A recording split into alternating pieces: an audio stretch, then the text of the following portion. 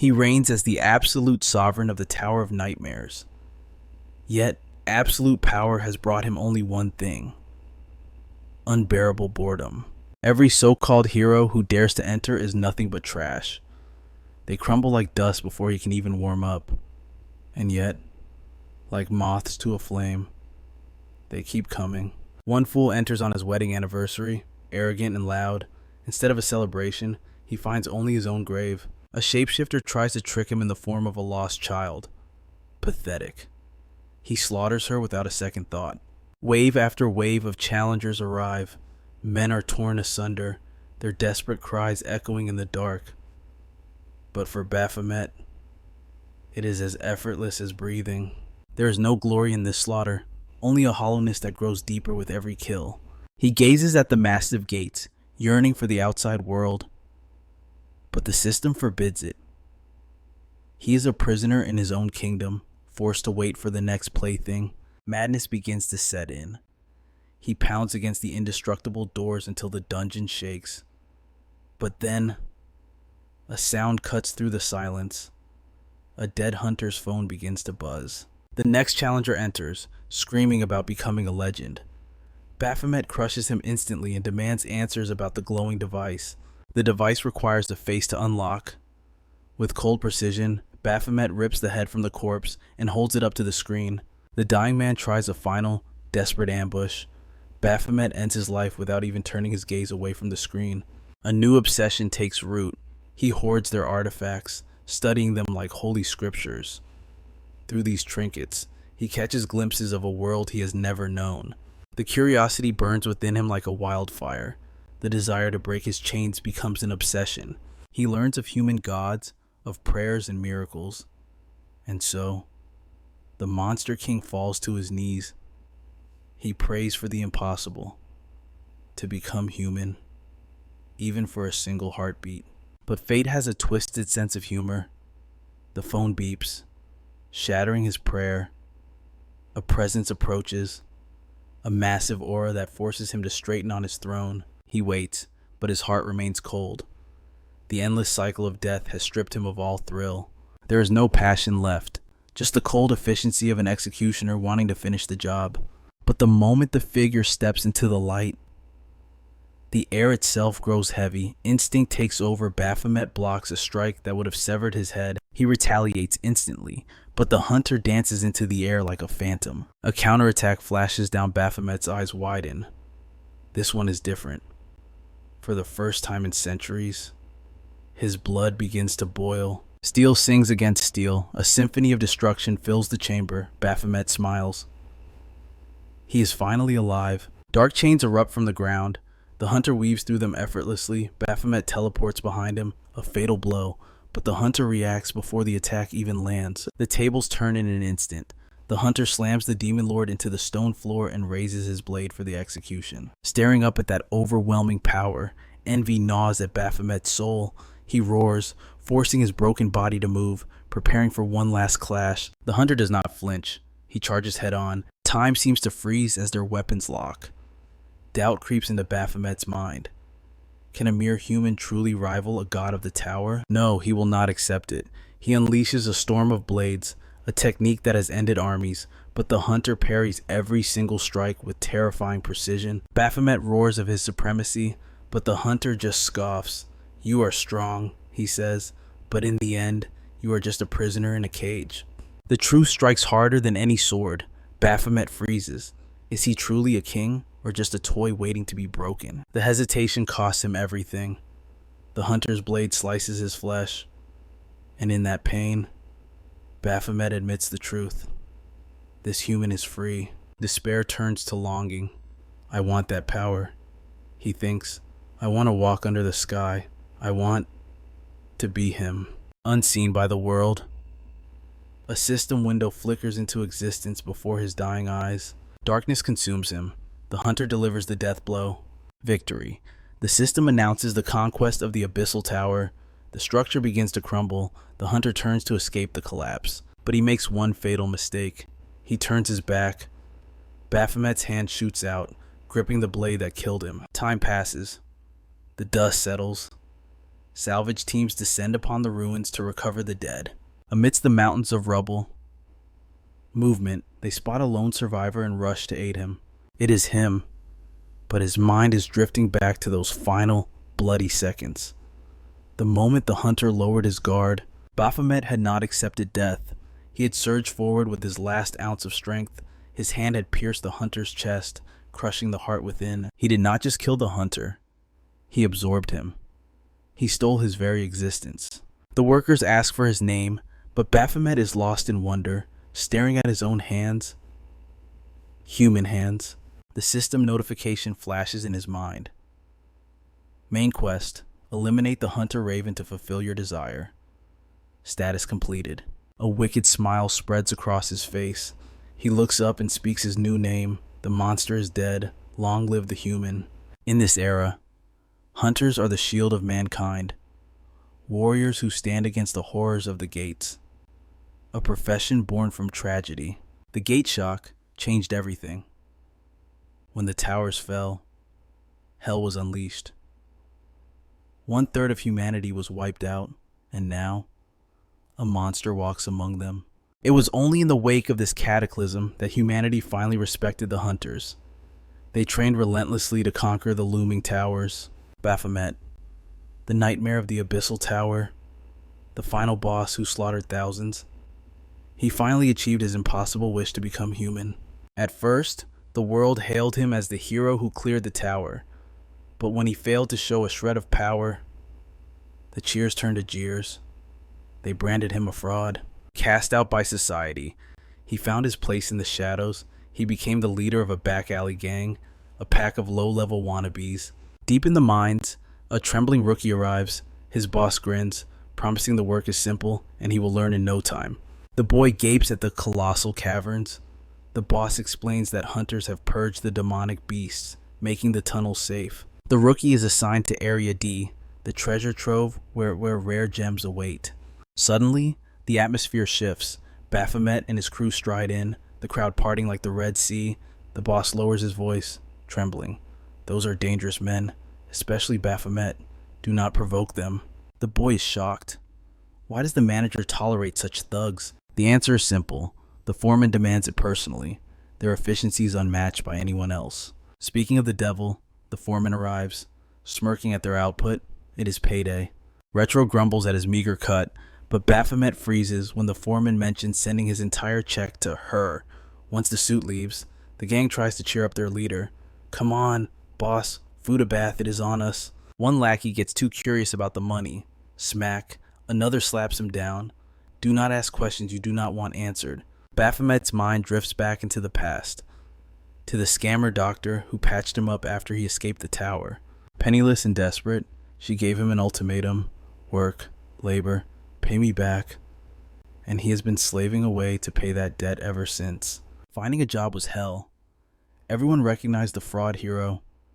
The mockery was constant. The bullying, relentless. Until something inside him snapped. He fought back with primal fury, crushing everyone who dared to laugh. From that day on, a single wrong look meant a savage beating. That is how he crowned himself king of the thugs.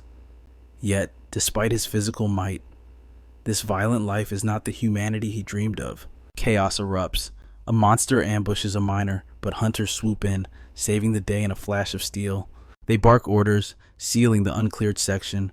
Watching their aura, a deep envy gnaws at Baphomet. That power, that is what he truly craves. He remembers the godlike strength he lost. He looks at his hands and regrets the weak human he has become. This is not what he wished for. His mind wanders to Raven, the only human he ever aspired to be like. Sensing his gloom, his loyal lackeys swarm him. They try to console him, insisting he is infinitely cooler than those hunters. They scoff at the elite. They are nothing without their systems take away the magic, and they are just weaklings. Baphomet nods outwardly, but his heart knows the truth. Raven was different. Raven was true power. Hunters live in penthouses. One lackey sighs with envy. Baphomet is puzzled. Why is the top floor so special? Then, a subordinate speaks a profound truth. Hunters cheat with magic, but us, we earn every cent with sweat and blood. We deserve the respect. The words strike Baphomet like a hammer. For the first time, he grasps the weight of currency, the true dignity of earning something through one's own sheer effort. A lackey spots Baphomet's face. Hey, the boss is flustered. Baphomet touches his lips. He is smiling. Their foolish, genuine banter. It actually amuses him. The gang erupts into a contest, trying to make him laugh harder. Funniest joke gets the biggest share. Warmth blooms in Baphomet's chest. A feeling he once only found in the heat of death matches with Raven. Joy. He realizes the truth. He does not need to kill to feel alive as a human. And this thought finally makes him smile for real. He understands he does not need cosmic power. One of his lackeys suddenly asks for his name. Baphomet replies softly, I do not use that name anymore. The answer startles the boy. Whoa, that actually makes you sound even more mysterious. Then, the boy offers a gift. Take my name then. I never lived up to it. But you would make it legendary. Intrigued, Baphomet asks, Alright, what is it? The lackey laughs. I told you 100 times, you always forget. He opens his mouth to repeat it. Boom! A cataclysmic explosion erupts directly behind them. The world dissolves in fire. The boy is swallowed by the inferno in an instant. Darkness takes Baphomet. When he wakes, agony sears through his side. His eyes snap open to a living hell. People are burning alive. Screams tear through the smoke. The air reeks of ash and iron. He sees them, his crew, his friends. Charred remains scattered on the ground. He looks down at his own trembling hands, soaked in blood, and right beside him lies the body of his loyal lackey. For a moment, his mind goes blank. Static fills his ears. A familiar sensation returns. The hollow disappointment of a duel ending too fast, like a toy breaking before the game is done. But this time, the emotion is not boredom. It is an inferno of pure, unadulterated fury. He pushes himself up, a tempest of rage burning in his eyes, demanding to know who orchestrated this bloody massacre. Elsewhere, two C-rank hunters are locked in a desperate battle for survival against the true orchestrator, a man in a deceptive disguise. A chilling grin splitting his face as he declares, this venture has been exceedingly fruitful. A horrifying realization dawns upon one hunter. Their foe is a scavenger, a predatory hunter who preys on others, stealing their hard-won spoils. The figure merely cackles, mocking that the hunter's guess is only partially correct. The male hunter's eyes sweep the devastation, a flicker of hope for survivors in his gaze, but his female comrade snaps, urging focus on the present battle, for survival itself now hangs by a thread. As he falters, her voice sharp, she berates him, recalling the sacred oath they took as hunters to shield innocent lives. He counters fiercely, arguing they are utterly outmatched against a B-rank hunter. They must execute a strategic retreat and summon reinforcements of higher caliber. Their heated exchange shatters as the scavenger launches a lightning-fast assault. He scoffs at their futile bickering, his blade carving a deadly arc through the air. Enraged, the woman charges blindly, but her comrade's calm voice rings out, a stark warning. Reckless moves are a hunter's demise. Before she can even register his words, the scavenger's sword finds its mark, tearing into her leg and sending her sprawling to the bloodied earth. Without a moment's hesitation, dark portals rip open, disgorging his twisted minions who swarm the area like hungry shadows. His predatory gaze then shifts to the fallen hunter. His grin widens into a grotesque sneer as he muses on the sheer fortune of capturing one alive. Terror seizes her as their deranged laughter echoes through the inferno of the mine. A trembling whisper escapes her lips, asking what they truly are. The man's grin widens as he reveals her understanding is only partial. They masquerade as mere scavengers. But in truth, something far more sinister lies beneath. The chilling truth he utters freezes her very soul.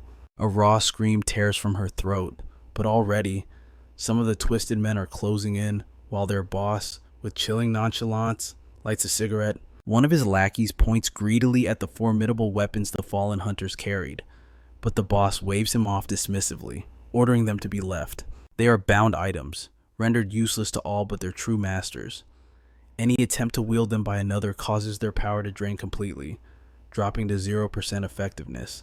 Back with the captive, The injured girl's sobs continue unabated, a sound that clearly grates on her captor's nerves. One of them snarls at her to quiet down, declaring, "No one is coming for her. Her fate is sealed." The boss merely chuckles, a dark, guttural sound, remarking that her lifetime's fortune has already been spent. But before his cruel words can even fully escape his lips, his head suddenly separates from his shoulders. A clean, swift strike. It is none other than Baphomet, who has arrived wielding a bound item. He plunges his weapon into another minion without a flicker of hesitation, his voice a thunderous roar, demanding to know who dared cause such destruction. At that very instant, a system notification blazes before his eyes, revealing a hidden quest. Quest embody the wrath of humanity. The instant the quest is fulfilled, a torrent of power surges through his very being.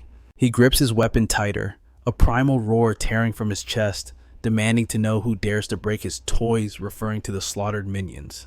Just moments before, a crucial decision was made.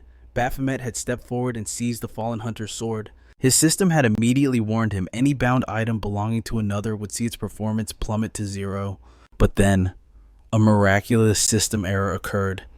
This glitch triggered the activation of a hidden power master of weapons, the very instant his hand gripped the blade. Through this anomaly, he gained the formidable weapon steal skill and the unique ability to wield all bound items as his own. Back in the present, he swiftly beheads the minion restraining the girl, and the boss immediately senses his powerful presence. Baphomet's voice, laced with cold fury, demands again, "Who dared to break my toys?" The boss is stunned, unable to fathom a survivor. Baphomet, however, cuts him off, directly asking if he is the culprit. The boss retaliates with a sneering taunt, claiming Baphomet is far too ancient to be playing with such trifles. He then barks orders at his remaining minions to prepare to engage Baphomet. All the while, a suspicion gnaws at him. Is Baphomet a hunter in disguise? Regardless of his identity, the boss decides to observe his fighting prowess. He expected only 2 hunters, but now he faces 3. The minions surge forward, rushing toward Baphomet. Baphomet swiftly dispatches one of them. Another minion lunges, weapon raised, but Baphomet snatches his hand mid-strike and beheads him in a swift, brutal motion. Witnessing such deadly efficiency, the boss feels a thrill course through him. He has stumbled upon a magnificent jackpot in this man. The boss immediately unleashes his own attack, but Baphomet blocks it with effortless grace. The boss studies Baphomet intently, his mind racing, trying to discern Baphomet's true rank. As their blades clash, he initially suspects Baphomet is a C-rank hunter, but witnessing his blinding combat speed, exhilaration surges through him, realizing Baphomet's true rank must be far, far higher. He attacks once more, and his blade barely grazes Baphomet's face, leaving only a thin scratch. The boss mutters in disbelief, a strange tremor in his voice. Why would someone of such immense power disguise himself as a mere minion? He speculates Baphomet must be here to loot, but quickly dismisses the notion. Such idle speculation is futile when his opponent's death is already assured. With a renewed surge of killer intent, he charges forward. Baphomet braces for impact, but the boss's attacks unleash with such blinding speed, they blur before his very eyes. The whip-like blade slices relentlessly through the air, landing blow after devastating blow, injuring him repeatedly. The boss sneers, taunting Baphomet for his inability to react to the furious onslaught. His weapon is a devastating whip sword, specifically designed to counteract pure physical strength, especially against an opponent with no prior experience facing seasoned hunters. The villain lunges forward, his voice drips with greed as he vows to carve Baphomet apart, desperate to harvest his precious organs for profit. Another strike comes flying in, but this time, Baphomet vanishes from the weapon's path. The system chimes as a passive skill awakens death throw. A double-edged power activates. For every drop of blood spilled, his stats surge by 15%, turning his pain into raw power. The boss freezes in disbelief. Baphomet isn't just surviving, he's dominating. He matches every move, parrying attacks with terrifying precision. An opening appears. Baphomet drives a devastating punch into his enemy, burying the boss into the cracked earth with a single blow. Baphomet doesn't let up. He pursues the attack, but the boss barely intercepts the blade with his whip, his mind racing to understand this impossible surge in strength. The blade rises for another execution. However, the boss proves his experience, weaving away just milliseconds before the steel connects. Baphomet resets his stance, radiating killing intent. Opposite him, the boss analyzes the battlefield, looking for a weakness in this relentless monster. A smirk twists the boss's lips. He refuses to be looked down upon by a mere brat. Determined to reassert his dominance, he unleashes his whip sword in a deadly arc. His strategy is brutal but simple. Overwhelm the boy with a storm of attacks until his stamina crumbles and victory is secured. He calculates the odds rapidly. Based on this ferocious pressure, this kid must be at least a B-rank hunter. The whip slashes across Baphomet's cheek, but the victory is short-lived. The boss's pupils tremble as a demonic aura manifests, drowning his vision in a sea of blood-red terror. Is this thing even human? The thought barely forms before Baphomet's blade flashes. An arm flies through the air, severed by a strike fueled by pure vengeance for his fallen comrade. This one is for the leader, Baphomet growls, his voice cold as ice, while the boss screams in agonizing realization. There is no mercy here. Baphomet cleaves the other arm cleanly. This is for the silent one. Next, his blade takes a leg. And this is for the chubby one. Finally, he towers over the crippled man, preparing the strike that matters most, retribution for the one who gave him his identity. The name Minucha echoes in the air. Baphomet brings the sword down, butchering the boss in a display of absolute brutality.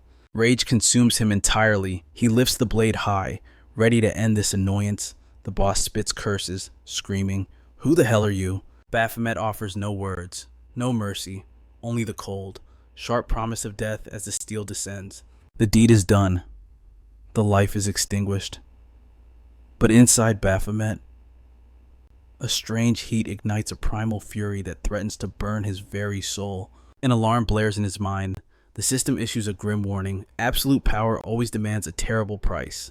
The penalty activates. The death throw skill backfires, shattering his sanity and forcing his body into a chaotic berserk state. Reason vanishes, replaced by a deafening command, kill. His mind fractures into a singular craving for flesh and blood. Suddenly, he senses movement behind him. It's the hunter girl, barely able to stand, but Baphomet sees only prey. Instinct hijacks his body, and the sword rises to strike her down. From the abyss of his soul, a cold voice whispers, "You were made to kill. You were designed to destroy." Suddenly, a distant shout pierces the madness. A scout reports survivors to his superior, completely oblivious to the monster standing right in front of him. Heavy footsteps approach. The leader arrives, commanding silence, but his confident stride falters as his eyes lock onto Baphomet. This isn't their target. Yet, a chill runs down the leader's spine. That face. It stirs a memory he thought was long buried. But Baphomet doesn't care about memories. Through his blood-red vision, he sees only one thing: more humans to slaughter. He charges, but just before impact, the atmosphere warps. An unseen force brushes against his consciousness, and a whisper cuts through the insanity.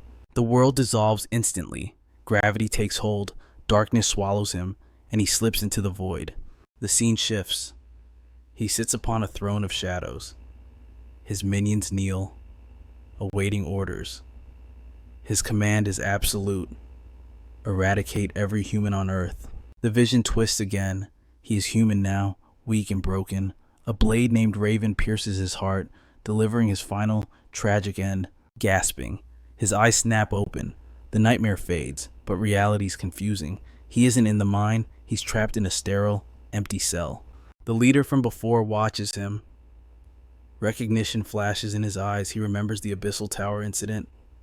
"You," he sneers. "You're that scammer." He paces, voicing his suspicion. "Did you slaughter those men as part of another con? What is your game this time?" Baphomet frowns, genuinely confused. He assumes this scam talk is about the trash he just disposed of in the mine. The leader leans in, eyes narrowing. "I dug into your past. Nothing. No records. No history. It's as if you didn't exist until yesterday. You aren't even in the hunter registry," he notes sharply, "which leads me to believe you awakened your powers right in the middle of that chaos." The interrogation intensifies. "Who are you really?" the leader demands, his tone making it clear that Baphomet's life hangs on the answer. Boom! Baphomet smashes his fist against the reinforced glass, spiderwebbing the surface. Annoyed, he glares. "Where are your manners? You introduce yourself before asking for a name." The leader doesn't flinch. He simply stares through the fractured glass, his expression unreadable. He ignores the outburst. I'll ask you again. Do you regret killing the hunter we were searching for? That is why you are in this cage. His voice drops to a mocking whisper. If you try to revive that corpse, I will ensure your body is never found. Baphomet tilts his head, a dangerous smile playing on his lips. Is that a threat, or are you asking if I should do the same to you? Officer. A chilling laugh cuts through the tension as a man suddenly materializes before Baphomet, issuing a lethal challenge. Kill me, if you possess the strength.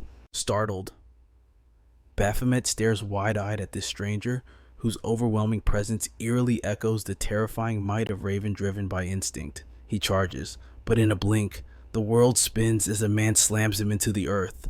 Fingers tighten around his throat. The stranger grins, not in anger, but in delight, clearly amused by Baphomet's savage hunter instincts and praising his fighting spirit. The truth is revealed. This man belongs to the Shadows, a secret government division dedicated to tracking and arresting rogue hunters. They are the rogues, the executioners of the underworld. They were hunting the very target Baphomet just slaughtered, a criminal hunter sentenced to death on sight. That scumbag had been masquerading as a lowly scavenger, hiding his true nature, but beneath the disguise lay a monster. Instead of looting, he butchered innocents to harvest their organs, selling false hope of immortality to wealthy, delusional fools. The officer acknowledges the situation. Yes, Baphomet eliminated a piece of trash, but his eyes narrow as he points out the grim reality. They cannot ignore the 5 other corpses rotting at the scene. He analyzes the carnage with a detective's eye. These weren't panicked strikes. They were precise, surgical, the work of a professional assassin. He doubts a newly awakened rookie possesses such cold-blooded nerve, unless that rookie was born with a soul steeped in slaughter.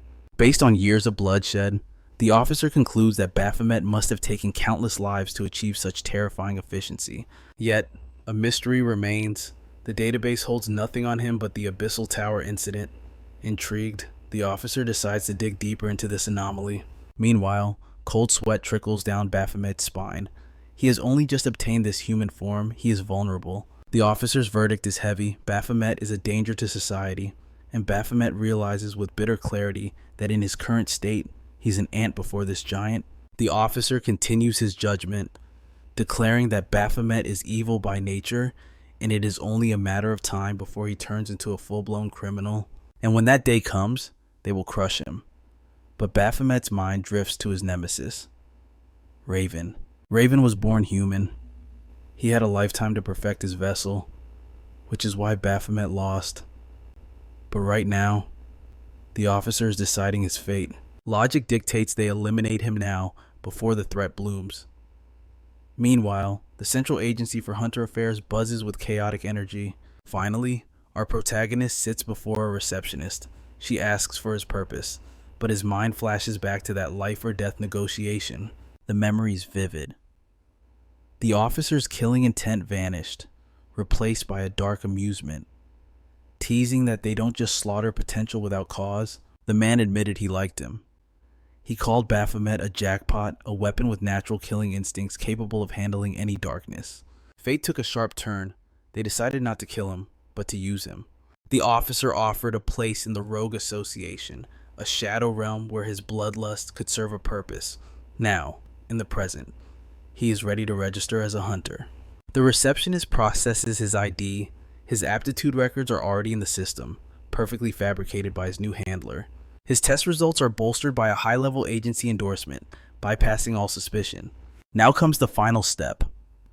The receptionist informs him that he requires a code name, a professional identity, to separate the hunter from the man.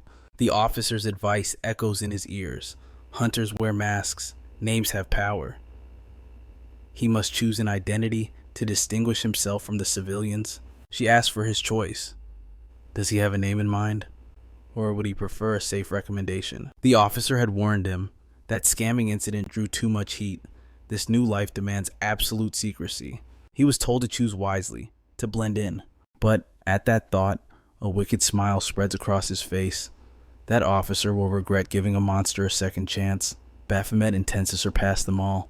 With eyes burning with ambition, he speaks his true name, Baphomet. He wants the world to tremble at the very sound of it. Registration complete. We cut to the battlefield. Our boy's tearing through monsters with nothing but his bare hands. A wolf attempts a sneak attack. He spins, driving a devastating kick that flattens the beast into paste instantly. The pack recoils in sheer terror, but suddenly, one beast begins to twist and mutate. It evolves into a hulking werewolf, shaking the earth with its violent power. It lunges for the kill. Baphomet holds his ground, raising a hand. He attempts to channel his dark magic to summon a minion. Silence. The summon fails. Annoyed, he shifts tactics and delivers a punch so catastrophic the werewolf explodes in a fountain of blood. Dusting off his hands, he exits the dungeon portal. Yet, frustration gnaws at him. Why is his true power still dormant? He opens the system interface. The condition is specific. He must feel genuine rage for the sake of humanity. Perhaps he unlocked this fragment of power only because he truly desired to slaughter that criminal filth. This system. It is a riddle. Just like in the tower, it forces quests upon him. But he pushes the confusion aside. He needs a plan.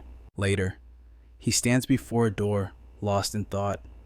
He reflects on his fluctuating power, how he keeps losing everything only to claw his way back. He is used to hitting rock bottom, to starting from zero, but suddenly a presence manifests behind him. A voice asks if he is Baphomet. Dark energy suffocates the air. He spins around, ready to kill, only to find a familiar nightmare standing there. It is the officer. Mr. Ma glared down at him, his voice dripping with disdain. You fool, using the Abyssal Tower boss's name as your code. Are you trying to get yourself killed? He shoved a tablet in his face, displaying a furious message from the upper management. I warned you. I told you to keep your head down and stay invisible. He assumes Baphomet is acting out, frustrated by the world branding him a fraud. But the damage is done. That name has already shattered his reputation as a hunter before he even began. And to make matters worse, the truth about the Abyssal Tower has finally come to light. The investigation concluded with a shocking revelation. Raven was the hero who slew the final boss. Hearing that name, a dangerous light flashed in Baphomet's eyes. The officer continued his lecture, his voice filled with reverence. Raven was one of Korea's greatest legends. He sacrificed his life to save humanity in that tower. He turned back to the rookie, sneering. So, how do you plan to fix this disaster? But Baphomet stood there, completely unfazed. He refused to walk on eggshells. He had lived through too many accusations in his past life to care about petty human scandals now. His desire was simple, absolute power. He would become strong enough to silence every critic. The officer scoffed. Do you really think you can handle the consequences? With no other options left, the command was given. Pack your bags. You're going to Jeju Island to face your punishment.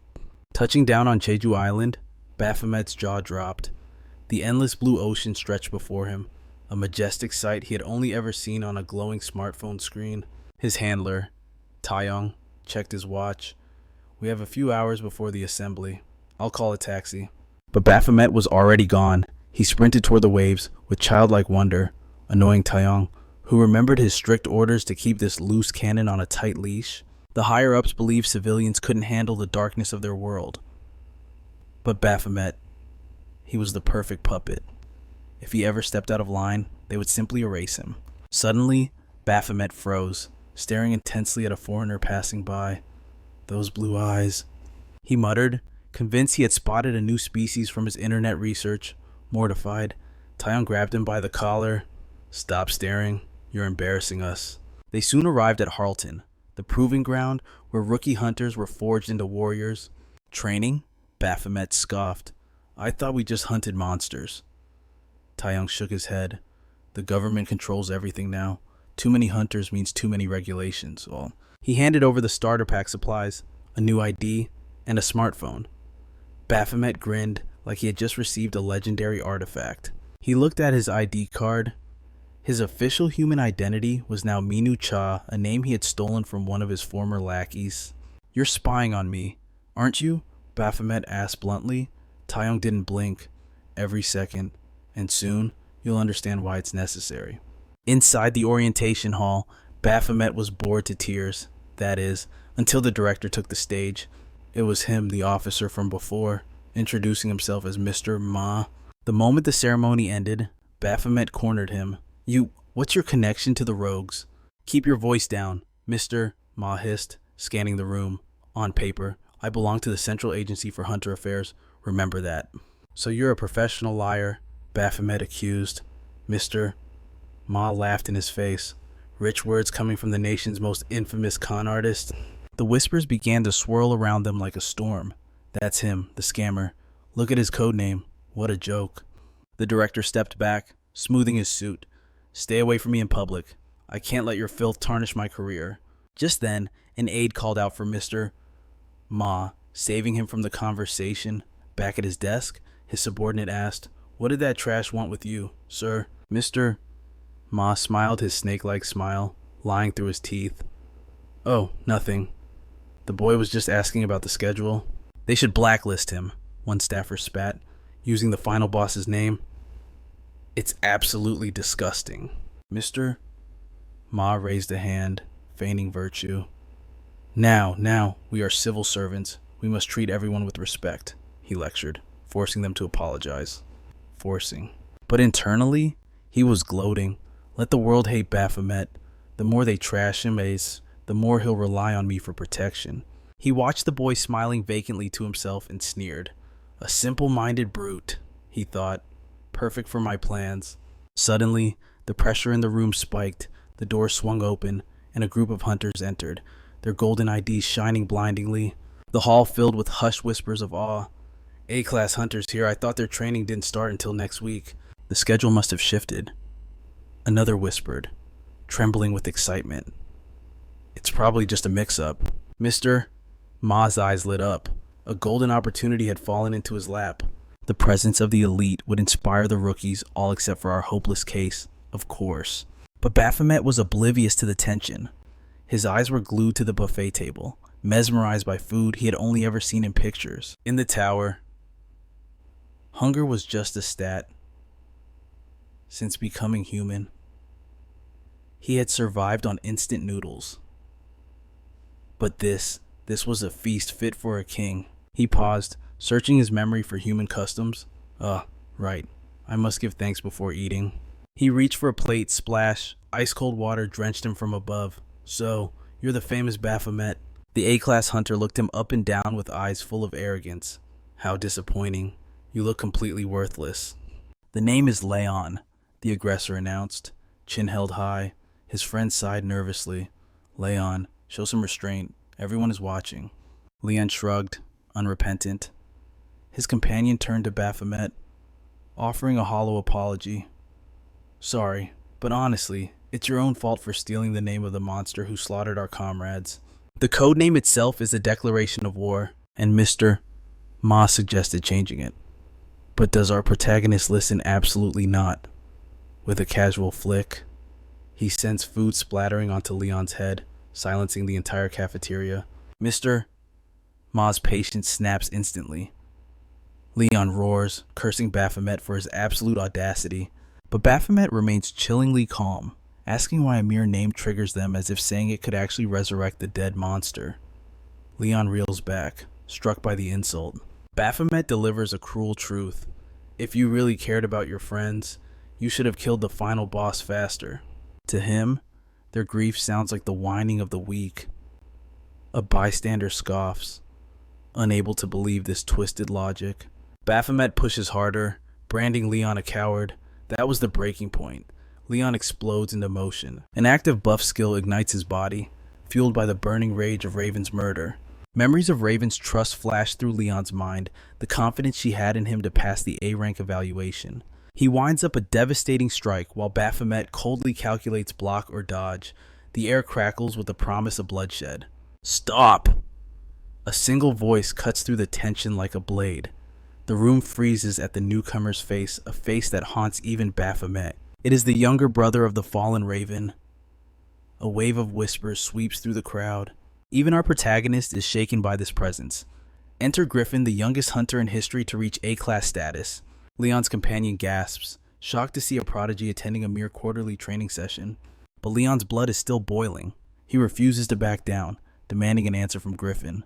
How dare you lecture me about rules after witnessing this monster's disrespect? Griffin's eyes are cold as ice. He is right. It was our own weakness that dug our graves. Before the tension can explode again, Mr. Ma steps in to enforce order. With the crowd watching, Leon turns his fury on the director, screaming how the agency could sanction a devil like Baphomet. His friends realize logic has left the building. Mr. Ma offers a weary apology for the situation before dragging Baphomet away for a private chat. Baphomet attempts to argue, but a razor-sharp whisper from Mr. Ma shuts him down instantly. As they retreat, Griffin watches in silence, his gaze unreadable. Later, the real orientation begins. Host Yu Jong-han takes the stage to unveil the Hunter system. She explains the awakening, the blue status window that defines their new reality, and how to sync their souls with the agency's network. Baphomet's mind drifts back to the restroom encounter. Mr. Ma had cursed his own stupidity for recruiting a madman, rhetorically asking to be punched for his mistake. Taking it literally, Baphomet had actually cocked his fist back. Mr. Ma was flabbergasted by the boy's lack of social cues. But Baphomet countered with his own grievance. You stood by while they insulted me. Mr. Ma reveals his true hand. He is biding his time until Baphomet becomes a true monster. His ambition to gather enough power to crush all opposition. But until that day comes, Baphomet must remain a shadow. Mr. Ma delivers a stark warning. You are still weak. Even with his strength amplified 100 times, an A-rank hunter would obliterate him. Silence is his only survival option. Elsewhere, a group of trainees mocks Baphomet, dismissing him as a fraud who pollutes their sacred training ground. Their snickering dies instantly. Bam! Baphomet smashes the vending machine, enraged that the machine dared to steal his coins. They mistake his frustration for bloodlust, terrified by the aura of death leaking from him. They scramble away, using the A-class match as an excuse to flee. Baphomet blinks, confused. He didn't even try to be scary. Why does everyone look at him like a predator? Suddenly, the machine spits out a free drink in fear. Accepting the offering, he heads to the arena. He arrives just in time to see Leon standing victorious, the first round already decided. The opponent gasps for air, humbled by Leon's overwhelming technique, but thankful for the lesson. Leon helps him up, playing the perfect hero. 8 matches, 8 wins. The referee asks the crowd, who dares to step into the ring next? Leon's eyes lock onto one target. Griffin, get down here. The prodigy accepts. The rules are set. The victory condition is simple. Snatch the blue armband from the opponent. No skills, no magic, just raw martial arts. If things get lethal, the match ends. At that moment, Mr. Ma arrives to oversee the spectacle. His junior marvels at the packed stands. Mr. Ma agrees, noting it will be a perfect lesson for the rookies, but his gaze drifts meaningfully toward Baphomet. On the sidelines, a group of girls swoons over Griffin's dashing looks, already scheming to get his number. But when one asks Mr. Ma about his age, the instructor drops a bombshell. Griffin has only just started his 2nd year of middle school, leaving the girls completely paralyzed with shock. Meanwhile, the atmosphere crackles with intensity as Leon and Griffin engage in a fierce hand-to-hand duel, Leon testing just how sharp his rival has become. Griffin launches a sharp kick, Leon swings a heavy haymaker, but the prodigy ducks, weaving through the danger with terrifying speed. Both fighters lunge, fingers clawing for the blue target cloth on the other's uniform, but their defense is impenetrable. Leon pushes the offensive, but Griffin seizes his arm and shoves him back, his eyes reading every aggressive twitch of Leon's muscles. Suddenly, Leon spots a fatal opening and reaches for the cloth, but his hand grasps only air as Griffin vanishes, reappearing instantly behind him like a phantom. Leon spins to counter, but the battle is already over. Griffin stands victorious, the blue cloth dangling from his grip. A collective gasp sweeps through the crowd. They cannot believe a powerhouse like Leon was dismantled so easily, murmuring that Griffin moves faster than the eye can see. Whispers of awe spread like wildfire, many predicting that this boy is destined to become a legendary S-class hunter. Leon chuckles, acknowledging the trap. Griffin had feigned vulnerability to bait him in, a tactic that would surely make Raven proud. Ignoring the praise, Griffin turns his cold gaze to the crowd and announces that he will select his next victim personally. The announcer nods, but his voice dies in his throat when Griffin points a finger directly at Baphomet. Confusion ripples through the arena. Even the announcer hesitates, reminding the prodigy that Baphomet is merely a rookie, not an A-class hunter. It would be a massacre, not a match, But Mr. Ma intervenes with a dark calculation in his eyes. He authorizes the fight, claiming it will provide valuable data on the gap between veterans and novices, a harsh lesson for the weak. To balance the scales, they apply a handicap to Griffin. While Baphomet steps into the ring, the memory of Mr. Ma's warning to stay unnoticed echoing in his mind. It is a setup. The director clearly wants Griffin to beat the arrogance out of him. Baphomet analyzes his opponent with a predator's gaze, knowing that in his current weakened body, victory is impossible. His only strategy is to endure the beating and wait for a single, perfect opportunity to strike. Instantly, Griffin launches a ferocious assault, and Baphomet barely blocks with an elbow. Griffin seizes him and slams him into the concrete, the impact rattling Baphomet's bones and making him question if he will survive this lesson. A fist flies toward his face, intending to crush his skull, but Baphomet twists away at the last second. Staring into Griffin's eyes, he realizes this isn't training, it is punishment. Griffin is unleashing his fury on the man who bears the same name as the monster that murdered his brother. As the blows rain down relentlessly, the spectators wince, whispering that Baphomet has become nothing more than a human punching bag. Pain explodes across Baphomet's body as the assault continues. Desperate, he leaps into the air for a counter kick, but Griffin catches him like a fly, slamming him down and clamping a hand around his throat. Baphomet scrambles back up, glaring with defiance. If only he possessed his former power, this child would be nothing to him. Griffin cocks his fist for another devastating blow, yet even through the agony, a twisted curiosity burns within Baphomet. He wants to witness the monster hiding inside this prodigy, even as he is pulverized. His blood boils with the thrill of battle. But the climax is stolen from him.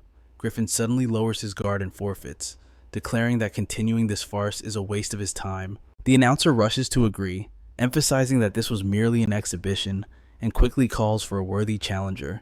Baphomet stands trembling, not from fear, but from adrenaline. His heart screams for violence, even as he recalls Mr. Ma's assessment of his weakness. Logic tells him he is too weak to fight an A-rank hunter, but a strange sensation washes over him, as if gravity is losing its hold. Or perhaps it is his sanity slipping away. In that split second, the beast within him snaps its leash.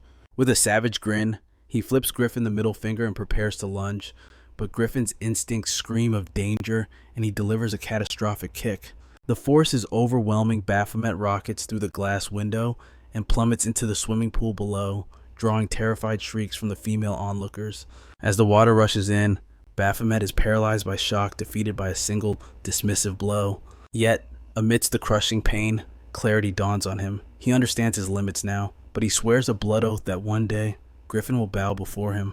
But vengeance must wait, for a more immediate crisis arises. He cannot swim. As he sinks into the abyss, a silhouette dives in. Through the shimmering blue, he sees golden hair and piercing eyes approaching.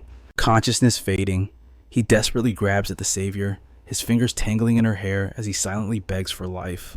Above the surface, panic erupts as the girl sees strands of blonde hair floating on the water, screaming for emergency aid.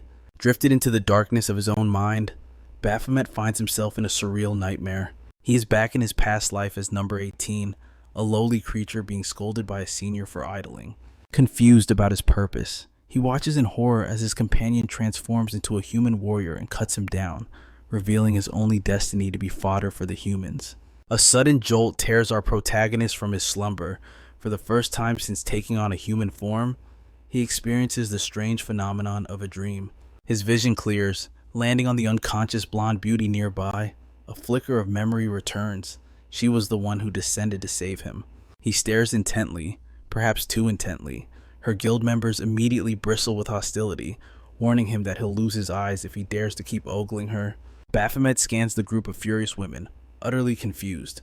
Just then, Mr. Ma rushes onto the scene to de-escalate the rising tension. He tries to pacify the group, but the situation is dire. One of the women is none other than Echidna, the guild master of the infamous Art Guild. She holds up a single strand of golden hair like it's a holy relic. With ice in her voice, she explains that Baphomet's aerial crash disastrously interrupted their private pool party. Mistaking him for a clumsy rookie who slipped during training, she graciously accepts Mr. Ma's desperate apology. But then, the trap snaps shut. She asks what he sees in her hand. Mr. Ma sees only hair, but Echidna launches into a dramatic monologue about the fortune spent maintaining that divine blonde luster. She points to the dark circles under her eyes, a testament to the blood, sweat, and tears invested in maintaining Valkyrie's perfect public image. The bill comes due. Echidna demands 116 million won for a single damaged strand. Mr. Ma turns pale as a ghost. Panic consumes the manager. Baphomet hasn't just annoyed a random hunter. He has provoked an A-class powerhouse and the entire art guild behind her. Mr. Ma screams internally. What kind of cursed karma does this boy have to attract such catastrophic trouble? Baphomet, however, is simply baffled by the astronomical figure. With zero tact, he bluntly asks if this girl is even worth that much. Completely oblivious to her status, the heir leaves the room. This is Valkyrie, an A-class hunter and a top-tier supermodel, yet to Baphomet, she is just another human, and he fails to grasp the hype. Echidna sneers, refusing to waste breath explaining reality to a newbie. She delivers an ultimatum: pay the compensation immediately, or his career as a hunter ends today. A predatory smirk curls her lips. She suggests that if he lacks cash, he can pay off the debt with his body. Those words strike a nerve. A dark memory flashes in Baphomet's mind, a twisted doctor who once tried to enslave him. Rage flares in his eyes. He refuses to be a pawn ever again. He points an accusing finger at Mr. Ma to take the fall, or better yet, blame Griffin, the maniac who kicked him out of a window. And as if summoned by his name, a terrifying pressure descends. Griffin appears out of thin air. The women freeze, their arrogance shattering instantly. They know better than to provoke a member of the Nebula Guild, a titan that even the Art Guild fears to cross. Echidna stammers, asking if Griffin is responsible for the kick. With cold indifference, the monster confirms his deed. Staff members rush in to testify it was a training accident.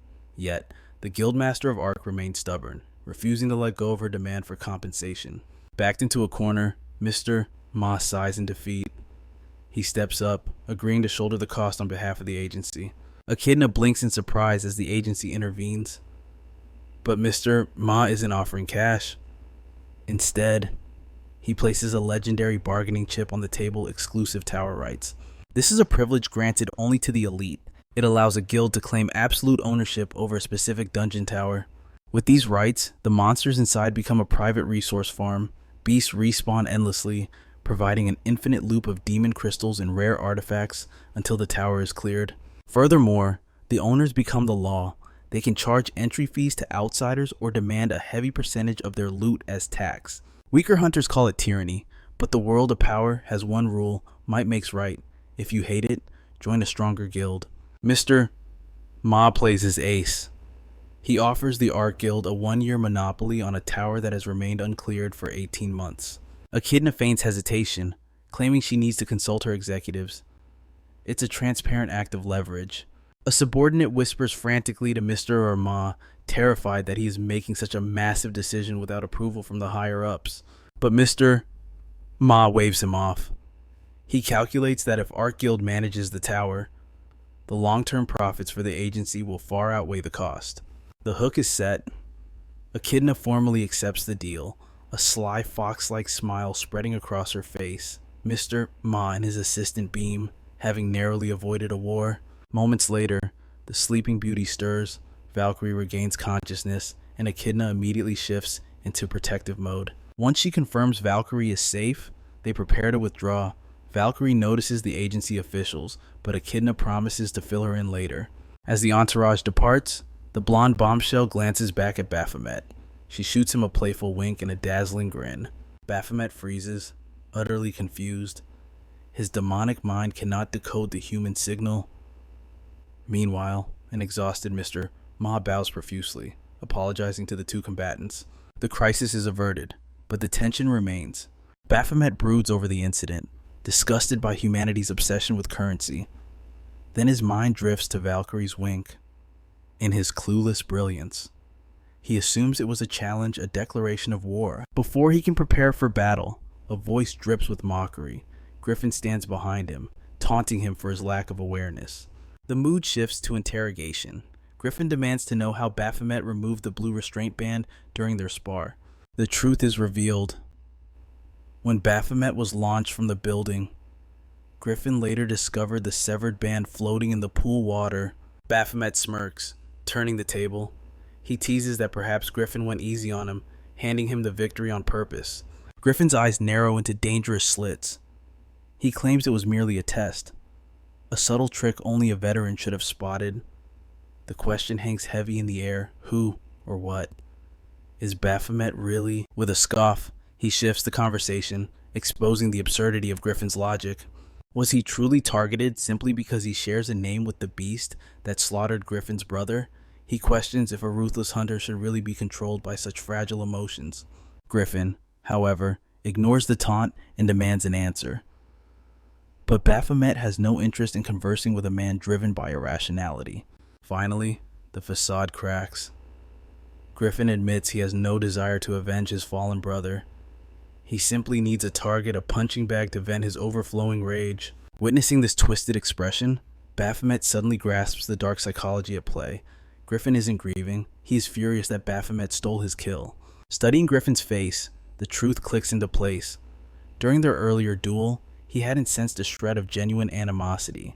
But now, the moment Griffin speaks of his trash brother, the air creates a thick, palpable hatred. The conclusion is instant. Griffin hates Baphomet not for the murder, but for robbing him of the pleasure of killing his own brother personally. Griffin spits out the accusation, pointing out that even for a hunter, killing one's own kin is a heavy charge. Baphomet is unfazed. He knows hunters are far from saints. Yet, he still cannot fathom the depth of such twisted resentment. Silence falls. Griffin steps forward, his instincts screaming as a suffocating bloodlust radiates from Baphomet. It is an aura so intense, it could only belong to an apex demon. He voices the impossible question: how could a mere human possess such a terrifying thirst for slaughter? Analyzing the aura, Griffin reaches the only logical conclusion: Baphomet must be a demon wearing a human skin. The accusation makes Baphomet smirk, before he bursts into maniacal laughter. He is thrilled that Griffin saw through the disguise so easily. He asks the hunter a simple question: if it is true, what will you do? The answer is written in Griffin's eyes. He would exterminate him, as is a hunter's duty. Baphomet counters with a cold truth: if he is the beast and Griffin the hunter. Their clash is written in the stars. They are bound by this violent fate.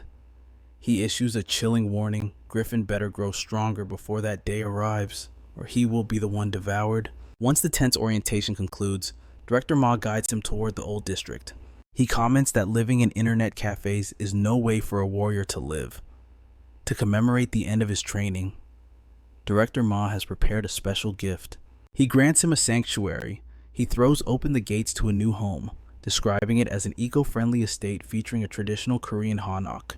But to our anti-hero, it looks less like a home and more like a dilapidated haunted house. His annoyance spikes immediately. Director Ma, having predicted this exact response, remains completely unbothered. He explains the strategic necessity. After the recent chaos, Baphomet must reside on the outskirts of Seoul to keep a low profile and avoid unwanted attention. Scanning the perimeter, Baphomet resigns himself to his fate. The space is vast, at least. He decides he can make it habitable once he clears the jungle of weeds. Seeing this unexpected acceptance, the director is stunned. He jokes that the boy must have hit his head during the pool incident, as he expected a demand for a luxury penthouse. But Baphomet's reasoning is simple. He has no desire to live in the sky. High places make him feel trapped. It is a surprising quirk, but the director accepts it with a shrug. Then, Mr. Ma shifts his tone. He asks if anything significant occurred after the first day of orientation, probing for details. Baphomet lies smoothly, claiming nothing happened. In his mind, however, he recalls Griffin's predatory gaze tracking him, but chooses to keep that card close to his chest. Unknown to him, eyes are already upon him. Someone watches from the shadows as he moves in, plotting to use him as a pawn. His instincts flare. Our boy feels the sharp prick of a gaze on his back, but when Director Ma looks around, the presence has vanished. The director pivots to business, apologizing for assigning work immediately. However, he insists that Baphomet is the only one capable of this specific role. Standard protocol dictates that rookies are organized into 4-man squads following orientation. These squads are designed to balance weaknesses, all operating under the watchful eye of a senior mentor. Moments later, his new team awaits. The mentor calls out his code name. offering a sarcastic remark about the honor of guiding such a famous rookie. Baphomet is already annoyed, grumpy that he has to babysit this entire operation. His mind drifts back to Mr. Ma's briefing. He recalls the term drive hunting, a brutal tactic where hunters force prey into a dead end to slaughter them. The target is a criminal mastermind pulling the strings from the shadows.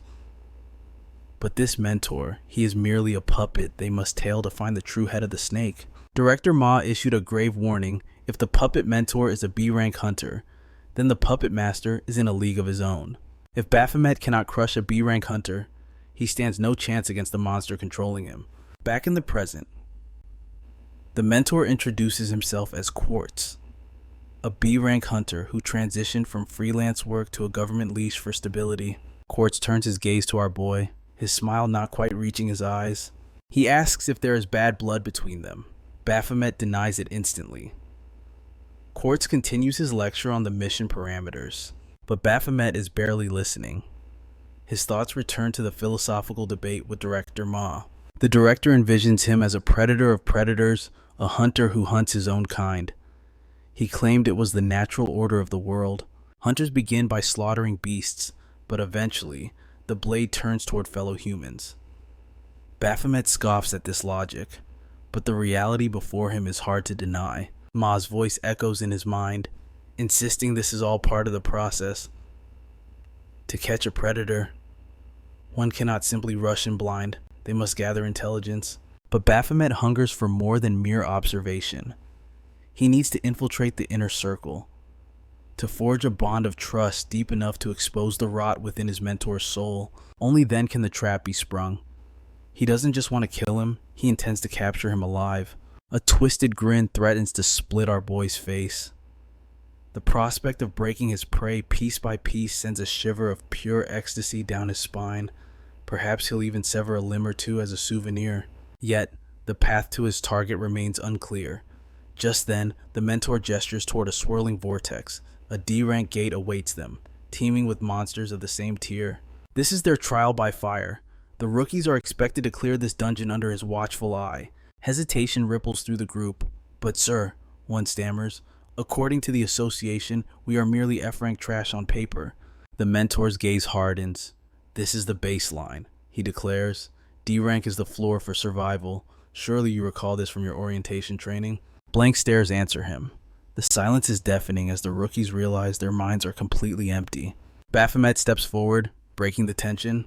Military ballistics are ineffective against entities of rank E and F, he recites smoothly. That is why hunters are assigned to handle D-rank threats. Precisely. The mentor nods, impressed by the sharp detail. In truth, Baphomet had slept through the entire lecture. It was Mr. Ma who had forcefully drilled the manual into his skull, ensuring he would play the role of the perfect student. The mentor validates Baphomet's answer, confirming that standard firearms are useless against the beast lurking inside. With proper teamwork, he assures them, this mission will be over before you know it. Gear up, the command rings out. When asked for his weapon, Baphomet slowly raises his bare fists. The mentor blinks in surprise. A brawler. This rookie wasn't listed as a combat type in the files. A rough shove breaks the moment. Look at the teacher's pet acting tough. A voice sneers. Baphomet's eyes narrow. It's the same trash who had barked insults at him during the orientation ceremony. The dungeon air soon fills with the stench of battle. The big guy drops a beast, beaming with pride, completely oblivious to the shadow looming behind him. Strong, but clumsy. The mentor notes, watching from the sidelines. Zero situational awareness. No agility. The girl is next. She rushes her target, dagger flashing, fast and brave, yes, but her strikes lack true killing intent. And the mage, he unleashes a burst of magic that tears up the ground. Nowhere near the monster. Destructive power, but his aim is catastrophic. Truly, a pathetic display of incompetence. And then, there is Baphomet. Amidst the chaos, he looks utterly bored as a beast lunges for his throat. He flows around the attack like water. Even when two monsters strike in unison, he doesn't break a sweat.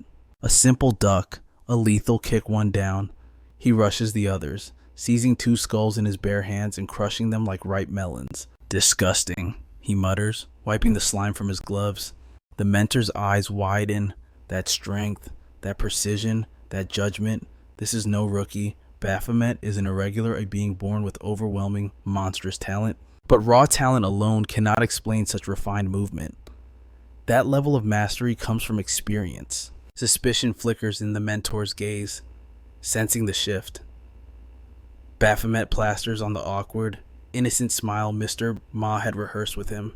The fodder is cleared without casualty. As the dust settles, they prepare to breach the next zone. But Baphomet feels nothing but hollowness. These ants offer no sport. He is stuck playing games with worthless creatures. He craves a challenge that could push him to the brink. His dark gaze drifts to the mentor, a B-rank hunter. Now, that is prey. He wants an opponent who can withstand a single blow, someone who can leave a mark on his soul. A wicked idea takes root in his mind. They venture deeper, into the heart of the dungeon to summon the master of this domain. Silence greets them. "Where's the boss?" the mentor mutters, confused. The minions are dead. The Lord should have descended by now. He orders the corpses piled high in the center of the chamber, and the rookies obey. Listen closely. The mentor lectures. A boss appears under two conditions. Either the total extinction of its kin, or, his voice drops, it must be drawn out by the overwhelming scent of blood driving it into a frenzy. The earth screams beneath their feet. Terror seizes the trio as a behemoth erupts from the ground, a massive death worm. "Stay back," the mentor shouts. "It's drawn to the blood. Don't let it devour you." The bulky rookie trembles, his courage evaporating before the mountain of flesh. He silently prays the mentor will intervene before they are slaughtered. He prepares a shaky defense, but a boot slams into his side. Baphomet snatches the weapon from his hands. "You can't use a bound item," the group shrieks in horror. Baphomet ignores their cries. Rules are for the weak. "Stop, you'll die," the mentor warns, desperate to save the prodigy, but the warnings fall on deaf ears. Baphomet launches himself skyward. He soars to an impossible height, defying gravity itself. To the onlookers, it looks like suicide, but to him, the real game has just begun. With a single, devastating motion, our protagonist cleaves the death worm in twain. He touches down with the grace of an apex predator. The mentor stands paralyzed, his mind unable to process the impossible sight. The dungeon boss has been annihilated in an instant. Memories of the demon world flood Baphomet's mind. In the mines, power was the only law, a truth he is now imposing upon the human realm. His overwhelming display earns the reluctant awe of his party. Meanwhile, the female healer looks at him with eyes full of adoration. Applause breaks the silence. Baphomet smirks, expecting an alliance, but the mentor drops a bombshell. "You need no further training." He is cutting him loose. Panic flickers behind Baphomet's eyes. His entire mission hinges on infiltrating this man's inner circle. An abrupt graduation indeed. Quartz promises a hefty share of demonic crystals, valuable currency for the Hunter Agency. Baphomet attempts to play the humble rookie. That monster was frail. He lies, trying to hide his true power. "My teammates could have slain it." But the horror on their faces tells a completely different story. Quartz shuts him down instantly. With a cold recommendation to see a medic, he wishes the demon luck and turns away. Baphomet seethes with frustration. The girl asks for his contact info, but his mind is elsewhere. Later, Mr. Herma confesses his tactical error. Assigning such a high difficulty mission was a blunder. To compensate, he offers a new directive to the demon in human skin. Target A C-rank criminal hunter with a bounty on his head. Objective execution inside a dungeon, where the collapse will bury all evidence. Mission accomplished. Baphomet indulges in a steaming bowl of pork stew, savoring the human delicacies after the slaughter. But the memory of Quartz's dismissal burns within him. Does defeat frustrate you? With a roar, he pulverizes the wall. "Damn you, Quartz." The following dawn, Quartz leads a new raid into a D-class dungeon. Watching from the shadows like a gargoyle, Baphomet realizes the friendly act is over. He must become a phantom. He needs dirt on Quartz, and he will find it no matter the cost. The first rule of the hunt, know thy prey. He memorizes routes, habits, and human connections. Baphomet scrutinizes every breath, every step. Yet, after days of stalking, the man is cleaner than a saint. Work, home, Repeat, no illicit dealings, no shadows. Now, the order to get close makes terrifying sense. Conventional spying is useless. However, Baphomet's methods were forged in the fires of hell. Back in his realm, he would have severed a limb by now, bound him, broken him, forced the truth out through screams of agony. The temptation to strike is overwhelming. Suddenly, Quartz's head snaps back. Did he sense the bloodlust? Baphomet melts into the darkness just in time. Violence is off the table. He must solve this puzzle like a human, a skill he tragically lacks. Abruptly, Quartz breaks into a sprint. He cries out a name, Yuen. A woman emerges from the crowd. His voice trembles with panic. Why didn't you answer? She smiles innocently, claiming she left her phone in a shopping cart. Relief crashes over him like a tidal wave. He embraces her, his hands shaking as if he almost lost his entire world. As the couple departs, a devious plan forms in Baphomet's mind.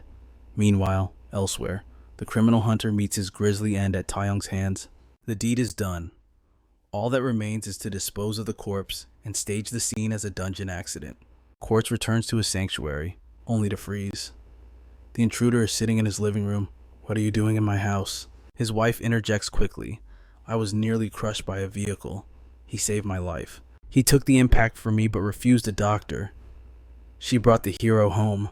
Quartz glares, his suspicion sharp as a blade. Baphomet reaches for a family portrait. Quartz intercepts his hand instantly. Don't touch that. Forced politeness masks his hostility. We need to discuss the accident details. Outside. Now. But Yuen insists on hospitality. Dinner is served. The couple watches in horror as the demon devours enough food for a battalion. The wife offers seconds. As she clears the table, Baphomet's predator eyes lock onto her. She returns with more dishes, endlessly kind, but Baphomet senses it, an aura that does not belong to the living. Quartz tries to make small talk about solo hunting. Baphomet scoffs. It's terrible. Thanks to you. You cast me out too soon. Quartz stands his ground. I could teach you nothing more. It was the right choice. The tension shatters along with a porcelain plate crashing to the floor. Yun waves them off with a smile. Keep talking. I'll clean this mess. Baphomet watches the husband's desperate concern. You love her deeply. He leans in, voice dropping to a whisper. Too bad you have already lost her. Quartz turns pale. Baphomet instantly switches back to a casual tone. I need paper for the license plate number. But the demon knows the truth. That woman has been a corpse for a long time. The timeline rewinds to the beginning. Quartz and Yuen, inseparable since childhood, bound by a love destined for tragedy. Fate bound them together in marriage, promising an eternal happily ever after. But destiny had a twist in store. For Quartz awakened as a rare, irregular hunter. Yet, this power brought no joy to Yuen. While the potential was limitless, the battlefield was a graveyard, and she could not bear to see her husband on the dangerous front lines. Quartz, however, was blinded by the allure of the towers. He saw a golden path to riches, dreaming of the legendary artifacts and loot waiting within the gates. But Yuen refused to let him gamble his life for mere wealth. Her only wish was his survival. Moved by her plea, he abandoned his dreams of glory as a top-tier hunter, choosing instead the humble path of a mentor. It was a grueling existence, forcing him to instruct novice hunters who were often far older and more stubborn than himself. Still, he persevered for their future. One fateful day, he returned with a priceless artifact, a teleportation stone capable of instantly warping a person to safety. He pressed the lifeline into Yuen's hands, begging her to use it if the world ever turned against her. Then, their fragile peace shattered. A dungeon break erupted. Yuen cowered from the monstrosities, her trembling fingers searching desperately for the escape stone. Back in the cold light of the present, the truth hits her. She never activated the stone, because her life ended that very day. The memory plays out like a nightmare. Amidst the carnage, Yuen spotted a woman paralyzed by fear and reached out to save her. They fled through the ruin, but fate was cruel. Yuen stumbled. Even as she fell, she screamed for the stranger to run toward the shelter. But in the chaos, the teleportation stone slipped from her grasp, catching the desperate stranger's eye. Survival instinct overrode humanity. The woman snatched the device, abandoning her savior to secure her own escape. As the traitor vanished in a flash of light, a looming shadow fell over Yuen. In the present, she confesses the chilling reality she died in those jaws, yet somehow she breathes again. A dark suspicion takes root. Perhaps her husband defied the laws of nature itself. Meanwhile, our protagonist hands Quartz the registration for the vehicle that targeted Yuen. Utilizing his underworld connections, Quartz hunts down the driver, but when he kicks open the door, his blood runs cold. His dead wife is standing right there. He demands answers, but the reply comes from the shadows. The main character seals the exit. Noting that Quartz's obsession with his wife made his arrival inevitable, Baphomet steps into the light. He speaks with terrifying calm, asserting that Quartz's life of crime had only one purpose: to drag his wife back from the netherworld. As Baphomet reaches out to verify his theory, Quartz snarls, a warning rumbling deep in his chest. Baphomet sneers, revealing the twisted truth: the moment she comprehends her own death, she will revert to a lifeless puppet. Rage flares in Quartz's eyes, but Baphomet presses on, demanding the forbidden technique used for her resurrection. Quartz screams for him to back away, but Baphomet, cold as ice, grabs Yuen by the throat and hurls her out the shattered window. He taunts the devastation on Quartz's face. She is already a corpse. If he truly holds the power of life and death, he can simply bring her back again. Quartz's sanity snaps. With a roar of pure fury, he rips a massive weapon from his dimensional inventory. Baphomet readies his stance, deciding to spare the man's life, but take his limbs. The building trembles as their killing intent collides. Quartz strikes with the force of a hurricane. Baphomet parries, but Quartz launches his weapon, smashing the dagger aside with brute force. Baphomet counters instantly, but Quartz tanks the hit with superhuman endurance, summoning a second blade from thin air. Amidst the clash of steel, memories of a lifetime together flood Quartz's mind. From the innocence of middle school to their vows, she was his entire world. He remembers the horror of finding her mangled body, the confusion of why the teleportation stone had failed her. Then the realization struck: it was stolen. He tracked the signal to the shelter, ready to slaughter the thief, knowing one more death in the apocalypse would go unnoticed. But upon arrival, he found only silence. The thief and everyone else in the shelter had been massacred by the monsters. There was no escape. Fate had decreed that his wife would die that day, no matter where she stood. Yet, even in the face of destiny, he refused to let go. Not even death could take Yuen from him. Back in the duel, Baphomet observes the madness in his eyes, realizing Quartz broke the taboos of life and death. Quartz declares he will kill this interference and return to his beloved. He summons the legendary celestial spear, thrusting forward with killing intent. Unimpressed by the tragic backstory, Baphomet dodges and slashes. A crimson fountain erupts from Quartz's arm. The blade bites deep. Quartz stumbles, his life force spilling onto the concrete floor. Baphomet mocks his opponent's desperation. Warriors ruled by emotion are brittle things. As Quartz clutches his wound, the outcome is already sealed. The moment rage took the wheel, Quartz lost. After 2 weeks of anticipation, Baphomet sighs at the pathetic display.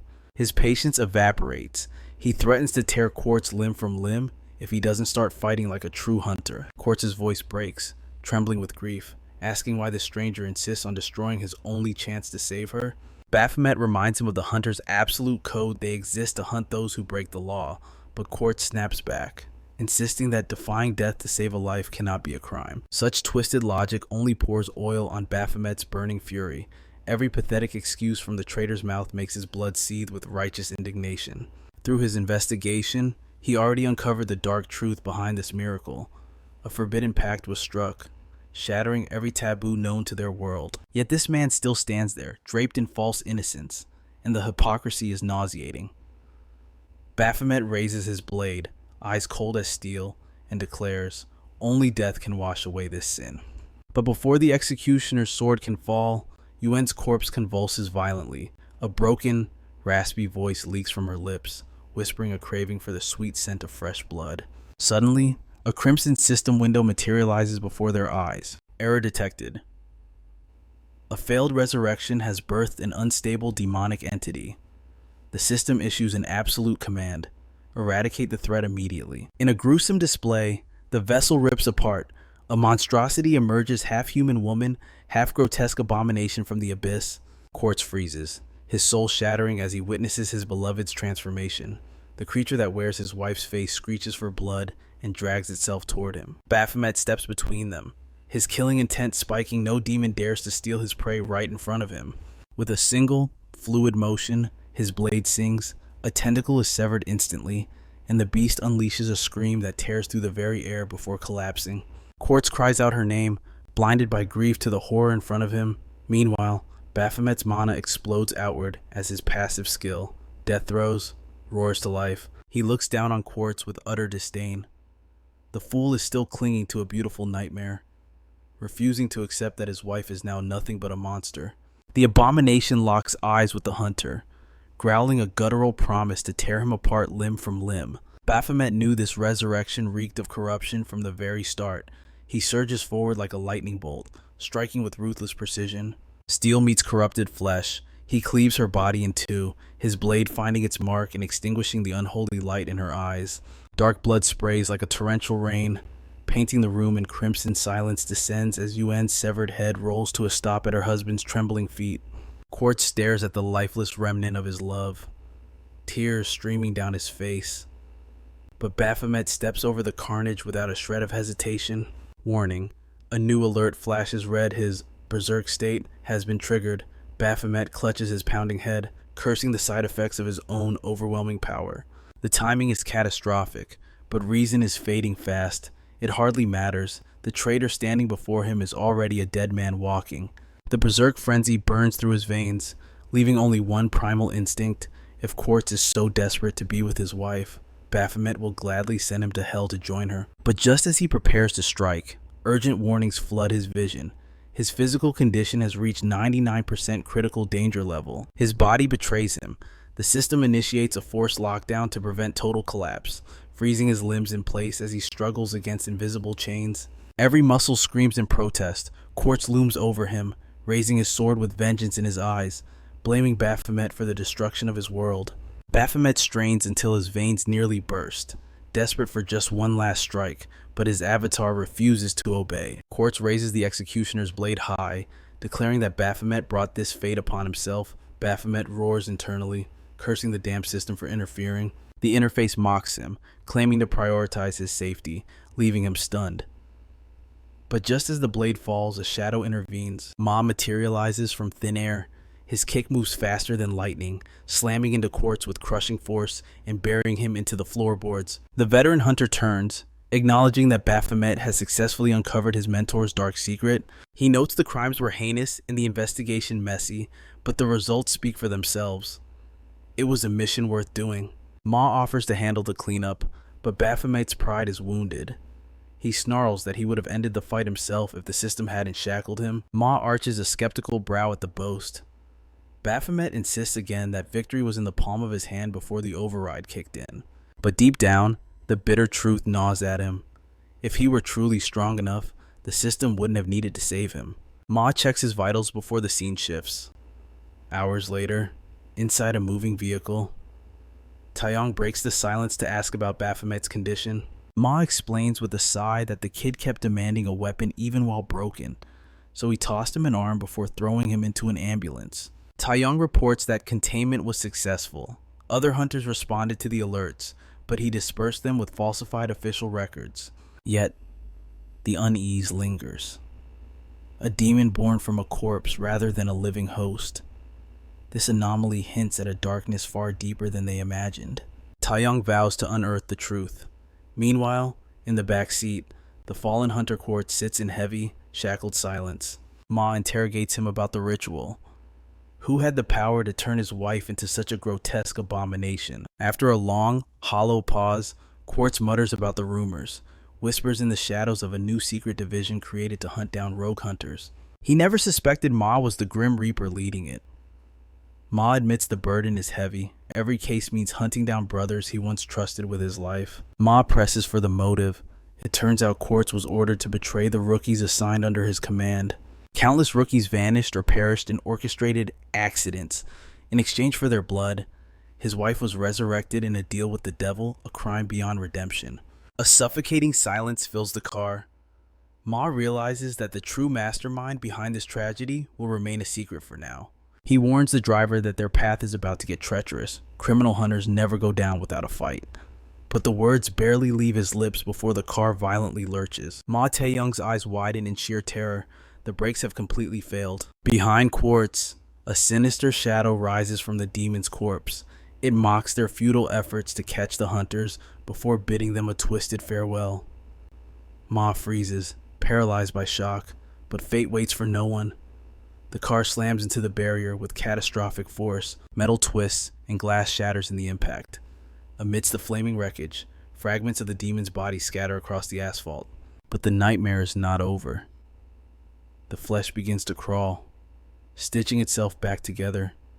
A stray cat weaves through the chaos, slipping through a window and landing softly on a glowing tablet. The screen flares to life, displaying a hunter's profile. And that face belongs to none other than our awakened hero. Baphomet gasps, jolting awake on a cold hospital bed. His chest feels crushed. A white cat sits upon him, staring down with eyes that seem to know too much. The door slides open. Yoon-seon enters, noting that patient 302 has regained consciousness at a miraculous speed. Only one person has ever dared to refer to him by that number. Her voice drips with playful malice, unsettling him to his core.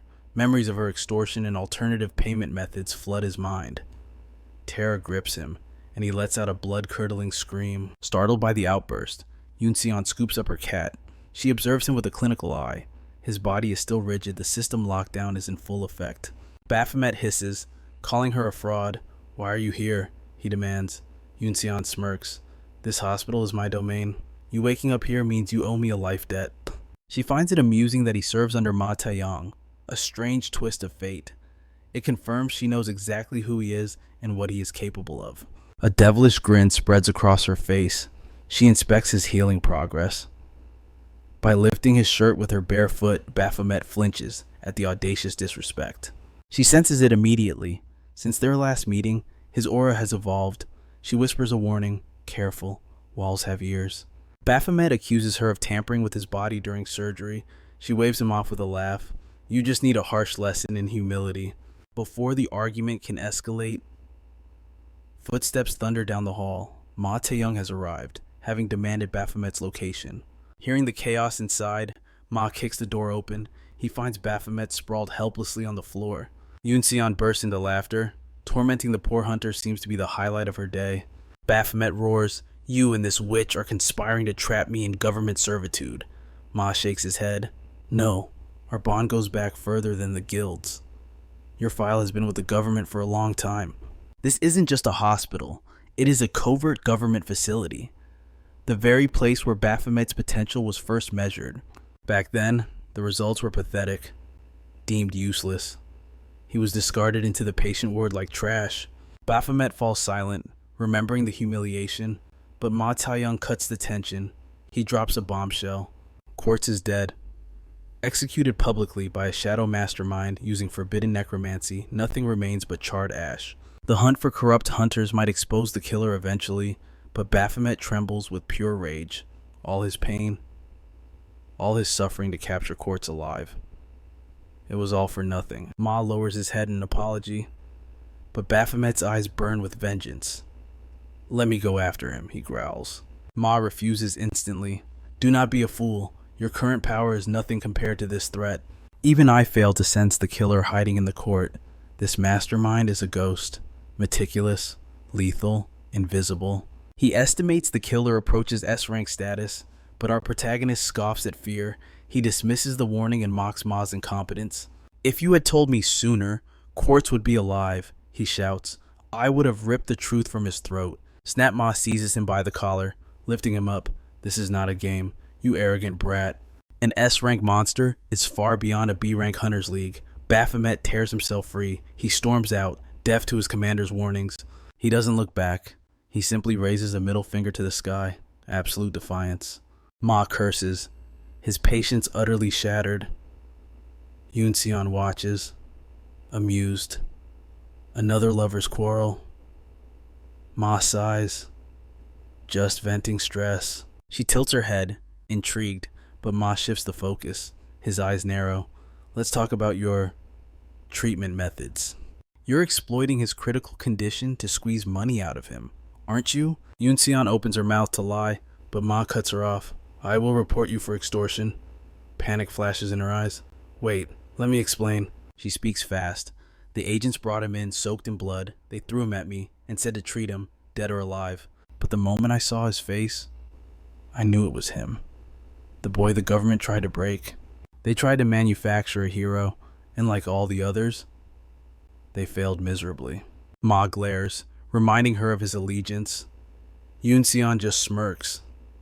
Does he truly follow orders, or is he hiding a monster beneath that skin? My staff said he was a lost cause, but then it appeared. A crimson system window. It threatened to end my life if I let him die. Fear drove her beyond her limits. She performed a medical miracle, guided by absolute terror. Ma realizes this was no ordinary command. Yunxian confesses, I pretended he owed me money just to keep an eye on him. That system, it wasn't a machine. It had a will. She smiles faintly, shivering. It protects him, like a possessive guardian. Meanwhile, a notification chimes in Baphomet's mind. The system speaks. System alert lockdown is still active. It commands him to rest. His body is not yet his own. He notes that other hunters face these lulls too, framing it as nothing more than a brief, involuntary vacation. His thoughts drift to Ma, who issues a sharp command to continue watching our protagonist. But the mission shifts from mere surveillance to active protection. Fearing his data has already reached the mastermind's grasp, Taeyong agrees to stay sharp. Back in the present, our boy spots the earrings glinting on Taeyong, wondering where he can snag similar accessories for himself. Later, amidst the clatter of a restaurant, realization hits him mid-bite. He needs rest. It has been an eternity since he walked as a human, yet joy eludes him. Seeking comfort, he orders extra bowls of rice and mountains of meat. He devours the feast with voracious appetite, snapping photos of the spread before leaving with snacks still in hand. The afternoon is spent wandering through the city like a lost soul. He mashes buttons at an arcade, reads in a secluded corner, and watches a tragedy about a woman losing her legs. Yet, even as he attempts to embrace the day, a suffocating emptiness clings to him. Nothing sparks a fire in his heart. His frail human body feels less like a vessel and more like a prison cell. Doubt creeps in, was becoming human a grave mistake? Perhaps the loss of his overwhelming power explains this misery, but a deeper instinct whispers otherwise. He has truly hit the absolute nadir of his existence. Suddenly, a blue system window materializes, mocking him with a simple question: is he sad?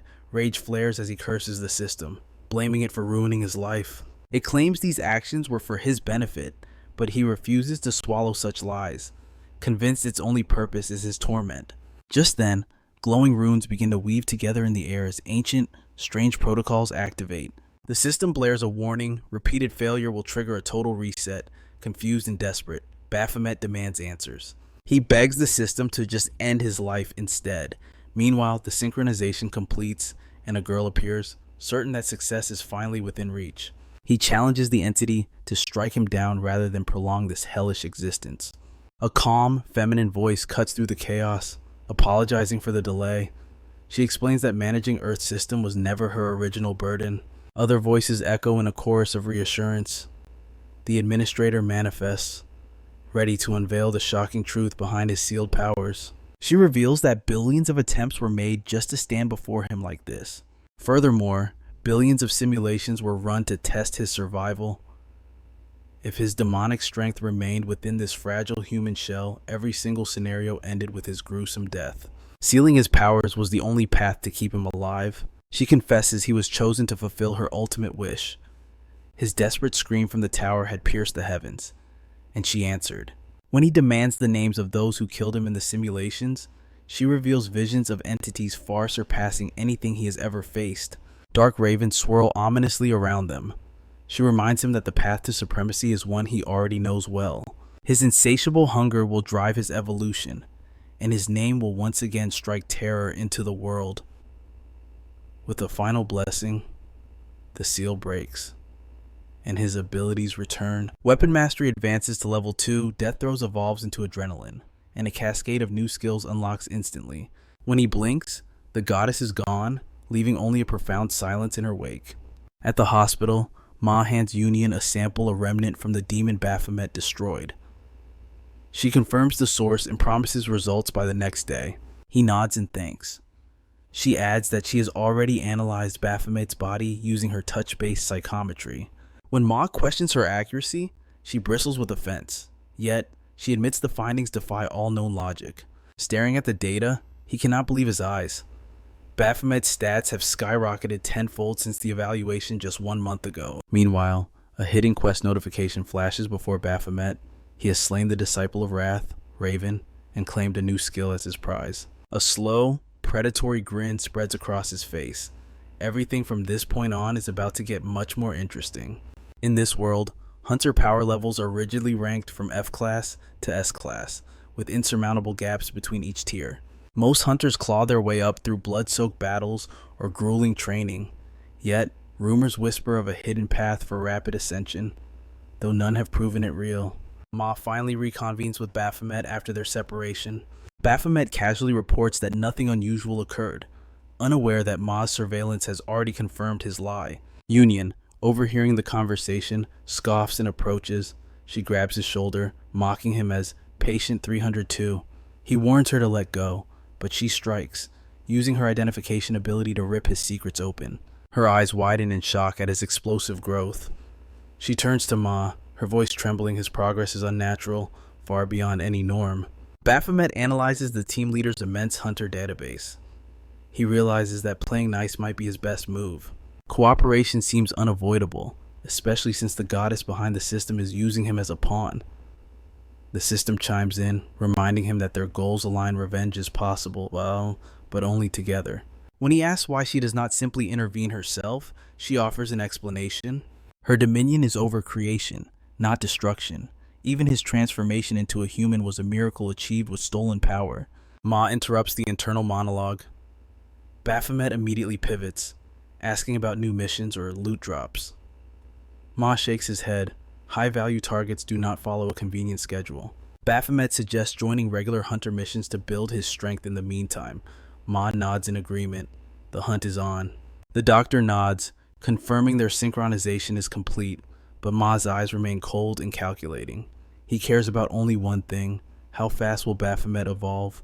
Will he become the ultimate living weapon, or a catastrophic mistake that needs to be erased? Ma places a dark temptation on the table. Find the puppet master. He offers smoothly. Identify them, and I will let you hunt them down yourself. But there is a catch. Baphomet must first prove he possesses the power to crush them. The Hunter Association buzzes with activity. But at the reception desk, the air turns heavy. Baphomet looms over the receptionist. He demands a mission that grants access to the tower. And he wants an arsenal of weapons to go with it. She adjusts her glasses, sighing at his ignorance. Full-rank hunters do not climb towers, she explains patiently, and renting gear that is a luxury you cannot afford. She suggests he buy cheap steel or earn it with blood. Baphomet scoffs at the idea of a permanent blade. I get bored too easily. He smirks. Variety is the spice of slaughter. He leans in, demanding a mission that suits his volatile nature. Now, she shakes her head. Tower raids are the domain of the elite, reserved for A-class hunters and above. However, she hesitates. There is an exception, a special clearance mission, open to all ranks. But there is a condition. They must hold a valid guild membership.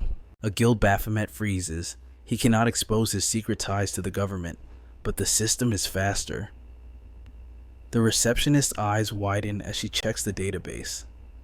Confirmed, she says. Surprised. The mission is his. The labyrinthine tower looms like a beast against the sky. A powerful aura radiates from its core. Standing before the gathered crowd is a woman of steel, a leader. She represents the Art Guild, the only organization with the license and the power to conquer this hellscape. Her voice cuts through the murmurs. The gates are unstable, she declares. Shockwaves are fracturing reality. They have no choice. The operation begins early, immediately. Starting today, she announces, you keep 90% of the loot. A fortune for the taking. But the boss room? Her eyes sharpen. That belongs solely to the Art Guild. Whispers ripple through the hunters like a wave. The greedy Art Guild sharing profits. It reeks of suspicion. Some speculate it is a desperate PR stunt, an attempt to scrub the blood from their damaged reputation. Then, the bombshell drops. The speaker raises her voice. This raid will not be led by a captain. The guildmaster herself takes the vanguard. The crowd erupts in fervor, a chance to see a legend in combat, but Baphomet stands apart, silent, indifferent. He weighs his options. Is this even worth his time? The thirst for battle tastes stale in his mouth. Suddenly, a familiar, grating voice echoes in his mind. The system speaks, mocking his earlier tantrum at the association. Shut up, he growls internally. But the system is relentless. It chirps cheerfully, delighted by his annoyance. I have nothing but time, it teases, reminding him that he got exactly what he wanted. Tower access. Can he mute this digital parasite as if reading his mind? The system turns cold. Careful now, it warns. Keep acting strange, and the wolves will notice a sheep in their midst. Baphomet's patience snaps. Stop nagging me, he hisses. You sound like a mother hen. The system giggles playfully. Maybe I am. Pure irritation blinds him. Baphomet whirls around in a fit of rage, but his elbow connects with solid flesh. He accidentally smashes the hunter standing behind him. Chaos erupts. The man screams, clutching his expensive armor. Do you know how much this costs? Nearby, 2 female hunters watch the drama, unimpressed. Just another brawl in a den of savages. One woman narrows her eyes. I've seen him before. Meanwhile, the victim continues his tirade, screaming about wasted gold. Baphomet sighs. Fate truly loves to surround him with idiots. I'll pay for it, Baphomet mutters, trying to end the scene, but the hunter sneers. He scans Baphomet's shabby gear. He laughs. You look like you can't even afford your next meal. A snake whispers in the angry man's ear. His companion leans in. Look at his armor. He hisses. Low rank. No backing. He is an easy target. Probably that charity case they let in. The weak link. The hunter steps forward, dripping with malice. Why are you even here? Trash. Enough. Baphomet moves faster than sight. His hand clamps over the man's face like a vice. Careful, he whispers darkly. The one you call weak might just kill you. Discipline crashes down. The female leader steps in. Her aura suppresses them both. Save your energy for the monsters, she barks. We haven't even entered the enemy zone. Fall in line. Her command allows no refusal. Focus. Death waits for the distracted. The fool keeps whining, but Baphomet stares dead at him. I can settle this with your arm instead, he offers calmly. The leader cuts him off. Enough inside these walls, we are one unit, regardless of rank. She outlines the nightmare ahead. The tower is a machine of death. 3 gears, 3 trials. Only then do we face the boss chamber. The rules are brutal. 6 hunters enter a gear. The challenge unknown. It could be a slaughter, a puzzle of demons, or a maze of lethal traps guarding the exit. Fate rolls the dice. No one knows what lies beyond the threshold until the moment they step through. Because the labyrinth shifts its skin every 24 hours, she begins the roll call. Names of renown echo in the hall. Elam of Nord, Pagan, Saul of Nebula, Reaper of Defiance. Baphomet waits. Then it happens. Baphomet, of the Sweet Pink Angel Guild. The name lands with a sickening thud. Baphomet freezes. Cold sweat trickles down his spine. The entire room turns to stare. Reaper's grin widens into a wolfish smile. He knows. Meanwhile, miles away, in a safe office, the architect of this humiliation sips his coffee. It was Ma's doing all along. Ma sits across from Union, discussing the fate of their pawn. A casual conversation about a life on the line. Union tilts her head. Why that guild, she asks. It's a fake front for laundering funds? Ma smiles thinly. The boy is government property now. He had no choice in the matter. Union explodes into laughter. Tears form in her eyes. Sweet Pink Angel. For him, it clashes so perfectly with his dark aura. Ma chuckles darkly. Precisely. The irony alone. was worth the paperwork. Back in the tower, the humiliation is absolute. Pagan roars with laughter. Pink Angel really. The mockery spreads like wildfire. Baphomet stands in the center of the storm, quietly swearing a blood oath. I will kill you, Ma, someday. The leader snaps the tension. Silence. Her expression turns grave. Listen well. The Ark Guild takes no responsibility for your corpses. Once the gate opens, you are on your own. The earth trembles. The colossal doors grind open with a deep rumble, revealing an abyss of suffocating darkness. Silence. Absolute and terrifying. One hunter whispers, "It's too quiet." The leader nods. This isn't a hunting ground. She tosses a glowstone into the void. The light catches a solitary figure. A single demon. It is a trap map. She hisses. Follow my lead. Do not waste a single drop of strength. She explodes into motion, a blur of speed. She dances through the death zone, identifying traps before they trigger. The real test has begun. She senses a presence matching her speed, assuming only the agile Reaper could keep pace with her. But reality shatters her expectations. It is Baphomet, blazing past her like a comet with his special skill, advantage, fully active. The world shifts before his eyes. Crimson markers illuminate the darkness, exposing every hidden trap and lurking enemy in plain sight. Trusting the system, Baphomet dives headfirst into the abyss. Pagan stands paralyzed, watching notifications bombard his vision like a digital storm. First floor cleared, then the fifth. The notifications blur together, his impossible clearing speed defying all reason. An F-class hunter tearing through the tower like a god. This breaks every law of the hunter world. Suddenly, a rain of steel descends. The system screams warnings: dodge left, leap right, as a second wave strikes. Blue windows flash, calculating the perfect path of survival. His body moves on instinct, obeying the system's commands with absolute, machine-like precision. Without missing a beat, he deflects an arrow straight into a demon's skull.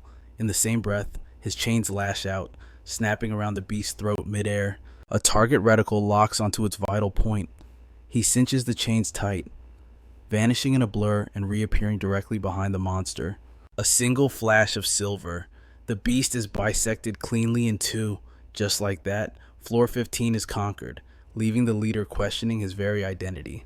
Her mind races. Why hasn't a monster like this updated his ranking? Reaper narrows her eyes. His movements aren't just fast, they are prophetic. It is as if he knows the future before it happens. The leader starts lecturing on guild regulations, but Pagan snaps. He cuts her off, his patience worn thin by all this idle chatter. She persists, her voice stern. Rest is not a luxury. It is a necessity to replenish their drained mana and stamina. But Pagan laughs in their faces, mocking their weakness on merely the 15th floor. That is when she spots it, the deep cracks fracturing his prized armor. He points an accusing finger at our main character, but she remains skeptical. How could a lowly F-class shatter high-grade gear unless it was trash to begin with? Offended, Pagan roars back. That plate was forged from the core of Baffomet, the legendary boss of the Tower of Sanctum. The leader freezes. If that is true, the force required to crack it would rival a tower boss itself. Baphomet watches from the sidelines, silently amused. Was his attack really that devastating? Pagan spits curses at the worthless trash, demanding they move on. But Reaper's gaze lingers on his chest piece, identifying the crest of the Royal Guild. She steps into his personal space, her voice dropping. Baphomet tier equipment has never been released to the public markets. The only way to obtain it is through the shadows. She smirks, exposing his identity as the master of the Royal Guild. Pagan stiffens, his cover blown, while he demands to know her true intentions. She offers a trade. She will track down the black market scammer in exchange for a favor. As the raid resumes, Baphomet studies her lethal grace, watching her dissect demons with surgical precision. Her deadly rhythm becomes the team's heartbeat, propelling them higher through the tower's layers. They push forward relentlessly until a thunderous gallop shakes the floor, a mounted demon charging straight for Pagan's throat. Death seems certain, but Baphomet is faster than light. His blade sings, decapitating the mount and piercing the rider's heart in a single, fluid motion. Floor 49 falls in seconds. The leader wipes sweat from her brow, proclaiming a new record. but Pagan scoffs, dismissing the feat as child's play. She reprimands his arrogance, but her eyes drift to Baphomet. He stands there, breathing evenly, without a single drop of sweat after 49 floors. His monstrous stamina sends a chill down her spine, but their path is blocked. A colossal stone gate looms ahead. Reaper steps up, her voice grim. This is not a normal floor.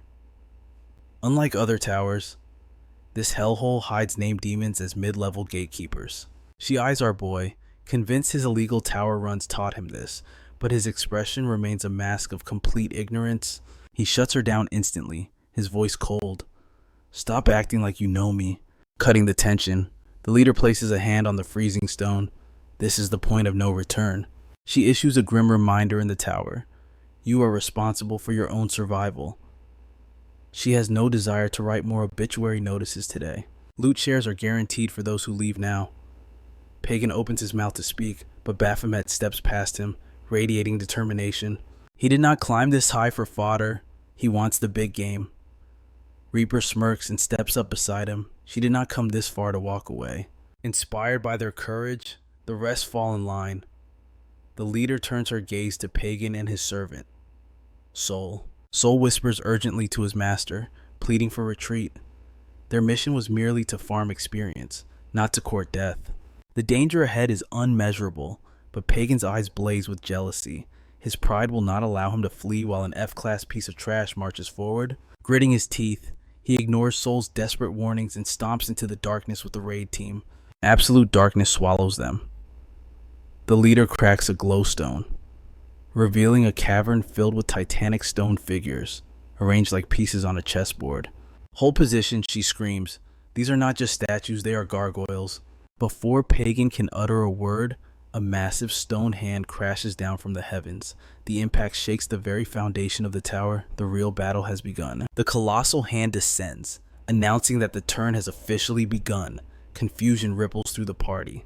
Soul smirks, remarking that if this is truly chess, his master's genius is about to shine. Pagan wavers for a second, sweat beading on his forehead, but then conviction fills his eyes. He claims to see the pattern. Survival hangs by a thread. He frantically marks the safe zones. Soul nods in approval of the quick calculation, but the main character remains frozen. His instincts scream that something is terribly wrong. A shadow swallows Pagan whole. High above, a massive chess piece manifests from thin air. Soul lunges. He shoves Pagan out of the death zone. The piece crashes down, obliterating Soul instantly. A suffocating silence falls. Pagan's scream tears through the air. The guild leader stares, trembling in disbelief. Where in the hell did that black piece come from? The Reaper's eyes widen as the horrifying truth hits her. The voice wasn't speaking to them, it was speaking about them. This tower is just a board for unseen gods, and the hunters, they are merely ants to be sacrificed. Baphomet's gaze turns ice cold. He realizes the climb had been child's play until now. The true hell of the tower starts right here. Soul's hand protrudes from beneath the crushing weight. Pagan scrambles to pull him out, babbling frantically that the guild's medical bay can fix anything. He pulls with all his might, but only a severed arm comes loose. Pagan's mind snaps, and he shrieks Soul's name in pure agony. There is no time to mourn. The leader screams for Pagan to move. Another piece plummets from the heavens. She snatches him up just in time, dragging him to safety and roaring that he needs to focus if he wants to keep breathing. Hunter Reaper dances through the rain of destruction, but she notices a fatal detail. The attacks are getting faster by the second. Death casts its shadow over her. Suddenly, space warps. A mage teleports her out of the kill zone just as the hammer falls. She nods her thanks for the assist. She turns to the main character. Does he have a plan to beat this hellish room? It seems like he foresaw this chaos from the very start. She warns him grimly. If this drags on, their stamina will bottom out, and then they die. He scoffs. That strategy is pathetic. He explains the standard route is to dodge like cowards until the game ends. If even one person survives, a demon boss spawns.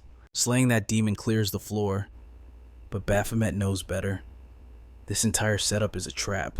A piece crashes down, interrupting him. He snarls. Why wait for the endgame? He leaps up to meet the attack, smashing the chess piece into dust with a thunderous impact. His hand trembles from the brute force collision.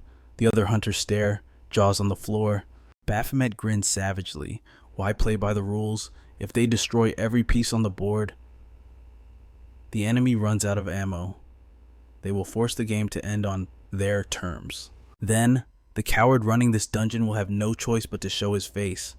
Hunter Reaper hesitates at the insanity of the plan, but Baphomet insists.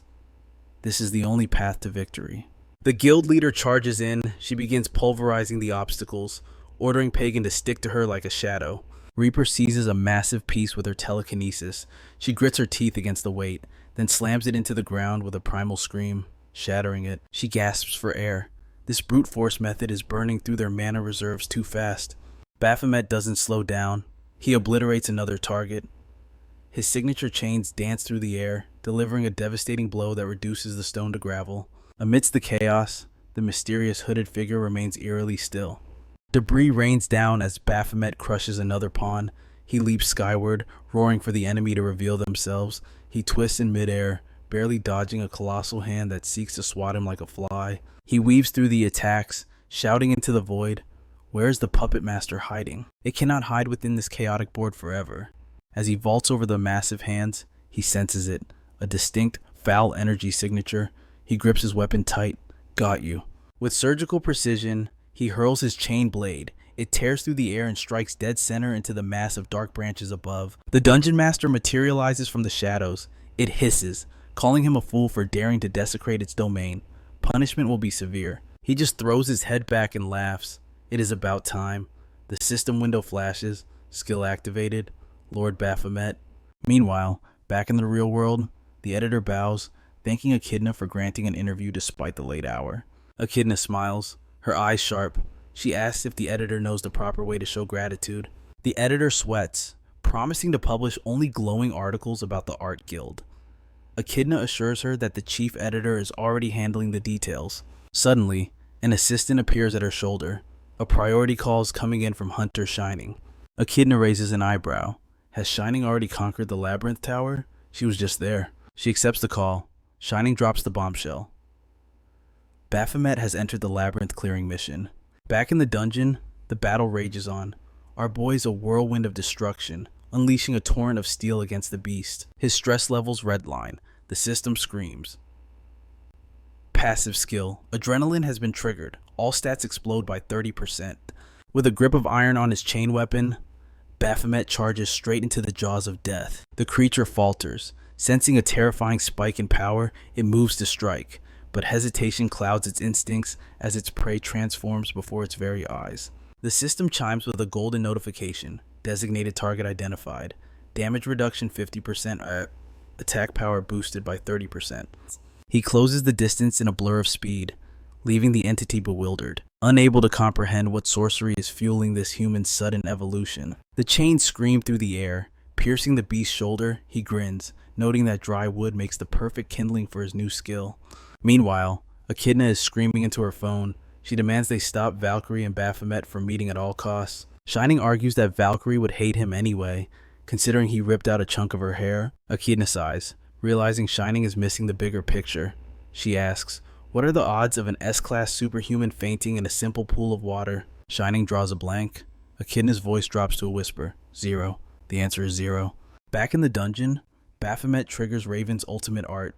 Giga the skill blaze roars to life. An inferno swallows the beast whole. It screams, calling this resistance foolish, even as the fire consumes it. But Baphomet just laughs like a maniac behind him. Reaper forces a smile, unnerved by his frenzy. Finally, he roars, a battle worth fighting. He feeds his rage into the flames, burning away all his pent-up frustration. The system taunts him, but he snaps back, basking in the glorious heat of this bonfire. Reaper shudders. She has heard of battle junkies, but seeing one up close, she vows never to cross paths with a lunatic like this again. Yet, in the middle of this carnage, a thought strikes him. Wait, I was supposed to roast sweet potatoes. Reaper stares, bewildered. A warrior wielding high-tier magic. Is he a sword mage? The only other hybrid she knows is Raven. Suddenly, the dungeon begins to scream. The earth violently shakes, cracking open with a sound like thunder. The floor is giving way. Someone screams. Reaper spots light in the distance. The exit move. Everyone run. They scramble across the trembling earth, but the ground splits beneath Pagan. He reaches for Soul, but his fingers slip. Panic sets in as he plummets into the abyss. But death will have to wait. Baphomet lashes out. his chains snapping like vipers. The steel coils wrap around Pagan's arm, jerking him to a halt in midair, miles away. Echidna presses for details. How long has Valkyrie been inside that labyrinth? Shining checks the logs. About 90 minutes. She entered right after clearing a different tower. Echidna's blood runs cold. With Valkyrie's speed, she is already at the peak. If Baphomet is there, their collision is inevitable. Dangling over the void, Baphomet looks down at Pagan. He sees it in the man's eyes. The spirit is broken. Even if Pagan lives, he is finished. He lacks the grit to climb the next tower. Saving him now just delays his death. On the phone, Echidna taps her desk. We need a contingency plan. Now. Baphomet's gaze hardens. To him, a fighter who loses the will to battle is already a corpse. Echidna turns to her editor, demanding contacts for discreet journalists. Meanwhile, Baphomet's grip loosens. Maybe, he mutters, I should just let gravity do its job. Pagan falls. An explosion rocks the chasm out of the smoke. A silhouette dives down, snatching Pagan from the air. She smirks up at Baphomet. You look like a terrible person. She purrs. Breaking you might actually be fun. Back to Echidna. She needs a fixer, a journalist who can bury a scandal. She recalls the exact moment this nightmare began. It started with an interview. Valkyrie was asked about her ideal type. She claimed she wanted a conversationalist, insisting looks didn't matter. Fate has a sense of humor.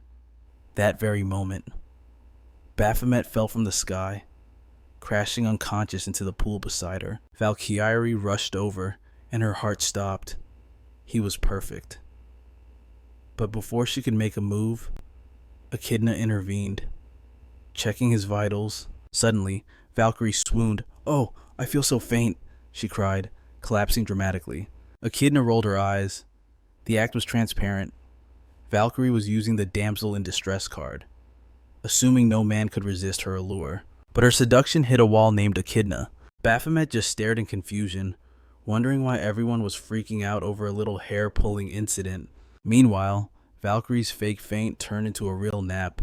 She actually fell asleep waiting for him to notice her. Back in the present, Valkyrie steps into the tower's light. Hunters whisper in awe, mesmerized by the living legend walking among them. Valkyrie turns her gaze toward him and Reaper. A playful apology for the earlier chaos slips past her lips as she leans in, mocking his code name with a sultry grin, calling it positively audacious. But the protagonist offers nothing but a cold, dead stare. Undeterred, she pushes further, fishing for the darkest skeleton in his closet, betting it is exactly the kind of trouble they just faced. His silence only fuels her amusement. She chuckles softly, confessing her dangerous weakness for the villainous type. Stone-cold silence remains his only answer. Then, the ultimate insult. He turns to Reaper, casually asking for this woman's identity, while Reaper shoots him a questioning look. Valkyrie freezes, her confidence cracking. She was certain she had etched her memory into his mind during their last encounter. Daggers shoot from the eyes of her entourage. Reaper cuts in, a sharp reminder to separate desire from duty, while the entire raid party watches on. But the S-Class Hunter just laughs it off. She reintroduces herself with a flourish and smooths over the tension with an apology. She acknowledges the hell they walked through to reach this floor, but the prize is close. The boss chamber awaits, and with it, the clearing of this tower. The strategy is set. She explains that the Ark Guild will be the spearhead of the assault, while the others must focus on holding the line. Yet, her eyes narrow with seriousness. She warns them to keep their guards up, for inside that room, chaos is the only law. Upon requesting a status report, a hunter confirms that parties A and B are fully operational, having sustained only minor scratches. But when Valkyrie calls for Party C, the air grows heavy. Hunter Saul of the Nebula Guild has fallen. Grim acceptance washes over her as she confirms readiness and pushes open the massive gates of destiny. Blinding light floods the chamber. Before they can react, a booming voice commands them to prostrate themselves. A razor-sharp sound tears the air. Boom! A massive explosion rocks the very foundation of the room. From the swirling smoke, a figure emerges. Karen, commander of the Labyrinthine Knights. He scoffs, impressed that mere rats made it this far. He grips his hilt, admitting he had hoped his blade would remain sheathed. But fate, it seems, is a cruel mistress. His gaze sweeps the intruders, asking who seeks death first. The leader, the subordinate, or perhaps that strange anomaly standing in the back. Murderous intent explodes from the Commander Reaper, screams a warning to Valkyrie. If this monster continues, they are all dead. I know, she whispers. The main character summons his inventory, but Valkyrie flashes in front of him. She's determined to burn her image into his memory this time. She launches herself at the commander with terrifying speed. The knight merely smirks at her bravery. He calls her impatient, mocking her for rushing to her death when he was not finished disposing of the weak. No need for that. Mana flares around her like a supernova. She activates the blessing of Venatus. An impenetrable barrier rises, shielding everyone from both physical and magical onslaughts. Bathed in golden divinity, she steps forward. She declares herself his executioner. The blessing surges through her veins, all stats boosted by 30% for 300 seconds. She strikes, and the commander answers with a world-rending slash. Steel meets steel in a shockwave of destruction. She does not let up, unleashing a torrent of rapid-fire blows upon him. As she touches down, the commander roars in outrage. How dare this human push him back? She gives him no time to breathe. She charges again, leveling a finger at him. A massive beam of energy erupts, swallowing him whole. The hunters watch in awe from behind the barrier. This is the power of an S-class. She makes an epic tier boss look like a common street thug. But amidst the cheering, Baphomet senses a disturbance. Something is wrong. The commander lunges from the smoke, but she is faster. She blinks behind him and strikes. His armor and his body shatters into dust. The system pings. Commander Knight Sharon has been eliminated. As she lands, cheers erupt from the raid party for a flawless victory. Yet, Valkyrie does not smile. A shadow of doubt crosses her face. She mutters to herself, that was too easy. A tower boss that did not even force her to use her armament scale. Her team suggests she has simply evolved in power, but she shakes her head. This feels incorrect. The boss is dead, but the system is silent. There is no message confirming the tower clearance. The realization hits them cold. The shattered remains of the commander suddenly begin to vibrate. Terrifying energy pours out, leaving the squad paralyzed with confusion. The main character narrows his eyes. The true game is about to begin. Panic spreads like wildfire. Was the kill a lie? Was that monster just a decoy? Above the fallen body of Prince Karen, a spectral figure materializes. She weeps tears of blood, screaming at the heavens, begging them to spare the prince from this fate. The protagonist instantly understands. The knight was just a shell. This weeping spirit is the true calamity. She weaves a spell of despair. Magic circles ignite above every single hunter's head. Reaper screams for them to scatter. The spirit has been waiting for this exact moment to wipe them all out. Screams of concern ring out for Valkyrie, but the spirit deliberately drifts under a specific circle and begins her incantation. The protagonist stands rooted to the spot. Valkyrie sprints toward him, desperate to push him to safety, but it is too late. In a blink, he vanishes into the void. Later, consciousness returns to Reaper. Water drips onto her face. She opens her eyes to find herself standing before a monolithic structure. Realization dawns upon her like the morning sun. She smiles with pure ecstasy, knowing every single coin she spent on this intel was worth it. But her triumph is short-lived. She glances down and freezes, realizing she's standing directly on top of Pagan. He groans in pain, demanding she get off him this instant. She scrambles aside, asking what on earth he is doing here. Pagan scratches his head, trying to piece together the chaotic situation. Panic takes over. She smacks him out of reflex, then immediately bows in apology, explaining that the warp spell must have dragged the nearest people along with her. To avoid his wrath, she offers him her entire share of the loot. He accepts the deal without a flicker of emotion, simply asking where the hell they have been transported. She reveals the truth. They are inside the labyrinthine temple, a secret zone that only manifests after the true boss reveals its presence. Pagan narrows his eyes. She knew about this place all along. He suspects her true motives for joining the raid, asking if some legendary artifact is hidden here. She shakes her head. This is far more valuable than gold. The temple holds the ancient archives of the demon race, their architecture, their history, and their lost beliefs. From these ancient carvings alone, scholars can unlock the secrets of the past. They reveal that these monsters once feared a god and yearned for a divine existence. This temple houses the complete lost saga of demonkind. Pagan stares at her with dead eyes, asking if she really risked her life for a history lesson.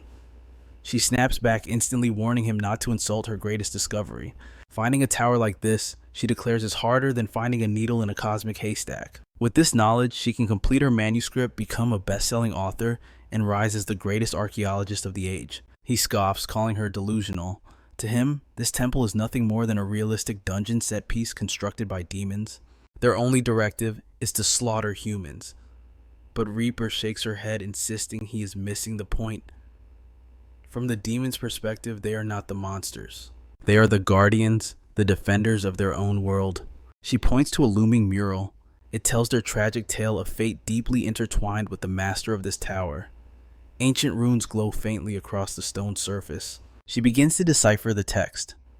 In the radiant kingdom of Bellatrix, there once ruled a king of unmatched beauty and power named Razel. His beauty eclipsed that of any maiden, and his magical prowess transcended all known limits. Pagan wonders silently if this name belongs to the true boss. She continues reading. Razel's fame spanned across empires, and his subjects worshipped him. But light cast a shadow. Envy rotted the hearts of neighboring kingdoms. They invaded Bellatrix, seeking to devour both the land and its perfect sovereign. Desperate to save his home, Prince Karen, son of the former king, turned to the forbidden arts of dark magic. The court archmage Beetlejuice sacrificed his physical form to 3 spirits for ultimate power. King Razel watched in devastation. He only ever desired peace, not this endless river of blood. To shield his people, he constructed an impenetrable fortress beyond the reach of any enemy. Pagan realizes the truth. That fortress is this very labyrinthine tower. Reaper continues reading, but Pagan cuts her off, calling the whole story stupid. He reminds her coldly that Soul died because of the monster who built this place. Reaper screams at him. She demands to know what he has just done. He looks at her with a blank expression, pretending to be innocent. She points frantically, terrified of the consequences if he damages anything within the temple. Pagan stands there confused. Suddenly he freezes. Torrents of mana begin cascading from the ceiling. A dark shadow coalesces above them, forming a monstrous silhouette that veils its face. A system message flashes red before his eyes. Quest eliminate Razel, the master of the labyrinthine tower. Pagan stands before the entity, a cold dread rising in his gut. He wonders bitterly why misfortune always seems to hunt him down.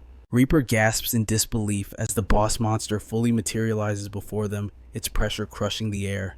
The raid was supposed to be over, but now reality has spiraled into absolute absurdity. Pagan questions her, asking if she truly never considered this nightmare scenario. She stammers about her plan to escape using the hidden teleporter within the temple. Pagan points out the fatal flaw.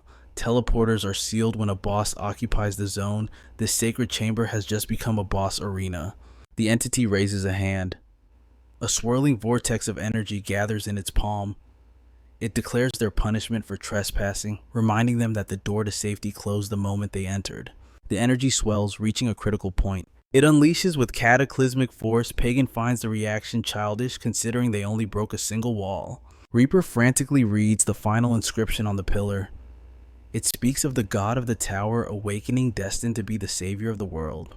The explosion blasts them backward. The realization strikes hard. This was never just a temple, it was a shrine of worship. And their destruction has invoked the deity's divine wrath. Pagan groans, asking why gods are always so sensitive about furniture. The boss's gaze locks onto him as Pagan suggests divine beings really need to learn how to relax. She looks at him like he is insane. Another wave of mana erupts, scattering hellfire across the chamber. Through the roaring flames, Pagan finds himself on the ground with the unconscious woman resting in his lap. A haunting familiarity grips him as he gazes at her face. It rings a bell in the void of his mind, yet his memories remain silent, offering no answers. A divine presence manifests behind him, probing his soul for regret.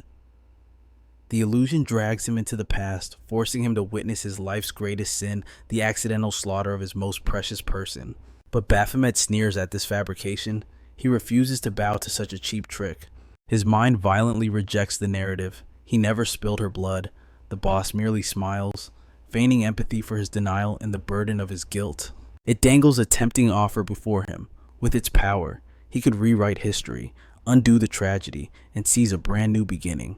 He narrows his eyes, questioning the true nature of this reality-warping ability. The entity promises that even time flows backward at its command, yet he scoffs at the offer. The illusion shatters like glass, cracks spreading across the false world. He dismisses the entire scenario as a pathetic joke, a third-rate illusion meant to test a demon lord insulting. A realization strikes him. This memory creates a dissonance. The figure questions how a human form could harbor such a soul. Then it clicks for Baphomet. He stole this vessel through transformation. These haunting memories belong to the body's original owner, not to him. Regression holds no allure for him. He is tired of endless cycles as the false god fades into nothingness.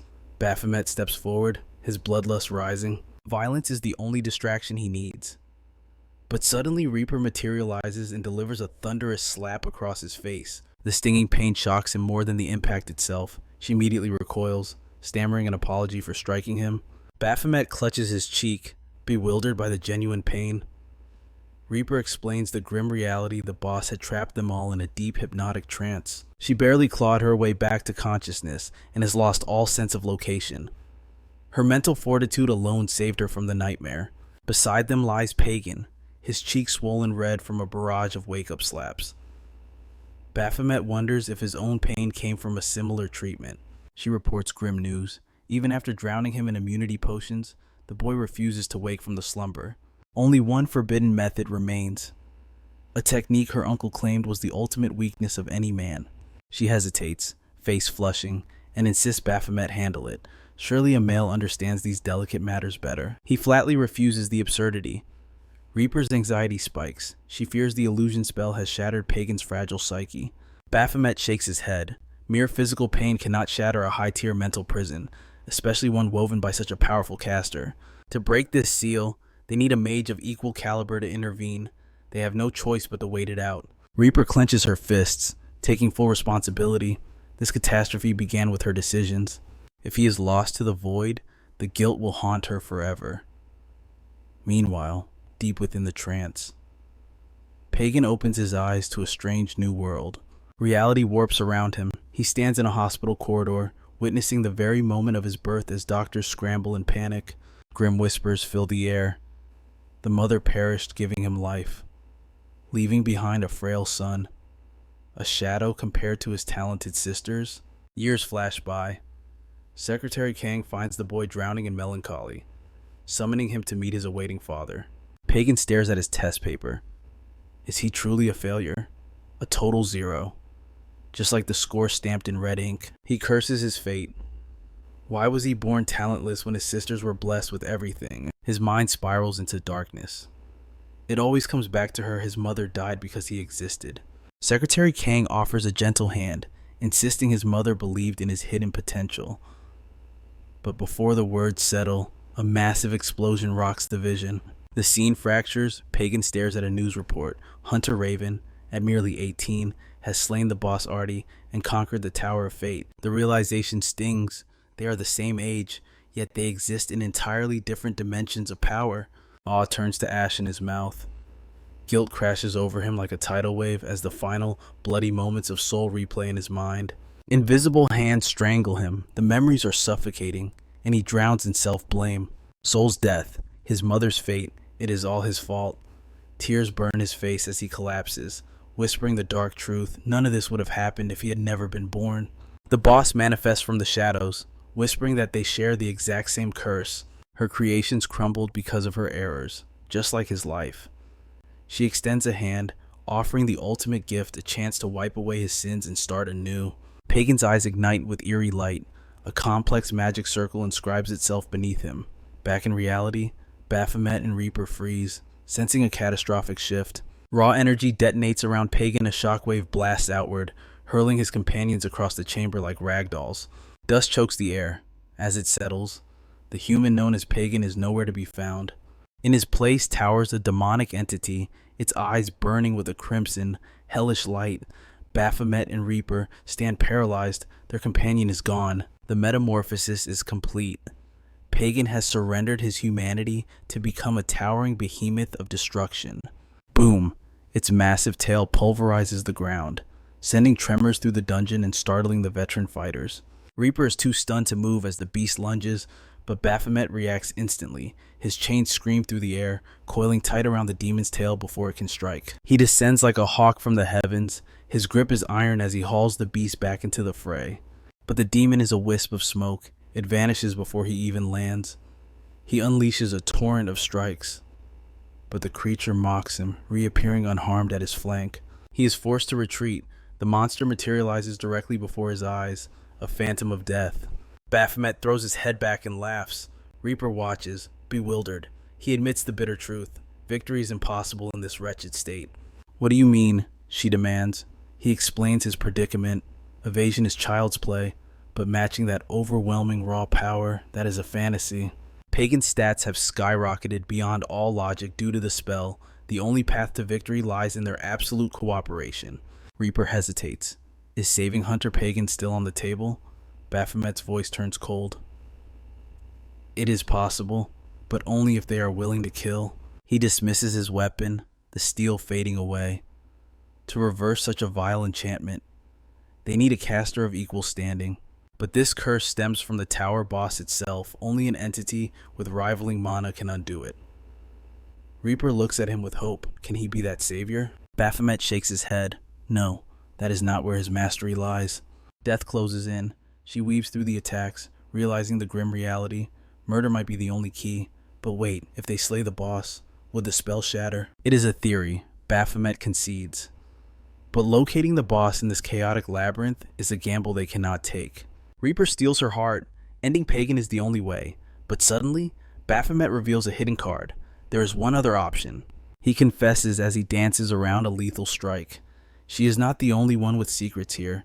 He possesses one final, untested skill. A skill that can only be unleashed upon reaching the tower's highest peak. He parries a blow. The second condition is facing a foe impossible to defeat.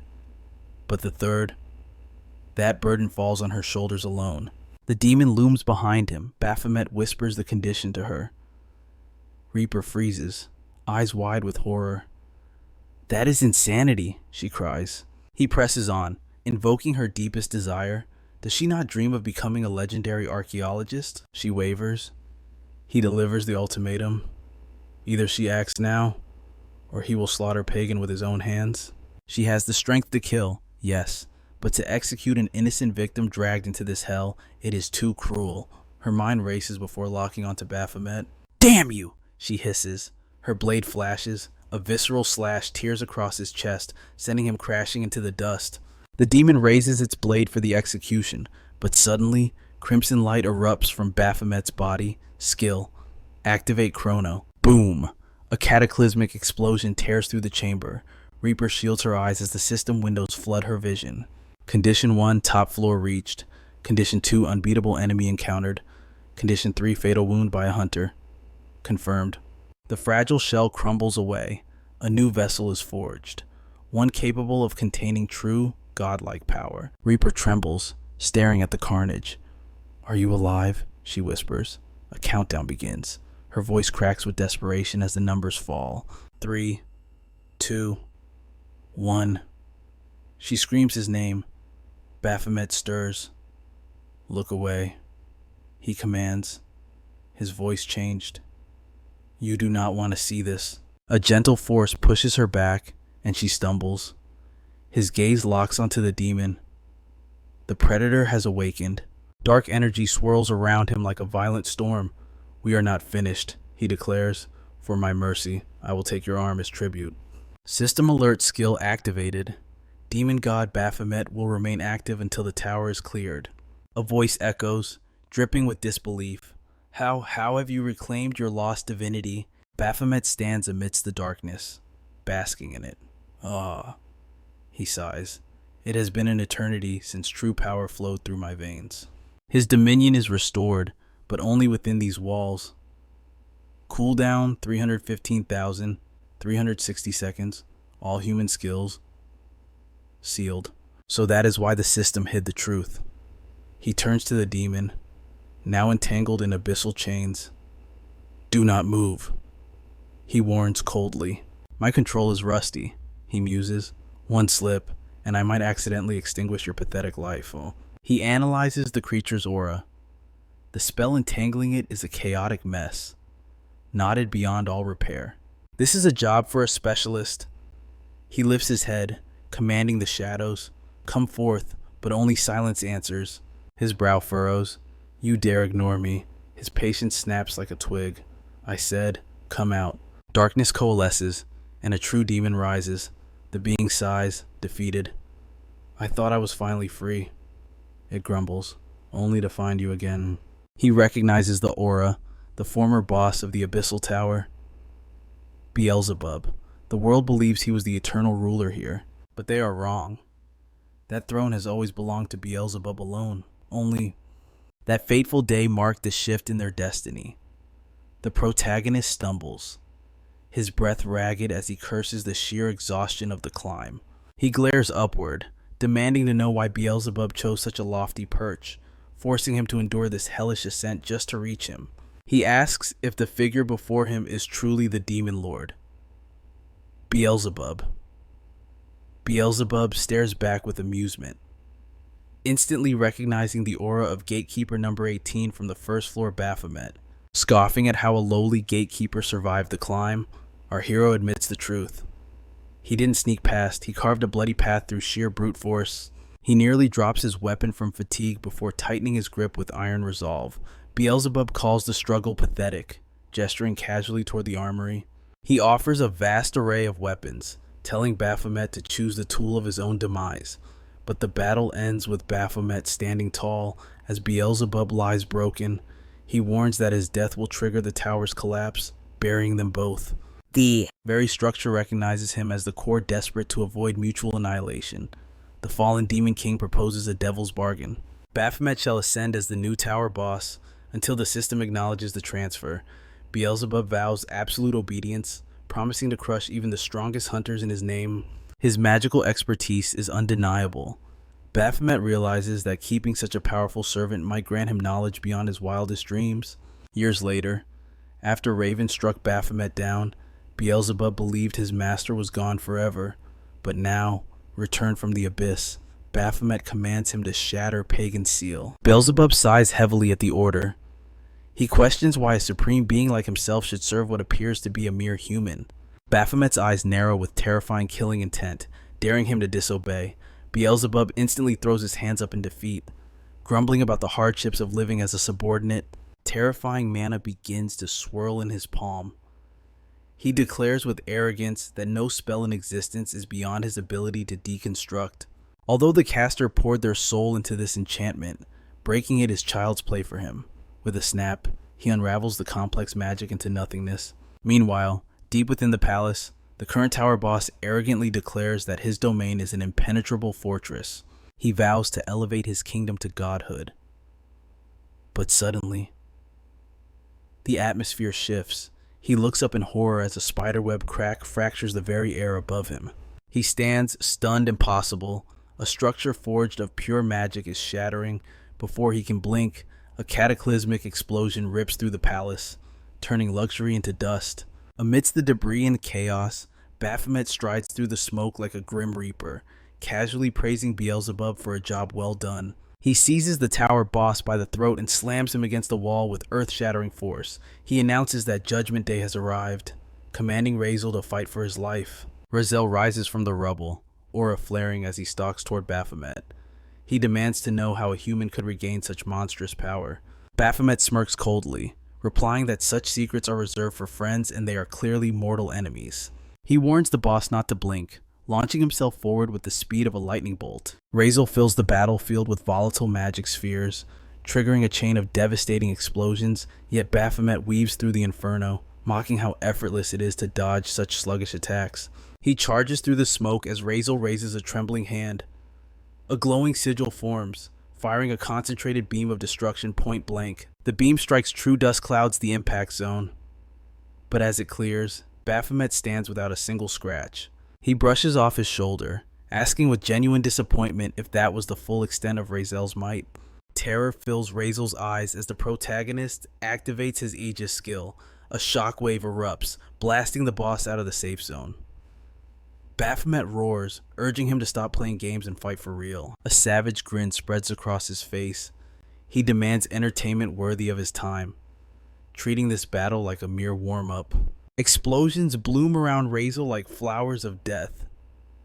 His face twists in confusion, crushed by the sudden, suffocating shift in atmospheric pressure. Our hero blurs forward, hurling Razel aside with a kinetic blast. He flashes behind him, demanding more power, then reappears in front, screaming for stronger strikes. It's a relentless barrage. Finally, Baphomet clenches his fist and drives it squarely into Razel's face, piling him into the ground with the force of a meteor. Smoke hisses from the crater of impact, yet Baphomet stands over the broken body, demanding even more violence. Razel gasps, realizing this isn't a duel, it's a game to his opponent. Fueled by humiliation, he charges again, his speed accelerating with every desperate step. Baphomet welcomes the killing intent. He laughs, remarking that the prey is finally showing some fangs after such a boring start. He snaps his fingers, calling out to Beelzebub for a weapon, something massive, sharp, and fit for an execution. But Beelzebub delivers devastating news. There is nothing left. When the tower collapsed in the past, the entire armory vanished into the void. Distracted, Baphomet takes a direct hit. An explosion hurls him onto the cracked earth. As he skids back, the reality sinks in. Centuries of collected god-tier gear are gone. He looks up to see Razel mounting a colossal dragon, circling the sky like a harbinger of doom. Baphomet leaps away just as dragonfire scorches the ground. He curses under his breath, heartbroken over the loss of the weapons he gathered with such blood and sweat. He screams at Beelzebub for this negligence, but the demon argues back. It was the tower's mechanics that wiped the inventory, not him. It was an unavoidable glitch. Certainly not his fault. Baphomet grits his teeth, veins popping as he listens to the excuses. Beelzebub continues his lecture, explaining that his summoning skill is restricted to tower zones, limiting their time together to short windows between cooldowns. Before Baphomet can scream a retort, magical chains bind him tight. Razel launches a catastrophic assault, shaking the very foundation of the earth. Seeing a fleeting opening, Baphomet abandons his search for a weapon. If he doesn't have one, he'll just have to borrow one from the enemy. He seizes a nearby blade, but the steel instantly shatters in his grip. System alert equipment destroyed due to excessive force. He clicks his tongue. Mere steel cannot contain his overwhelming aura. Useless scrap. They always crumble far too quickly. The tower boss sneers, asking if he mocks the very concept of strength. But suddenly, Baphomet senses the atmosphere twist. The air grows heavy. The boss roars that true power is no plaything for the arrogant. Space distorts in a blink. A legion of demonic beasts floods the chamber. Behold my loyal vassals. As they charge a storm of energy, he proclaims his kingdom stands under absolute divine protection. Thousands of spells light up the darkness. The self-proclaimed god bellows, eternal glory to the kingdom of Bellatrix. Slash, one head flies. The king freezes in horror as a second, then a third are instantly severed. It wasn't a battle, it was a massacre. Thousands of vassals drop dead around Baphomet's glowing aura. He speaks of hell, countless deaths to reach this summit. Bodies crushed to pulp, bones pulverized, resurrected only to die again. He drives his chains through a chest. This pain, he whispers, is merely a reflection of my own past. Limbs severed, bodies flattened. He annihilates every obstacle in his path without mercy. The dungeon floor quakes. The entire legion evaporates in a single storm of violence. Only silence and blood remain. He declares this power was forged in agony, not granted by some benevolent god. Every single drop of mana was paid for in blood. Trembling, the boss stammers, "What are you, Xing?" Baphomet instantly looms over him, eyes burning with unearthly crimson light. His voice rings with cold authority. "I am Baphomet, the former nightmare of this floor." Flashback. Even the monster was once prey.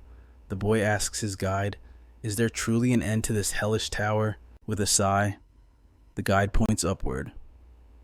The ultimate ruler waits at the summit. That is the law. "Can I make it?" he whispers. "Impossible," the guide warns. "To climb, you must first survive the gatekeeper." Baphomet. It seemed like the standard hopeless fate for a hunter. However, the guide notices a subtle anomaly. The boy's fear is gone. His voice steady. He makes a suicidal choice. "I will challenge the gatekeeper." "You're insane," the guide screams. "Baphomet is a calamity. You'll be erased in a second." He frantically explains the brutal mechanics of the tower. Minions revive endlessly, but a boss only has one life. The boy's eyes darken. Then I will die 1,000 times. I will grind my stats until I surpass the gatekeeper himself. And when I finally stand over his corpse, I will take his name and his throne. Current time, a system window pops. Congratulations, tower cleared. Raisel defeated. The fallen king, Raisel, lies broken on the cold stone. How boring. Baphomet muses. True challenges are rare now. The thought of a worthy opponent is the only thing that stirs his blood. Suddenly, a groan echoes from the floor. Denying his fate, the broken king drags his ruin of a body forward. He clutches Baphomet's boot with trembling fingers. Baphomet arches a brow. Surviving without a core, impressive tenacity. However, he looks down coldly. It is time you knew the truth. Your precious kingdom, it never existed. Your entire history is just a system fabrication. Raisel's eyes widen in madness. Bellatrix was a lie from the start, Baphomet states mercilessly. You were never a king. You are merely data, a combat tool designed to help hunters level up. The revelation destroys his soul. I am an NPC, he screams, his reality crumbling into dust. Just as despair consumes the king, two cloaked figures manifest in the shadows behind Baphomet. Critical system error. Zap. Raisel doesn't die. His very data is erased from existence. Baphomet whips around. Through the glitching particles, he spots a hooded hunter crouching nearby. He had sensed a foreign presence earlier, and a rat hiding among lions. He had ignored it, deeming it unworthy of attention. But now, their eyes meet. The intruder freezes, paralyzed by the monster's gaze. Baphomet steps closer, his shadow engulfing the figure. You. He realizes. You're from Party C. The hunter trembles, trapped in a predator's cage. Deep within the core of the labyrinthine tower, the raid leader unleashed the blazing snowflame from her grasp. Space warped behind them as an exit portal materialized, demanding the party's instant attention. Why is a portal opening now? She demanded.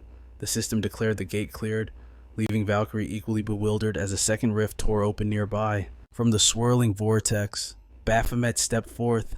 He carried two disguised hunters in his arms and a third clenched firmly between his teeth like a wild beast. The scene shifts to Minguk Medical Center. Sangha stormed through the entrance, her subordinate struggling to keep pace. "Where is my brother?" she commanded. Her aide guided her swiftly toward the VIP wing, briefing her with grim urgency. Pagan had survived, but at a terrible cost. His arm was gone. Yet Sangha's confusion turned to anger. Why hasn't the surgery started yet? The aide hesitated. He refuses treatment, ma'am. Absurd. Sangha threw open the door to confront him herself. Pagan lay swathed in bandages, waving off her panic. "It is nothing serious," he insisted. "Why did you rush here for a scratch?" "I would have been here sooner if they hadn't held me back," she snapped. "Now tell me, why are you rejecting the operation?" His reply stunned the room into silence. Sol was dead. And yet, Pagan had only lost a single arm. Sol had warned of the tower's malice, but Pagan's arrogance pushed them forward. In his heart, he knew he was the one who deserved to die. "My arm is a cheap price," he whispered. "I can heal, but Sol, his future is erased. He can never return." He looked up, eyes hollow. What of the hunter who saved me? Meanwhile, Baphomet was enjoying a feast fit for a king inside his hospital room. The door creaked open. Mr. Ma stepped in, confusion written on his face. Baphomet blinked, mouth full, as the official spoke.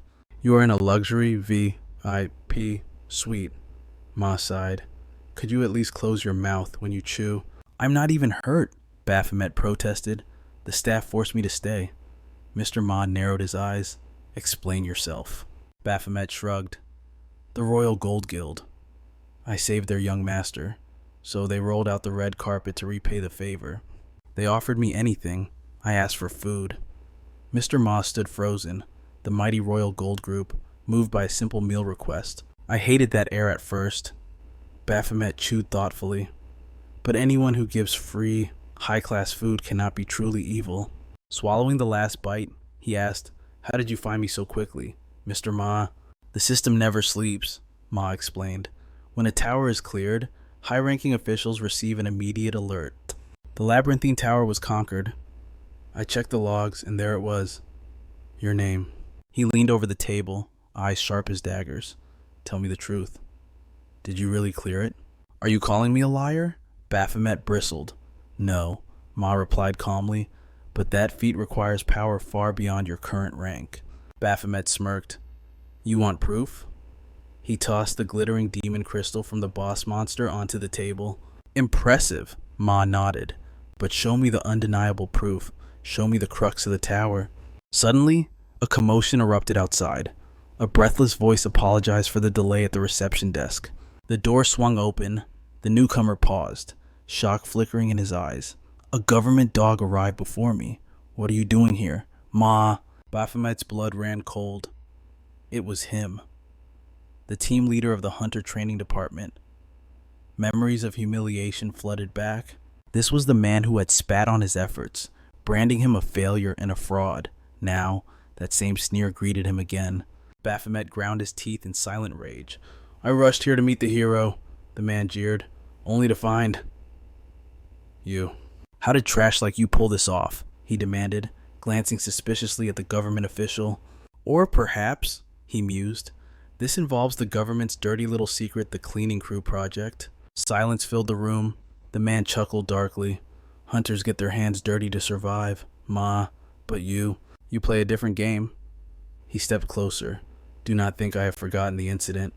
The day you slaughtered 7 innocent S-Class hunters. Baphomet gasped, but before he could process the words, Mr. Ma threw a devastating punch. Bam! The team leader caught the fist with casual ease. Stop! His aide screamed. You two will bring the whole hospital down. Watch your tongue, Jayuka, Ma warned, his aura flaring. Focus on why we are here. Did the boy clear the tower or not? Baphomet's lips curled into a confident smile. You want answers? He summoned his system window, pulling the radiant tower crux from his inventory. I didn't know what this useless trinket was for, he drawled, but it seems handy for shutting people up. He shoved the artifact right into Jayuka's face. Do I still look like a fraud to you? Jayuka stared, veins bulging, unable to deny the truth. Who are you calling a failure? A cold voice cut through the tension. Pagan rolled into the room in a wheelchair, flanked by his sisters. Jayuka's aide went pale. Sir, those are the executives of the Royal Gold Guild. In a split second, Jayuka's arrogance vanished. He bowed low to Sangha, his smile dripping with false sweetness. Ah, the future president. An honor, director. Sangha speaks his name, her voice dripping with icy venom. Ha attempts to recover, claiming he intended to contact her for business, feigning a pleasant surprise at their meeting. He dares to ask what brings such prominent figures to this place. Pagan questions Ha's authority with sharp eyes. Realization strikes Ha like a thunderbolt. This is the youngest heir of the legendary Royal Gold Guild. He stammers an apology for the young master's injury, only to learn that Pagan had braved the depths of the labyrinthine tower.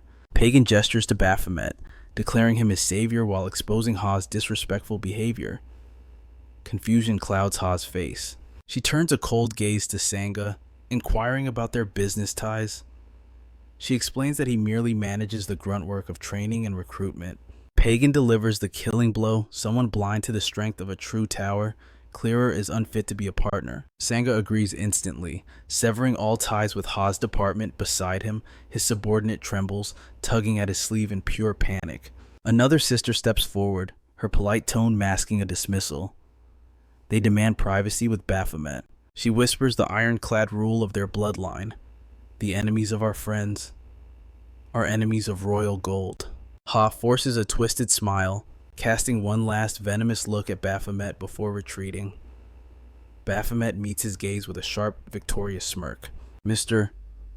Ma marvels at the scene, noting how the tides of fate have suddenly turned in Baphomet's favor.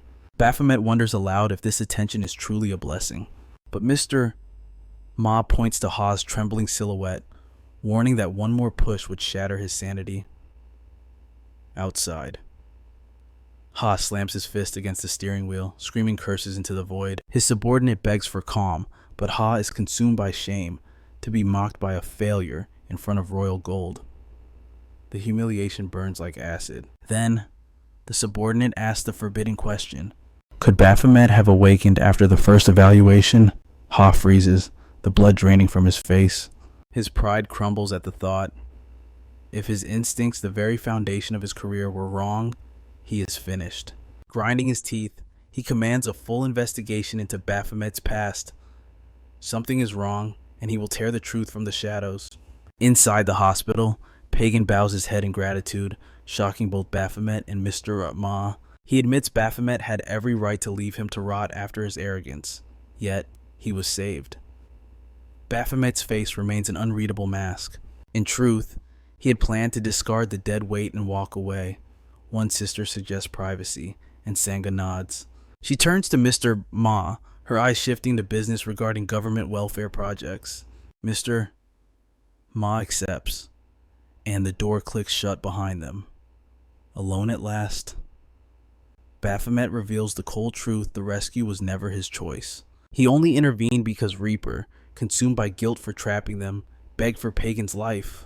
He agreed only after striking a deal, never expecting the boy to survive. Pagan smiles, caring only that his comrades escaped with their lives. This mindset baffles Baphomet. To risk oneself for others is a foreign concept. His life in the tower is built on ruthless survival. He asks if Pagan came merely to apologize, but the heir shakes his head. A life debt demands repayment.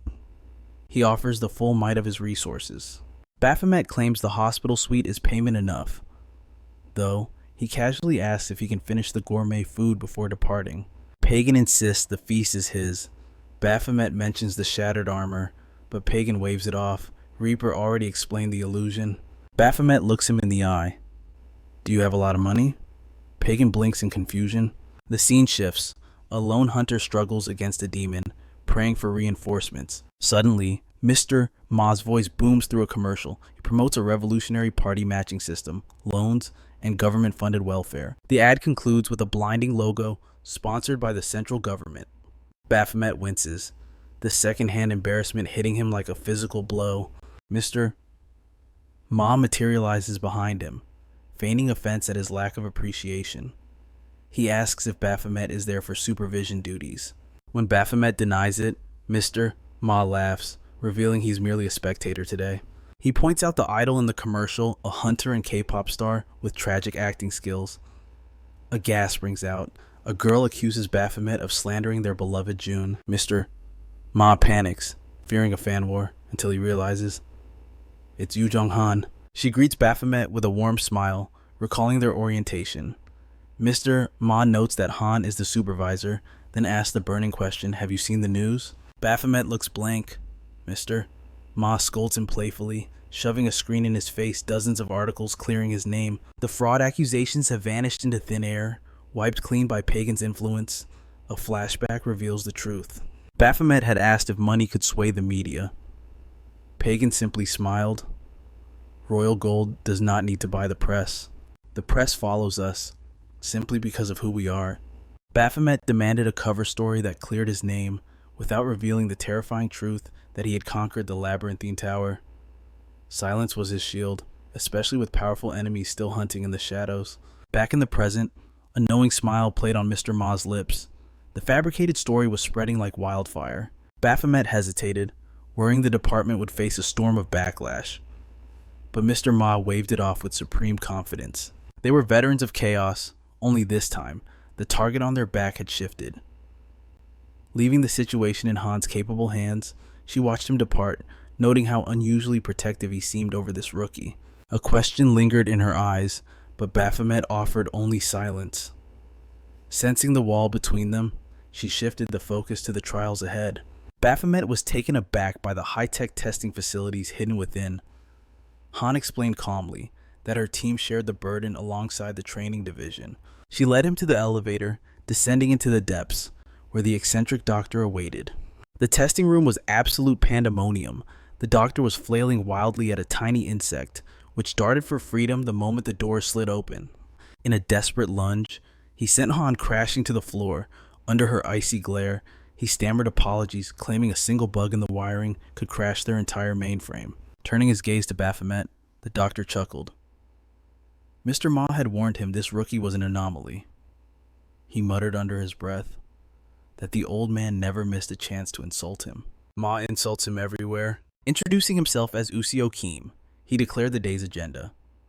Statistics meant nothing here. To clear a tower with such low specs required raw skill, and today combat would reveal Baphomet's true rank. 3 hellish stages awaited. With a sharp grin, he asked if the rookie was ready. Stage 1. Activate. The room flooded with the storm of blue and red orbs. The rule was simple. Touch only the blue. He moved like a phantom, weaving through the red death. He launched himself skyward, snatching an orb near the ceiling with impossible grace. Stage 2 loaded instantly. A virtual nightmare landscape materialized, teeming with monsters. The doctor proudly dubbed it the Night Hunt of the White Walkers. Baphomet unleashed his blade. It was a symphony of violence, slashing, thrusting, countering with surgical precision until every last beast lay defeated. But the real test had just begun. Stage 3. To measure raw destructive power, the doctor summoned a boss-class entity, promising to intervene if death came too close. A massive hand tore through the void, dragging a towering monstrosity into reality. Baphomet froze for a heartbeat. He knew this horror. A slow, predatory grin spread across his face.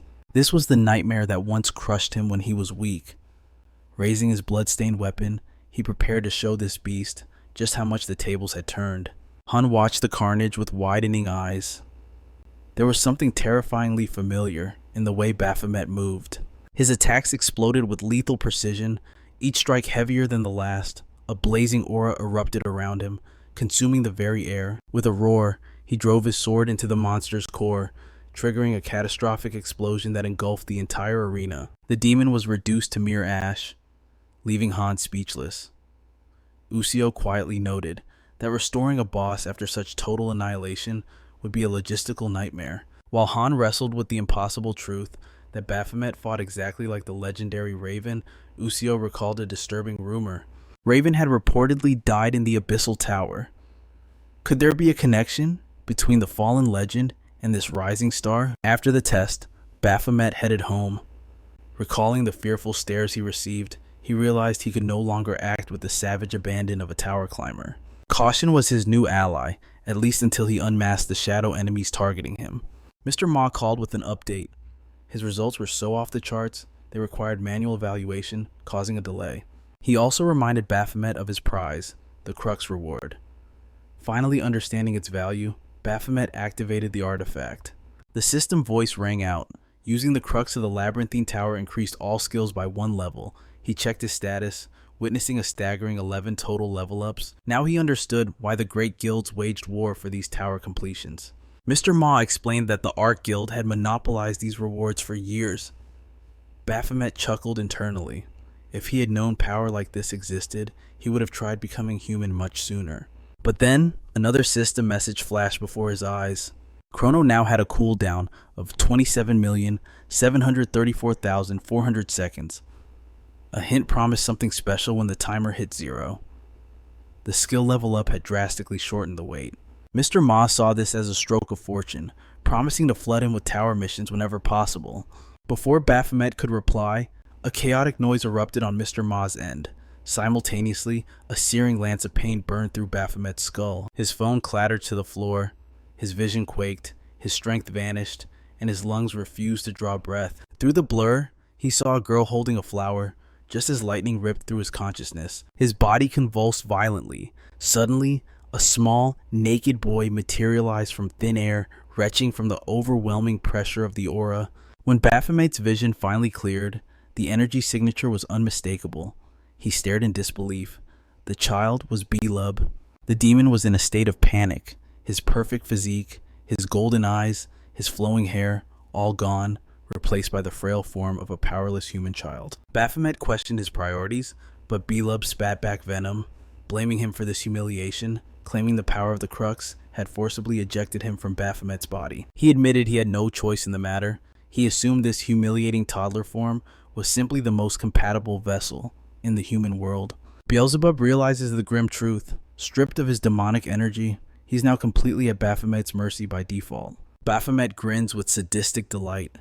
ready to exploit this absolute obedience, while the fallen child demon wails that his suffering has exceeded all limits. The demon lord recalls Beelzebub's arrogance back in the tower, how the brat dared to claim they would never meet again, and steps forward with an ominous, crushing pressure. Terror consumes the child.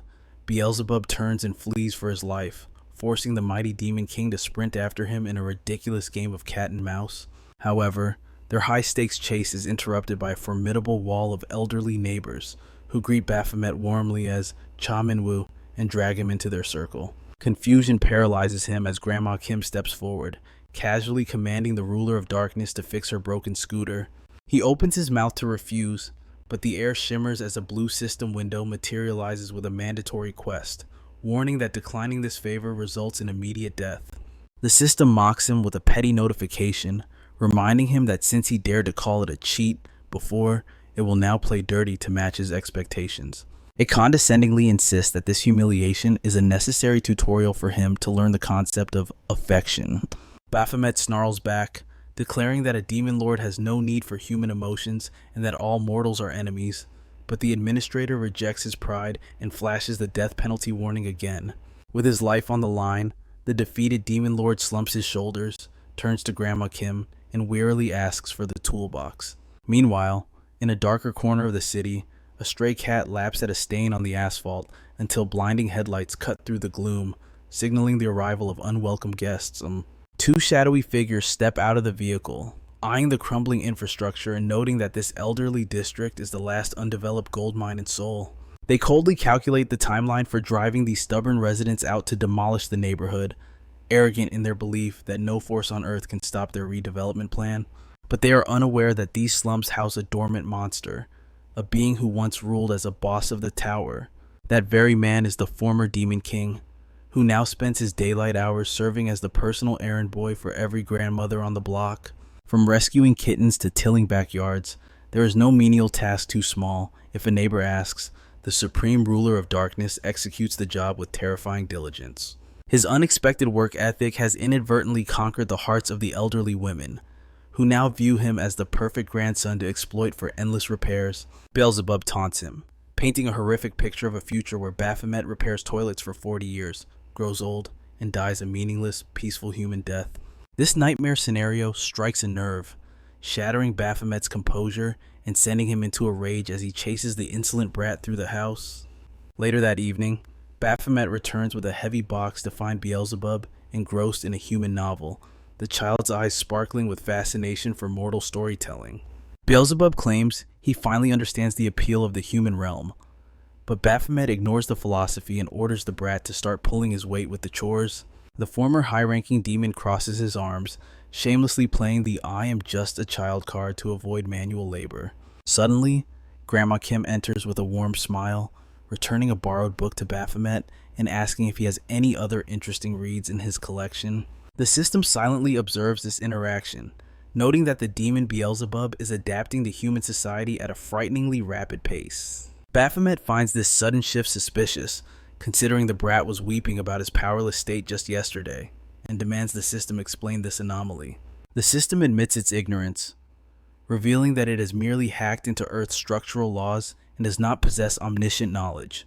While the true creator of the system might know the answer, Baphomet is more concerned with demanding the system stop assigning these ridiculous emotional quests.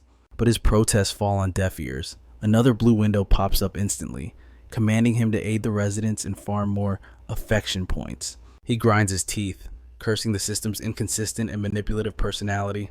Later, after expertly repairing a scooter, the owner praises his divine craftsmanship and graciously offers the vehicle for him to use whenever he pleases. Grandma Park then chimes in about her broken water heater, frustrating Baphomet, who realizes these humans are purposely ignoring professional repairmen just to bother him. Seeing his annoyance, she begins to recount the tale of a troubled young man who lived in this very room before him. That man was a recluse who drowned his sorrows in alcohol, so Grandma Kim had invented fake errands just to check on him and make sure he was still alive. Slowly, her persistence melted his heart. He began to help willingly, sobered up, and eventually left the slums to find his true purpose in the world. Before he departed, he left a request that the neighbors treat the next tenant Baphomet with the same overwhelming kindness they showed him. Baphomet internally curses this unknown predecessor, realizing that this man's legacy of kindness is the sole reason he is drowning in chores today. As they share a meal, the door opens to reveal Suan, Grandma Song's granddaughter, who coldly dismisses them, stating she has eaten and will retreat to her room. Her grandmother proudly boasts that Suan is a top-ranked honor student, unaware that across town, the mob boss Mr. John is mobilizing his enforcers. The target is a debtor hiding in these very slums, and the gang intends to collect what is owed in blood. Back at the house, Baphomet finishes fixing the water heater and constructs a sturdy shelter, grudgingly admitting that life in this district isn't entirely intolerable. He contemplates adopting a guard dog and wonders where the useless Beelzebub has vanished to, just as a notification chime signals a new message. A holographic report appears detailing his physical test results, confirming his suspicions he still has unfinished business before his power is fully restored. Meanwhile, in the room next door, the honor student, Suan, sits defiantly, a cigarette in hand, right next to the wall where Baphomet warned her not to touch his fresh paint. The door swings open, and her grandmother freezes in shock, her heart breaking as she catches her perfect granddaughter in the act of rebellion. The harsh reality of their poverty crushes down on them. Mrs. Song begs her to focus on school, but Swan snaps, arguing that a diploma is useless when they can't even afford to eat. She refuses to let her grandmother drown in debt.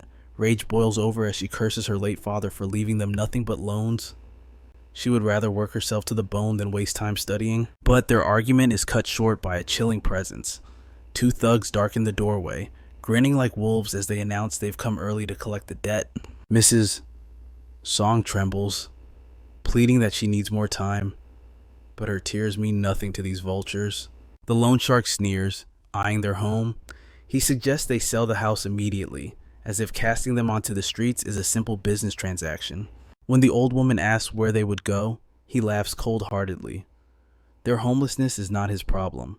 Then, his gaze crawls over Swan with sickening intent. He whispers that a girl with her pretty face could make plenty of cash in the red light district to afford a tiny apartment. Even his partner hesitates, warning that she is a minor, but the villain doesn't care. Desperate, Swan grabs him, declaring she'll sell her soul if that's what it takes to survive. But a lamb cannot fight a wolf. He throws her off violently. She flies across the room and crashes into the wall, her grandmother's scream piercing the air. Meanwhile, in a peaceful sanctuary nearby, Mrs. Kim asks Beelzebub if the book is to his liking. He nods, enjoying the calm until violence comes knocking. A thunderous bang shakes the door, and two gangsters barge into their sanctuary. Down the street, Mr. Park's dog senses malice and begins to bark wildly at the encroaching darkness. Inside, Baphomet grips his tool, an aura of murder rising around him. These fools just ruined his masterpiece. His paint was still wet. The intruders mocked the young artist, completely oblivious to the legendary monster standing before them. Baphomet ignores their taunts, his eyes fixed on his ruined art. Mistaking his silence for fear, the thug signals his partner to break him. Wham! In a split second, the massive thug is launched through the air. The remaining goon freezes, his brain unable to process the speed of the counterattack. He blinks, and Baphomet is already looming over him like a reaper.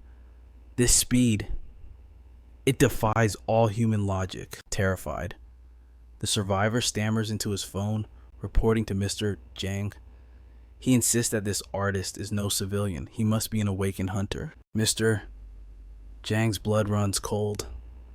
Old nightmares resurface, memories of the day he realized he was nothing compared to the true monsters of this world. He remembers the despair of that overwhelming power gap, the very fear that forced him to retire from the hunting profession. Snapping back to reality, Jang realizes the danger. If a hunter is hiding in the slums, they are walking on a landmine. He orders his men to dig up everything on Baphomet. Outside, the neighborhood is buzzing with fear. Elders gather, whispering about the masked men terrorizing the block. They speak of smashed floors, vandalized property, and ruined gardens. It's a campaign of intimidation. Rumors of forced redevelopment spread like wildfire. If they are kicked out now, they will have nowhere to go but the grave. Baphomet listens from the shadows. He turns to leave, but Swan blocks his path. She has seen through his disguise. She knows he is a hunter. She knows the code of the world hunters fight for gold. Trembling, she offers him her life savings, every crumpled bill she owns. Tears stream down her face as she begs him to protect their home. It's a pathetic amount, but it is all she has to offer against the coming storm. Baphomet pushes the money away. He has no need for her cash. He has his own reason to hunt tonight. These vermin dare to step into his territory and ruin his peace. That is a death sentence. The Demon King dons his cap, his eyes glowing with anticipation. He is already 10 steps ahead. Beelzebub had secretly planted a magical familiar on the attackers earlier. The spiritual tracker acts as a beacon, guiding him straight to the rat's nest. The hunt is on, but Taeyong intercepts him. Hold it, the manager warns. The laws of the association are absolute no killing civilians. Baphomet scoffs, looking annoyed. Do trash like them even count as human? But Taeyong stands firm, kill them, and there will be consequences. A compromise is struck. Taeyong sighs and allows him to unleash hell. As long as their hearts keep beating. Baphomet grins and vanishes into the night. Taeyong immediately calls Mr. Ma to report that the beast has been let off the leash near Central Electronics. Meanwhile, at the hideout, the thug who terrorized the neighborhood hands over a bribe to a corrupt official. The man pockets the cash with a greedy smile, promising to cover up their dirty work. He notices the thug's bruised face, but the gangster laughs it off as a minor scrap. They think they have won until the door explodes inward. Boom! Baphomet grips a thug by the face and slams his skull into the concrete with earth-shattering force. A flash of silver cuts the darkness. Blood sprays as an arm is severed instantly. The room falls into a deathly silence, paralyzed by pure terror. "Get him!" the leader screams, panic in his voice. He orders the entire gang to swarm the intruder. They charge with weapons raised, but Baphomet is a blur of motion, one sweep, slash.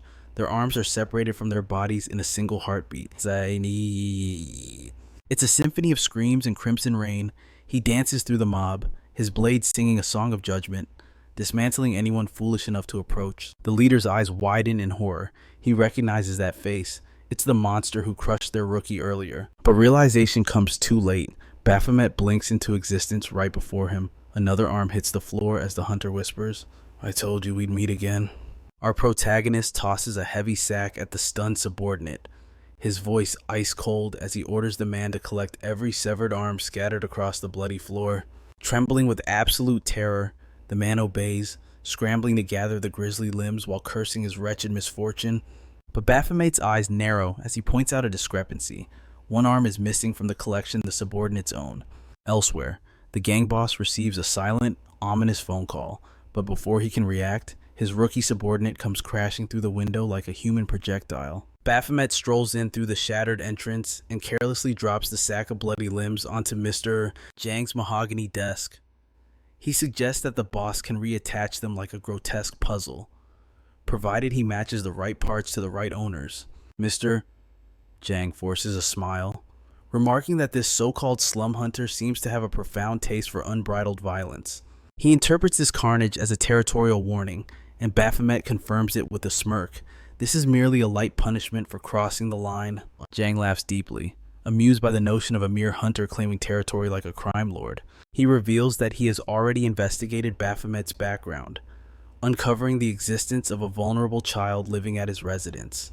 He speculates that the boy must be a younger brother, grinning maliciously as he mentions that his hit squad has likely already breached the house. To his confusion, our protagonist throws his head back and bursts into uncontrollable, mocking laughter. Stepping into the boss's personal space, Baphomet advises him to pray for his own men instead. Meanwhile, at the residence, Beelzebub calmly reads a book while his magic traps the intruders. Invisible strands of compressed mana crisscross the room, surrounding the assassins like a deadly laser grid. One intruder writhes on the floor, screaming about his severed legs, while Beelzebub casually explains the mechanics of his trap in simple, childish terms. He warns the remaining frozen men that even a millimeter of movement will slice them apart, just like their unfortunate comrade.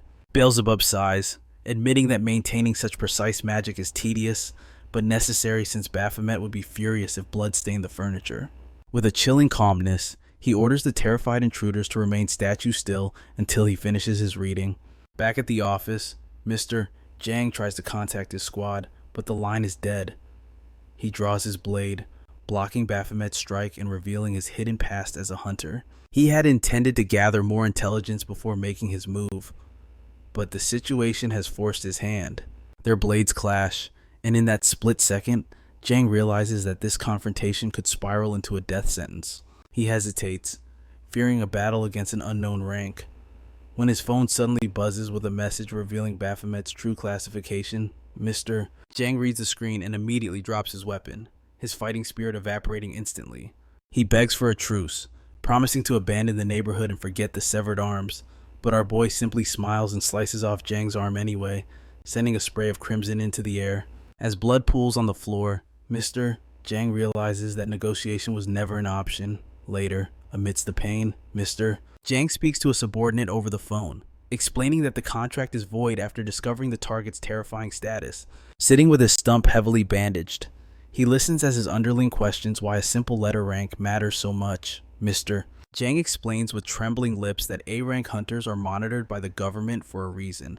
They possess the potential to reach the calamity level S rank. More importantly, once a hunter surpasses A rank, they cease to be human and become monsters wearing human skin. Provoking such a being would not just kill him, but bring ruin upon 3 generations of his family. He cites his critical injury and terminates the call. The confused subordinate tries to redial, but the connection has been permanently severed. Another gang member asks if canceling the deal will cause issues, but Jang snaps back that continuing means certain death, wondering who sent the warning text. He suspects it was the same mysterious caller who warned him of the hunter's arrival earlier. The voice had sounded eerily familiar, implying that someone in the shadows knows this monster all too well. The mysterious informant is revealed to be Mr. Ma, who is currently paying a polite visit to Mrs. Kim's humble home. She welcomes him warmly, regretting that she hasn't prepared a meal. Mr. Ma declines with a gentle smile, claiming he has already eaten and merely stopped by to check in. Mrs. Kim playfully asks if he has been drinking again, but he assures her it is only for special business occasions. She changes the subject to praise Minucha for his handiwork around the house, though she notes he grumbles a bit too much. Mr. Ma pauses at the word reliable, finding it ironic given the man's true nature, but eventually nods in agreement. Meanwhile, Baphomet sees his quest is complete. He scoffs at the system notification, complaining that there is 0 reward, grumbling that even the neighborhood grandmothers pay better than this cheap god. It turns out Mr. Ma's true request to Mrs. Kim is simply to look after Baphomet in the future. The scene shifts violently as a man stumbles back, clutching a bleeding wound in his stomach. He glares at the woman beside him, gasping that they had sworn to split the tower's rewards equally. He cannot fathom that she would break their oath so easily, but she remains cold, viewing his death as a convenient accident that increases her share of the loot. With his final breath, the betrayed man screams curses and lunges at her, desperate for mutual destruction. She raises a single finger. In a heartbeat, the beast behind her strikes. It tears the man apart as a fountain of blood paints the ground crimson. Meanwhile, at the Hunter Agency, Baphomet approaches the desk only to hear shocking news. He supposedly owes double the rental fee. Before his annoyance can boil over, the receptionist giggles. She clarifies it was merely a joke. First-time damage to rental gear is forgiven, but she offers a stern warning. Hunters must purchase their own weapons. Future breaks will demand both the rental fee and the full replacement cost. Baphomet silently agrees. Owning his own gear would eliminate these annoying complications. He pulls a shimmering crystal from his inventory and places it on the counter for sale. The receptionist freezes. Her eyes go wide, recognizing the essence of Boss Raisel. She quickly explains the protocols. Crystals from tower bosses usually head to auction. This allows hunters to bid competitively through the network. Those desperate for cash can request an immediate buyout. However, the auction house guarantees a much higher profit margin. Baphomet chooses the path of greater wealth. She prepares to transfer to the auction department, promising the system will notify him the moment bidding concludes. Driven by curiosity, Baphomet asks the burning question, how much did the crystal of Boss Baphomet fetch? He anticipates a staggering sum for a mythic rank entity, but she drops a bombshell. It sold for less than Raisel's crystal. The revelation hits him like a physical blow. She explains that a crystal's value relies entirely on its mana density. Raisel was a magic-based demon, possessing immense spiritual energy. Boss Baphomet was a creature of pure physical destruction with 0 magical potential. While some physical demons store mana, and investigations proved Baphomet was spiritually empty, a memory surfaces. Beelzebub once mocked him. His aptitude for magic was non-existent, warning him to rely only on his brute strength. It made sense. Even simple chain magic took him an absurd eternity to master. The receptionist continues. High-tier equipment demands crystals overflowing with mana density. She adds one final, confusing detail. The crystal from Baphomet's corpse was never found after the Abyssal Tower raid. This logic fails to track. He assumes Raven took it. Yet, his memories show Raven leaving without touching a single thing. Crystals are immortal energy sources for demonic creatures. They never vanish, even after a tower collapse. Its disappearance defies the laws of this world. It feels entirely impossible. She finishes her explanation and asks if his doubts are resolved. He nods, and she proceeds to sync his personal inventory with the official system. He authorizes the connection. Immediately, he begins organizing his loot. While purging useless items, his eyes lock onto something impossible. Raven's blade sits in his inventory. It is locked and bound to him, yet he has no memory of ever claiming it. Before he can solve this riddle, and a ball rolls against his boots, a tiny dog skids across the floor chasing it. He stares down at it. Something feels unnatural about this beast. Suddenly, a voice calls out for the dog named Kine. A woman approaches, accompanied by a man frantically apologizing for losing track of the animal. He retrieves the ball, suggesting they take their game outside. Baphomet's gaze lingers, analyzing the creature with suspicion. Seeing his confusion, the receptionist speaks up. She asks if he knows about hunting dogs. After the gate shock, certain pets awaken, gaining supernatural intelligence and power. The first recorded case was a famous actress's cat in Hollywood. The cause remains a mystery, but theories suggest the global energy surge reacted to the deep emotional bonds between masters and pets.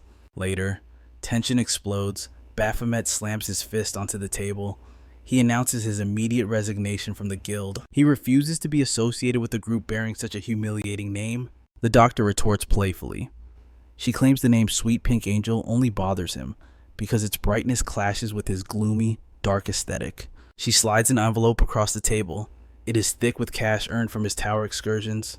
She insists she guarded every single coin for him. Suddenly, she wraps her arms around him from behind. She pleads with him to stay, warning that operating without a guild is suicide in this era. Baphomet remains cold. The money was rightfully his regardless. As for a new guild, finding one would be child's play. She argues with confidence. Very few guild leaders combine raw strength with a body like hers. She implies he would be a fool to walk away. He is unmoved, but as he turns to leave, Taeyong steps in to block his path. Baphomet scoffs, mocking him for his constant, creeping surveillance. Taeyong corrects him. It is merely observation, and he has a new mission on the table. There are predators among them. 3 hunters have been luring victims into towers with promises of rewards. Once the clear is finished, they slaughter them and loot everything. 2 are B rank. The third might be A rank. The doctor is puzzled. Why is the rank unconfirmed? Taeyong explains that this group stopped updating their official progression long ago. Their kill patterns tell a grim story.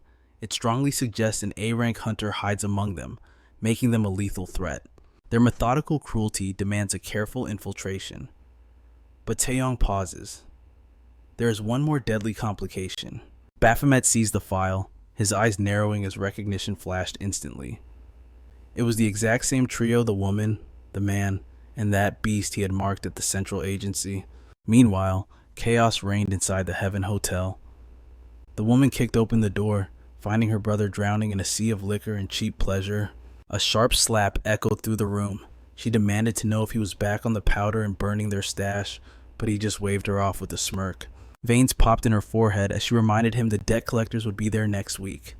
His solution, just another dive into a tower to wash their slate clean. Her voice dropped to a whisper as she mentioned the rumors.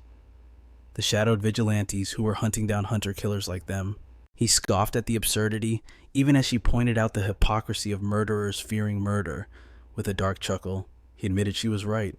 Then, her gaze shifted, searching for their lethal canine companion, Hook. Spotting the beast, her demeanor softened instantly. She ran her fingers through its fur, whispering of the bloodshed awaiting them in the next tower. The hound barked, a guttural sound of anticipation. She warned that more lives would need to be taken. Another bark. A chilling promise fell from her lips soon. The 5 of them would be whole again. The beast seemed to grin at the prophecy. Cut to the Tower of Moonlight, where the siblings stood ready, their loyal monster at their side. Tension hung in the air as she grilled her brother on his intel. Was he truly prepared? He bristled defensively, claiming the target was a complete unknown with zero backing. When asked about power levels, he sneered the prey was barely scraping below A rank. While the hound sniffed out the perimeter, the brother dropped the intel. The target had already stepped onto the first floor, completely alone. She scoffed, unable to believe anyone would be foolish enough to solo a floor without a party. Her eyes narrowed as she confirmed the terms of their treacherous deal. He nodded, a greedy glint in his eye.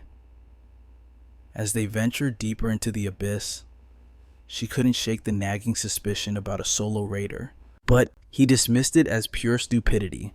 To him, it just meant an easier slaughter and a cleaner payday. The plan was simple: let the fool gather the loot, then strike. She accused him of letting her do the dirty work, but he just laughed, seeking approval from the dog. The beast barked in agreement. She decided right then the weight of the loot would decide whether the stranger lived or died. He whined about fairness in splitting the spoils, suggesting mercy if the haul was small. Her hand rested on the tower's entrance, cold determination in her eyes. He argued that without a body, there was no profit. Suddenly, the entrance blasted open from the inside with explosive force. A towering demon blocked their path. She corrected her brother's greed with a chilling truth: he wouldn't get nothing. He would simply lose everything. Crimson sprayed across the entrance. Back at the agency, Taeyong was analyzing Baphomet's dangerous connection to this murderous crew. Yun dropped a critical piece of intel. That hound wasn't just a pet. It possessed a legendary sense of smell. The stakes just skyrocketed. Taeyong realized the danger immediately. The beast would remember Baphomet's scent signature, and his public face was already too well known. Sending him in as himself was a death sentence for the mission. They needed a proxy, but the receptionist interjected with a devious smirk. Why swap the player when you can just alter the avatar with a perfect disguise? Back at the tower entrance, a figure clad in heavy armor emerged from the shadows. Baphomet strode forward, radiating false confidence, introducing himself as the veteran raider, Bill. His voice boomed with authority. From this moment on, they were a party, and they would clear this hellhole together. Beneath the helmet, the demon grinned, savoring the deception. Then, action exploded. Baphomet launched himself into the air, crashing down on a demon with pinpoint accuracy. Steel sang as his blade cleaved the monster in twain.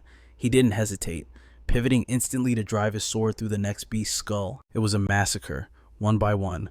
The monsters fell before his blade, a symphony of splattering blood and severed limbs. Suddenly, a grotesque, octopus-like abomination rose to challenge him. Baphomet's aura flared. He charged, a blur of motion, his sword dancing through the air to sever the creature's tentacles in rapid succession. He dismantled its defenses, aiming straight for the kill. Launching himself at the core, he activated the skill. Gigle's infernal flames erupted, incinerating the beast in a glorious blaze. The siblings stood frozen, jaws dropped. The brother watched in trembling awe as the old man displayed the skills of a high ranker. Baphomet turned, the fires fading behind him. He cracked a terrible dad joke about ice cream and sundaes, shattering the tension with cringe. Silence reigned. The siblings stared blankly, the sister completely unamused. Baphomet forced a boisterous laugh, dying a little inside. It was all part of the act. The receptionist had coached him play the role of a clueless, middle-aged uncle to throw them off the scent. The doctor had been skeptical of Baphomet's acting chops, and Baphomet had admitted it. He was a warrior, not a performer. Her advice: just spam dad jokes until they believe you're harmlessly uncool. In the present, the sister groaned, begging him to stop the nonsense. But the brother, sensing a powerful ally, defended Bill, urging him to keep the mood light. Internally, Baphomet was screaming. He wished he could just drop the act and draw his sword. As they pressed forward, the lethal canine approached Baphomet. He stiffened, realizing this was his first encounter with a genuine hunter-class beast. The brother boasted about the creature's stats, a lifespan rivaling humans, 70 to 80 years, and a constitution that could even handle chocolate. Baphomet asked to pet it, extending a gauntleted hand. The dog recoiled instantly. It backed away, sensing something wrong. The sister's eyes narrowed. She caught the hesitation, but luckily, the doctor had prepared a countermeasure, a special pheromone perfume designed to mask a demon's scent, a scent imperceptible to the human nose, yet foul enough to drive beasts to madness. She claims this concoction cloaks his presence from the hounds. Judging by the beast's recoil, the deception is working perfectly. Anxiety ripples through the sister as she whispers the hound's name. Together, they venture deeper into the suffocating darkness of the dungeon. Suddenly, blades are drawn in the gloom. In the heat of the moment, the brother turns to his sister, eyeing Baphomet's prowess. He needs to know. Could this stranger overpower their ace, Kanine, in a duel? She recoils, reminding him of their truce. But the brother's eyes gleam with greed. Baphomet is far more powerful than their intel suggested. A wicked grin spreads across his face as a plan forms in the shadows of his mind. Later, as the campfire crackles against the cold night, Baphomet listens in silence as they lay out their proposal. They want him permanently in their party. The brother frames it as a mutually beneficial alliance, claiming the tower is too treacherous to face alone. The strategy is simple: harvest resources until the midpoint, then retreat. He flatters Baphomet, insisting that talents of his caliber are 1 in a million. He argues it would be a waste to dissolve their team after a single raid. To seal the deal, the sister offers a staggering 60% of the loot, but beneath her calm facade, dark memories surface. It is a classic bait and switch. Feed him rewards now to earn his loyalty. And once the hook is set, use him as human bait for the death traps meant for the hound. She starts to protest, but a sharp glare from her brother silences her. He knows she despises risking her beloved pet. Surprisingly, Baphomet accepts the terms without a second thought. However, the sister raises a finger. One condition remains: he must unmask. In this line of work, trust is currency, and she refuses to bet her life on a faceless man. Baphomet analyzes the situation cold-bloodedly. His mentor, Taeyong, was clear. The objective is infiltration, not assassination. Just like his first assignment, the government demands intel on these criminals. Walking among them is the only path to the truth. Back in reality, the brother offers him time to think, but Baphomet waves it off, revealing his face as a trivial price. The sister giggles, teasing that perhaps a handsome face hides beneath the mask. The mask falls away. The sister gasps, horror washing over her face. Hideous burn scars mar his flesh. Baphomet spins a tragic tale of a tower boss who incinerated him 7 years ago. He claims a hunter's worth lies in power, not vanity. But the tragedy runs deeper. He claims these burns were the price of shielding his son during that fateful battle. The boy was not so lucky, his face completely destroyed. Despite seeking every legendary healer, no cure exists. He declares with conviction that he would sacrifice anything to save his child. A heavy silence descends upon the group. As the mask clicks back into place, Baphomet wonders if his performance was too theatrical. But the brother declares their meeting is destiny.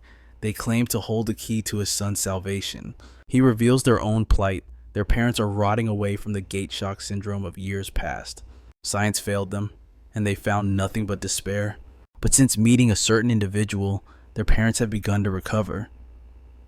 Working with this savior could heal Baphomet's son as well. Suddenly, the atmosphere shifts as massive doors creak open. 2 masked figures descend. They radiate chaotic energy, dancing wildly through the air. From the swirling chaos, a robed figure emerges. The crowd erupts in hysteria, rushing forward and chanting one word: Father. A blue window flashes before Baphomet's eyes. Main quest. Condition complete. New objective: eliminate the target. The robed man removes his hood. Baphomet scans the scene. The system identifies him instantly. The disciple of lust. Memories of Beelzebub flood his mind. The Book of Sins. He recalls that Raven once held the title of Wrath. The goddess's prophecy spoke of 6 shadows looming over the world. Now, the puzzle pieces snap together. Raven and these figures complete the circle of hell. Wrath, pride, sloth, envy, greed, gluttony, and lust.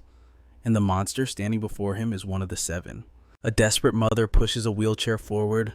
Her daughter is fading, consumed by leukemia that defies all medicine. The girl whispers that she accepts death, but fears her mother's eternal sorrow more. The mother breaks down, wailing in despair. The father reaches out. A blinding light erupts, manifesting as ethereal butterflies that leave the crowd breathless. The girl's hair grows rapidly, life returning to her cheeks. The mother clings to her, witnessing a miracle. The man claims he merely corrected her spiritual flow, directing them to the house of prayer for full treatment.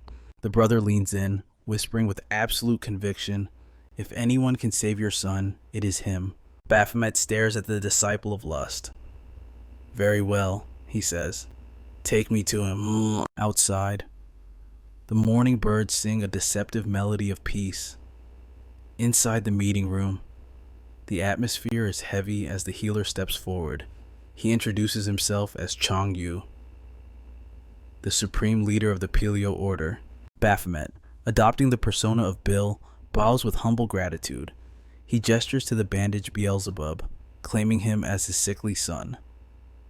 But a memory slices through the facade, a flashback to their planning stage.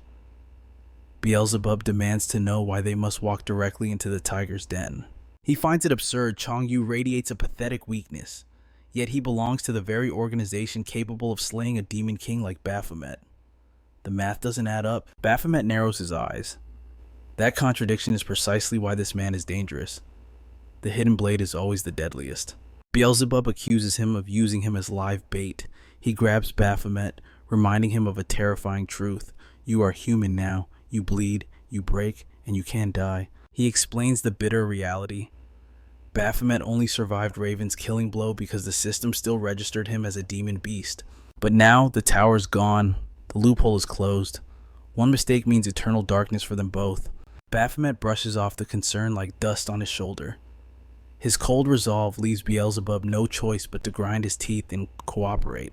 Back in the tense present, Chong Yu lays a hand on Beelzebub. He recoils. He senses a foul energy, mistaking the demon's aura for a severe curse, a darkness similar to what Baphomet once carried. A sly smile creeps onto his face. The cure requires time, vast sums of money, and absolute devotion.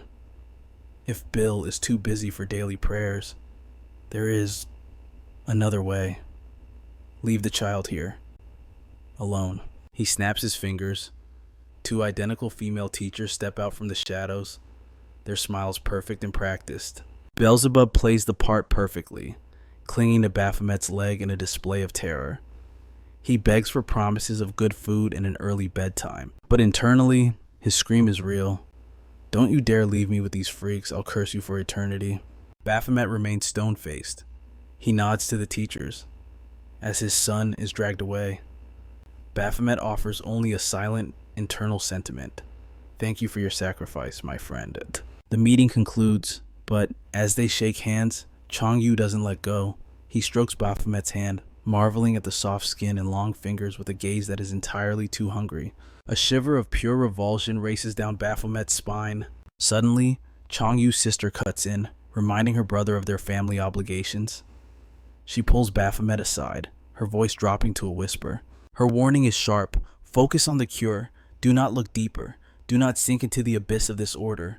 She stares directly into his eyes, pleading with him not to become entangled in the organization's web.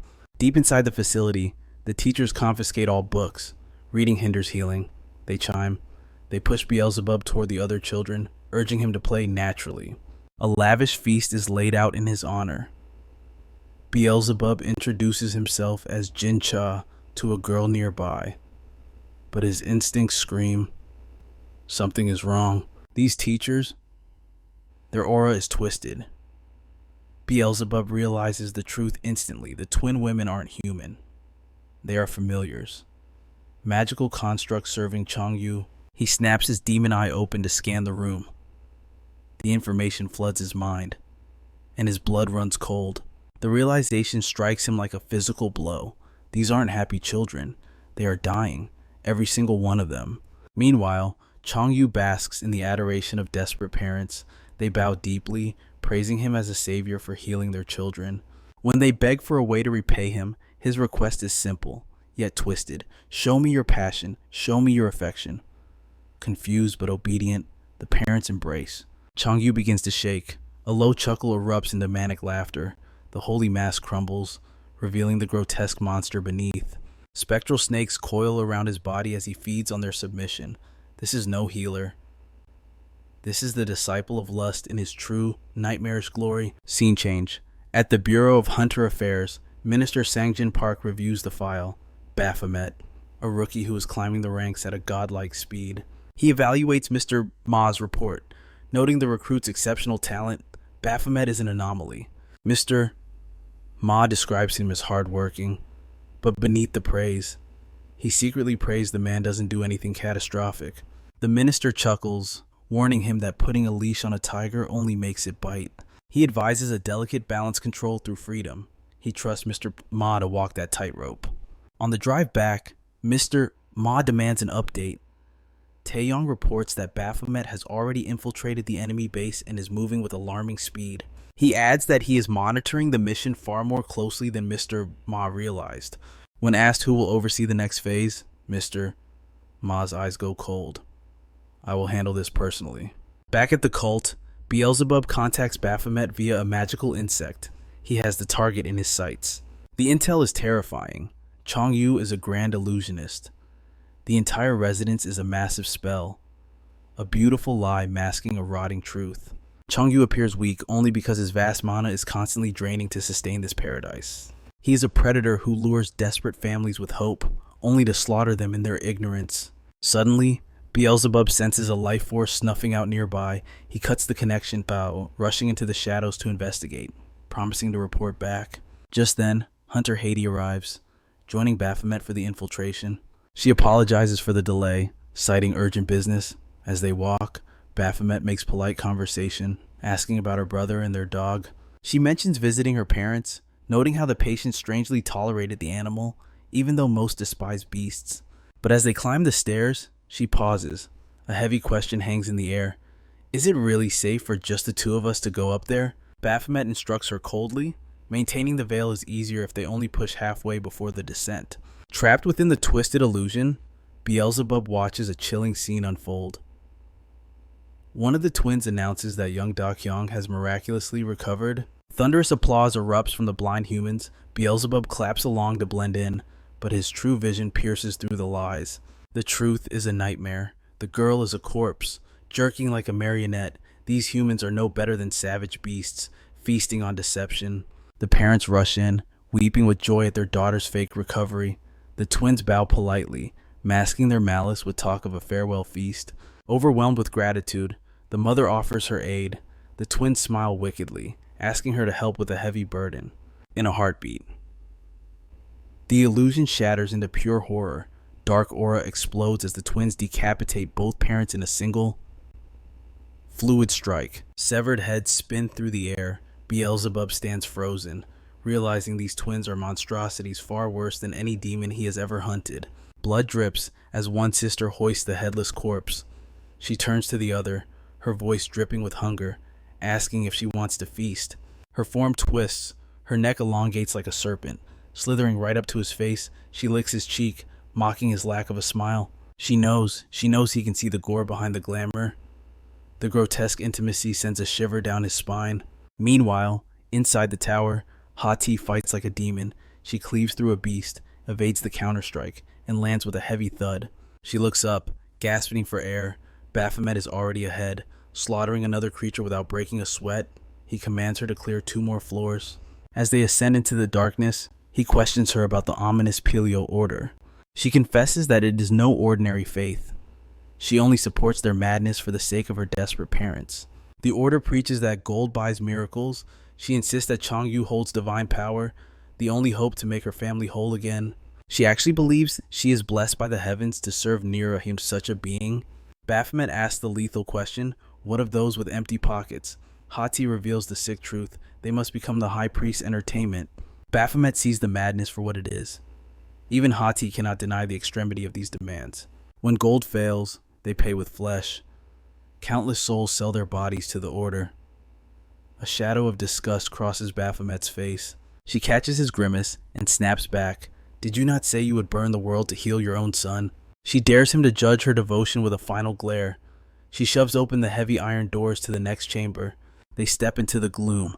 Baphomet's voice cuts deeper than a blade. You are not disgusted by me. You are disgusted by yourself. Confusion clouds her eyes. What do you... Before she can finish, Baphomet unleashes a lethal strike. She barely escapes death. His attack obliterates the stone floor beneath them. Trembling, she screams for an answer. He looms over her like a judge of hell. Your brother is innocent and blind.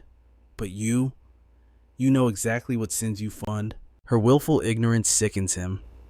He demands to know how she lives without a shred of honor or self-respect. Baphomet roars, fight or die. He slams her into the earth, his fingers crushing her windpipe. Sweat mingles with tears as she gasps for air. Slowly, he peels away his mask, exposing the face behind the legend. Her eyes widen in absolute terror. He mocks her shock. If you want to live, you will obey. His goal is absolute, the annihilation of their father. Meanwhile, at Chongyu's lair, the parents smile warmly at Huxiel, mistaking the beast for a loyal pet. They beckon him closer. Huxiel stands frozen, tears streaming from his beastly eyes. The brother foolishly thinks the dog is moved by love. Enough, Huxiel howls, shattering the veil of magic. The warm family reunion dissolves into a nightmare of death. Rotting corpses slump in wheelchairs. The brother stares, his mind unable to process the gruesome reality. Huxiel snarls, pointing a trembling claw at Chongyu, but the cult leader merely smiles, noting that cheap tricks cannot fool a hunting dog. He admits he lured the beast here on purpose. He refuses to let a mere dog ruin his grand performance. The family has been drained dry. He has taken their money and their lives. He has no use for them now. Chongyu discards his mask. In response, Huxiel erupts. His body expands, muscles tearing through fur as he transforms into a towering avatar of vengeance. Blinding light consumes the room. The cult leader's illusions crash against the beast's primal fury. Chongyu snaps his fingers.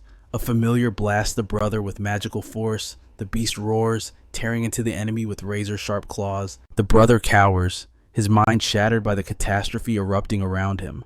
Chongyu laughs maniacally. A serpent of energy coils around him, morphing into the shape of one of the twin sisters. She hisses a report into his ear. Chongyu realizes the enemy has laid a trap, and his grin only widens. He coughs up black blood, but eyes the battlefield with delight. We will not lose, he declares. It is time to deliver a catastrophic surprise. Later, amidst the ritual fires, Chongyu makes a terrifying announcement.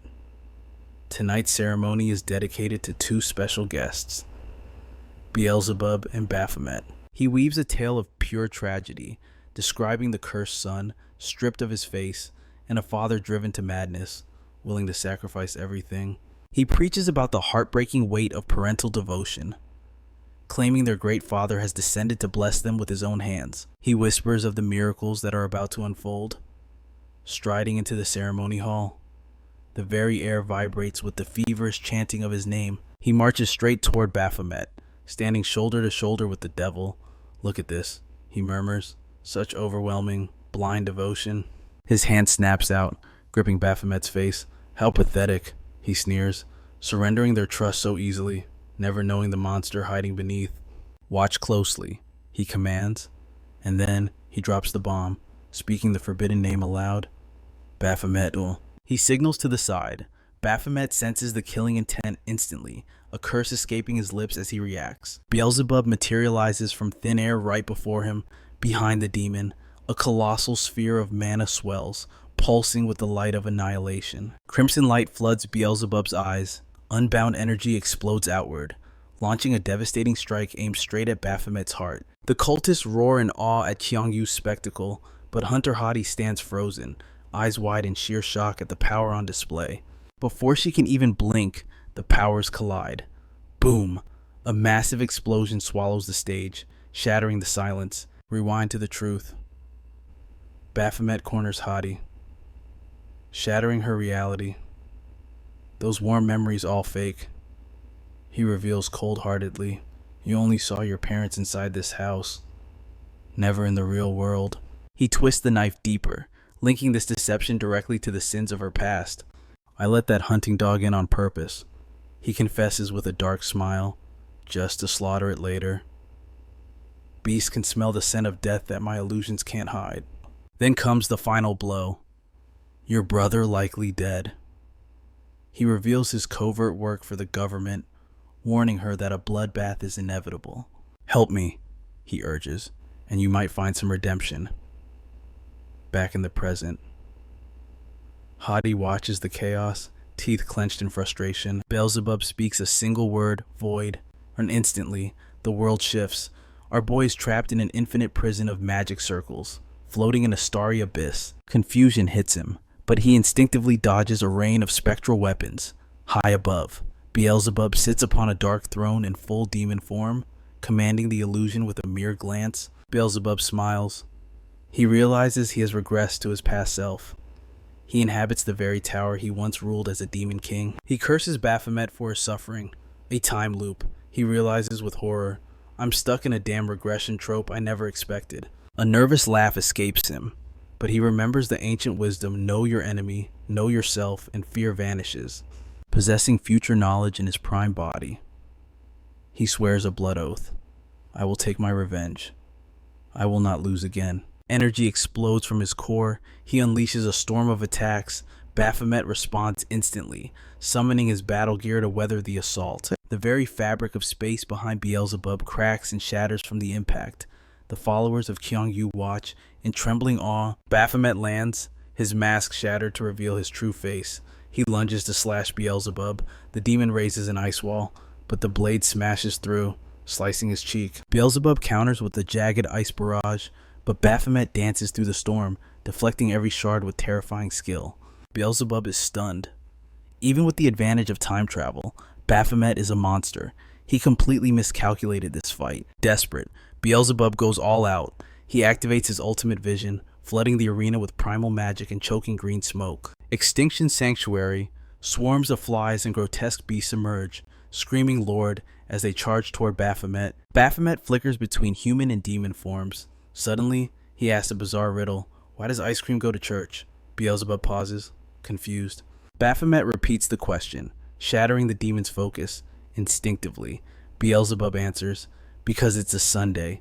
The trigger is set. The spell snaps into place. Beelzebub's mind is instantly locked away inside a mental warehouse. Thinking it failed, Baphomet contacts his mind. Should I kill you? Then a better idea forms? No. I'll use your power. I'll control you with illusions. Beelzebub scoffs. Your tricks won't work. My demon eye blocks all illusions permanently. Then pretend, Baphomet suggests cold-bloodedly. Act like you're under control. Beelzebub hesitates, fearing true capture. Our boy proposes a dangerous gambit. Cast the illusion on yourself. They agree the ice cream riddle will be the key to wake him up. Even in his swarm form, Beelzebub has to admit it. Baphomet lacks magic, but his raw combat power, it truly fits a king. Back in reality, Beelzebub casts the spell on himself. Energy surges violently, forcing the cultists to shield their eyes. Amidst the chaos, Beelzebub whispers a secret. The source of Kyongyu's power. It's buried deep underground. Rumble. A massive earthquake tears the ground apart. Explosions rock the foundation. A complex, glowing magic circle is exposed. Baphomet injects adrenaline, his speed skyrocketing as he dashes toward the formation. Kyongyu watches, baffled. Baphomet thrusts his spear into the circle's core. Kaboom! A golden explosion engulfs the entire building. The blast wave hits the followers. Chaos reigns as blinding mana floods every corner of the hall. Hunter Hadi screams over the roar. Evacuate now. She herds the panicked sheep toward the exits. A woman freezes, sobbing. What do we do? Hadi roars back. Don't think, just run. Survival is the only priority. My child is trapped inside. A desperate father screams. Panic seizing the crowd. A woman cries out.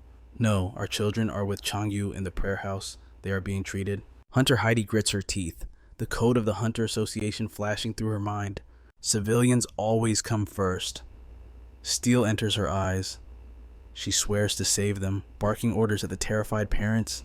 Evacuate immediately, I will bring them back. Suddenly, the twin sisters shriek in sheer terror.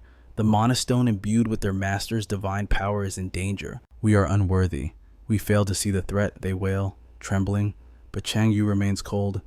He admits he was completely outplayed by the enemy's strategy. Meanwhile, Baphomet clashes violently against swirling spheres of pure energy. He realizes this is Chang Yu's true power source. Destroying it will weaken the bastard. He sighs, disappointed to miss a fight at full power, but he refuses to lose this body after fighting so hard to get it. Crash. Baphomet shatters the orbs, triggering a violent explosion of mana. Suddenly, he spots a figure plummeting through the cracking ceiling.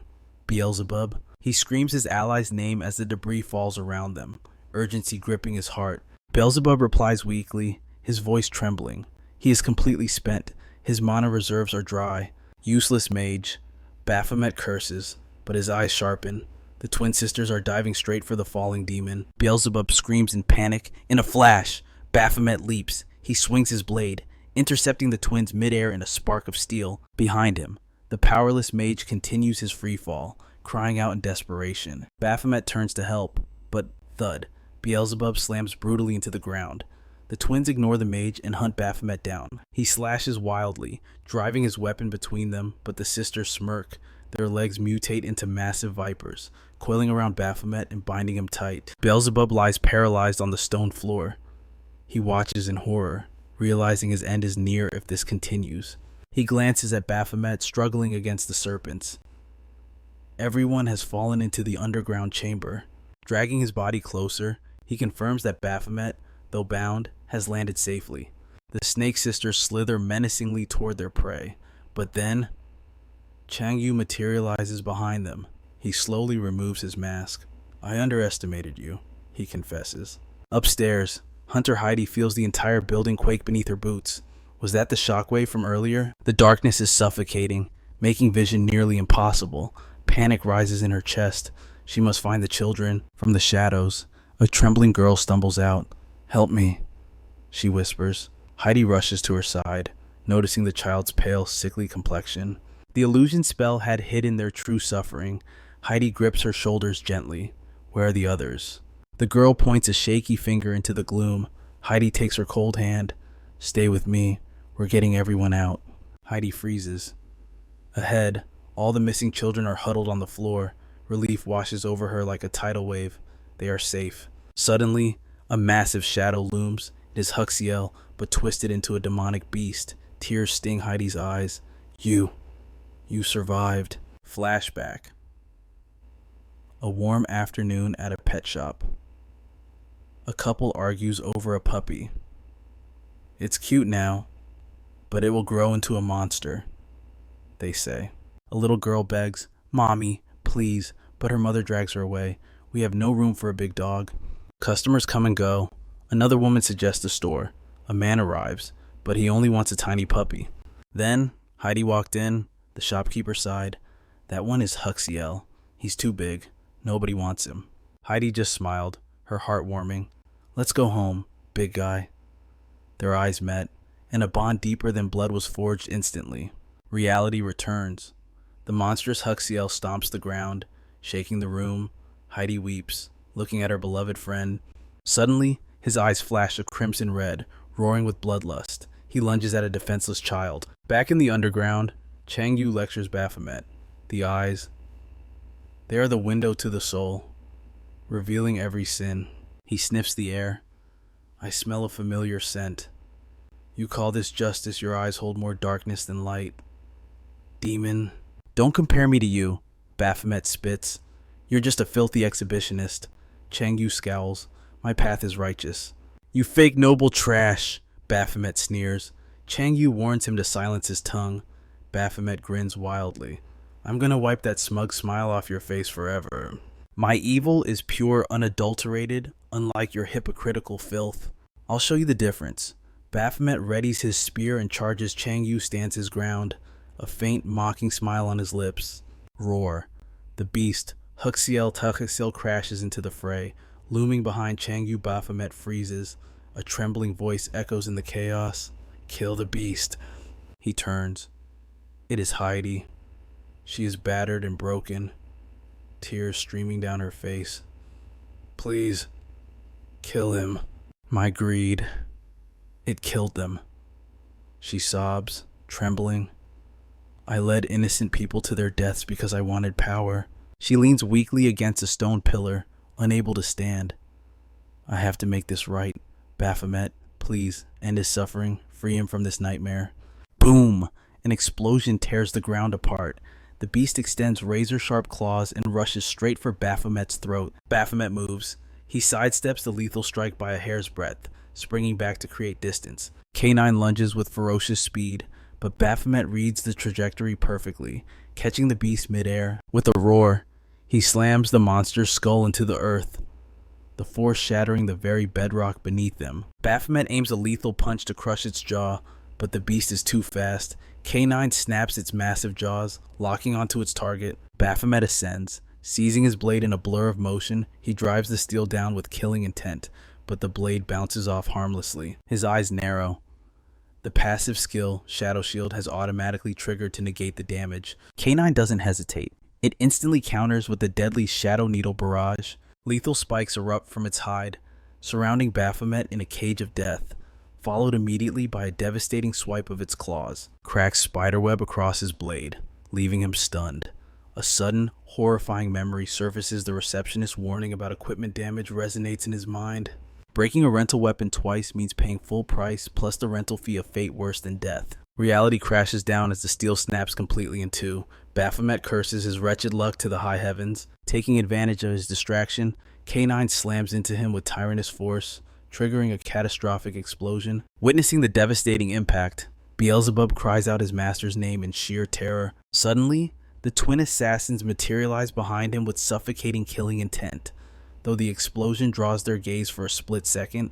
But when they look back, Beelzebub is already gone, cradled safely in the arms of new summons. The creatures tremble, checking on their master. Beelzebub reveals he burned the very last drops of his mana to pull off this miraculous summoning. He orders them to flee to safety immediately. The servants hesitate, terrified to abandon Baphomet in the heat of battle. Beelzebub screams through the pain.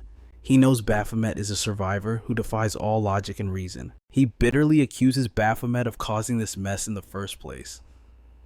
But before he can finish, blood sprays from his lips and darkness takes him. Panic grips his servants as they scream his name, vanishing into the shadows to save his life. Meanwhile, Changyu watches the barrier splintering under the pressure. K9 shakes off the dust, its aura flaring as it faces Baphomet once more. Within the beast's mind, a heartbreaking illusion plays out, his mistress promising that this one sacrifice will reunite their family of 5 forever. She begs him to understand the weight of this moment and commands him to obliterate the enemy standing in their way. K9 charges with murderous resolve, but Baphomet plants his feet, driving a precise, heavy blow straight into the monster's core. The massive impact forces K9 to recoil. The beast stumbles, struggling to regain its balance after eating that iron fist. Baphomet tosses the useless hilt aside with disdain and raises his bare fists. He beckons the monster forward, declaring he needs nothing but his own raw power to crush it. Come and get some. The beast snarls in response. Baphomet pulls back his fist, launching a punch that carries the weight of a cannonball. K9 pauses, confused by the human's arrogance in abandoning his weapon, but rushes in to exploit the opening. Baphomet spins, whipping his leg around to smash a crushing kick directly into K9's throat. He unleashes a merciless barrage of strikes. Analyzing the damage, he sees the creature trembling. It's reaching its limit. Roaring with unbridled wrath, Baphomet throws his entire body weight into the next assault. He hammers the beast with an endless storm of blows, his eyes burning with the cold steel of determination. K9 stares back, refusing to fall, even through the beating. The mental projection of his mistress screams, commanding him to finish the job. The creature leaps into the air, massive surges of energy wrapping around its form like a shroud of doom. K9 activates its ultimate skill, Forest of Shadows. Baphomet braces himself for the incoming hell. Suddenly, behind him, K9's pupils dilate as the trap is sprung. 3 vicious gashes rip through Baphomet's arm instantly. Countless invisible blades materialize, surrounding him from every conceivable angle. Baphomet can barely process the speed before K9 closes the distance for the kill. He narrowly evades a fatal strike, but the invisible blades slice the air perilously close to his skin. Instinct takes over. He weaves through the lethal storm, dodging death by a fraction of an inch. With every step, he throws himself toward the beast, knowing one wrong move will shred his arm into ribbons. Enough playing around. He decides Baphomet triggers his adrenaline skill to push his physical stats beyond the human limit. Target locked, he rockets toward K9, and the beast pounces to meet him in midair. He readies his final strike with perfect timing, rushing to the collision point to end this nightmare once and for all. He unleashes the devastating Blaze Giga, a chaotic inferno erupts, swallowing K9 whole in a prison of holy fire. Baphomet screams in agony as the inferno swallows his very soul, burning alive. K9 hears the command echoing in his mind. Hades' order rings clear, destroy Baphomet. Memories of that final mission flood his consciousness. But suddenly, Baphomet senses a shift in the atmosphere. A true nightmare is unfolding. Blood sprays. His arm is ripped clean from the socket and sent flying, and now, the burning beast. K9 clamps its massive jaws around our protagonist. Trapped in the monster's maw, his mind drifts back to the hell of the Abyssal Tower, back when he fought with nothing but grit, claws, and teeth. He recalls the desperate plea of a demon begging for mercy. But there was no mercy to be had. His weapon was too dull to grant a swift death. He realizes the bitter truth: natural weapons rot. Claws break, fights turn into bloody, chaotic slaughters without the right tools. It was revolting, wasteful, especially since the monsters would just respawn anyway. That was the day he learned that great gear is the difference between life and death. Snap back to reality. Confusion strikes him. Why are these ancient memories surfacing now, while he is being crushed between the fangs of a hellhound? It feels absurd to dwell on the past in the face of annihilation.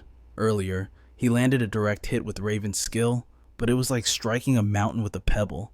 Not nearly enough damage. The attack failed to bring the beast down. The reality of his weakness is setting in. Terror grips his heart as he realizes his mistake.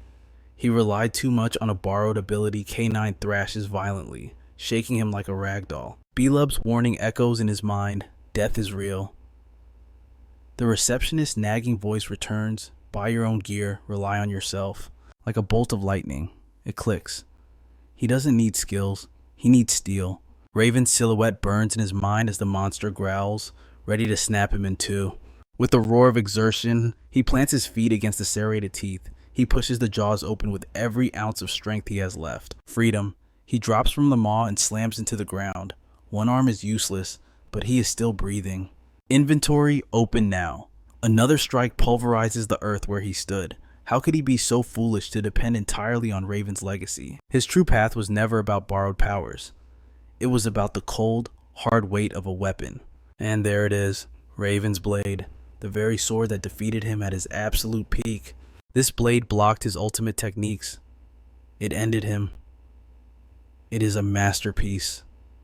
Leagues above the rental trash he has been wielding until now. But it refuses to activate. Panic rises as the system fails to respond. And K9 is charging for the kill. Unlock! Damn it! Unlock! He desperately spams the command while dodging lethal claws. It is over. K9 looms over him, staring directly into his soul. He screams a final threat at the beast. A blast of energy erupts. Suddenly, a blinding light manifests. A floating weapon hovers before him. A voice echoes from the steel, threatening me, brave. You are far more interesting than my previous masters. I am an ego weapon. I will grant you my power, even if it is a bit premature. The protagonist is stunned, a talking sword. His frustration instantly targets the goddess. He imagines her eating snacks, laughing at his misery from her divine throne. Wrong. The voice cuts in. I am a demon blade.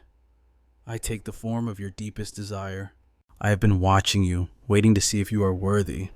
The concept of shapeshifting confuses him for a split second. Then, the question comes, what form do you seek? He doesn't hesitate. I don't care how it looks. Make it big, make it destructive. K9's huge paw crashes down, shattering the earth. From the dust and rubble, he rises in his hand. The weapon hums with overwhelming power. System alert. Master of Weapons 3 activated. A passive buff floods his veins. The more he swings, the stronger he becomes. He charges a flash of steel. The first strike is clean, slicing through the creature's neck like butter. He doesn't let up. The monster panics, firing a barrage of defensive needles. He dances through the spikes. A brutal slash. The front leg is gone. The torso splits. The tail is severed. It is a symphony of gore. The behemoth collapses, unable to withstand the onslaught. He leaps onto the fallen beast. He drives the blade into its heart. The monster howls in pure agony. A vision flickers in the dying beast's eyes. A hand reaches out. Hades calls her name. The protagonist recoils. K9 launches one final, desperate lunge. But then, Hades' spirit appears. Stop. The beast freezes at its master's voice. A fatal mistake. Our hero delivers the final execution. As life fades, the monster is no longer a beast. It sees itself as a small puppy again, returning to a warm family, running home at last. The realization that he might finally reunite with his lost ones brings a fleeting sense of peace, right before the darkness swallows him whole. But that peace is short-lived. A deafening blast erupts, shattering the silence as the very earth cracks and crumbles into dust. Amidst the ruins, Baphomet scans the devastation. His cold gaze locks onto the next target, ready to crush the arrogant illusionist later. Mr. Ma arrives at the rendezvous point, but finds only total destruction. He slaps his own face, wondering if this nightmare scenery is real. Suddenly, a figure emerges from the smoke. Baphomet stands there, drenched in crimson blood, prompting Mr. Ma to demand answers. Let us rewind a few hours. The air crackled with tension as Baphomet prepared to face Chong Yu, who merely scoffed, asking if the assassin took him for an exhibitionist. Baphomet launched forward, killing intent blazing like a wildfire. A snake twin intercepted him to protect her master, but Steel met Fang as he blocked her strike. With a roar of exertion, he shoved her back. The force sent her body flying, smashing violently into the stone wall. Her twin sister lunged for revenge, but Baphomet was faster. He silenced her instantly, warning the pests to stay down before turning his eyes to the real prey.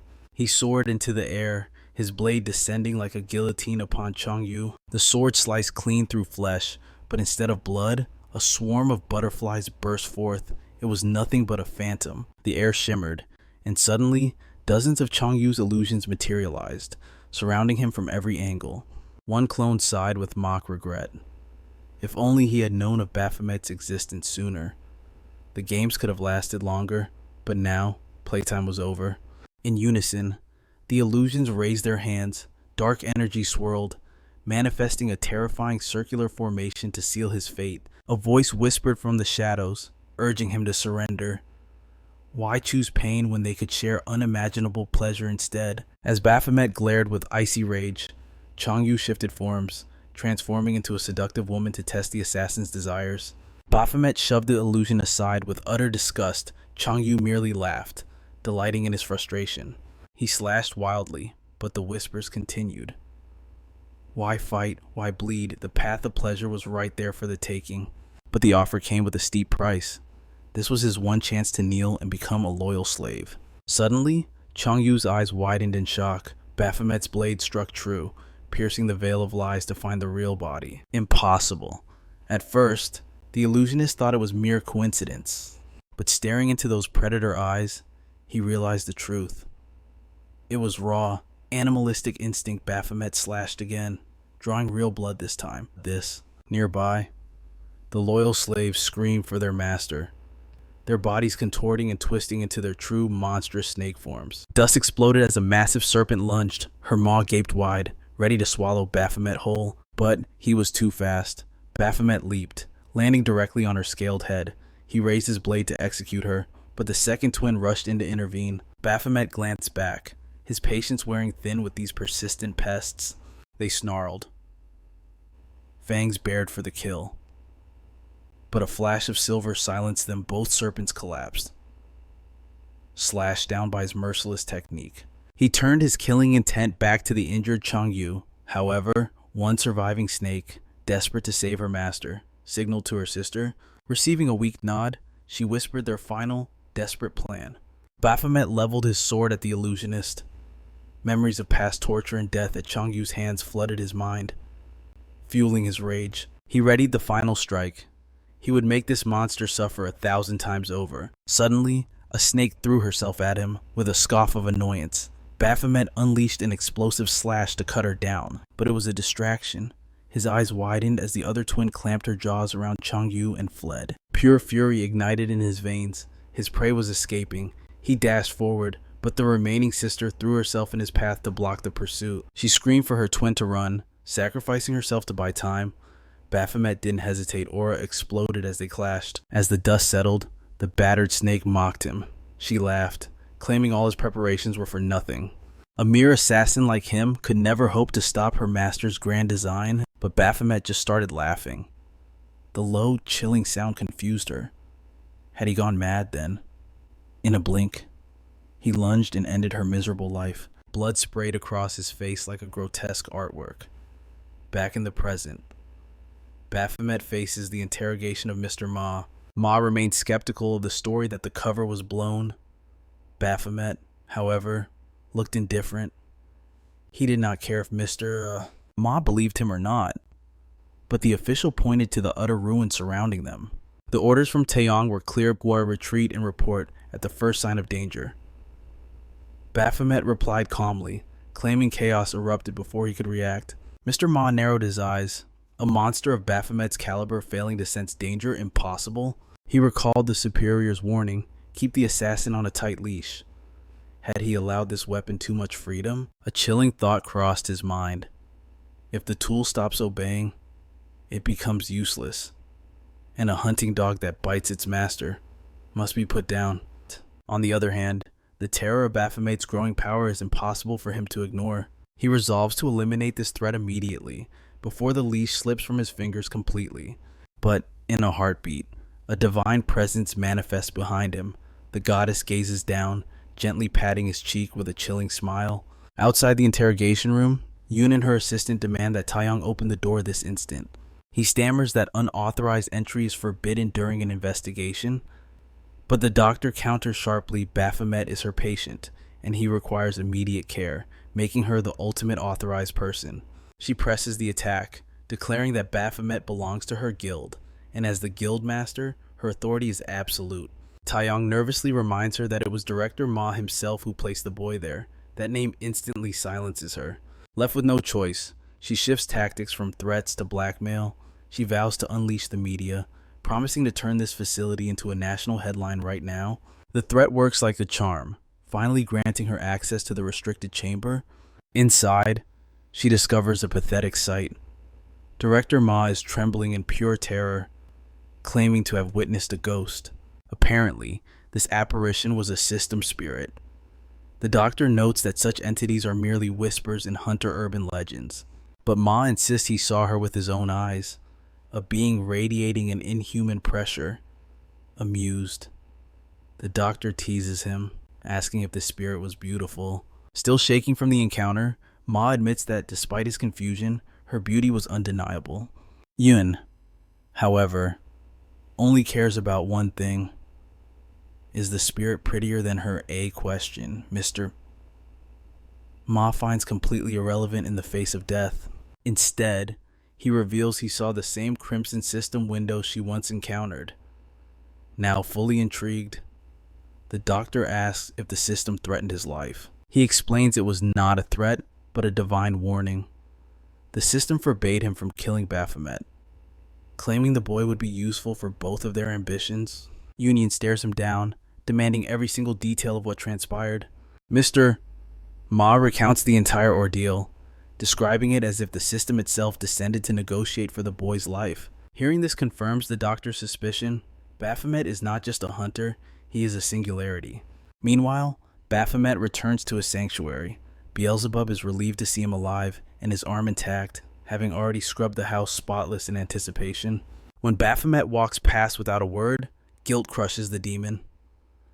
Beelzebub apologizes profusely for his uselessness when the mana ran dry. He tries to offer comfort, promising they will have a chance for redemption when they face the monster Chang Yu again. Baphomet is about to silence him, but suddenly, the ego sword manifests. It seems both master and weapon have unfinished business. The blade reveals its arrogant intent. Since it lent him power once, it now demands to test whether he is worthy to wield it. It eagerly awaits a display of his limits, but its arrogance is cut short. Our boy grips the hilt, spins it violently, and slams it onto the floor. He inspects its quality with a magnifier, utterly ignoring its offended cries. Next, he plunges the sentient blade into ice-cold water, causing the sword to shriek in absolute outrage. He mercilessly puts it through a gauntlet of durability tests until the weapon finally breaks, crying out for mercy. As it surrenders, his voice drops an octave. He orders it to address him as Sir. The sword trembles in fear as it obeys. Beelzebub, watching the torture, mocks the blade for challenging the wrong master. He tilts his head, genuinely puzzled how a piece of metal can feel pain. The sword answers weakly. It only feels pain when the infliction comes from its true master. Baphomet asks if the user can influence the weapon. The sword admits the truth. A user's stats, disposition, and strength directly mutate the blade's potential. Beelzebub chimes in, noting that its previous wielder was the legendary Raven. The sword confirms this. While it acknowledges Raven's immense strength, it dismisses the hero as utterly boring. Raven never utilized its unique attributes, treating it as a mere tool. To the ego sword, he was dull. Baphomet, however, is a maniac who loves experimenting with his arsenal. The sword admits it actually looks forward to the chaos they will create together. But Baphomet, ever the pragmatist, asks the fatal question, whose stats are more compatible, his or Raven's? The sword clearly expected this ego-driven inquiry. It answers bluntly. The higher the stats, the greater its satisfaction. And Baphomet should already know the gap, considering he was once defeated by Raven. Then, it dares to bring up the recent struggle against Chang Yu. Beelzebub immediately shouts a warning to stop, sensing the danger. But the sword has a death wish. It declares that Raven would have sliced the twin snakes like butter, and Chang Yu would be nothing but a pile of ash. Beelzebub braces for an explosion of rage. But instead, Baphomet calmly admits the truth. He is weak. He states simply that once he reclaims his power, slaughtering Chang Yu will be trivial. Beelzebub sighs, realizing his master is a true battle maniac to accept his own weakness so casually. Baphomet's eyes darken. That defeat is a stain on his pride, one he will wash away with blood. He vows to transcend his limits and become a god of war once more. High in the celestial realm, the goddess's eyes widen. Baphomet's stats are skyrocketing, driven by an ambition that defies the very laws of the system. Meanwhile, in the shadows of the city, a sinister ritual takes place. Blindfolded victims lie helpless as their life force is slowly drained away. Staff members move like ghosts through the facility. Deep within the complex, a woman luxuriates in a bathtub filled not with water, but with fresh, crimson blood. Her instincts scream. She unleashes a lethal strike at an intruder, only to freeze when she recognizes the face. It is Chang Yu. He materializes beside her, unfazed. He greets her as the peacemaker, his voice dripping with false praise for her deadly senses. Her gaze turns cold as ice. She demands his reason for trespassing. Chang Yu simply smiles, revealing he brings a proposal she cannot refuse. She rises from the crimson depths, her hand clamping around his throat. She instantly realizes his aura is shattered. His power is a fraction of what it was. She demands the name of the one who crippled him. But Chang Yu, or Loki, as she knows him, deflects with a smirk, claiming his looks are the only thing dangerous about him now.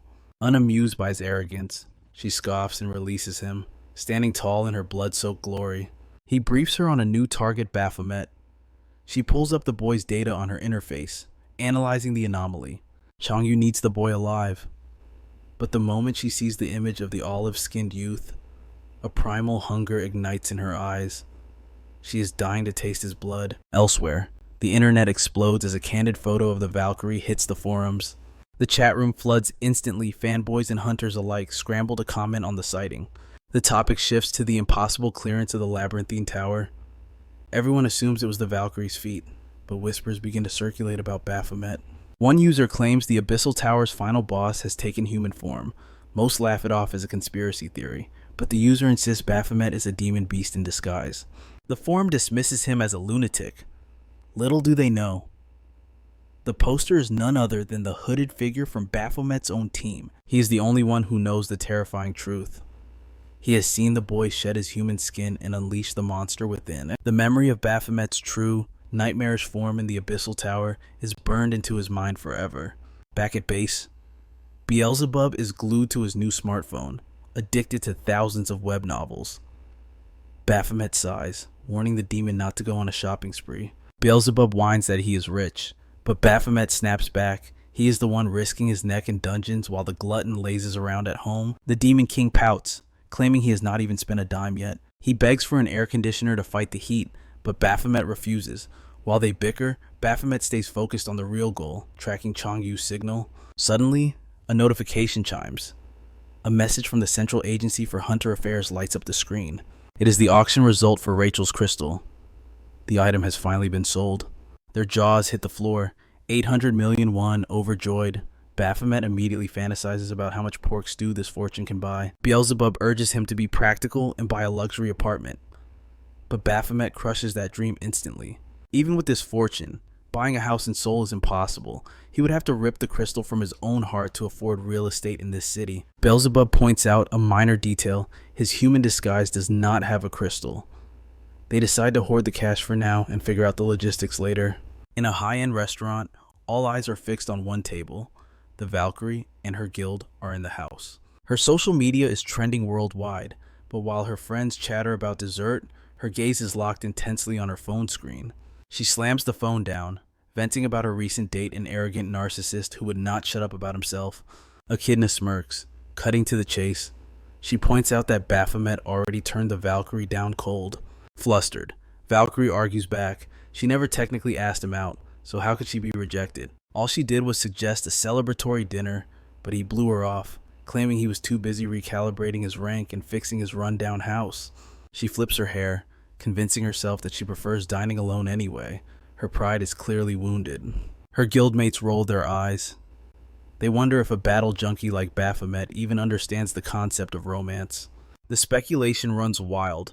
Is he oblivious, or perhaps his interests lie elsewhere? Echidna delivers the final blow. Maybe Valkyrie just isn't his style. Or worse, maybe the mysterious rookie is already taken. Valkyrie slumps, defeated. Meanwhile, our main character is cornered by the Reaper herself. Before he knows it, he is sitting before a feast fit for a king. She insists he eat his fill. Baphomet is suspicious, but Reaper smiles gently, explaining this is a small token of gratitude for saving their lives. She confesses that she wanted to visit him at the hospital, but hesitated, unsure of how to face him. Now, she seizes the chance to repay the debt. Baphomet stares at her, puzzled by this sudden warmth from the icy hunter. She suggests that since they are likely the same age, they should be friends. Baphomet narrows his eyes. She does not know his age unless she ran a background check. She dodges the accusation and drops the bomb. She asks him point blank, "Are you the one who conquered the tower?" Her investigations hit a wall, and no official record exists. But her gut tells her the truth. The monster who cleared that dungeon sits right in front of her. The silence hangs heavy in the air until she finally breaks it. She makes him an offer he cannot refuse, to become her personal mercenary. She reveals the truth. She scoured the Central Agency for a warrior, but fate led her to him, a man with god-tier abilities, lethal combat skills, and the secrets of the tower etched into his mind. She promises that his pockets will be heavy with gold, but he narrows his eyes. If she needs a sword for hire, just how deadly is this tower? She does not sugarcoat the nightmare. It is a death trap. A dungeon with a difficulty rivaling the legendary labyrinthine tower itself. She tries to rush the negotiation, but he cuts her off with a single number, 800 million won. The price is so astronomical, it makes Beelzebub choke on his food. She stares at him, stunned into silence. But he remains stone-faced. That is the price of his existence. The cost of gambling his life for her ambition. To his shock, she nods without hesitation. Agreed. He blinks, caught off guard.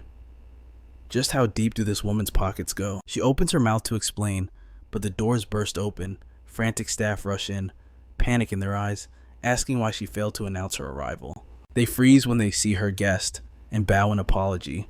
They stammer that the president is in a meeting, but she waves them off casually. After all, she always visits her uncle at his home. She turns back to him, a playful smirk on her lips. It turns out, her family doesn't just visit this place. They own the hotel, run instantly. The image of her surrounded by infinite wealth flashes in his mind. She wasn't just born rich. She was born with a diamond spoon in her mouth. She drops the mission objective. They are going to raid the Tower of Sanctum. Meanwhile, in the shadows of the corporate world, Mr. Ha and his assistant are plotting their own conquest of the very same tower. A crisis has emerged. Someone is trapped inside that hellscape, and miraculously, their life signal is still flickering. They have dug deep into the hunter's background. The assistant hesitates, bringing up the urgent message from the mighty Nebula Guild. She reports the grim news. 3 of Nebula's elites are trapped inside. The Guildmaster is furious and is preparing to march in personally to rescue them and conquer the dungeon. But Mr. Ha sneers. No, the glory and the loot belongs to the hunter they invested in. They must secure their return on investment at all costs. His eyes turn cold as ice. He barks an order. Tell Nebula to back off. This is their territory now. They will handle the situation alone. And to ensure no one steals their kill, he issues a total lockdown. No unauthorized hunters are allowed near the entrance. Only their dispatch team may enter. The assistant nods. She anticipated his ruthlessness and has already executed the blockade. She then asks the crucial question: who should fill the remaining slots? His answer is chilling. Get him an A rank. Anyone will do. Just find someone disposable who can be discarded like trash once the job is done. Back at the tower entrance, when chaos erupts, someone is screaming, demanding entry. Meanwhile, our boy is still mentally counting his 800 million won payday. The receptionist stammers about, company policy, but the hunters are not buying it. Tension rises as they demand a real explanation. Suddenly, a shadow looms behind them. It is Mr. Ha. He steps in to take control, sneering at our protagonist and branding him a loser right to his face. But then, on a twist, he offers them a spot on the support mission. Since they are both A-rank hunters, he grants them the dangerous privilege of entering the tower. It sounds too good to be true, and our boy knows it. The scent of a trap hangs heavy in the air. The sly executive smiles with snake-like charm.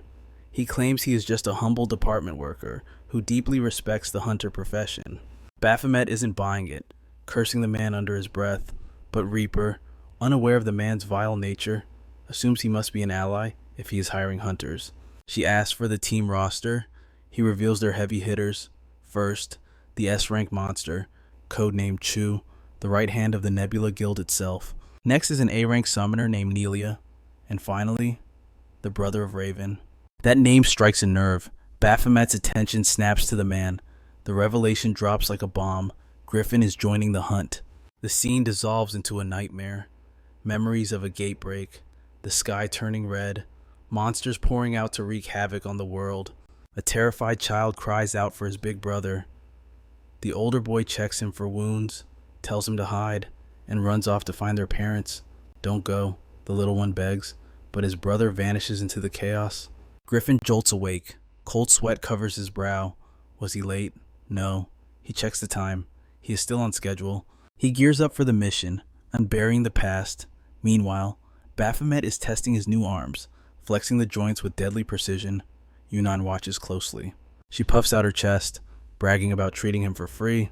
He scoffs lightly, reminding her that the government subsidy covers the bill anyway. Her playfulness fades. She begs him to stay safe in her guild, but he shakes his head. The tower calls. He has no other choice.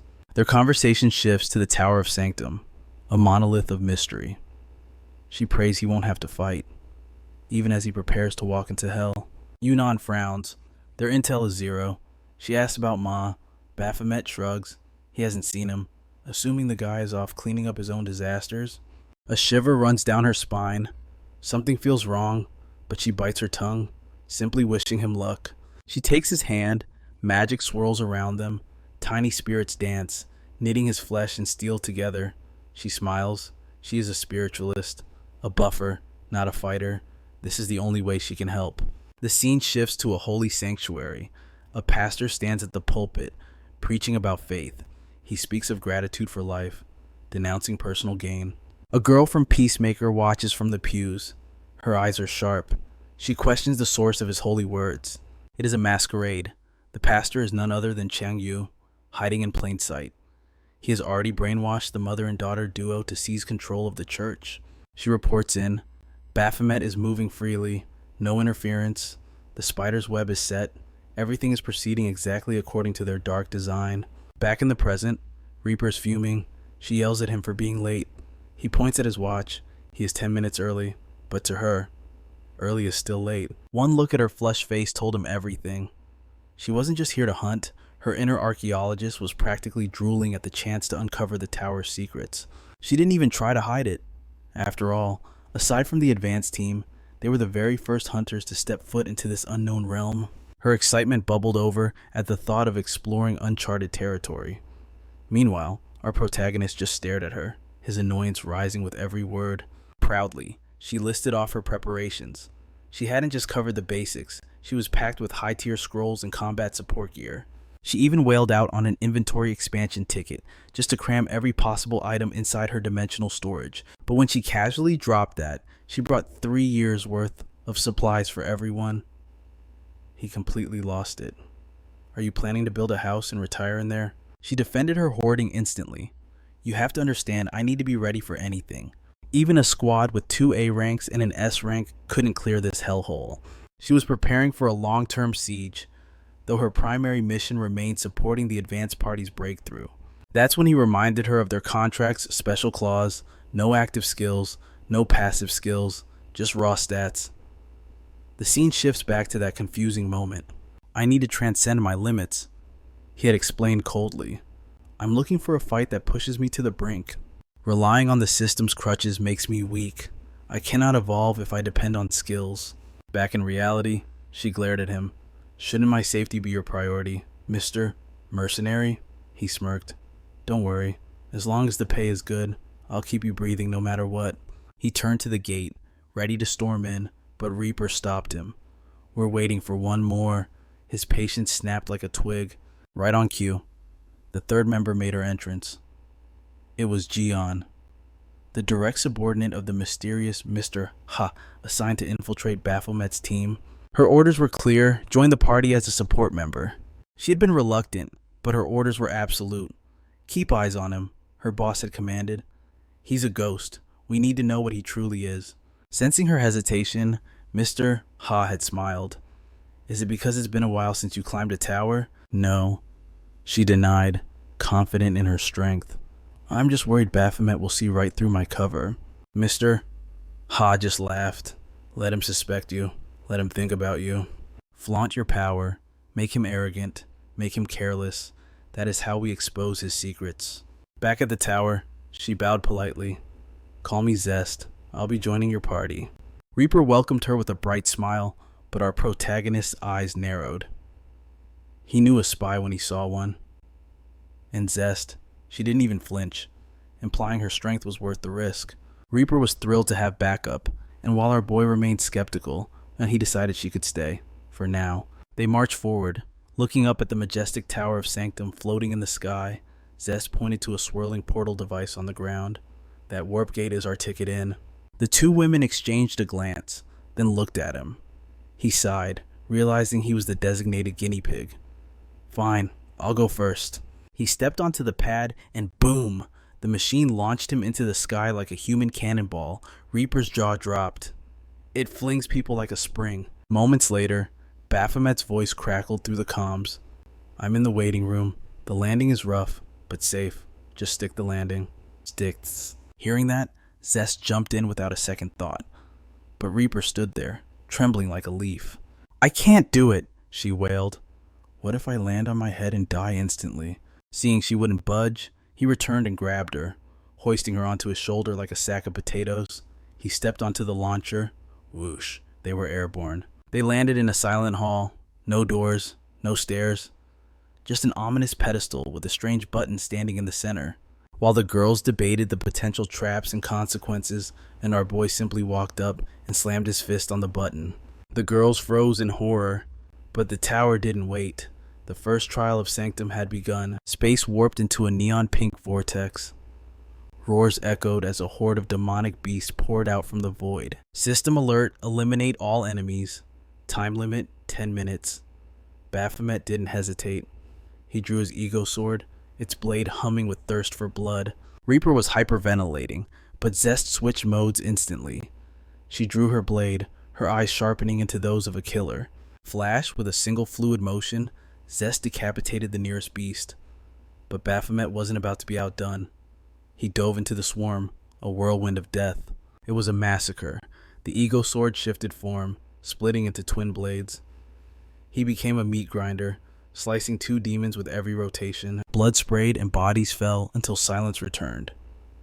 The trial was cleared in record time. The path forward revealed, Yet another button. He reached for it, but Reaper tackled his arm in a panic. Wait, can we at least talk before you trigger the apocalypse again? We need a break, she pleaded. Look at Zest. Even she must be exhausted. Zest merely wiped blood from her cheek. I'm perfectly fine. Let's proceed. Reaper looked betrayed. Why is everyone here a battle junkie? Baphomet shook his head, pointing at the floating hologram. Talking is a waste of time. The system already told us everything we need to know. The system window flashed a ruthless warning in crimson text. If they failed to purge the demonic beast within the time limit, they would be forced to restart the entire chamber from zero. A cold scowl crossed his face. He pointed out the obvious efficiency loss. Retrying meant wasting precious time, a luxury they did not have. The grim reality began to sink in. If this punishing condition applied to every single floor, it explained why even the elite squad with an S-rank hunter had failed to conquer this tower. Zest confirmed his suspicion with a grave nod. The advance party hadn't been weak. They simply couldn't beat the merciless clock. He agreed, his eyes narrowing with determination. If they wanted to catch up to the survivors, they needed to move with godlike speed. But Reaper hesitated, her voice trembling. She argued that reckless speed would get them killed, and dead hunters couldn't save anyone. He silenced her instantly. He dragged up the memory of her catastrophic failure at the Labyrinth Tower. Shame washed over her as she vowed not to repeat that nightmare. Meanwhile, Zest watched him closely. His judgment was flawless, and his combat movements were terrifyingly efficient. She couldn't understand it. How could a human grow this powerful in such a shockingly short amount of time? Their eyes met, and a chill ran down her spine. She realized he wasn't just strong, he was still holding back his true power. They ascended to the next floor. Blades flashed and blood spilled. They cleared it, but the timer was bleeding out faster than before. Zest sensed the danger immediately. The demonic energy was intensifying. A swarm of stronger beasts was waiting, and a restart was not an option. Meanwhile, Baphomet felt a strange sense of déjà vu, as if he were climbing this tower for the first time, yet his blood boiled with an itch for stronger opponents. He felt Zest's gaze burning into his back, analyzing his strength, but his true skills were currently sealed, limiting the power he could reveal to her. A dark smirk crossed his face. He would make that supervisor beg on his knees, forever daring to underestimate his worth. As he stepped forward, the air grew heavy. A fishy sensation prickled his skin. Someone or something was watching him from the shadows. A sudden chill pierced his soul. His instincts screamed danger, and he whipped around to face Reaper. But instead of a monster, she was gleefully admiring a strange construct. Camera in hand, his annoyance spiked. She had zero survival instincts. She claimed this structure was unique. Unlike any other tower she had documented, this specific point defied all logic. Shamelessly, she asked him to take her picture, against the backdrop of the ominous button. He scowled at her excuse about writing a book, but Zest ignored the antics, focusing on the bizarre design of the mechanism. He replied with cold detachment. This tower was indeed different from the hellscapes they had conquered before. Zest noted the chamber was named after a legendary beast. He snapped the photo, tossed the phone back at Reaper, and then ended her sightseeing tour. It was time to move. Without hesitation, he pressed the button. The 20th trial of the Tower of Sanctum roared to life. The objective: eliminate the demonic dome within 10 minutes. But the penalty was catastrophic. Failure meant restarting from the very first floor. Baphomet's expression darkened. He was utterly disgusted by the Tower Master's sick game and the cruelty of these rules. A beast lunged at him with savage speed, but our boy didn't flinch and threw the creature back with raw power. The monster lashed out with a razor-sharp whip. He danced through the air, dodging the strike with superhuman reflexes. He weaved through the attacks, driving his sword toward the beast's flesh. Clang, a golden shield materialized, deflecting his blade instantly. He skid to a halt, analyzing the barrier.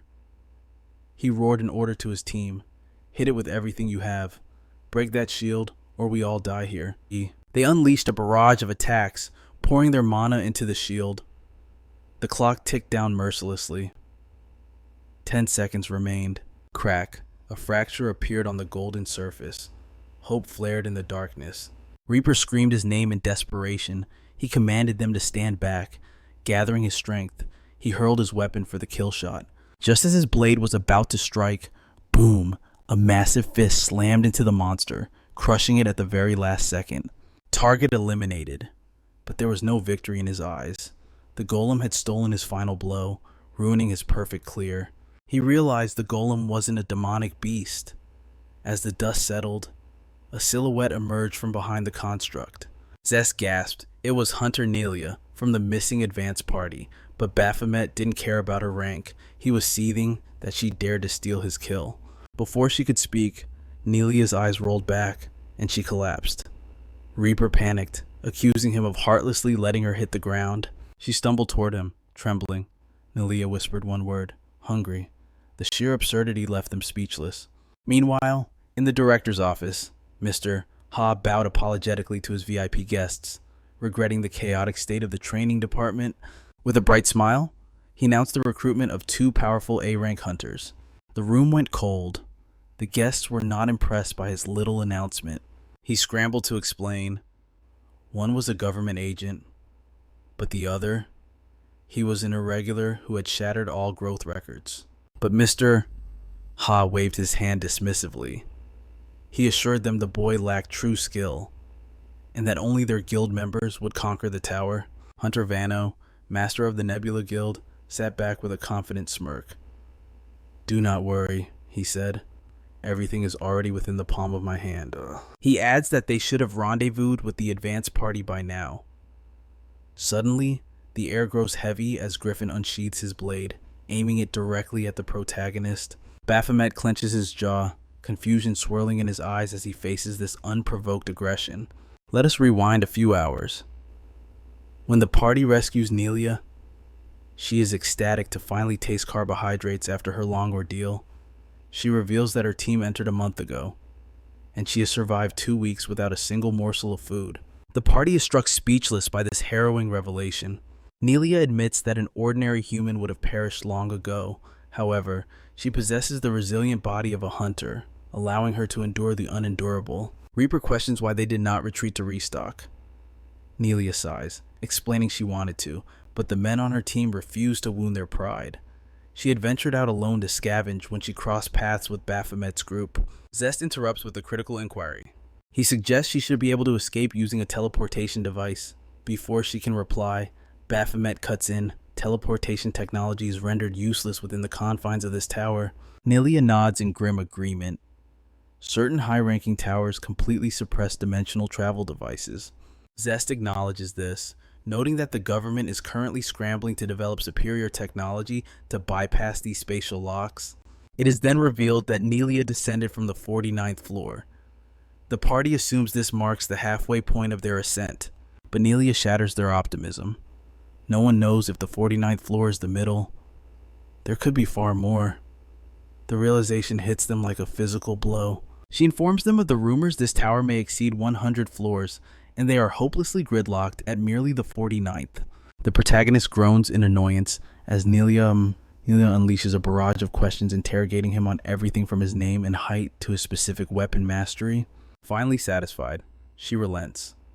She expresses gratitude, declaring that with their combined strength, clearing this hellish tower is no longer a pipe dream. Her eyes shine with renewed confidence as she beckons the team to gather close. She reveals her trump card, the unique Autorier skill, a power potent enough to elevate her tier single-handedly. She instructs them to link hands in a circle. She guides them to visualize their destination. Before Baphomet can voice a protest, the air warps as dimensional magic ignites. Space inverts around them in a blinding flash. Meanwhile, elsewhere in the tower, Griffin stands before a gate, his mind consumed by the words of Mr. Ha. Ha's critique cuts deep. Griffin's stats have hit a plateau. At this rate, passing the S-rank promotion test is nothing but a distant fantasy. Ha had explained that irregulars like Griffin possess a unique physiology. They require a specific, intense driving force to reach their apex, and it appears Griffin has lost the fire that once fueled him. Unless he rediscovers that spark, he will rot in this tower. Back in the present, Griffin broods over this dilemma. Suddenly, his instincts scream. A sinister aura washes over the area, and his eyes dart around to locate the source of this killing intent. He spins around, blade instantly drawn there, standing calmly, is the protagonist. Baphomet's warning echoes in his mind. Get stronger, or die by my hand. Confusion clouds Griffin's gaze until he spots Nelia.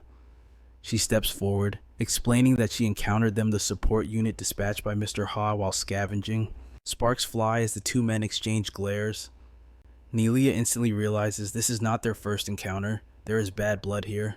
The tension is shattered by the arrival of the advance party's third member, Hunter Chu.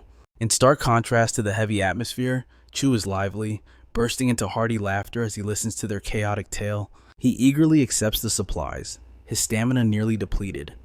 He offers his sincere thanks for the lifeline they have provided.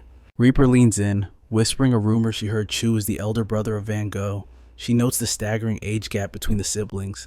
Zest clarifies that Van Gogh was a late child, though they hail from a renowned hunter lineage. Van Gogh is the shining star among them.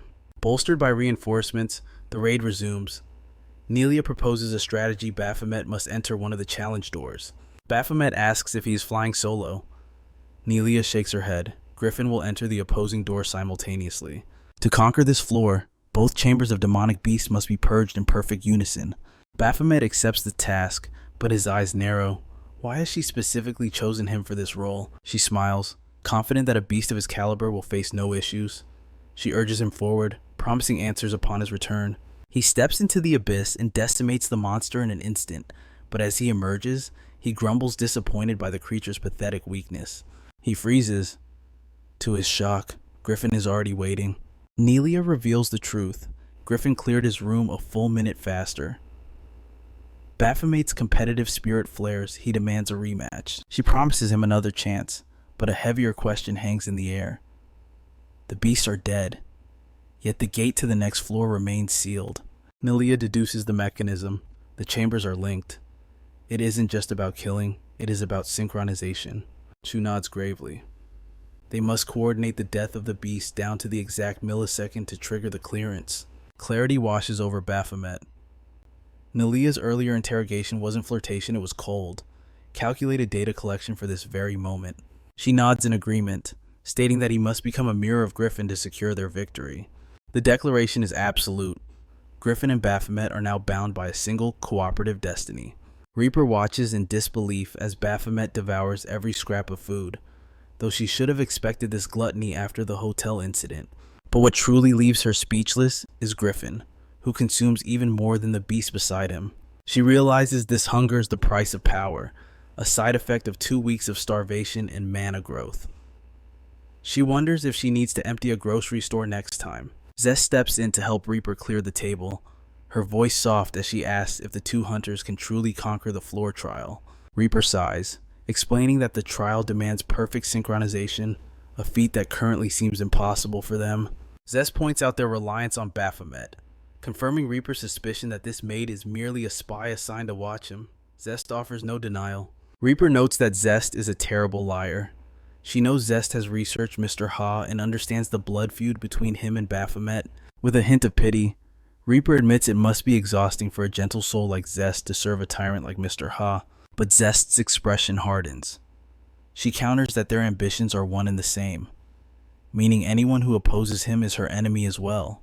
As they gather the trash, Zest looks for a bin, but Reaper unveils a void cube, a legendary item capable of erasing anything cast into its depths. Zest's eyes widen at the sight of such a treasure, while Reaper smirks, confessing she uses it to make secrets disappear forever. Zest asks to borrow the artifact, and Reaper consents. Meanwhile, the tension between the men reaches a boiling point. Baphomet suggests a synchronized timer, but Reaper shuts it down instantly. The tower's restrictions render digital technology useless here. Frustrated, Baphomet proposes a reckless strategy to simply blitz the beast the moment they enter the arena. Chu shakes his head, arguing that the skill gap makes that impossible. He insists that brute force alone will not fell the monster. Griffin cuts in cold and sharp, stating he will do what is necessary, as his experience as the advance party gives him the superior tactical view.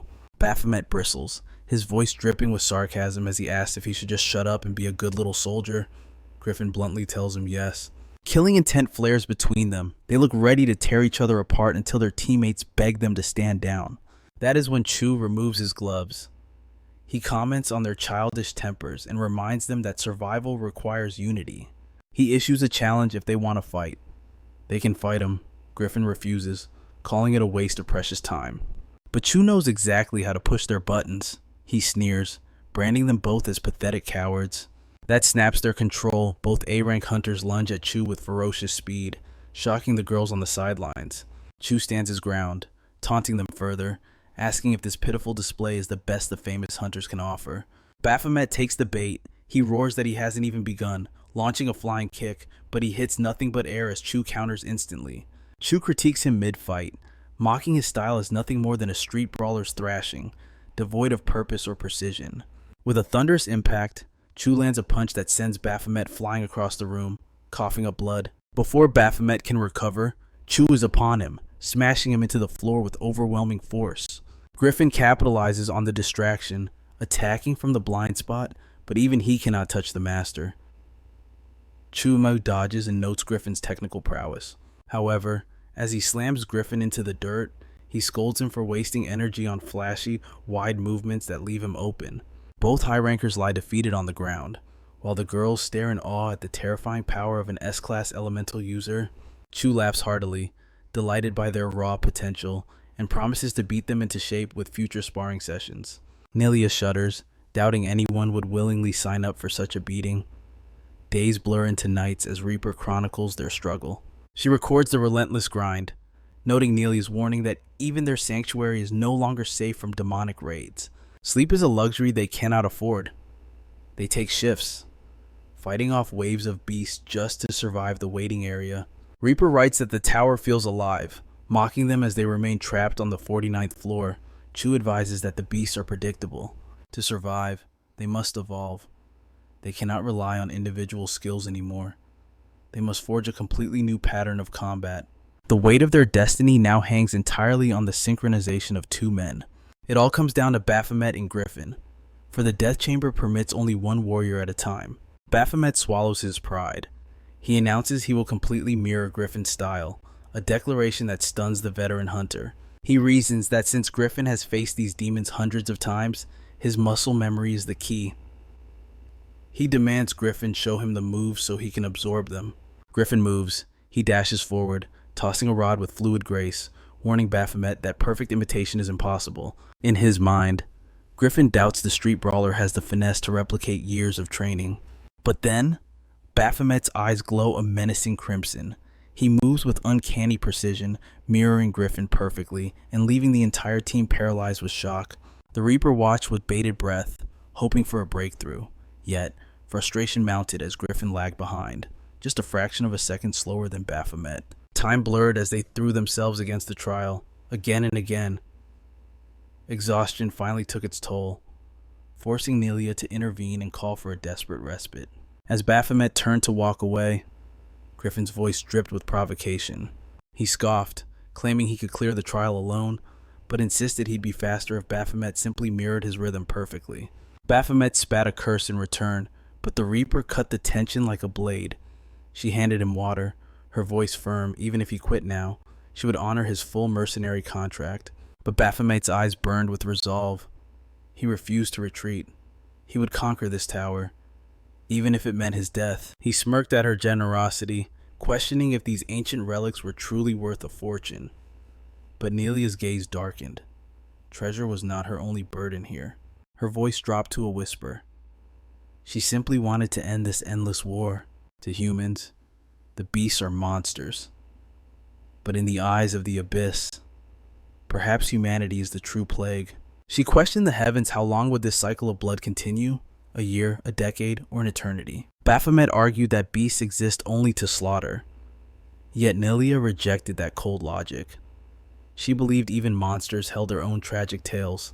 To break the chain of hatred, they had to descend into the Abyss's heart and find a path to true peace. Baphomet rolled his eyes, calling her philosophy utterly annoying.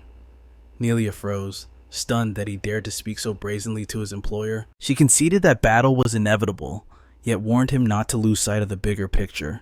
They needed to understand the tower's secrets, to grasp why this specific floor stood as an impossible fortress. The cruelest twist, they lacked telepathy. Without silent communication, A simultaneous kill seemed like a fool's dream. Suddenly, Baphomet sprang to his feet. A realization struck him like lightning. They had been playing by the wrong rules all along. The air crackled with tension as they prepared for another run. Nelia looked to her hunters, searching for any sign of hesitation. Seeing Baphomet's weary stance, she offered words of comfort. The gap was closing. He just had to endure the pain a little longer. If they failed this time, she whispered, they would abandon the mission and turn back. But our hero stood tall, radiating absolute confidence. Nelia feared it was blind hope, yet something in his eyes told a different story. And then, the impossible happened. A system message flashed before their eyes. Elimination complete. The path to the 50th floor was open. Flashback to moments earlier, as the team strategized in the shadows to crack the floor's ultimate trial. Baphomet had discovered a crucial detail from Nelia. The twin gates were not separate, but linked by a flow of information. She had tried to sever the mana tether binding them, but the connection was ancient and indestructible. Baphomet's eyes gleamed. If they couldn't break the link, they would exploit it. Griffin scoffed instantly, deeming the plan sheer madness, but our protagonist insisted it was their only ace. Griffin countered, arguing that this tower was built by beasts, for beasts. Every stone and shadow here was designed to crush humanity. The system rigged the game against them. But Baphomet shook his head. That was a loser's mindset. The tower was not a trap, but a neutral arena where only the strongest survived. He posed a chilling question. If the beast held all the cards, why were they prisoners here instead of conquering the world outside? Griffin fell silent, realizing Baphomet was thinking like a predator of the abyss. The team leader pressed them. How could they hijack the gate's communication? Griffin proposed tapping into the very signal the monsters used. A risky gamble. Theoretically sound, Griffin admitted, but executing it was a completely different nightmare. All eyes turned to Baphomet. He held the key, but he needed their trust to turn the lock. Back in the present, basking in victory, Nelia demanded to know the secret behind their miraculous success. Baphomet revealed the truth. It wasn't just about killing at the same time. It was about perfect synchronization of intent. In the separate chambers, the beast did not act independently.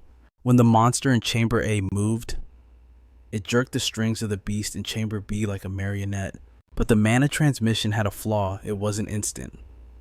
It fluctuated, sometimes lagging, sometimes surging. That was why he could never match Griffin's speed manually. The lag made human reaction impossible. So, he surrendered control. By entering the chamber in a trance, he let the mana envelop him, becoming a puppet himself to mirror Griffin perfectly. Hearing this, Nelia collapsed to her knees, overwhelmed. The brilliance of his strategy crushed her pride. She was the tactician, yet it was the mercenary who saw through the matrix. Baphomet had outplayed them all. She bows her head in shame, apologizing profusely for the delay and the burden she has placed on the team. Baphomet opens his mouth to deliver a stinging remark, but Reaper silences him with a sharp glare. Chu steps in, his voice gentle but firm as he assures her that her well-being outweighs any lost time. Then, his gaze shifts to Baphomet. He commends the rookie's sharp instincts, despite having only recently awakened as a tier holder. As they ascend to the next level, Chu cannot shake his disbelief. For a newly ranked A-rank hunter, this rookie moves with the refined lethality of a war-hardened veteran during their spars. Griffin mutters what they are all thinking. Perhaps our mysterious protagonist knows the secrets of this tower better than any of them. The moment they set foot on the 50th floor, the atmosphere grows heavy. They freeze, surrounded by the haunting skeletal remains of a destroyed metropolis. Nelia questions reality itself, wondering if they have left the tower. A system window flashes. This is a virtual recreation, and a quest stands between them and survival. Before they can even process the objective, a shadow looms over them. A colossal beast materializes from the void. Instinct takes over. Steel blast meets flesh as they engage. Crushing the monster beneath his boot, our protagonist coldly demands to know the nature of this filth. The shadows writhe as a horde of demonic beasts lunges forward, forcing the party into a desperate clash for survival. Nelia, however, stands paralyzed amidst the chaos, the ruins, the slaughter, and the desperate cries of a civilian begging for salvation trigger a nightmare within her. Even the stoic Reaper trembles in the face of this horror, Yet the only one standing completely unmoved by the tragedy is our enigmatic boy. Griffin eyes him with suspicion. For someone usually so knowledgeable about the tower's lore, his ignorance of this historical trauma is unsettling. Finally, the truth is unveiled. This is a perfect simulation of the catastrophic gate shock event. Meanwhile, back in reality, Mr. Ha speaks in hushed tones on the phone. He confirms that his own shadow agent has infiltrated the Tower of Sanctum. He declares with conviction that the Nebula Guild alone will claim the glory of clearing the tower. As the call ends, his mask of composure cracks. The Guildmaster's incessant demands are wearing him thin, especially regarding the involvement of Van Gogh's precious brother. Pushing aside the annoyance, he moves forward to secure the intelligence he desperately needs. Suddenly, he freezes, his eyes widen in shock as he recognizes a familiar figure. Mr. Ma is moving toward the same target. Elsewhere, Neptune of the Nebula Guild listens to the call, his patience with Mr. Ha running out. He turns to the Guildmaster, his voice laced with venom, and questions if the government agent can truly be trusted. The Guildmaster's denial is instant and cold. Trust is a luxury they cannot afford. A dark premonition hangs over the Guildmaster regarding the tower's fate. Neptune vows to mobilize an elite backup squad to ensure their dominance. Vano questions the loyalty of mercenaries, but Neptune smiles wickedly, assuring him these are not mere hired guns, they are specialists. As if summoned by his words, hooded figures emerge from the shadows. They are instruments of death, capable of anything. The kill squad receives their orders and awaits their final member. Hunter Dabi arrives, but beneath that guise lies the deadly Chang Yu in disguise. The team leader outlines the grim parameters of their operation. They discuss the advance team, concerned that if the support unit links up too soon, their window for action will close. Her interest peaks at the mention of Baphomet. She asks if he is among them, but her cohorts remain ignorant of the name. She urges them to move out. To them, she is just another mercenary. They have no idea that the blood of their true comrade already stains her hands. Elsewhere, the mundane world continues. Elabub's neighbor knocks, seeking a ladder to bypass a dead electronic lock on her door. Instead of a ladder, he offers a simple solution. He hands her a 9-volt battery. Demonstrating the emergency override trick with casual ease, she watches in awe as the door unlocks. He claims internet wisdom, but her eyes wander to his books. Why isn't a boy his age in school? He shrugs it off with casual indifference. She presses him, citing the law and the joy of friendship that he is missing. Beelzebub remains unmoved. Determined, she resolves to take this up with his guardian, Baphomet, upon his return. Suddenly, the atmosphere shifts. Beelzebub's eyes flash a menacing crimson. While he played the helpful neighbor, his sanctuary was breached. A hooded assassin stalks through Baphomet's home, seething with rage, intent on exposing the monster masquerading as a human.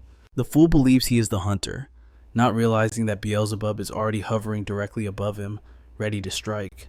Back in the tower, the chaos intensifies. Chu moves like lightning, snatching a falling civilian from a 1,000-yard death drop. Nilia identifies a sanctuary zone. Chu, who launches himself into the air, securing the first of 10 survivors. Phase 1 is complete. Nilia rallies the team, directing their focus to the hellscape at the center. Griffin and Baphomet have already dispatched their foes with lethal efficiency. Our protagonist clicks his tongue, annoyed that Gore has stained his new gear. Suddenly, a strange rainbow pierces the gloom, baffling them both.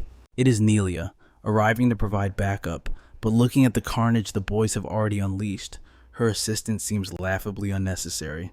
Meanwhile, Chu inspects the demon deterrent device with keen interest, confirming it emits a high-frequency mana pulse to mask their presence from the beasts.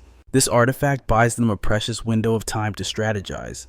He praises her foresight, but she humbly redirects the credit to Reaper, the one truly responsible for such meticulous preparation. Their attention shifts to the young hunter, Reaper, who stands with slumped shoulders, staring blankly at the glowing blue system notification. The objective is clear and unforgiving. They must rescue 9 more survivors to unlock the path to the next stage.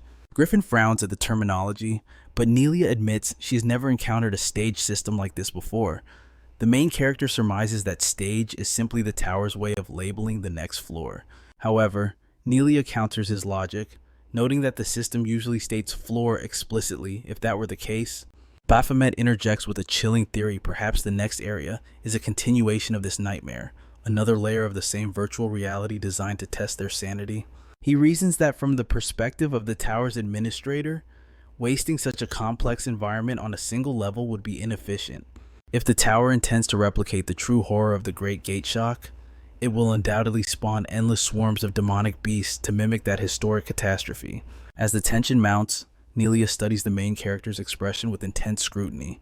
She marvels at his unnatural composure. Despite the traumatic setting, his eyes remain as clear and calm as a stagnant lake. While the other hunters are visibly shaken by the resurfacing memories of the gate shock, Nelia feels her own PTSD clawing at her mind. Yet, looking at him, it is as if he is completely immune to the despair in the air. He keeps his silence, hiding the simple truth he never experienced the original tragedy, making him a ghost in this recreated hell. Shaking off her thoughts, Nelia approaches Reaper, who seems to be drowning in a sea of detachment and guilt. Understanding the weight on the young hunter's soul, Nelia decides to share her own origin story, sensing that Reaper feels like a failure for freezing up. Nelia places a comforting hand on her shoulder, whispering that every hunter carries their own scars and breaking points. She reveals that during the actual gate shock, she was not a warrior, but a newlywed woman enjoying a rare date with her husband when the sky tore open. Chaos erupted, leaving her husband critically injured. Adrenaline and desperation flooded her veins as she carried him through the crumbling wreckage. It was in that crucible of fire and blood that her powers awakened, granting her the strength to save him, only to discover later that she was carrying a child. Yet, victory tasted like ash. She felt a crushing guilt for not saving more lives with her newfound power, but her husband wiped away her tears, reminding her that saving their unborn baby was enough. That specific moment became the forge that tempered her spirit, driving her to become a hunter dedicated to salvation. The trauma of that day did not break her. It calcified into an unshakable resolve. She shares this painful memory not for pity, but to ignite the fire in their hearts, reminding them that they are the shield that protects the weak from the tower's cruelty. Zest, however, tilts his head, suddenly doing the math on her timeline regarding the marriage and the child. When Nelia casually reveals she is 40 years old, the entire party freezes in disbelief, staring at her youthful visage. She winks, crediting the magical skincare clinics of Gangnam, and promises to treat them all once they escape. Moments later, they secure the final survivor, completing the quest. The system flashes a completion message, and space warps around them, transporting the team to a new sector of the disaster zone. Just as the main character predicted, the mission parameters update rescue another 9 survivors in this fresh hellscape. As they push forward, the survivor count dwindles, but the demonic beasts grow exponentially stronger and more ferocious. To cover more ground, they split their forces. Zest pairs with Reaper, Chu takes the solo route, and Baphomet is forced to team up with Griffin, leaving Nelia to guard the rear. After a grueling skirmish, the counter drops, leaving only 3 souls left to save before the stage concludes. Baphomet barely conceals his impatience, eager to find the targets and escape this psychological torture chamber. Griffin, however, keeps his eyes locked on Baphomet, a gaze so intense that the demon in disguise finally calls him out on the blatant hostility. Griffin scoffs, claiming his instincts are screaming danger. Baphomet chuckles darkly, amused that the human is so openly suspicious of him. Baphomet lowers his voice, reminding Griffin of his warning from the orientation expose his true nature, and death will be swift. Undeterred, Griffin doubles down, his conviction solidifying that Baphomet is not human, but a monster wearing a man's skin. He retorts with a threat of his own, implying that in this chaos, a fatal accident could easily be blamed on the dungeon's monsters. Baphomet grins, accepting the challenge for a death match, but before blades can be drawn, a survivor's piercing shriek tears through the air. The main character explodes into motion, dashing toward the source, but Griffin freezes as the voice registers in his memory. He rushes past the others just as Baphomet slaughters a beast to save a child. Griffin's blood runs cold as he stares at the survivor. It is the childhood version of Raven, his older brother. Elsewhere, Reaper and Zest are locked in a deadly dance with a massive, hulking behemoth. Reaper manipulates her razor wire threads, ensnaring the beast's limbs and locking it in place with masterful precision. She shouts the signal, and Zest launches herself into the air, driving her blade deep into the monster's core, triggering a massive explosion of mana. As the dust settles and the beast disintegrates, Reaper exhales deeply, the tension finally leaving her body. Zest wipes sweat from her brow, noting that the monster's ambush was completely unpredictable, proving that this simulation captures the true chaotic terror of the gate shock. Reaper lowers her head in apology, guilt heavy on her shoulders, but her companion quickly consoles her, reminding her that gate shock spares no one. Everyone here carries their own invisible scars. With resolve renewed, they push forward. However, the shadows are not empty. A sinister rustle echoes behind them, slipping past their senses completely unnoticed. Reaper is consumed by the fear of being a burden. Just as she turns to speak, Zest screams her name in a panic. A monstrosity has materialized from thin air, right behind Reaper's back. After the chaos subsides, they retreat to the sanctuary of the safe zone. There, Nelia immediately begins her examination of the wounded Reaper. The diagnosis is grim. Nelia identifies a rare, paralyzing neurotoxin coursing through her veins, a poison that laughs at ordinary potions. Zest bows, apologizing for the trouble, but Nelia waves it off with a warm smile. This is her duty as support. She vows to stand guard and protect them until Reaper is fully recovered. Chanting a spell, Nelia summons a petite spirit to accelerate the healing process. Then, she makes a brave choice. She will take Zest's place on the front lines to hunt for survivors. A soft chuckle breaks the tension. Reaper looks up, teasing that the summon is just as adorable as its master. Nelia's expression softens with maternal warmth. She confesses the truth. She altered their forms for her son, who longed to play with her spirits. Originally, they were terrifying beasts that nightmares are made of. To protect her child's innocence, she reshaped them into harmless friends. Weapon-wielding hunters rarely understand the intricacies of summoning magic. They fail to see the invisible tether binding spirit and master. It is a sacred pact. The deeper the bond, the more devastating the summon's power becomes. As they venture deeper, Reaper voices a dark rumor she once heard that the most powerful summons demand a life as payment. Nelia nods solemnly. She witnessed it once, a young hunter determined to sacrifice everything. That boy has since ascended to become a legendary S-rank guildmaster. Shaking off the heavy memories, Nelia shifts her focus, asking how Reaper is holding up. Reaper insists she is fine, yet confusion clouds her mind. This is only a simulation. So why does the pain feel so real? She fears that when reality strikes, she will crumble under the gate shock. Nelia grips her shoulder, voice firm. That will not happen. Together, they will conquer every tower, starting right here, right now. But silence answers their confidence. They have searched far and wide, yet not a single survivor has been found. The quiet is deafening. Movement ahead. They spot a small girl huddled in the gloom. Nelia rushes forward, her voice a soothing balm, promising safety. The child reveals a mangled leg. Heart aching with the memory of her own son, Nelia gently offers her back to the little one. She speaks of her plans, 2 glorious weeks of vacation with her boy once this tower falls. Reaper cannot help but smile at the warmth. But in a heartbeat, warmth turns to ice. Reaper's smile freezes in horror. The little girl's form twists and snaps, morphing into a hideous beast that strikes Nelia down in an instant. A sickening crack echoes through the floor. Baphomet's ears twitch. He gazes down at the trembling child at his feet, eyes narrowing. Rewind the clock. Hours ago, Griffin dropped a bombshell revelation. This shivering boy is none other than Raven himself. Baphomet recalls the signature silver hair. Did Raven dye it? No. Doubt creeps in. After all, even Griffin's hair has shifted hues in this twisted place. And in that fractured moment of realization, Raven moves with desperate urgency. The desperate child begs for his family's lives, tears streaming down his face. Suddenly, a blue holographic window appears before the hunters in emergency quest. Protect the target from the incoming wave of demonic beasts. Space warps as a legion of nightmares manifests right in front of them.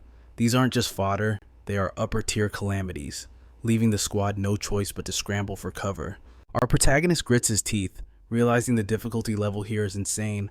This zone hits far harder than any other region he has faced.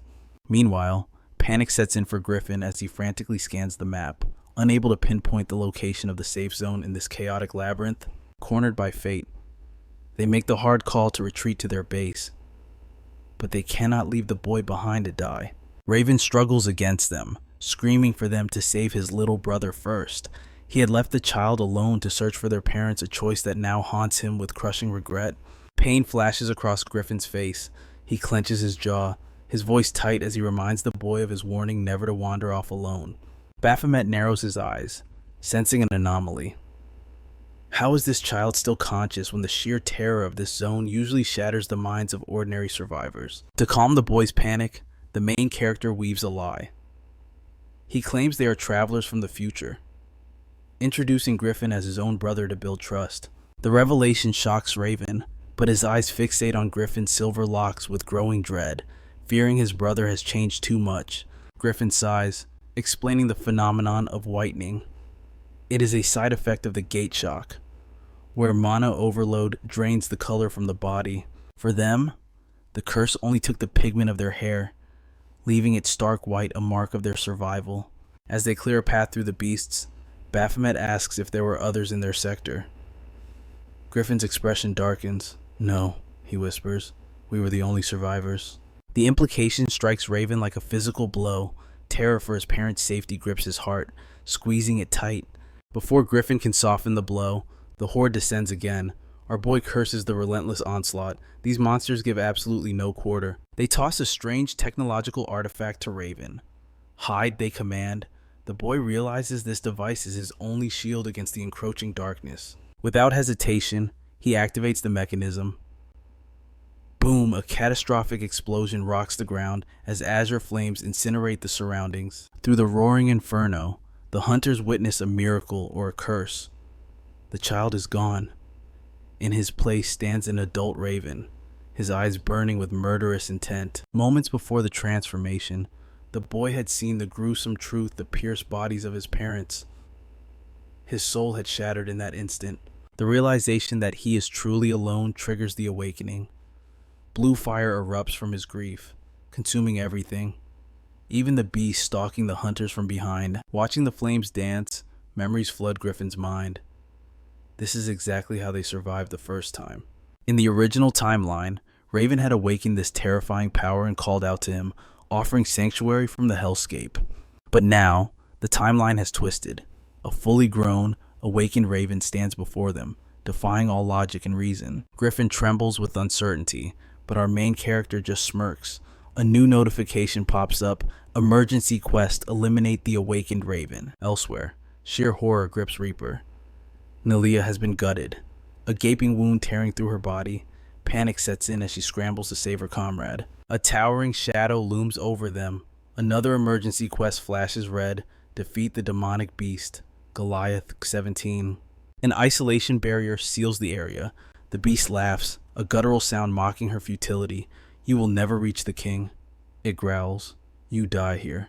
The behemoth leaps skyward, charging energy. A devastating laser beam tears through the air. Aim straight at them. Shield of Verger.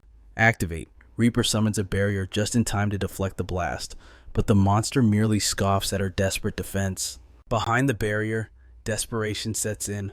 She pours advanced potions, painkillers, and regenerators onto the wound, but the bleeding refuses to stop. I'm fine, Nelia whispers weakly. The phrase stabs Reaper's heart, dragging up the traumatic memory of her mother saying those exact words during the gate shock. It was the lie the dying tell the living, that she is fine as long as she breathes. Don't you dare, Reaper screams, refusing to accept history repeating itself. Nelia begs her to run, but Reaper snaps back, fueled by rage and grief. You are a hunter, she cries. You survived starvation and hell. A scratch like this is not allowed to kill you. She frantically scans the injury. The vitals are missed. The heart still beats. There is still a sliver of hope to save her. Boom! The barrier cracks under the Goliath's assault. Reaper grabs Nelia's shoulders. Do you want your son to grow up an orphan? Determination hardens her gaze. She retrieves a legendary artifact called Pocket Watch. Click. The world turns gray as time freezes in its tracks. Wait for me, she commands the frozen figure. She refuses to let her friend perish, but the beast's voice echoes, reminding her she is the one trapped in this cage. Reaper steps beyond the shield, her aura flaring. Trapped, she sneers at the monster. I'm not trapped here. You are. Time resumes. The Goliath lunges with killing intent, but Reaper is ready.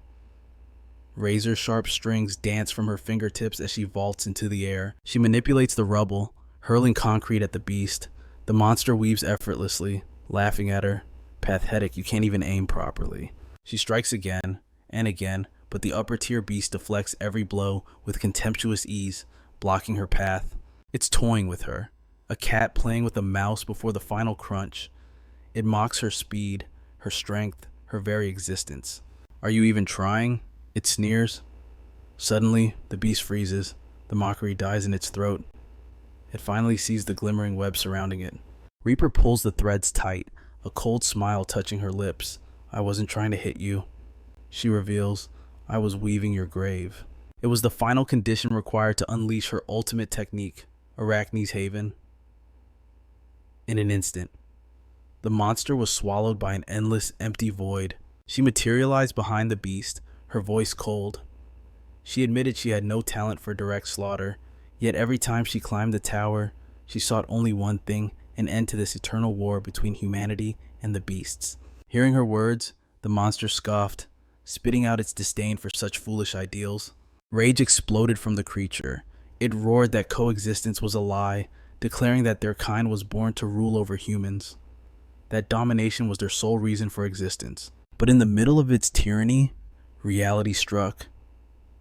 Invisible threads bound its every limb, and lightning began to crackle violently across its trapped body. Reaper stared blankly, admitting she expected such arrogance, though she still respected its conviction. The beast struggled, confused and terrified by its paralysis. With a chilling calmness, she whispered that it would make an excellent offering. Slowly, she tightened the razor-sharp filaments connected to her hair. A split second later, the threads sang through the air, slicing the monster apart in a spray of darkness. Reaper's eyes darkened as she declared this a necessary sacrifice for peace. The moment the objective was cleared, when the distorted dimension shattered, and returning the isolated zone to reality. But as she stepped from the void, a voice hissed in her ear, calling her a hypocrite, warning that blood can never be washed away. She whipped around, heart pounding, but there was no one there. Suddenly, Nelia's voice broke the tension. She praised Reaper for soloing the beast, and marveling at her potential to become a high-rank hunter. Reaper, however, ignored the praise. Her eyes locked onto Nelia's wounds, knowing their current supplies were useless for such injuries. Nelia groaned, admitting they needed to descend immediately for emergency aid. But then, Reaper froze. A shimmering blue barrier had materialized around them, an unnatural cage. Nelia's face went pale. She realized with horror that this was a divided zone.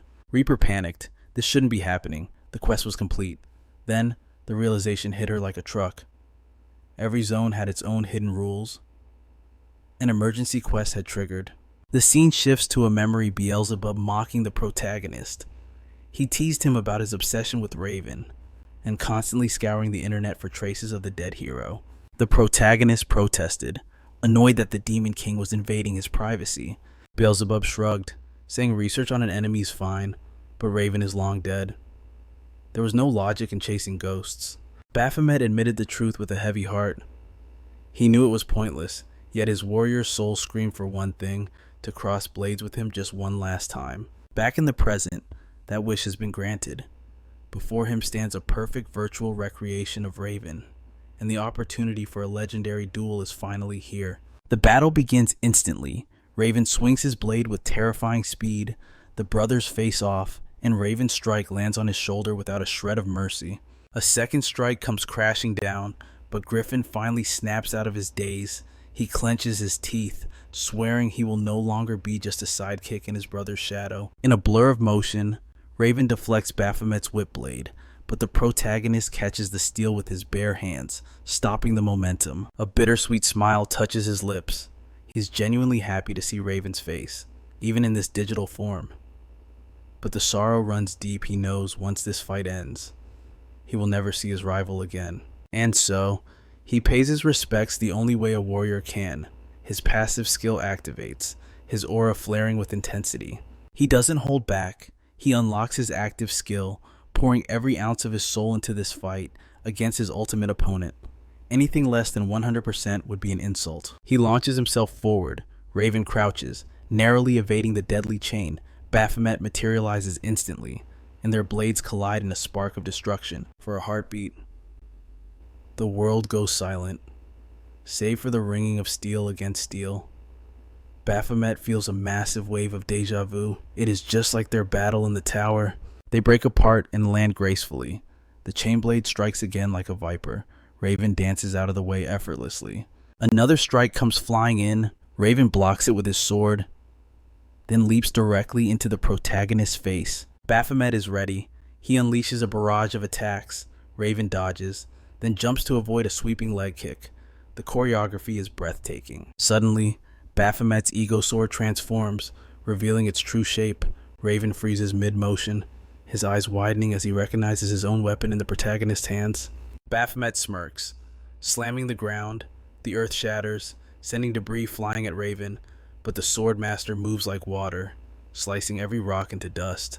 Baphomet flashes in front of him, his voice taunting, urging Raven to entertain him further.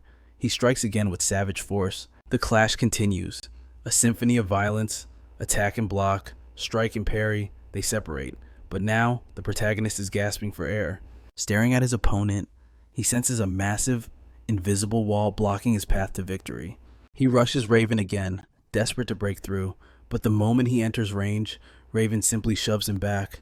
He flies backward, crashing down, painfully aware of his body's limits. This physical weakness is his curse, but then, Raven's gaze shifts. He senses Griffin preparing to strike from the blind spot. Meanwhile, Baphomet reflects on the journey that brought him here.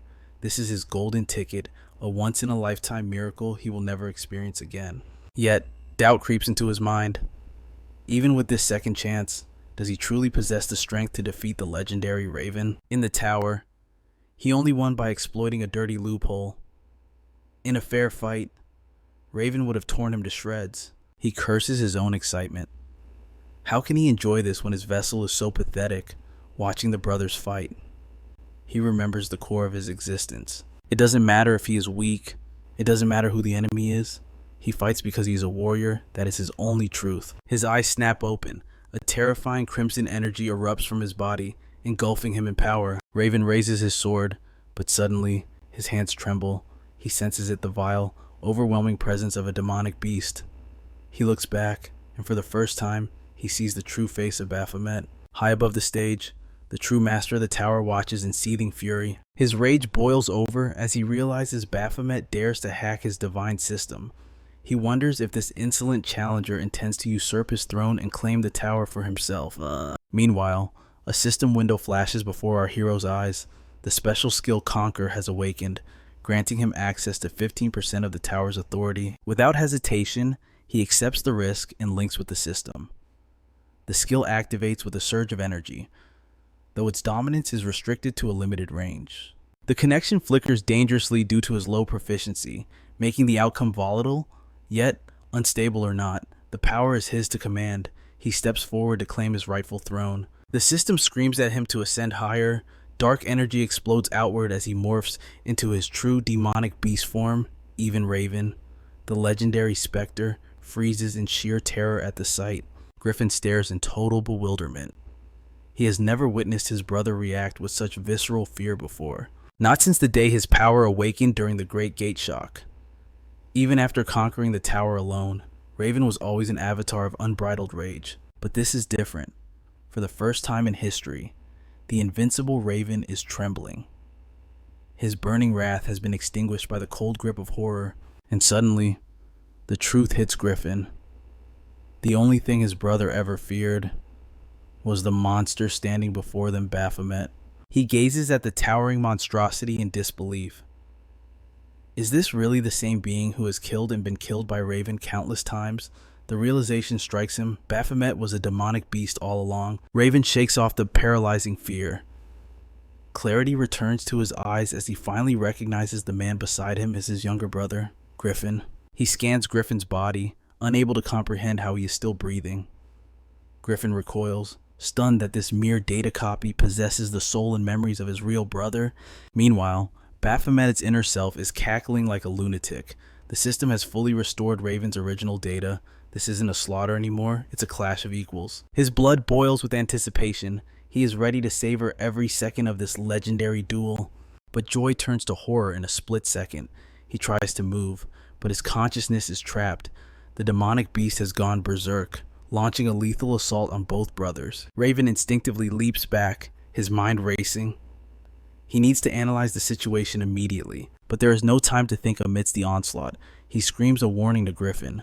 That thing is a mythic tier boss. You cannot hope to defeat it. Griffin cuts him off with a sharp retort. He refuses to be treated like a burden. He declares that he can hold his own. Furthermore, he reminds Raven that he is the designated enemy of this floor whom they must destroy. Raven needs to know his place. Griffin prepares to face two monsters at once, but doubt creeps in as he recalls Mr. Hayes' warning about his S-rank limitations. The harsh truth echoes in his mind. He has not grown strong enough to surpass the S-rank barrier. Suppressing his doubt, he launches into the air. A devastating wind slash erupts from his blade toward Baphomet. It's useless.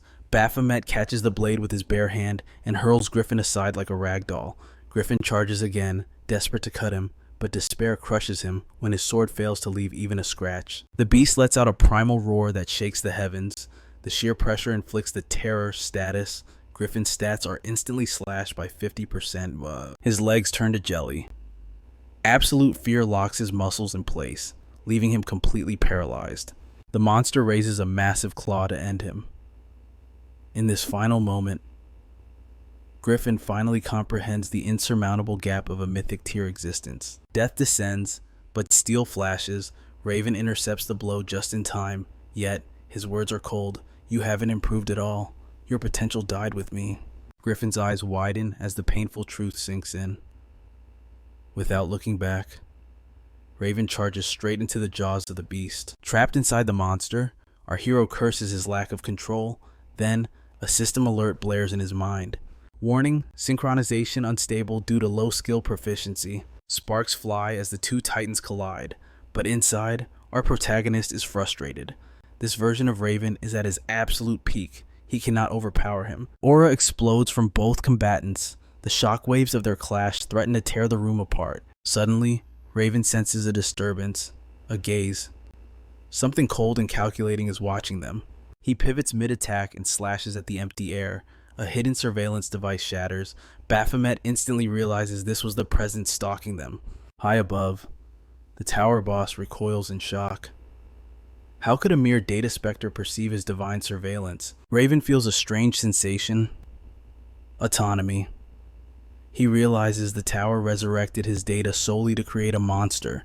He refuses to be a puppet on strings. He locks eyes with the beast, understanding there is only one way to break this cycle. The demonic beast brings its blade down in a catastrophic arc. Raven drops his guard. He welcomes the steel, allowing it to pierce his heart to defy the system. As Raven falls, the system chimes. Quest complete, floor cleared. Our hero grits his teeth. Reading the notification in bitterness, Raven stands impaled, his spectral form trembling, wondering why he can still feel the phantom pain of death. The conquer skill fades. The beast form melts away, leaving our hero holding the sword buried deep in Raven's chest. Raven seizes his collar with his dying strength. What are you? He demands. Why does a demonic beast wear a human's face? He questions if this is the system's doing. Did you lose your powers to inhabit a human vessel? With a final whisper that quests make the impossible real, he dissolves into light, leaving our hero alone in the silence. Later, looking at the records, Chu notices a disturbing pattern. A named demon resides in every single chamber of this hellish tower. The Reaper's voice trembles as she recounts the nightmare battle. The demons. They wore the innocent faces of twins. By some miracle, there were no casualties, save for one, Nelia. Her wounds are catastrophic, and even emergency magic is failing to hold her together. Nelia grits her teeth, her pride refusing to crumble, insisting she can still fight. But Chu shakes his head. The mission matters, but not more than a comrade's life. He makes the hard call. They pause the climb to save her. But our boy, his eyes are cold, focused only on the summit. He refuses to abandon the mission, declaring he will march into the abyss alone if he has to. The Reaper steps in, panic rising in her voice. Going solo is suicide. She senses the dark aura radiating from him, a sour mood that hints at a deeper, unspoken rage from the earlier battle. Silence hangs heavy until Griffin speaks. The tension breaks. He isn't leaving either. He stands his ground, choosing to remain in the vanguard. Chu locks eyes with Baphomet. Seeing a burning need to investigate something ahead, he offers the others a choice. Zest steps back, guilt clouding her eyes. She blames herself for Nelia's fall, choosing to escort the wounded warrior back, despite reassurances that fate, not failure, caused this. The party splits. The Reaper steals her resolve.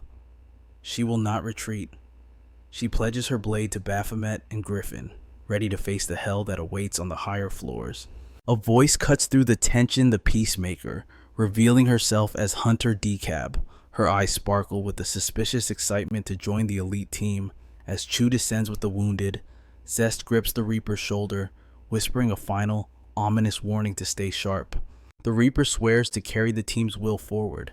With heavy hearts, they step through the glowing warp gate, leaving safety behind. As they push deeper, the oppressive aura of the tower weighs on the Reaper. Doubt creeps in. Can they really handle this difficulty without their leader? She suggests caution, her instincts screaming that they are walking into a trap. Warning comes too late. A deafening explosion rocks the corridor from the smoke. Mechanical nightmares emerge, monstrous metal hands grasping for their lives. Panic seizes the Reaper as she prays for salvation. But the hunters are ready. As the metallic swarm descends, a floating platform manifests. Baphomet and Griffin don't hesitate, they leap into the fray. Launching a devastating counteroffensive, Hold the Reaper cries out, her vision swimming. The mana exhaustion is taking its toll. She summons the golden incense burner, its soothing mists enveloping the party, restoring their vitality just as darkness threatened to consume them. Under the healing light, relief washes over her. The system notification chimes the 89th floor is cleared. Progress is swift, but the cost is high. She turns to Griffin, asking for his next move. Griffin sits amidst the wreckage, wiping blood from his blade. Standing still isn't in his nature.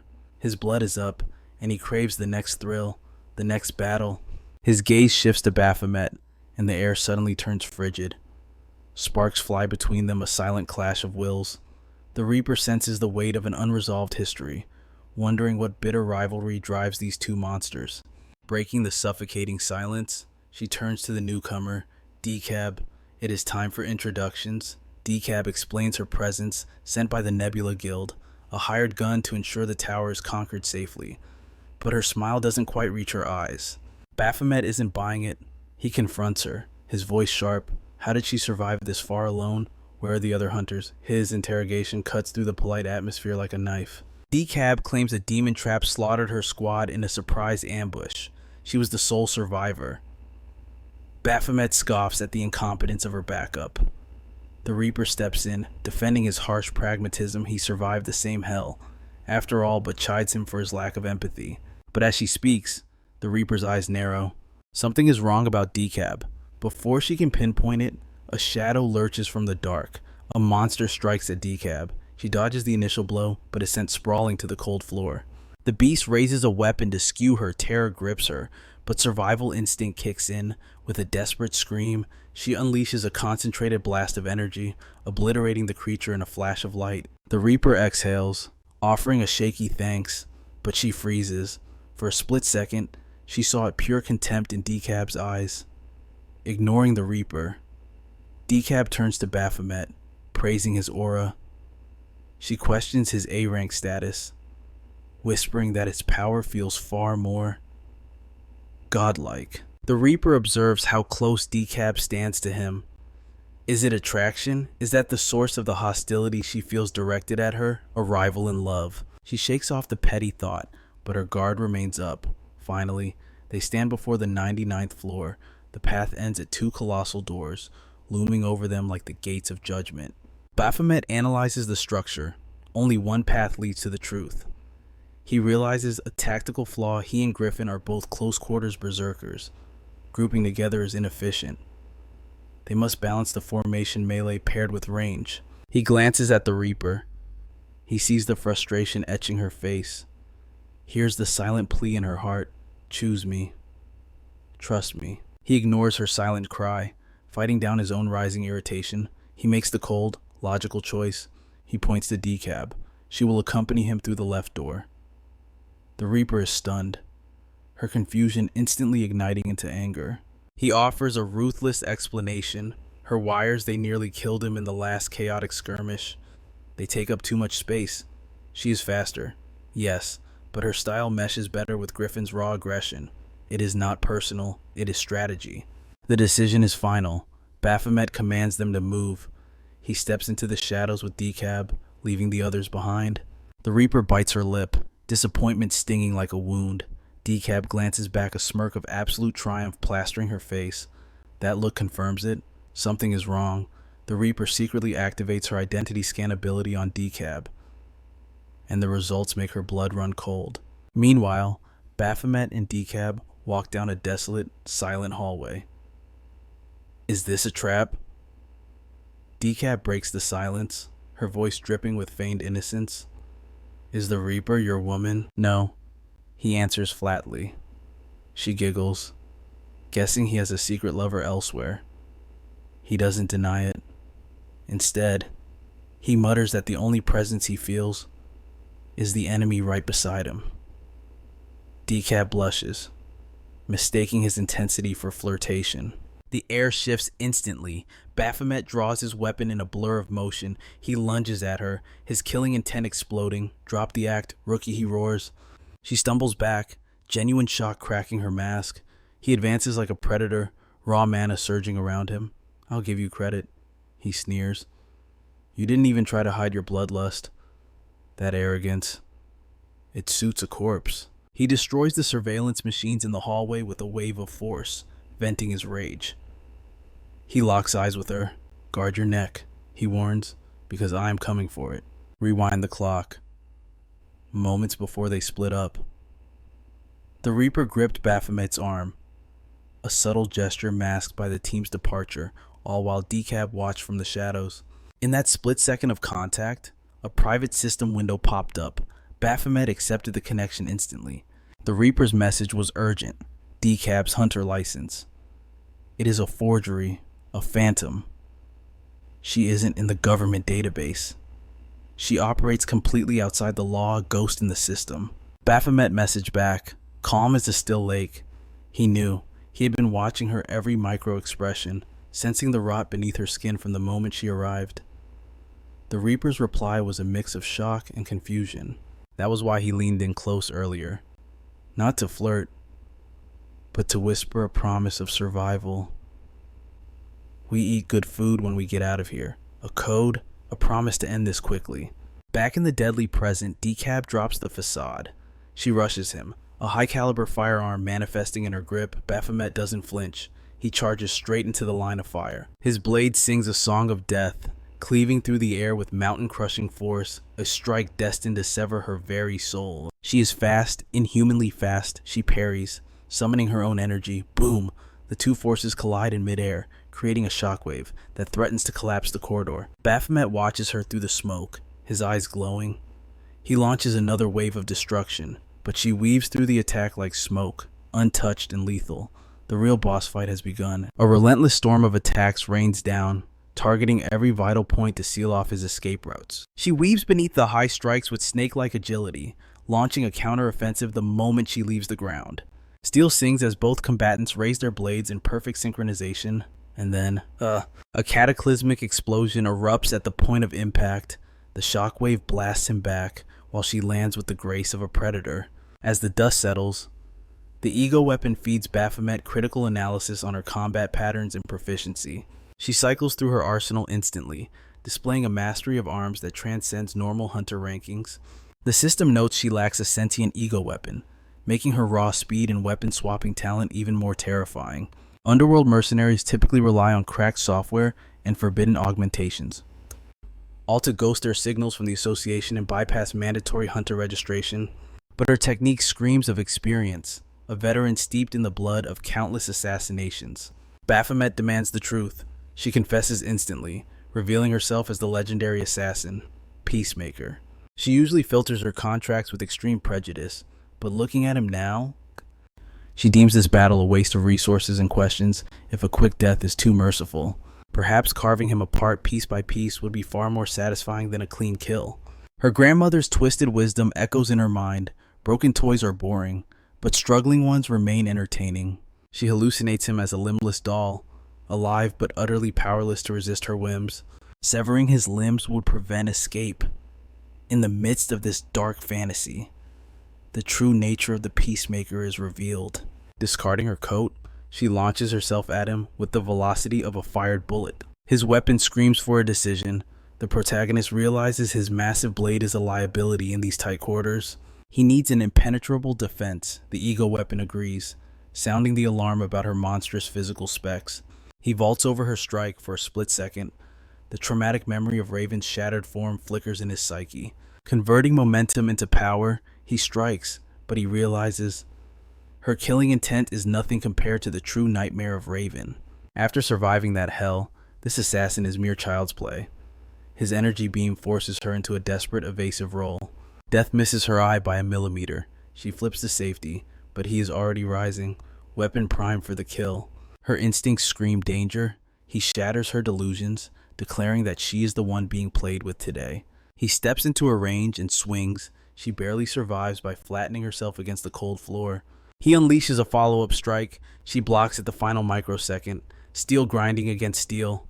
Their gazes lock in a deadly staring contest before she uses a movement technique to vanish and reset the distance. Shocked by a sudden power spike, she stops toying around. Her weapon transforms, unleashing a bladed chain. He severs the metal snake, aiming for his neck. Another blade sweeps low, but he hurdles it with godlike reflexes. She pursues relentlessly, her chains lashing out from all angles. He parries every hit, his mind sharpened by the memory of a stronger foe. With a roar, he bats the chains aside and charges through the opening. An explosion swallows the arena in smoke.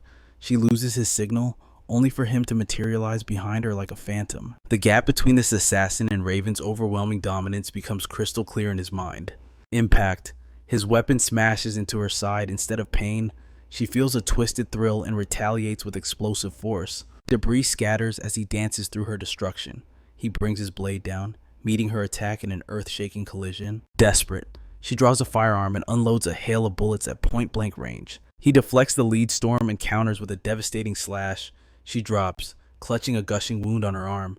Crimson flows freely, yet she smiles like a maniac. Unhinged laughter echoes through the ruined chamber. She refuses to accept she's the prey. Her ego shatters as she screams at his resistance. Memories of a twisted childhood fuel her rage. She calls him a fool for delaying the inevitable. She didn't want to use this from her inventory. She summons a massive heavy cannon, dwarfing her previous weapons.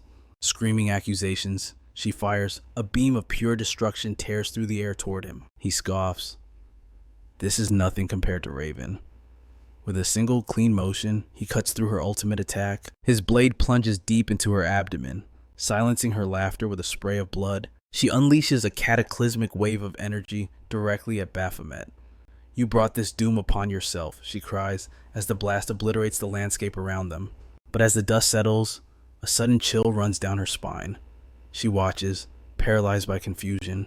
Through the chaos, he charges. Like a madman, he plunges straight into the storm of destructive energy instead of dodging. He raises his blade. As he closes the gap, terror grips her heart. Surviving that impact should be impossible. The strike lands with devastating force. She is hurled backward like a rag doll until she crashes to the earth. Her mind reels, unable to comprehend how he attained such godlike power in an instant. He doesn't stop there. 2 spheres of raw magic materialize in his grasp. He launches them forward, but it's a feint. In the blink of an eye, his presence vanishes and he flickers into existence directly behind her. Before she can react, he warps to the front again. His blade plunges deep into her chest. Shock gives way to agony as a blood-curdling scream tears from her throat. She shrieks in pure torment. In her final moments, she cries out for the only comfort she knows, her grandmother. He plants his foot ruthlessly on her stomach. The system remains silent. No quest notification. He notes coldly, "You are not a disciple." Coughing up blood, she reaches out a trembling hand. "Disciple? What are you talking about?" she gasps weakly. "Who sent you?" he demands, his voice dripping with ice. Does Chong-yu want me dead so badly he would interfere with my mission to eradicate him? It was Loki, she confesses instantly. Desperate to survive, she plays her only card. I know where he is hiding. Spare me, and I will tell you everything. Why should I believe a snake like you? He sneers. Shaking violently, she pleads. I can't run. You know my face. If I lie, you can hunt me down. She begs for mercy, tears streaming down her face. He stares into her eyes for a heartbeat and shakes his head. I have no need for your assistance, he declares. Tracking a rat like Loki is child's play for me. I have 1,000 ways to find him. Besides, I am not hunting him yet. I need more power. When we meet again, I must be strong enough to crush him completely. His weapon shimmers with a hungry, lethal light. Your only purpose now, he says, is to become experience points for my growth. Realizing words are useless, she snaps. She leaps up, drawing her gun in a panic, but he is faster. Time seems to slow. Her chaotic thoughts silence into one question. Is this truly where her story ends? A memory surfaces from the depths of her soul. She's a child again, helpless and injured, watching a cold-blooded killer murder her grandmother before her very eyes. Who was that man? As darkness claims her, the killer's face overlaps with Baphomet's, and then there is nothing. The sentient weapon hums with a moral question. Master, was such a brutal execution truly necessary? A wise man once told me, he replies, wiping his blade. Inside the tower, dead men tell no tales. Whether it was a beast or a hunter, no one will know. Besides, I needed to vent some stress. The weapon accepts the logic, though it harbors a lingering doubt. But Master, killing her wastes our lead on Loki. It matters not, he scoffs. Mr. Ma assigned this mission. He will locate the target for us. He begins to speak of Beelzebub, but a sharp, rhythmic beeping cuts the air. It's coming from her corpse. He spins around. A sinister red light pulses within her chest. System warning detection bomb identified. A dead man switch. He realizes it triggers on death and curses his luck. Boom. A massive explosion swallows the area in hellfire. Meanwhile, deep within the shadows, a single cold drop of water splashes onto Reaper's head. She flinches, calling out nervously, Griffin. Sorry, just water, she mutters, embarrassment coloring her tone. The magical firefly casts a dim glow, but the oppressive darkness threatens to swallow the path ahead. She takes a breath, relieved that at least the ground beneath her boots feels solid as they march. Her thoughts drift to her teammates. I wonder if Baphomet and Doabi are facing the same endless dark. Her mind wanders to our boy and his parting words. Let's eat together when this is over. Surely, he simply meant he would handle the danger. Right. A blush creeps up her neck as she considers a romantic angle. She shakes her head vigorously. No way, he is definitely not my type. Suddenly, Griffin swipes open a holographic display. Does this screen match the records from the Tower of Sanctum? He asks intensely. She squints at the data. Yes. The details are incredibly precise. We must be nearing the summit. He nods silently. She watches him, impressed. In this hellish place, his calm demeanor and mastery of the tower's structure are terrifyingly efficient. With skill like that, why isn't he ranked S tier yet? She wonders. They press on, following the lonely light of the firefly. Abruptly, they freeze. What is it? She hisses. The exit, Griffin replies, his guard going up. Stay sharp. We have no idea what kind of boss monster guards this gate. They brace themselves and step through the doorway, but instead of a dungeon, their jaws drop in disbelief. An amusement park. It is bustling with life. Staff members man the booths. Children laugh as they play, and swings creak back and forth in the wind. Is this an illusion? Or a simulation? What kind of twisted tower creates a paradise in the middle of hell? Suddenly, a young girl sprints toward them. It's all a misunderstanding, she screams, tears in her eyes. The hunters stand frozen, utterly confused. The girl skids to a halt in front of a boy who looks furious. I saw you with my own eyes, he yells. There is no misunderstanding here. The tension is palpable. She swears her innocence, but his patience snaps.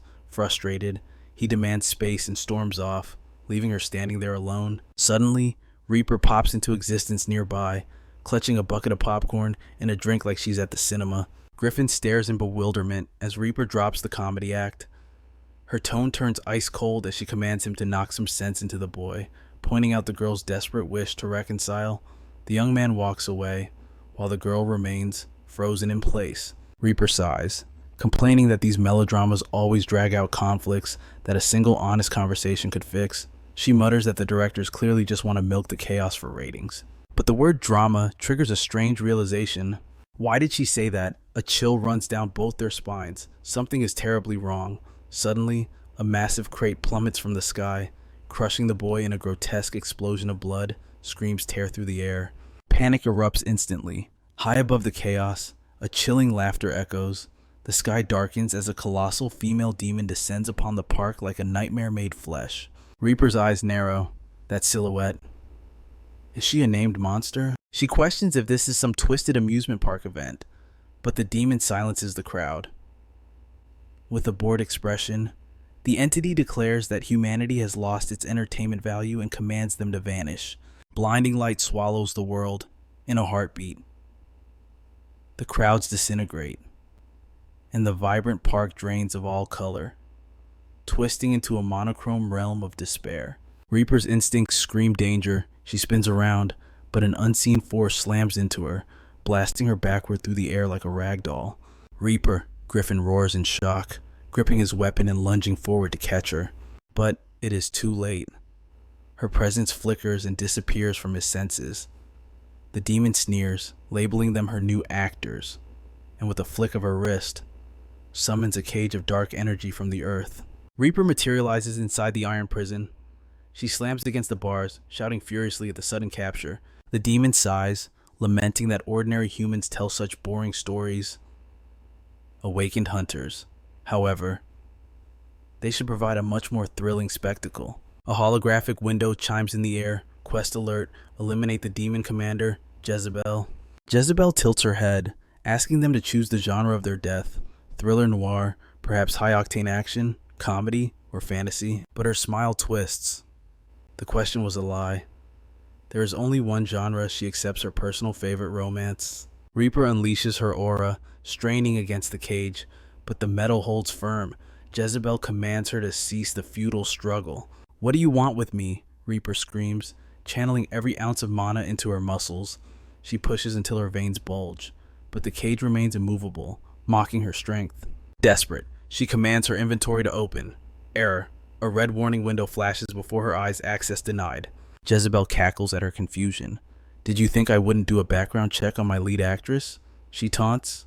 She reveals that she sensed Reaper's arsenal of artifacts from the start, tweaking the dimensional rules specifically to seal those pesky items away. Turning her gaze to Griffin, she introduces him as the male lead, the younger brother of the legendary hunter Raven. She muses. She adds a cutting insult, though, your technique is pathetic compared to his. It must be hard living in such a massive shadow. Reaper's mind races. The simulations were right. These dungeon inhabitants possess forbidden knowledge of the outside world. The terrifying question is, just how much does this monster know? She grits her teeth. Recklessness now means death. She needs to wait. Swoosh! A blade of energy slashes across Jezebel's face. Reaper gasps, turning to see Griffin, eyes burning with fury, his weapon still humming from the strikes. The demon wipes her cheek, a cruel smirk spreading across her lips. Excellent, she purrs. You are ready to play your parts. She raises a hand high and snaps her fingers. Lights, camera, action. To Reaper's horror, Jezebel's voice booms like a narrator. Once upon a time, in a dreary old village, lived a girl so hideous that mirrors cracked. She points a jagged finger directly at Reaper. Hey, Reaper objects, but the narration overpowers her voice. The poor creature reached marriageable age. Jezebel drones, yet not a single soul offered for her hand. I'm barely in my 20s, Reaper screams, offended. The demon continues relentlessly. She was destined to die alone, Reaper snaps back. Are you blind? I am rich and gorgeous. Men line up for me. Ignoring the outburst, Jezebel sets the stage for the twist. But then, the village's most breathtakingly handsome youth appeared. This plot makes no sense, Reaper yells. Why would a top-tier guy go for an ugly girl with a bad personality? Griffin stands silent, eyes closed in focus. Jezebel mocks the character he plays. Alas, the boy was a fool. He fell for the ugly girl, who was consumed by jealousy toward the world's true beauty, Jezebel, and for her sins, she was cast into this iron prison. The demon's voice drops to a whisper. Will the foolish boy risk his life to save the beast? Or will tragedy strike before she can finish? Griffin explodes into motion, launching himself skyward. Jezebel weaves through his attacks with lazy elegance, never breaking character. He fought bravely, she narrates, as the floating cubes around her ignite and fire devastating beams of energy. Boom! The force slams Griffin into the pavement. He grits his teeth, looking up to see the floating boxes pulsing with lethal magical power. He doesn't hesitate, kick-stepping off the ground. He weaves through the bombardment, blade raised high as he charges straight for the demon's throat. But it is a trap. The boxes swarm him, forming a tight prison circle. A massive explosion erupts. Smoke swallows the battlefield as his body crashes back down to the earth. Griffin plummets toward the lethal containers, but midair, his blade flashes, slicing through the obstruction before he unleashes a flurry of attacks as the swarm closes in. A blinding beam erupts from the void. Relying on pure instinct, he twists his body, barely dodging the path of destruction. His mind races. Their velocity is accelerating. The longer this battle drags on, he slams into the cracked earth with bone-shaking force. And from her cage, Reaper screams his name in desperate panic. Her eyes widen in horror. These aren't just mindless traps. They are learning, adapting, and evolving to counter his every move. Griffin leaps from the shattered ground, but despair grips him. The sheer number of enemies feels infinite, like a suffocating tide. Gritting his teeth, he propels himself forward. Steel sings as he obliterates every obstacle in his path, vaulting over the wreckage with lethal grace. But his breath is ragged, and his stamina is draining fast. Suddenly, nightmarish weaponry materializes from the core of the floating cubes. Just as quickly, they disappear into thin air. Both hunters freeze. Stealth capabilities, are they cloaking their attacks? Griffin strains his senses, but the silence is deafening. He cannot detect a single sound or presence. Confusion clouds his gaze as he frantically scans the void. A streak of light slashes across his vision. Arcane crystals manifest around him, locking him in. He grips his hilt, eyes blazing with fury at the unseen threat. Metal clashes against invisible force. A colossal weapon materializes from the ether, swinging down like the hammer of judgment, followed instantly by a barrage of strikes. He deflects the blow, redirecting the impact. The massive force slams into the earth, pulverizing the bedrock beneath his feet. But his senses fail him. A massive construct crashes onto him from his blind spot. Reaper's scream tears through the air as he realizes with terrifying clarity he is too slow. The darkness is not just physical. The vanishing lights are severing his connection to the battlefield, dulling his hunter instincts. Reaper realizes the trick. The light is the trap. Use a flare gun to mark the E. Her desperate advice is cut short as magical tape binds her mouth shut. The demon Jezebel looms over her, a cruel smile on her lips. Hush now, little bird. Just watch the show. Trembling with frustration and rage, Griffin heeds her final words. He opens his inventory, his fingers closing around a flare gun. The demon chides, interrupting his move. Didn't I tell you this story doesn't have a happy ending? She floats higher into the air, looking down on him with pity. You have such a pretty face, Griffin. Too bad you're so utterly weak. You should hate yourself for it. With a snap of her finger, the entire armory converges on him. Jezebel cackles maniacally, while Reaper watches in terror. Griffin is battered from all sides, sinking into the abyss of his own mind. Memories flash before his dying eyes, the voices of the past echoing in his ears. Reaching S-Class at your pace impossible. You'll always just be Raven's little brother. Even though he became the youngest A-rank hunter in history, he was never enough. He was never him. A bitter realization settles in his heart. They were right. But then, his thoughts drift to that man, our boy. How did he do it? How did someone achieve such godlike power in the blink of an eye? Is it because he's a demonic beast? No. That excuse is pathetic. Mere biology cannot explain a growth rate that defies the laws of the world. Why? Griffin screams internally. Why am I the only one stuck? Why can't I break my limits? Because you haven't grown a single inch since the day I died.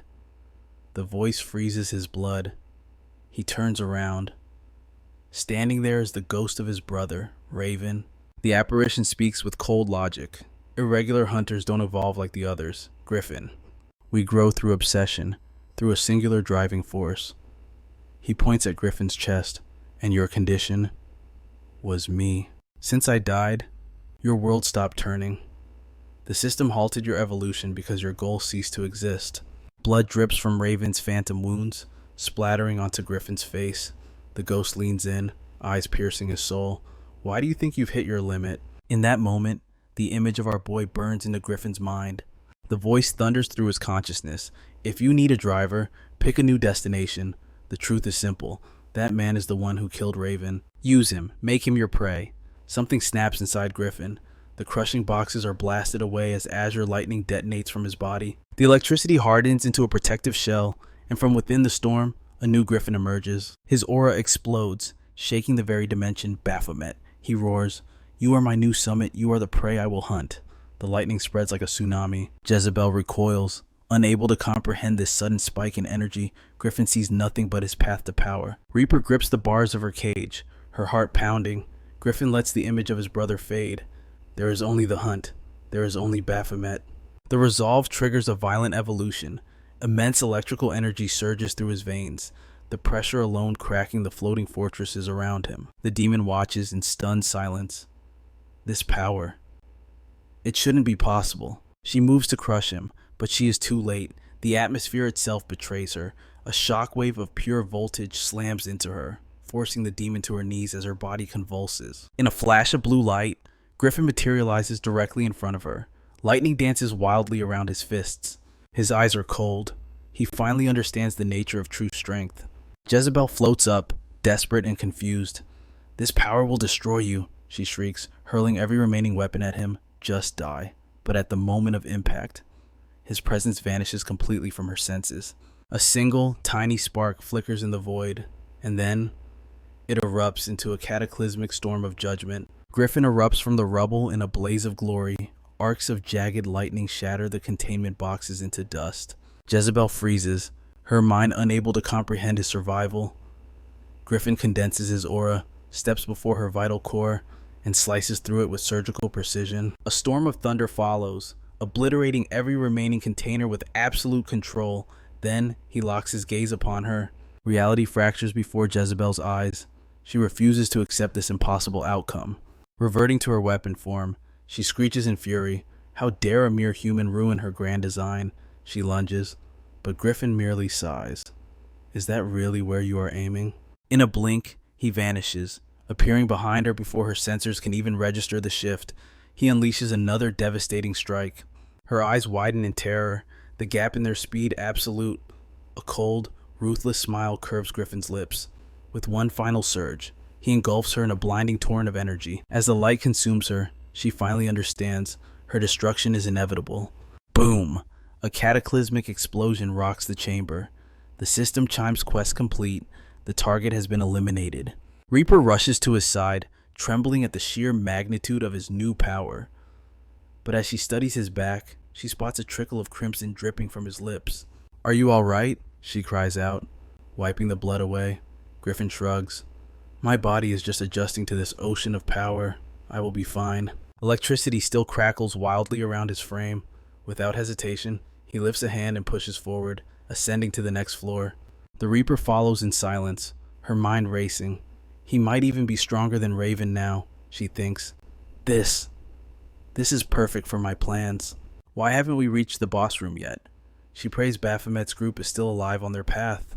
Finally, they arrive at the rendezvous point, and there stands Baphomet, waiting casually as if bored. "What took you so long?" he asks. Reaper sighs in relief to see him unharmed, but her eyes dart around. "Where's Hunter Davy?" "Oh," her Baphomet replies with chilling indifference. "She died on the way up." While Reaper presses for answers, Griffin narrows his eyes, sensing a shift in Baphomet's aura. He notices Griffin's evolution immediately. Reaper demands to know the truth about Davy, but Baphomet only offers a vague, dismissive nod. Baphomet steps to the colossal gate and places his palm against the cold metal. "I cannot open this alone," he admits. Reaper inspects the mechanism beside the entrance. It is a biometric scanner, she realizes. Spotting a second console on the far side, the logic clicks. They must be activated simultaneously. The tower demands at least 2 survivors to proceed. They stand before the massive triangular seal. I can feel him, Baphomet whispers, his eyes burning. The boss is right behind this wall. A chill runs down Reaper's spine. Even full teams of A-rank hunters die here. We should wait for Hunter Chu, she pleads. He is fast. He will be here soon. She tries to argue for caution, but a sharp beep cuts through the air. The mechanism unlocks. The king's chamber is opening. As the men step into the darkness, she shouts, "Are you insane? What is the plan here? Clearing this with only 3 people is suicide," she cries. But her voice dies in her throat as the world warps around them. The walls dissolve into a vast, void-like expanse, dominated by a mysterious structure surrounded by halos of radiant light. "Welcome to your final resting place," a voice booms. They look up just as the ceiling erupts in flames. The dust settles to reveal the master of the tower. "You took your sweet time," he sneers. "I hate waiting. Behold, Pharaoh, the Lord of Sanctum." He descends, his gaze locking onto Griffin and Reaper. "Strong," he muses, "worthy opponents. I knew you would slaughter my subordinates." Pharaoh scoffs, "But their deaths were not in vain. I used those battles to harvest every scrap of data on your abilities." His eyes flash with digital code. "I know your moves before you even make them. According to your pathetic human system, you are merely A-rankers." He shakes his head. "The calculation is complete. Your defeat is 0% margin of error." "Abandon your flesh," Pharaoh offers. "Join me and achieve perfection." "Shut up," Baphomet interrupts, yawning. "You are just a useless tin can." The insult glitches Pharaoh's processing for a split second. Baphomet raises a hand, mana swirling violently in his palm. "Nice armor," he smirks. "Is that core protected by diamonds or just scrap metal?" His eyes gleam. "Let's see how hard I have to hit to break it." Beside him, Griffin summons the lightning, ready for war. "We don't need data," Baphomet declares. "We'll find out the old-fashioned way." "Then perish," Pharaoh commands, launching a barrage of seek and destroy missiles. Boom! The entire dimension shakes as the battle for the tower begins. Meanwhile, at the Hunter Association headquarters, the night shift is quiet. The hum of computers the only sound. A coworker leans over the cubicle wall. "Still here? You need to go home," he laughs. "Want a coffee?" "I can't," she sighs, eyes glued to the monitors. "If I miss a tower clearance notification, the chief will have my head." "Fine, I'll bring you one," he says. She nods, returning to her typing, until a red alert blinks on her screen. Her face goes pale. "What is it?" the colleague asks, seeing her frozen expression. It doesn't make sense," she stammers. "The Tower of Sanctum just appeared, but the system says it's already been cleared. And the tower, it's crumbling." Outside, chaos erupts in the streets. But through the dust and confusion, all eyes turn to a single, hooded figure walking out of the ruin. A sudden shout pierces the air, pointing out the newcomer, and the crowd swarms like moths to a flame. They instantly encircle the hooded figure, whispering legends of the hunter who conquered the Tower of Sanctum.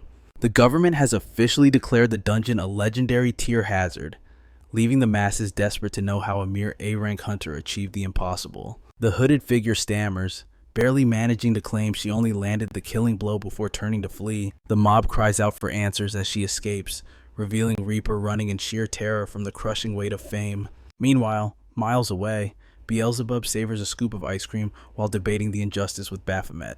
The system credited Reaper for the clear, even though Baphomet insists he and Griffin battled the boss to the bitter end. Our boy recounts the true history, and the scene shifts back to the heart of the tower as a cataclysmic explosion rocks the battlefield. The pharaoh stands amidst the smoke, arrogantly praising the fighters while his shattered body regenerates in the blink of an eye. The boss reveals his flesh is immortal and recovers endlessly, leaving both hunters paralyzed with the realization that only one desperate option remains. Baphomet roars Reaper's name, reminding her of the Void Cube's terrifying special effect. The item possesses the power to erase existence itself, and he commands her to unleash it. She processes the order, charges through the chaos, and hurls the cube directly at the Demon Lord. The impact triggers a shockwave of annihilation. Beelzebub analyzes the aftermath, realizing the demon crystal within the item collided perfectly with the core of the boss. A sigh escapes him as he calculates the loss. A demon crystal fused with arcane engineering would have fetched an astronomical fortune on the market. But our boy corrects the narrative, pointing out that Reaper sacrificed her mythic item as well, before revealing the crux in his hand to confirm the real prize is safe. He suggests they return to their agenda and inquires about their captive. Our boy confirms the prisoner is securely rotting within the shed. Sometime later, Baphomet stands before a sealed door, his aura flaring as he addresses a rat lurking in the shadows.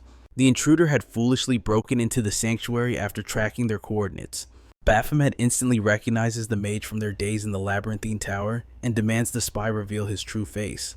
The intruder drops to his knees as a wave of suffocating pressure bursts from the room. Beyond the threshold, Beelzebub sits under a protective barrier, casually enjoying his dessert. The intruder identifies the high-level spell and grits his teeth, frustrated at crossing paths with that monstrous child once again. It disturbs him to his core that someone so young can manipulate such advanced mana with ease. The spiritual link between Beelzebub and the demonic beast Baphomet hints that the child conceals power far deeper than the abyss. Baphomet leans in, his voice dropping to a growl as he asks how the spy uncovered his true nature. He wonders if the mage witnessed his transformation with his own eyes. He scrutinizes the intruder's delicate features and questions the feminine appearance. The spy snaps back that he is male, prompting Baphomet to raise a hand filled with killing intent. The mage instantly collapses into tears, begging for mercy. Baphomet pauses, his hand hovering as a distant memory surfaces from the depths of his mind. He recalls the tales of the Gemini and confirms the intruder's identity, Finesse, the S-rank mage hunter infamous for his cross-dressing habits. Finesse had once dared to climb the Abyssal Tower, the very place where Baphomet had crushed him. When Baphomet had cornered him in his full demonic beast form, Finesse had wept and pleaded for his miserable life just like this. Baphomet had found the hunter's performance pathetic and moved to end him, but Finesse's forbidden magic had activated on its own. An emergency warp spell had snatched the hunter from the jaws of death, leaving Baphomet bewildered. However, the spell exacted a terrible price, punishing Finesse by resetting all his stats to 0. Back in the present, Finesse explains that he lost his S-rank status because of those devastating penalties, forcing him to grind through towers repeatedly to reclaim his power. He then presses on Baphomet's identity as a demonic beast, demanding to know the secret behind his human disguise. Baphomet questions whether that knowledge changes their reality, but Finesse threatens to expose his monster status to the entire Hunter Association. Baphomet scoffs, noting that without concrete proof, such a claim would be treated as the ramblings of a madman. Finesse insists he will report to the Central Agency for Hunter Affairs if forced. That threat triggers a chilling laugh from Baphomet, who steps closer and asks if Finesse possesses a single shred of evidence.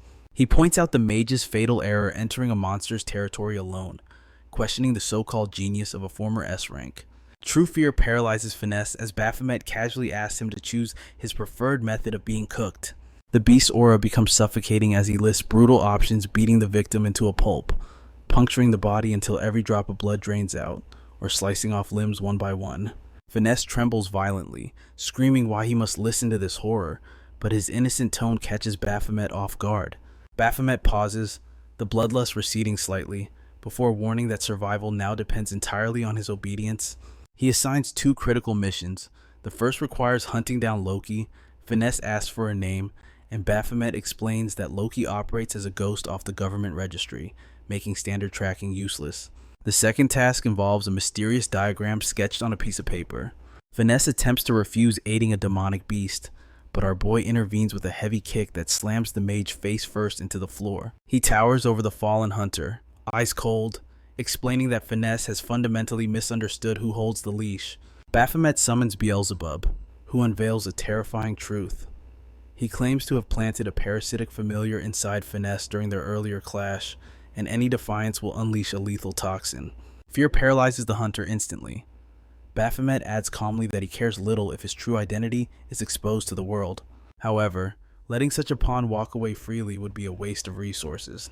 A sinister smile curls his lips as he vows to wring every drop of utility from the hunter's trembling soul. Beelzebub mirrors the grin, warning Finesse that he is about to witness the true horror of a demon's wrath. The atmosphere grows heavy with malice. Baphomet confesses he eagerly anticipates watching Finesse drown in a sea of absolute despair. Beelzebub agrees, savoring the thought of a miserable soul. As Finesse scrambles away in terror, the demon lord turns to his companion, questioning if the familiar was actually real. Beelzebub confirms it was merely a bluff. Yet, seeing how the hunter nearly collapsed, it is clear that fear alone is a shackle strong enough to control him. Beelzebub then asks why they do not simply use Mr. Ma for information instead. Surely, that contact would be faster. But Baphomet explains he has been out of touch for too long and prefers methods that allow him total freedom. Changing the subject, Baphomet makes a sudden request, "Teach me magic." Beelzebub manifests a barrier to demonstrate, confused by this sudden interest. Suspecting something changed inside the tower, he suggests starting with basic spells, knowing Baphomet favors martial arts. But the Demon Lord has no patience for basics. He demands advanced magic immediately. Beelzebub sighs, demonstrating the complex flow of mana, but his eyes go wide in shock as Baphomet perfectly replicates the barrier after seeing it only once. "Impossible," Beelzebub cries out, asking how he copied a high-tier spell after a single glance. Baphomet admits he has never used this magic before. The demon is left speechless at this terrifying potential. Baphomet simply nods, his suspicions about this new vessel confirmed. Beelzebub insists he change classes immediately. With this talent, he could reach the level of an archmage. Baphomet agrees, realizing he's been using this body incorrectly all along. The demon catches the odd phrasing. "Using this body?" he asks, suspicion rising. "Whose body are you actually in?" Meanwhile, elsewhere in the city, a shadowed figure confronts Finesse, who looks on the verge of a breakdown. The man demands an explanation for the missed meeting. Finesse stammers, insisting the man promised details about Baphomet but vanished into thin air. He claims he needed solid evidence before making contact again. The contact scoffs, asking if he found anything useful. Finding the silence useless, he turns to leave, deeming the meeting a waste of time. Desperate, Finesse shouts out the truth to stop him. Baphomet is a boss monster. The man freezes in his tracks. Finesse reveals the terrifying reality: Baphomet is the final boss of the Abyssal Tower. Back at the hideout, the truth drops like a bombshell. Beelzebub demands answers, and Baphomet finally confesses this body belongs to Raven. It is revealed that Finesse's contact was none other than Mr. Ma. Meanwhile, Baphomet recalls the goddess's words. She claimed to have fulfilled his deepest, hidden desire. During his fatal duel with Raven in the Abyssal Tower, as the blade pierced his heart, Baphomet had wished for one thing: to become like Raven. To grant this wish, the goddess created a vessel, a body with an empty soul, allowing the demon lord to shift into human form. She had embraced him, introducing herself as Ra, the architect of his rebirth. Baphomet realizes this aligns with Raven's past confession that he never truly controlled his own body. Beelzebub senses the mana within him. He had ignored it before, but now that he looks closely, the energy is overwhelming. He assumes Raven's devastating fire magic required this vast reserve, but Baphomet corrects him. Raven's skills require 0 mana, activating freely without cost. Beelzebub is stunned. Baphomet explains that the Raven they fought in the Tower of Sanctum was merely a virtual copy, a pale shadow of the original. But when the real Raven gained awareness and intent, his body instinctively wrapped itself in layers of enhancement magic, boosting physical strength and endurance to godlike levels. In a tower of endless war, flashy magic that drains mana is useless. Raw, unyielding strength is the only law that matters. Beelzebub realizes the strategy: one overpowering unique skill, supported by infinite buff magic to dominate any battlefield. Baphomet decides to adopt this very path. He recalls his origins as a low-tier beast, clawing his way up through death and hardship. Struggle is nothing new to him. However, his current buff skills are flawed. They only activate under specific conditions. Raven could cast them at will. Therefore, Beelzebub must teach him the art of free casting buff magic. Confused, Beelzebub denies knowledge of such complex magic, claiming he only knows simple battle strength buffs. Baphomet leans his forehead against his subordinate's chest in exasperation. Then, he chases him down, accusing the demon of shirking his duties. Beelzebub flees, screaming that his knowledge is limited to combat power alone. But Baphomet shouts back, reminding him of his boast. "Did you not claim to be an archmage who mastered every field of magic?" Beelzebub scoffs at the very concept of support magic, dismissing it as a trick beneath his station. However, he hints that a certain someone is perfect for the job, nudging our protagonist toward her. Later, Yoon examines Baphomet with a critical eye. She confirms his arm has completely regenerated. Even after the brutal clearance of the tower, his physical condition remains flawless. She leans in, demanding he repeat his earlier request. Boldly, she asks what he possibly expects to learn from a loose cannon like her. He hesitates, suddenly doubting if seeking help from such a chaotic variable was the right move. He turns to leave, but she isn't finished with him yet. She snatches him from behind, locking him in place. A sly grin spreads across her face as she reminds him that he wanted buffs, and she is the master of them. He finally admits the truth. He has realized that buffs are not just support, they are the backbone of true battle strength. Yoon agrees to take him under her wing, but knowledge has a price. She demands payment immediately. Anticipating this, he asks what she desires in exchange for her tutelage. She extends a hand, her eyes gleaming with mischief. It isn't money she wants, it is his sweat and labor. As she steps into his personal space, his cap slips off, signaling that there is no escape from this deal. The scene shifts to an orphanage, where children swarm the A-rank hunter. He shocks them by grabbing a boy's arm and tossing him skyward, but he catches the child instantly, sending the kids into a frenzy of delight.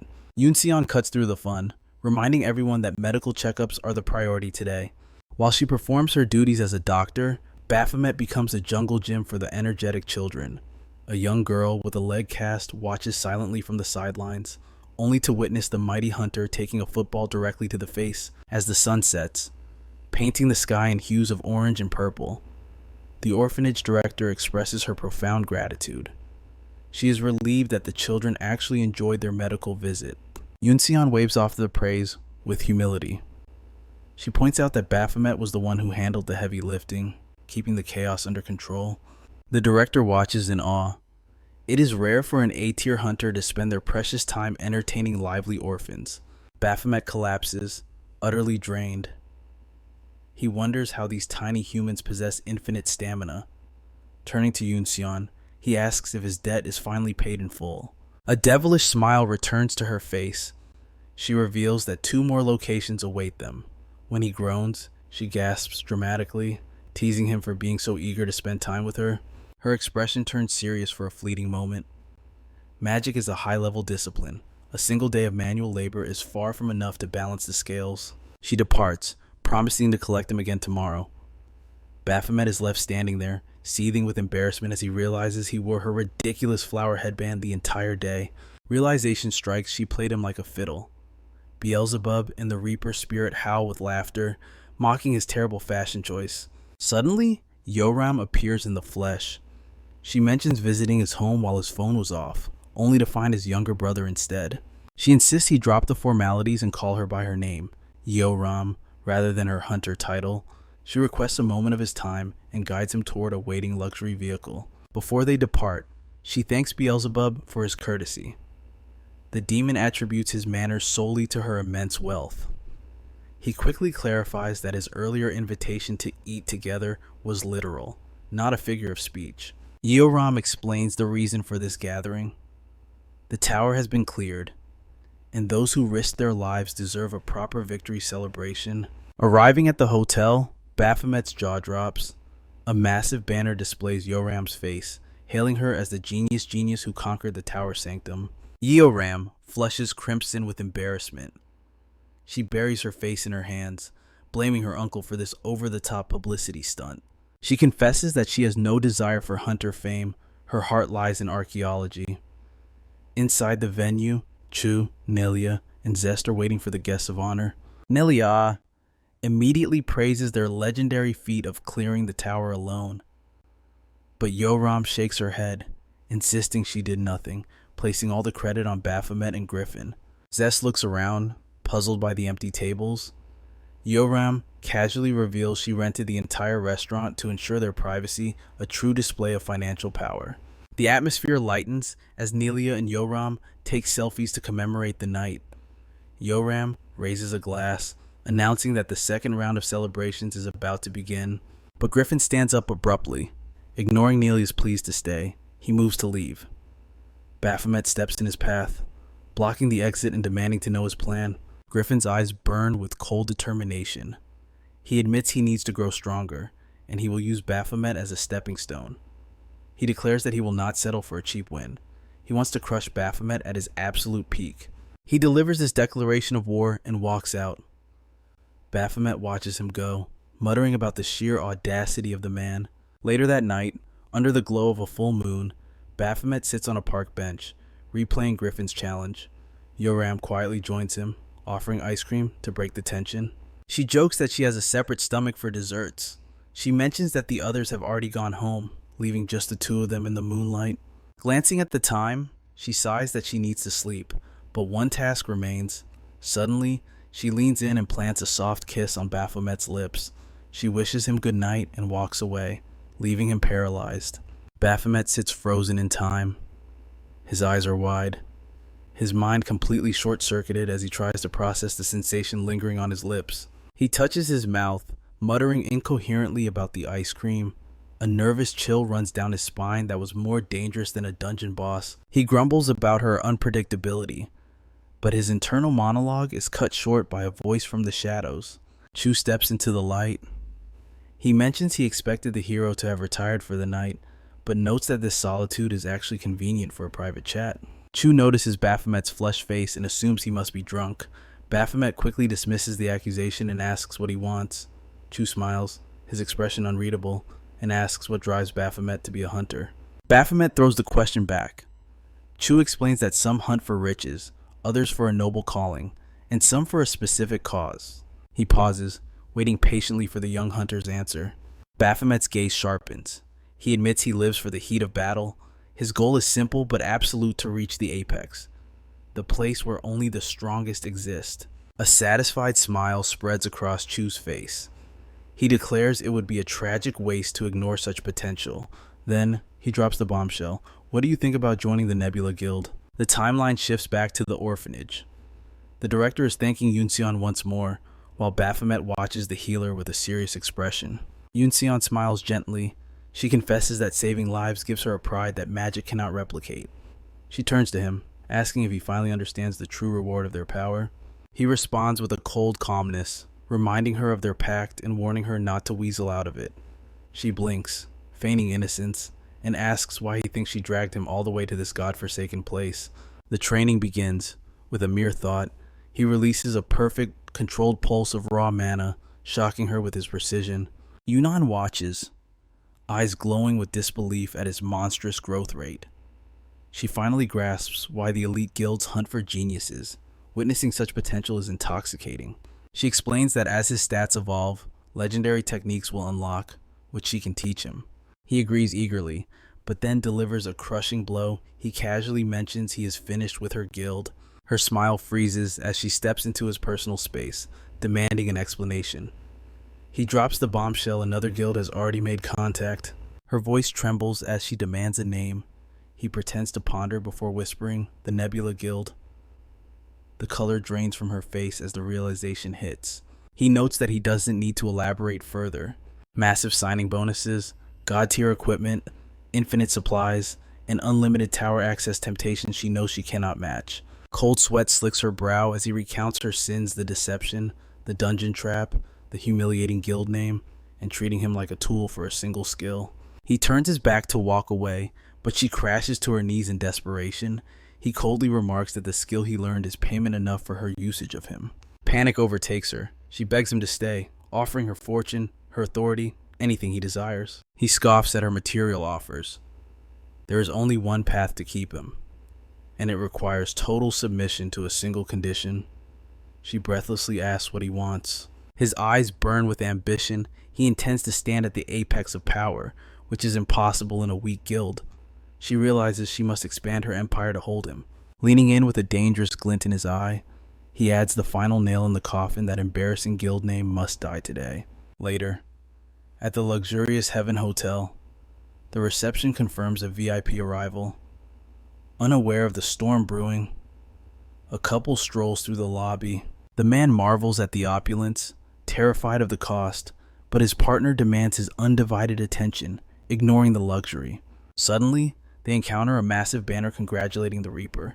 The man nearly jumps out of his skin, realizing a legend is nearby. Bystanders whisper that the hotel heir is a famous hunter herself, a beauty as deadly as she is rich. The girlfriend bristles with jealousy, demanding to know what he is staring at, just as the Reaper herself walks by. The event hall doors glide open, and a hush falls over the crowd. The Reaper has arrived, and the elite hunters murmur in awe.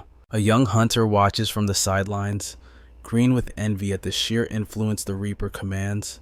Minerva, the iron-willed master of the Defiance Guild, credits the turnout to the Reaper's star power and the prestige of the venue. Ella of Lafome chimes in, agreeing that the Reaper is the main attraction, and offers icy congratulations on Minerva reaching the top 10. Minerva casually dismisses the praise. Meanwhile, Ella snaps at her subordinate, scolding the poor girl for daring to think about food before a photo shoot. The girl freezes in terror under Ella's glare, her hand hovering over the plate, paralyzed by fear. Minerva tries to defend her, but Ella is ruthless, insisting on starvation tactics if the girl ever wants to surpass the Valkyrie Guild. Minerva drops the subject, noting that the true heavyweights are about to arrive. Ella asks for names, but receives only a mysterious hint.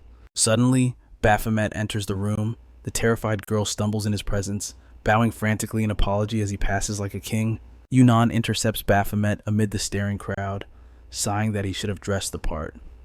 He scoffs, arguing that true power doesn't need a tuxedo. She lectures him sharply, for those climbing to the heavens, appearance and reputation are weapons just as sharp as any sword. Ella saunters over to their table, eyeing Yunnan with amusement, asking if she's finally ready to play in the big leagues. She mocks the sudden change of the guild's name. Yunnan points a thumb at Baphomet, admitting she was forced to change it or lose her ace. Ella glances at Baphomet, who is casually stuffing his face with cake, and laughs in disbelief.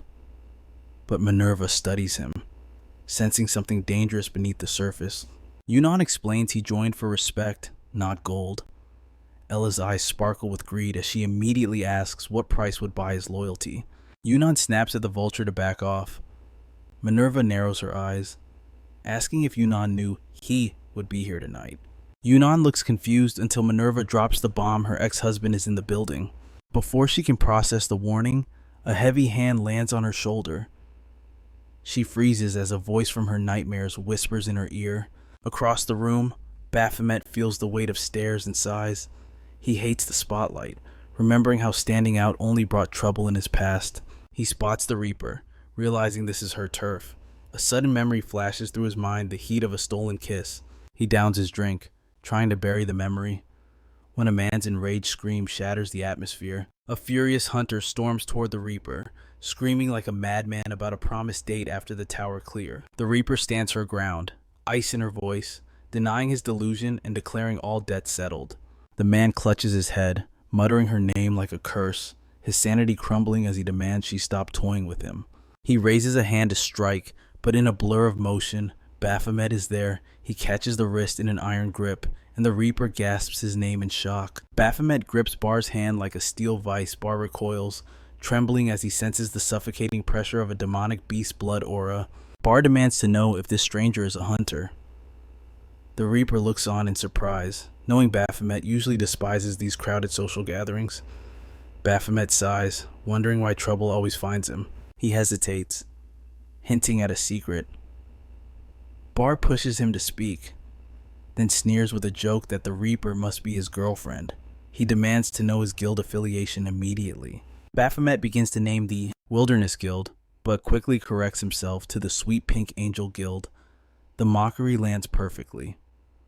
Bar is offended that the Reaper wastes her time with trash he deems inferior. When Baphomet questions his identity, Bar puffs out his chest. He declares he is from the Guardians Guild, an elite force that stormed the top 3 rankings by clearing towers at record-breaking speeds. Baphomet shrugs, admitting he has never heard of them. He then taunts Bar by asking about the Nebula Guild instead, a casual insult that leaves the boy shocked and furious. The Reaper bursts into laughter, amused that anyone could be so oblivious to a top-tier guild.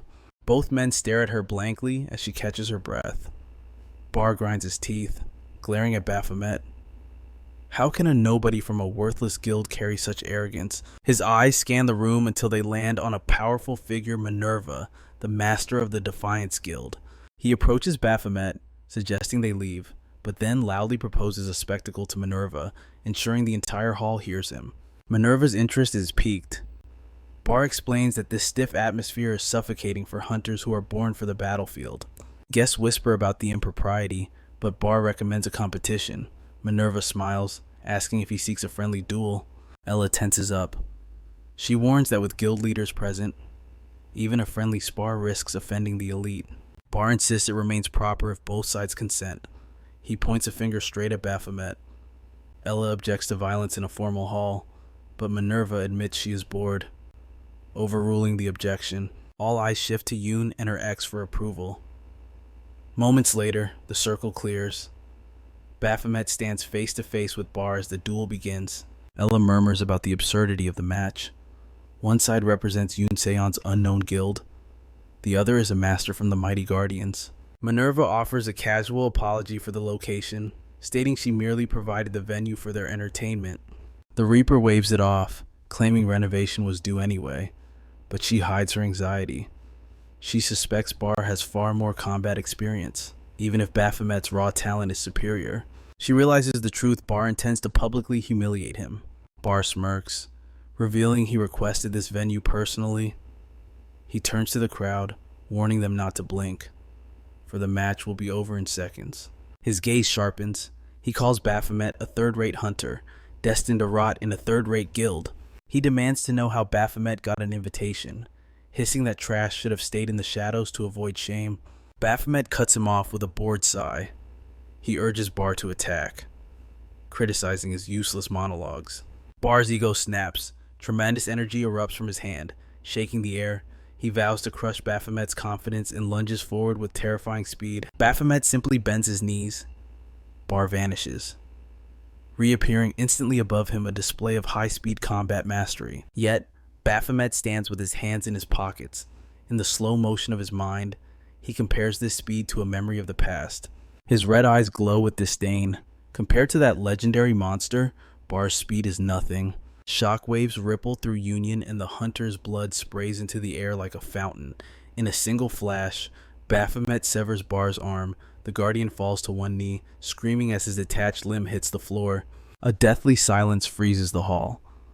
The crowd is paralyzed by this brutal, overwhelming result of a friendly match. Slowly, Minerva begins to clap. She praises Baphomet's devastating power, calling him extraordinary. The hunters remain silent. Minerva never gives such praise. She demands his real name and asks to inspect his hand. Confused, Baphomet extends it toward her.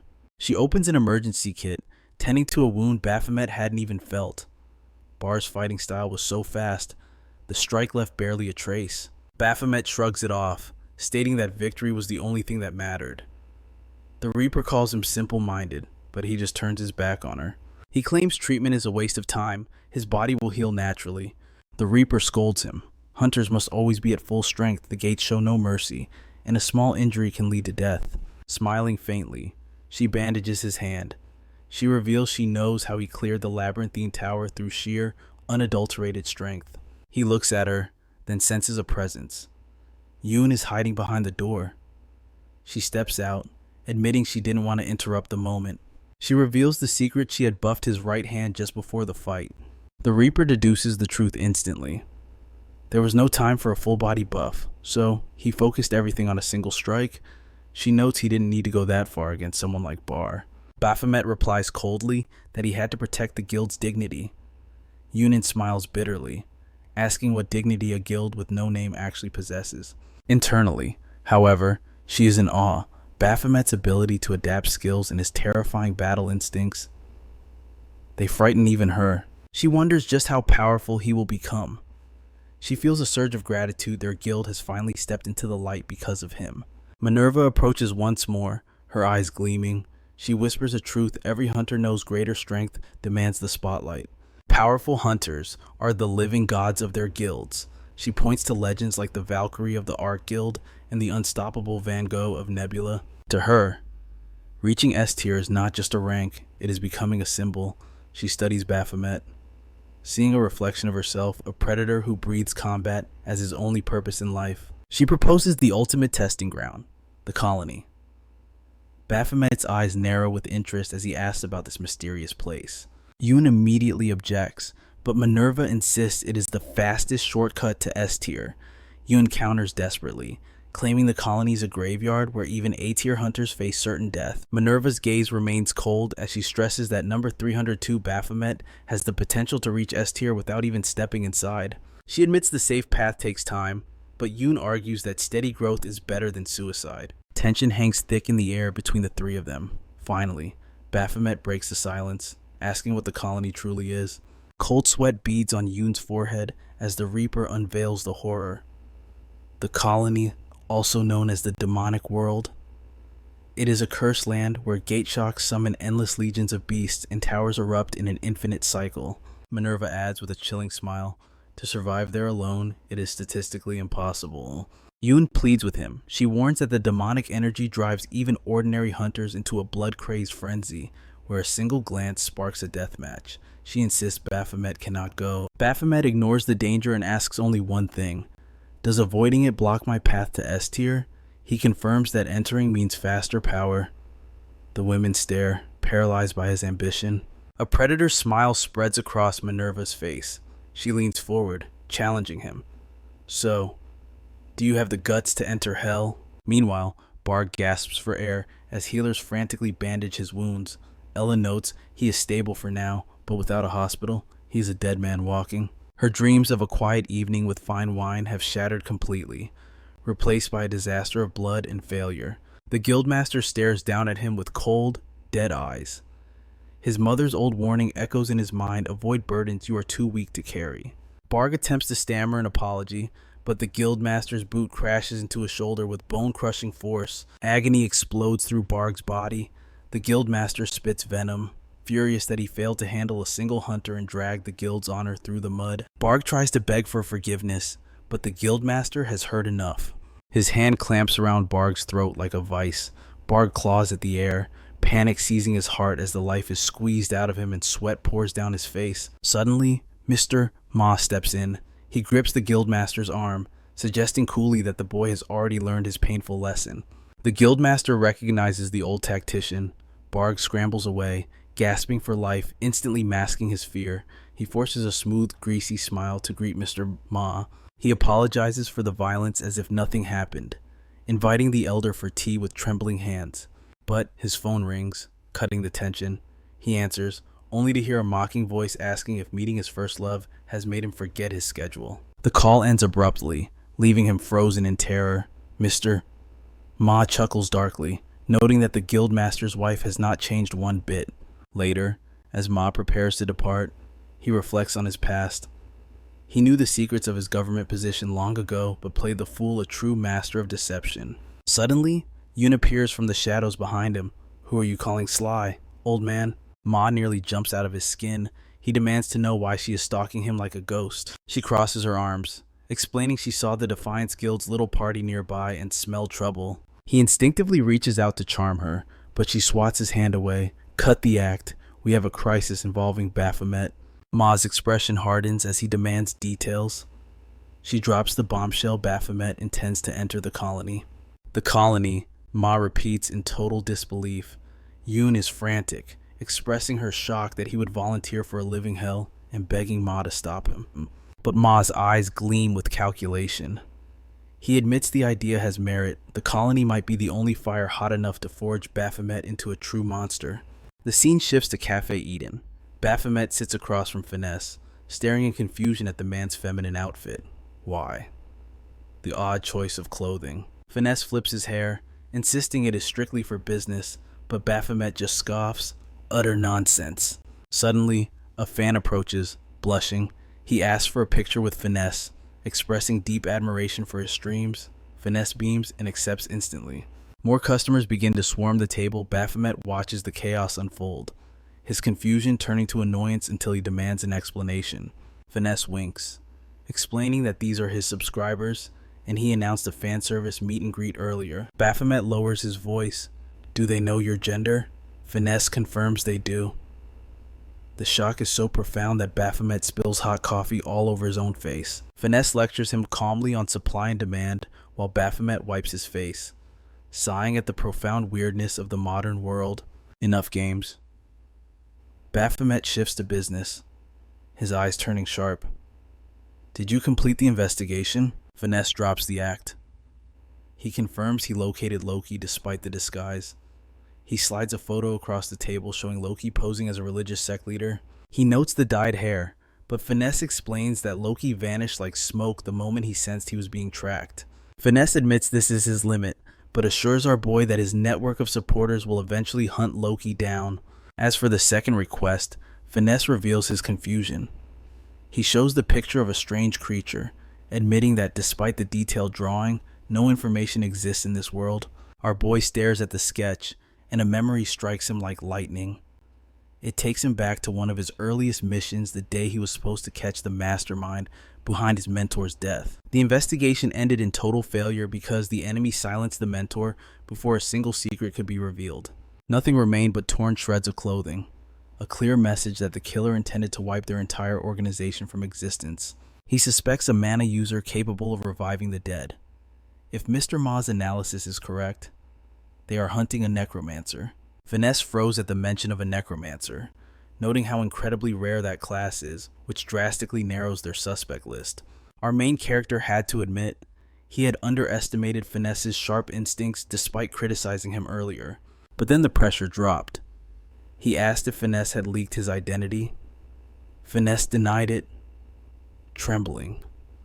But Baphomet's cold stare drove him into a state of sheer panic.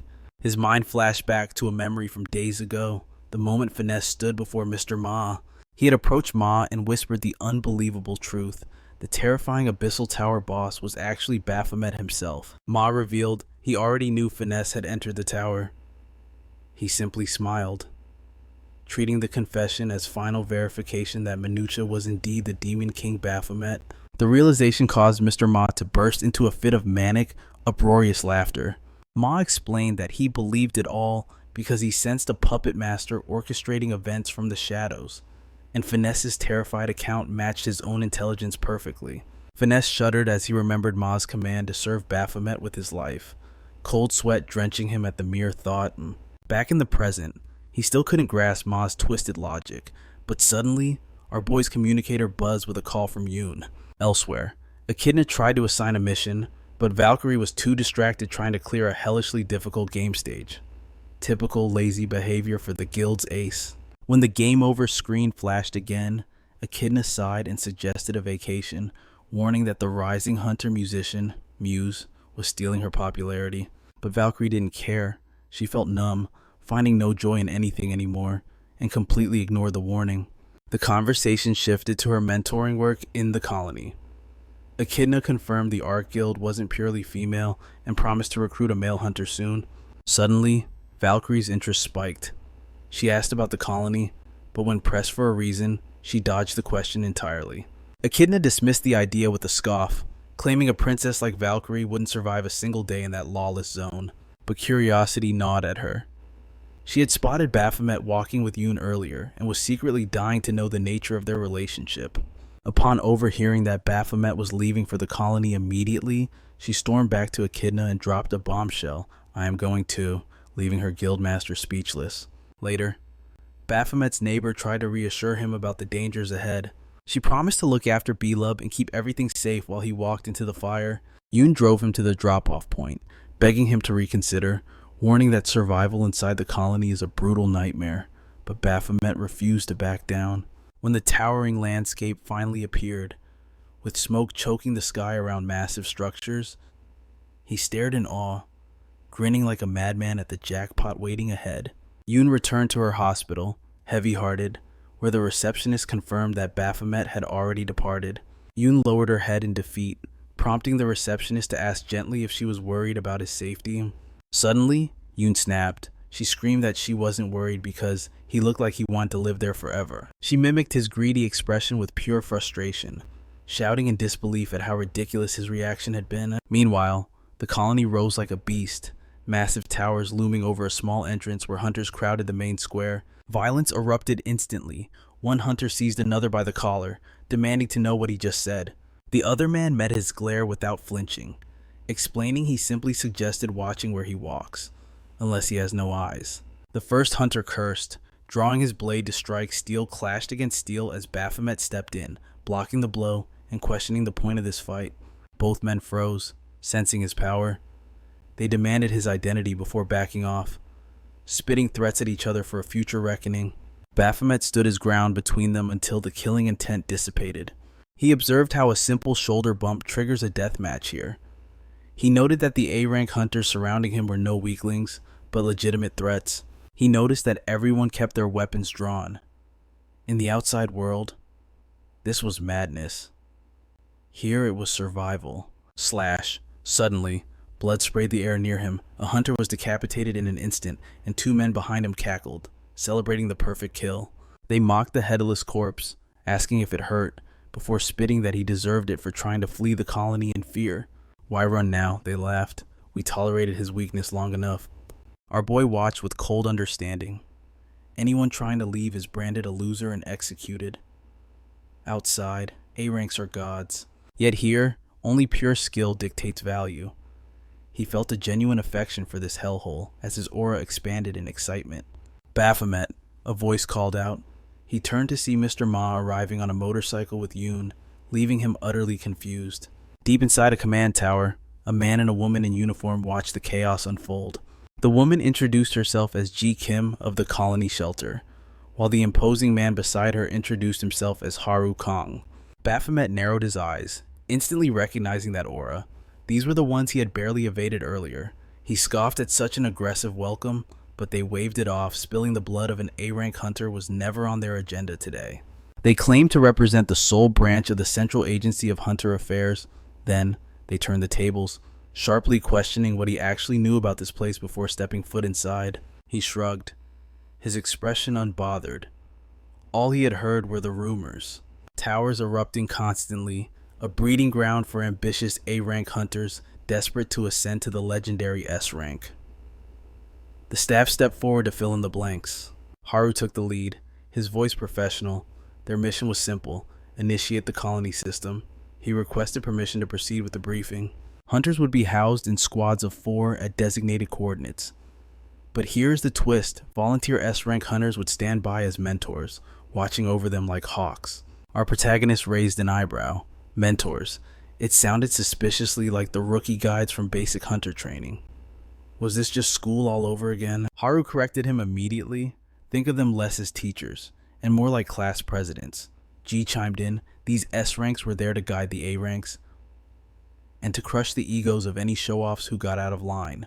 Haru called it a necessary safety protocol against accidents. Baphomet scoffed at the term, but Haru's expression darkened. The accidents he spoke of weren't mistakes. They were hunters slaughtering each other. Our boy cut straight to the core issue. How could they possibly tell the difference in the heat of battle? A wound from a demonic beast and a blade from a fellow hunter looked exactly the same. That was when Haru dropped the bombshell. The iron rule: all tower raids must be conducted solo. Baphomet recoiled. A team of 4, but fighting alone. It seemed like a contradiction. Haru clarified cold logic: you sleep together in group accommodations, but you die alone in the towers. He gestured toward the inner sanctum. Team leader, No was waiting. She sat there, studying Baphomet with eyes that had seen too much, a cigarette lazily burning between her fingers. She didn't rise. With practiced professionalism, she introduced herself as Jaek Young-nam, the absolute authority over everything that breathed inside the colony shelter. Baphomet leaned back, unimpressed. He remarked that this orientation felt finished 10 minutes ago. Was there anything else? Or could he leave? Suddenly, his gaze shifted. There, standing in the shadow of the team leader, Griffin. Griffin froze, his eyes locking onto Baphomet. Baphomet demanded answers. What was he doing here? No watched the sparks fly, noting the heavy history simmering between them. Meanwhile, back at headquarters, chaos erupted. Mr. Haas stared at the report in disbelief. Griffin was in the colony. The records were clear. He had already reached S-rank power without needing this hellhole. He turned on his subordinate, fury radiating from him. Did he authorize this? He demanded to know if someone encouraged Griffin to enter. Zest stammered a denial, claiming he gave no such advice. Ha went silent, realizing someone had played them all behind his back. The tension in the room was suffocating. He barked an order notify him the second leader Ma arrived. Back inside the tower, the tension lingered. No declared that Griffin and Baphomet would separate now. It was time to head to their quarters. The staff would handle the logistics. Their eager expressions made her smirk. She had seen it 1,000 times. She remarked that every newcomer walked in with that same bright fire in their eyes, before the suffocating atmosphere of the colony eventually crushed it. This was a harsh world, a pit where hunters clawed over each other's corpses to reach S rank. She asked if he knew how many actually achieved that goal. She dropped a name that sucked the air out of the room, Raven. Both men stiffened, shock written on their faces. Our boy narrowed his eyes. Why was the legendary Greatest Thunder being mentioned here? No smiled. Their shock proved they had the ambition she was looking for. She demanded their first impressions, directing her gaze to Griffin first. Griffin spoke, his voice cold. He didn't care about the facility. He only saw the towers and the beasts he would slaughter to ascend to S rank. But as he spoke, his eyes never left Baphomet. Baphomet returned the stare with a dangerous, knowing smile. No chuckled. The rumors about Griffin were true. Then, she turned her attention to Baphomet. Baphomet scoffed, reaching S rank through clearing towers. That was just a baseline. Boring. Griffin watched him with intense focus, while No leaned in, intrigued by his arrogance. Baphomet stepped forward, his aura flaring. He didn't come here just to kill monsters. He declared his true intent to fight every single hunter inside the colony. His serious tone hung in the air for a heartbeat. Then, No threw her head back and roared with laughter. This was different. She remarked that his mindset was a beast of its own compared to the usual answers. She had high expectations for both of them now. She looked at them with hungry eyes. Who would tear through this hell and reach the summit first? She wished them strength. They would need it. As our boy walked away, his mind raced. Griffin's sudden appearance. The timing was too perfect. Did he follow him here? Suddenly, something caught his attention. He pushed open a door and stepped into an abyss of darkness. The silence was heavy, suffocating. He moved deeper, sensing a presence. Who's there? A voice whispered from behind, and he spun around, battle ready. Light flooded the room. A hooded figure stepped out from the shadows. Pop confetti rained down as someone shouted a cheerful surprise. They teased him for being late as the newest member of the squad. 3 hunters lounged there, grinning. One remarked that the code name fit this chaotic colony perfectly. From the shadows, the hooded figure reveals himself. He is Lunatic, an S-tier powerhouse assigned to mentor Baphomet during his contract. Standing alongside the elite A-tier hunters who will support him, a man with hair like blazing fire steps forward. He introduces himself as Guilty, his presence radiating intensity. Another steps up, calling himself Jackal. Finally, Hyper joins the circle, grinning as he notes they are the same age and destined to get along. Baphomet remains cold and silent. The team mocks his lack of reaction, joking that their grand surprise must have been a total failure. Mistaking his silence for nerves, they raise bottles of wine high. They urge him to drink, demanding he relax and join the festivities. Baphomet stares in disbelief, finding their overwhelming enthusiasm surreal. But the next morning, Lunatic wakes him abruptly by name, sending a jolt through his hungover mind. Lunatic smirks, guessing the rookie drank too much. He reveals the harsh truth. The others have already left to clear the towers. He commands Baphomet to start his grind immediately, while birds chirp mockingly in the background of his headache. Baphomet can hardly believe it. Yet, hours later, victory is his. The system notification confirms the clear. The Tower of Royal Wrath is conquered. He doubles over, gasping for air. He wonders how he managed to fight at all while his head was still spinning from the alcohol. When he drags himself back to quarters, the verdict is brutal. The team declares him the last one to return. Their casual attitude confuses him until Guilty explains the rules. This team operates on a ruthless competition system of their own making. First place takes 3 points, second gets 2, third gets 1. Lunatic points to a scoreboard and delivers the final blow. Last place gets absolutely nothing. Baphomet gives a stiff nod. Guilty scolds him. noting that he drank far too much yesterday. A hunter must never let their guard down. Laughter fills the room at his expense. Baphomet sighs, but then a small, dark chuckle escapes his own lips. Bang! Without warning, he smashes the table into splinters. He shouts that they have completely ruined his rhythm. His eyes sharpen like daggers as he declares their behavior absolutely ridiculous. Their laughter fades into nervous smiles. The scene shifts to a storm. Rain lashes down as our boy stands in the tower. A glowing stone in hand, weapon raised. He becomes a whirlwind of death. He slices through a demonic beast, spins, and decapitates another in a single fluid motion. He roars for the true enemy to show itself. The shadows part, and a disguised boss steps forward, his minions circling like wolves. The boss hisses, demanding to know how a mere human breached this chamber. He vows that stepping inside was a fatal mistake. Dark energy explodes. The creature rises from a magic circle, lifting its hands to unleash a shockwave that binds every subordinate in fear. Power gathers beneath its cloak until its flesh tears open, revealing a colossal demonic form. Behold Ian, the nightmare lord of the Tower of Darkness. Ian conjures a swirling vortex of destruction. He bellows that our hero should feel honored to become his sacrifice. A deadly magical blade flies through the air. Baphomet scoffs, remarking that such a dramatic transformation deserved a much stronger attack. He leaps, soaring above Ian. He slices the demon in two with one clean strike. Baphomet calls him a weakling, as the monster erupts in a massive explosion. Later, the slaughter continues. Hyper watches from the shadows in utter disbelief as our boy drops from the sky, cleaving another demon in half. Jackal joins him, grinning at the spectacle. At that moment, Baphomet unleashes his chain weapon, binding another demon instantly. Guilty arrives, and the three veterans stare wide-eyed. Baphomet turns to them, flashing a relaxed, confident smile. The scoreboard updates instantly. Baphomet sits at the very top with the highest points, leaving the veterans stunned into silence. The scene shifts to Sujin Yo.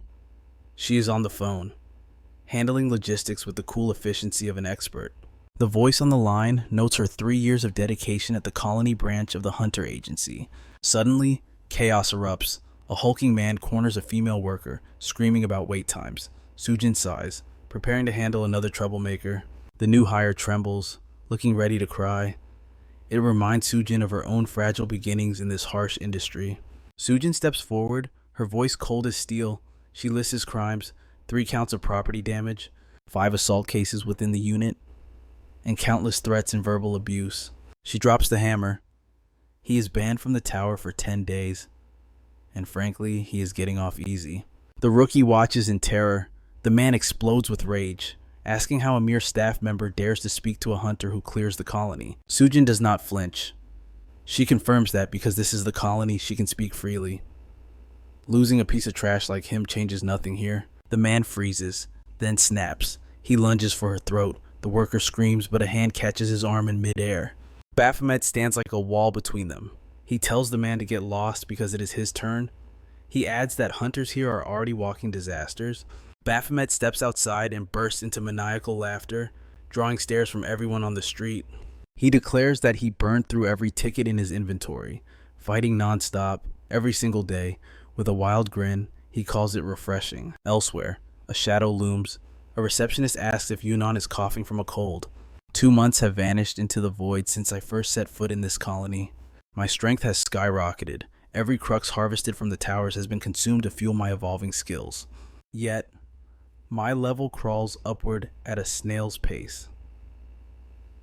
The only significant spike came from the labyrinthine tower's core, proving that not all towers are created equal. The hierarchy of power is absolute, rare, unique, epic, legendary, and the god tier mythic. The higher the tier, the more potent the essence. I am currently dominating epic tier towers, but the system is cruel, and like a grinding RPG, the experience required for the next level grows exponentially. There are no shortcuts. To ascend, I must slaughter my way through endless floors and devour every crux I find. But the legendary and mythic realms, those will demand power that defies common sense. At least I am no longer shackled by stamina. I can fight for eternity now. I will crush my past limits and leave even Raven in the dust. A maniacal laugh escapes my lips, startling the passers-by. Suddenly, the vibration of my phone snaps me back to reality. It is a call from my contact back home, and the news about Beelzebub's actions 2 months ago hits me like a truck. Flashback to a human classroom. The teacher introduces the transfer student, Jinu Chelub, whose eyes are as cold as ice. The girls are instantly charmed by his visuals, but in the back, envy brews in the eyes of a male student. Later, the bully makes his move. He trips a classmate and sneers, asking if being a pretty boy makes Jinu feel like a king. Beelzebub's reply is dripping with arrogance. It is merely natural instinct for lesser creatures to be drawn to a superior being. He identifies the bully as the local boss. Before the kid can react, a single casual punch sends him flying across the room. Silence falls over the class. Beelzebub stares at his own fist, realizing just how fragile these human bodies really are compared to his true form. Consider yourself fortunate, he sneers. You have learned the hierarchy of power early. This lesson will save your life one day. The bully trembles in absolute terror as the demon in human skin steps closer. Back on the phone, the neighbor sighs that my brother is just as chaotic as I am. It reminds me of the time Beelzebub asked about the funds from Reaper. I told him the money was for gear. Reaper drilled it into my head inside the towers. Equipment is the difference between life and death. Beelzebub had scoffed at the time. He claimed he only took this human vessel to experience the thrill of combat. But then the complaint started. Why am I stuck in this weak shell? I cannot even unleash my true magic without a hunter license. He refused to study. If he was forced to be human, he demanded to enjoy the hedonistic perks of this species. He raged at me, calling me a boring fool who doesn't know how to savor existence. Back in the present, the neighbor promises to keep the troublemaker in line. Just focus on yourself, Baphomet. Don't die out there. I hang up, puzzled. Why did that specific memory surface now? Was it the mention of Reaper's obsession with strength? Yo, Hyper suddenly pops up, interrupting my train of thought. What's with the long face? I stare at him blankly. Hyper frowns, asking why I'm acting like a stranger. Relax, I am not plotting your demise. He laughs. We are housemates. Holding on to grudges over a little teasing is bad for the soul. He suggests we go out. When I hesitate, he points out the obvious. You have been grinding inside those towers like a machine. Even monsters get tired, he warns. Burnout will kill you faster than a boss monster. So, fix that messy hair, put on some human clothes, and let's go have some actual fun. I almost say no, but Beelzebub's voice echoes in my head, mocking me for not enjoying life. Fine. I find myself at a venue, but it seems desolate. I step deeper into the hall. Finally, I spot signs of life, a group of women dancing in the distance. My brows furrow. What exactly is this place? It does not look like a training ground. Hyper slides up beside me. Everyone makes that face. He chuckles. Hard to believe a paradise like this exists inside a grim colony, right?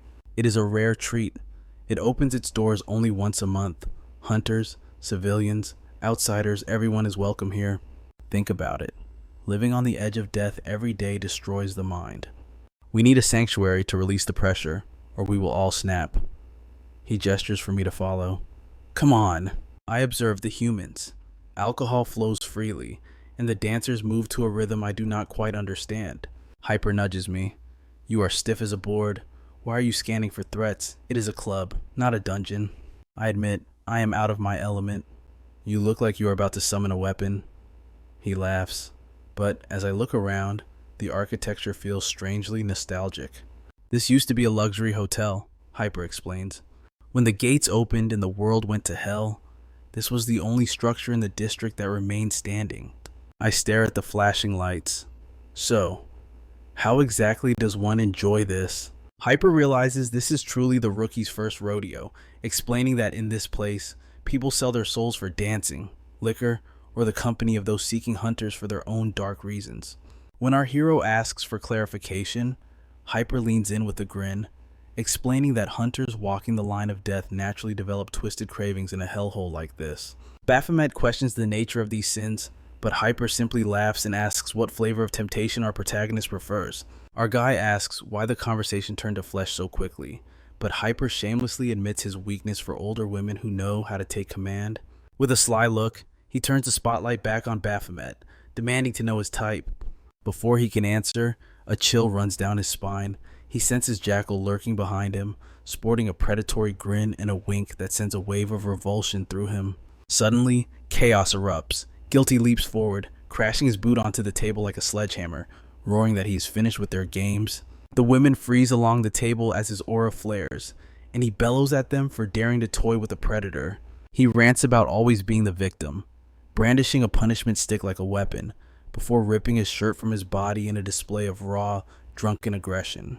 He demands they worship his physique muscles forged in the blood of demonic beasts, not sculpted in some vanity gym. The women erupt in cheers and laughter, loving the show, while Baphomet stands amidst the madness, an alien in this sea of debauchery. Hyper switches gears, noting that while the physical distance from Seoul is short, barely an hour or two, the bureaucratic nightmare to enter makes it feel like a journey to another world. When Baphomet asks why anyone bothers, the answer is chillingly simple in the colony. The laws of man do not apply, and everything is permitted, except murder. Baphomet stares at him in disbelief as Hyper sticks out his tongue to reveal a pill resting on it, before calling over the women and beckoning our boy to join the decadence. Baphomet's eyes narrow as he locks onto the pill. He recognizes that drug instantly. The timeline fractures, taking us back to a clandestine meeting where No pulls him aside, dropping the bombshell that she knows he has infiltrated the cleaning crew.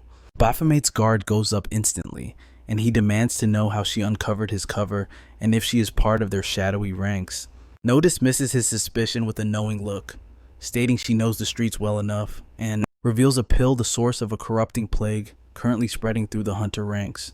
Baphomet is baffled, questioning why superhumans would rely on narcotics and why No hasn't hunted down the dealer herself. She explains that this is the hunter's playground where vice is tolerated, but the line was crossed when innocent civilians were dragged into the crossfire. When Baphomet asks if civilians are already victims, No confirms the tragedy, explaining that she tracked the supply chain through her usual nightly routine until she finally found a thread to pull. The pieces click into place for Baphomet. If hunters are the users, a hunter is the supplier. A cold, predatory grin spreads across his face as he asks permission to slaughter the one responsible. She matches his smile with a bitter one of her own, noting that these arrogant awakened ones treat the colony like a sandbox, even when they break their own toys. Reality snaps back to the thumping bass of the party, where Hyper asks why Baphomet is standing like a statue and urges him to indulge with the beauties behind him. Our dude's mind races, analyzing whether Hyper is just a junkie or a link in the distribution chain. To catch a wolf, one must wear sheep's clothing, so he decides to play along and nods his agreement. Suddenly, his gaze locks onto a figure in the crowd. Long, flowing hair cascades like a waterfall. It is the S-rank powerhouse, Valkyrie. As he analyzes her, memories of a familiar face surface, and the room seems to revolve around her as she begins to dance with vibrant, explosive energy. We cut to 1 month ago, where a concerned hunter approached Valkyrie, noting the ghostly pallor of her skin. She tried to brush it off, but the man pushed back, seeing that the burden of handling A-tier dungeon breaks had drained her spirit. Just as Agatha arrived on the scene, an S-tier veteran noted that their squad's recent power spike was thanks to a promising A-tier newcomer. Agatha's eyes lit up as she guessed the name Griffin, which left the others confused. Valkyrie recounted her humble approach, explaining how she simply introduced herself to the lower-ranked group and offered to serve alongside them. The hunters were thunderstruck, wondering why a goddess of the battlefield would descend one to this rotting colony. But Valkyrie only had eyes for Griffin, questioning his presence in this dump, causing Griffin to snap at the senior hunter, challenging the old man to a duel right there and then. Agatha saw through the chaos and gazed at Valkyrie with pure admiration, calling her a beacon of hope for descending to the mud to guide others. Taking Valkyrie's hands, she praised the S-ranker's noble decision to mentor the next generation rather than basking in glory. Valkyrie looked down, humble to a fault, but the hunters explained that her presence alone had drawn countless warriors to the colony. Valkyrie was stunned, but they revealed the truth, though silent. The A-tier hunters here hold her in absolute reverence. They pledged their swords to her cause if she ever needed aid, leaving Valkyrie realized how a single choice had shifted the entire atmosphere. Back in the neon-lit present, the irony hits her hard. She came here to be a mentor, yet here she is, looking to flirt her way through the night. 2 entire months have dissolved into the past, yet she has not caught a single glimpse of Baphomet. The mocking whispers that a high-maintenance hunter like her would not last a day here haunt her pride, driving her to scour every corner for him. Inside the colony's communal showers, she steps out of the water in horror, screaming as vile insects pour from the faucet instead of clean water. A resident nonchalantly explains that the sewage infrastructure is ancient history, infestations are common, and the water supply often vanishes for days at a time. Valkyrie's soul nearly leaves her body. The very concept of remaining unwashed for that long is a nightmare worse than death. Seeing her distress, the person points toward a hidden trail, mentioning an old wooden cabin that filters pure mountain spring water. Does it really work? Valkyrie demands, already sprinting away before the answer lands. A warning trails behind her. Using hunter skills inside the colony is strictly prohibited. The resident sighs, noting that destroying facility infrastructure is a grave offense, but she is too far gone to hear it. She hesitates at the edge of the pitch-black forest, and the resident offers to escort her, sensing the fear beneath her bravado.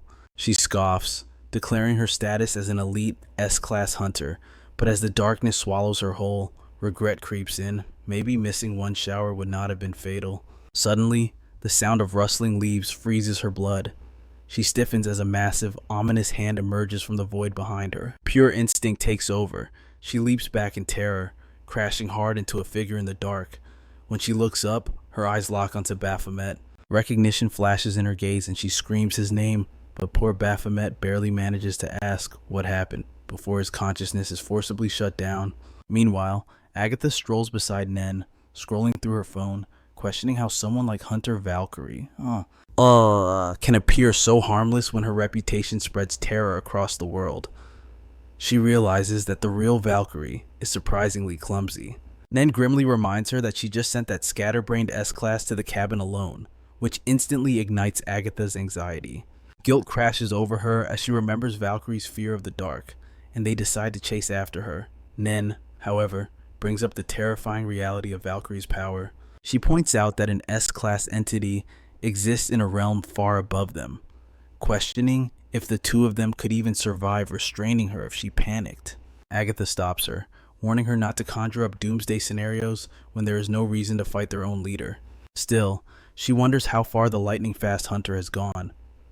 Suddenly, they freeze, spotting Valkyrie kneeling on the path, begging our protagonist to wake up. They are thunderstruck to see Baphomet lying unconscious, his head resting on her lap while she sobs his name in despair.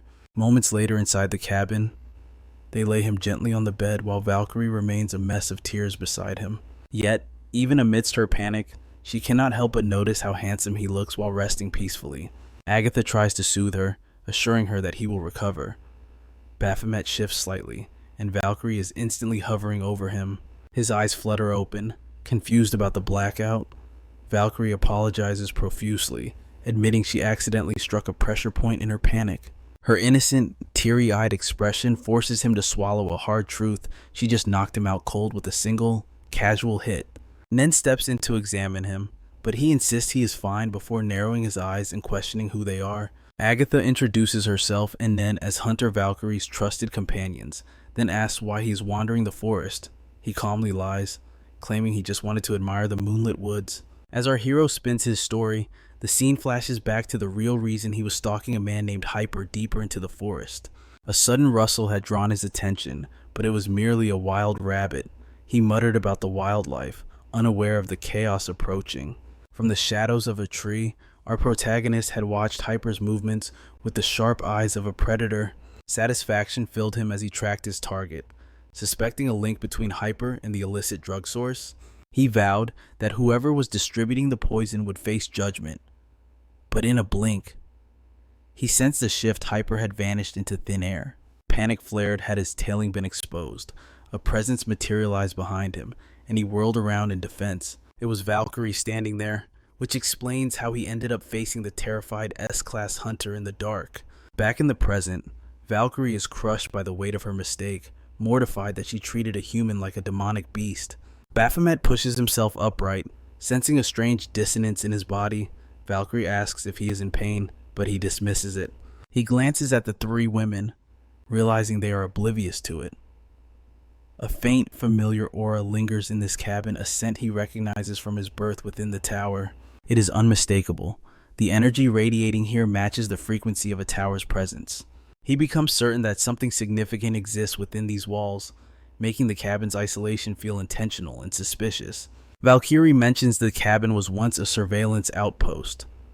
Agatha confirms this, explaining it was built in the colony's infancy to monitor tower activity. He wonders why anyone would monitor the towers from this specific vantage point. But he pushes the mystery aside, realizing it does not align with his current mission. He prepares to leave, and when they ask for his location, he informs them he resides in Zone C, lying in the opposite direction. Valkyrie stops him before he can vanish, her eyes wide and shimmering with innocence as she asks if their paths will cross again. He blinks in genuine confusion, bluntly stating she is not his master. Behind her, the peanut gallery stares, realizing his density rivals a black hole. He casually dismisses the moment, noting that their paths are bound to cross in this small world. Then, without a backward glance, he leaves. The trio watches his silhouette swallowed by the forest shadows. Agatha whispers to Valkyrie, urging her not to let his cold shoulder freeze her heart. But Valkyrie's pride ignites. She clenches her fist, swearing on her honor to conquer him. She vows to make him beg for her affection, earning a raucous cheer from her squad. Meanwhile, back in the gloomy quarters, Guilty laments their wretched existence. Jackal questions his foul mood, and Guilty jabs a finger at the shattered dining table, the symbol of their ruined camaraderie. He pins the crime on Baphomet's rampage earlier, spotting the man himself. Guilty greets him with a voice dripping in sarcasm. Baphomet ignores the provocation entirely, a ghost drifting past the living, his eyes locked only on Hunter Hyper. He had scoured the forest for hours hunting this man, sensing a connection between Hyper's vanishing act and the illicit drug trade. Hyper meets his gaze, bewildered by the intensity, and demands to know his business. Baphomet flashes a calculated smile, masking his intent. He decides to employ the same psychological warfare that broke his mentor, suggesting they share a drink. They settle into a grimy pub, but the air shifts when Hyper abruptly poses a heavy question. Creation or evolution, where do we come from? He muses on how the faithful attribute the spark of life to a divine hand. Baphomet frowns, wary of this philosophical detour, but Hyper grins, his eyes distant as he recounts a chilling theory from a foreign land. A wise man once told him that humanity exists on Earth not as a blessing, but as a consequence of ancient sins. To him, this world is a purgatory. God's wrath birthed the towers, and the demonic beasts are the executioners sent to cull the unworthy. Hyper concludes his sermon with fanatic conviction the weak and the corrupt must be purged. He stares at Baphomet, seeking a disciple in his madness. Our protagonist remains stone-faced, while Hyper insists he sees the truth in his eyes. Snap reality fractures. Baphomet's eyes fly open, and he finds himself lying alone on the forest floor. A splitting headache hammers against his skull, his memories wiped clean since the bar. In his grip, he finds a crumpled paper bearing a mysterious sigil. A phone's shrill ring pierces the silence. Confused by how his device traveled so far, he snatches it up. The Reaper's voice crackles through, heavy with relief. He recognizes the tone immediately and questions the call. She counters sharply. He was the one who reached out first. His confusion spirals as she suggests the alcohol erased his memory. She exhales, admitting her worry when the line went dead so abruptly the night before. He presses for the reason behind her concern, and she hesitantly mentions the bizarre nonsense he was spouting. Demanding the truth, he freezes as she drops the bomb. He asked her out on a date. Silence stretches before he explodes in denial. Reaper accuses him of feigning ignorance to save face. He roars back, his pride refusing to accept such a blunder. She soothes his temper, pivoting to his mission in the colony, and offers a soldier's blessing. Then, the kicker, she teases that she might accept his heart if he ascends to S rank. He tells her to shut up and hangs up, cursing the poison known as alcohol. Stumbling back, he collides with a stranger. The man instantly flares up, barking at him to watch his step. Our boy snaps. A murderous aura erupts as he threatens to gouge out the man's eyes and feed them to the sharks. The stranger's entourage whispers in terror at his instability. Suddenly, Lunatic emerges from the shadows, sensing the spike in killing intent. Baphomet blinks in surprise. Lunatic eyes his disheveled state, noting he slept rough, and offers to walk him back to the dorms. As they move, Lunatic drops a heavy expectation he foresees Baphomet claiming the title of S rank very soon. He begins a lecture on power dynamics. Not all S ranks are created equal. Some are monsters who can crush 2 or 3 of their peers single-handedly. Baphomet absorbs this, then sharply asks how many Mr. Ma could crush. The old man claims rust has dulled his blade. He then chuckles, realizing his cover is blown. Baphomet scoffs. It was obvious from the start. Lunatic thanks him for keeping the secret for 2 months and asks for continued silence. Baphomet agrees, but demands a trade answers for silence. He stops, fixing Lunatic with a gaze heavy as a mountain. Lunatic curses under his breath, pointing an accusatory finger, blaming the boy for ruining the mood. Baphomet demands to know why a powerhouse like him is hiding in the colony. As he speaks, he pushes open the door to his quarters. The air turns to ice. There, on the floor, lies Jackal cold and dead. Baphomet's eyes dart to the side, finding Guilty's lifeless corpse. Lunatic steps into the room, his composure shattering. This scene defies all logic. But the true horror lies further in. His eyes nearly bulge out of his skull as he spots Hunter Hyper slaughtered. He stammers in disbelief. 3 hunters murdered within the absolute safety of the colony, and for an S-tier like Hyper to fall. The nightmare has truly begun. He stares into the abyss, his mind reeling from the massacre that paints his room in crimson. Hunters swarm the area, their whispers buzzing like flies over fresh corpses. Disbelief hangs heavy in the air. How could such a brutal slaughter happen here? One hunter points to the savage claw marks tearing across Hyper's chest, suspecting a beast attack. But our protagonist sees the truth. Rage simmers within him. Someone stole his prey right out from under him. Suddenly, Haru and G burst onto the scene. They command the crowd to back away immediately to preserve the evidence. Seal the area, Haru declares. Every bystander must evacuate now, but the crowd resists. This is a safe zone, one screams. How did a murder happen inside these walls? Another voice rises above the din, fueled by fear. We aren't leaving until we get answers. We refuse to be kept in the dark. The officials do not flinch. G's eyes narrow dangerously. Stay, and you will be treated as a suspect. The threat strikes the crowd like a whip, shocking them into silence. Baphomet steps forward, his gaze dissecting the carnage. Something is wrong. A clash between A-rank hunters should have leveled the room. Yet the walls are pristine. There isn't a single sign of a struggle. This wasn't a fight. It was an execution. The killer moved with such overwhelming speed that the victims died before they could even process their own destruction. A cold realization strikes Baphomet. Only one existence possesses such terrifying power. An S-rank hunter. His words freeze the blood of the officials. Baphomet presses on. No A-rank has this kind of force. Not even me. This is the work of a monster. Watch your tongue, G hisses, trying to suppress the panic. We need evidence, not theories. Haru adds that such reckless talk invites chaos. It is simple logic, Baphomet retorts coldly. Around him, the realization dawns on the crowd. An S-rank. It is the only explanation for such clean death. Fear turns to anger. The hunters glare at the officials, furious that such a catastrophic threat went undetected. Suddenly, a commotion at the door, a girl cries out for attention, and then... Team leader, No arrives, her elite squad looming behind her like shadows. The scene shifts to her office, the atmosphere suffocating. Her order is absolute, drop the investigation. Baphomet is baffled. We already connected Hyper to the drug trade before he died. He slams his hand down, determination burning in his eyes. We have to catch this killer. Let me lead the hunt. No's eyes are cold and mocking. You said it yourself. It was an S rank. She leans forward. Can you defeat a god? Go back to training. You are too weak to matter. Good work on the earlier report, though. With that simple dismissal, she leaves him standing there, utterly speechless. Outside, Baphomet tries to clear the fog in his mind. Hyper died right after they parted ways.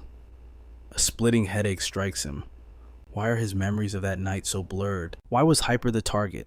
And what exactly did he do to Baphomet before the end? His hand drifts to his pocket, finding a crumpled piece of paper. As he touches it, a vision flashes before his eyes. Hyper, holding that very symbol in the dark. In the memory, Hyper smiles sadly. I know you suspect me, Baphomet, but I am not worried. You and I, we see the world the same way. The moment Baphomet looked at the paper in the vision, his consciousness faded into black. Back in reality, he examines the mysterious item. No mana radiates from it. Was it a one-time activation trigger, or does this symbol hide the key to the entire mystery? Thinking hard, Lunatic approaches from the shadows. They already moved the bodies of Guilty and Jackal. The cleanup is suspiciously fast. Baphomet clenches his fist. Team leader, no kicked me off the case, even though I was involved from the very start. Lunatic's gaze is piercing. Was your investigation focused solely on Hyper? Yes. Baphomet confirms, his guard going up. What do you know, Lunatic? You didn't infiltrate this place just for fun? Lunatic smirks. I came to watch your growth, but I have another mission. Does it involve the one who slaughtered Hyper? Baphomet demands. Lunatic lowers his voice, the air growing tense.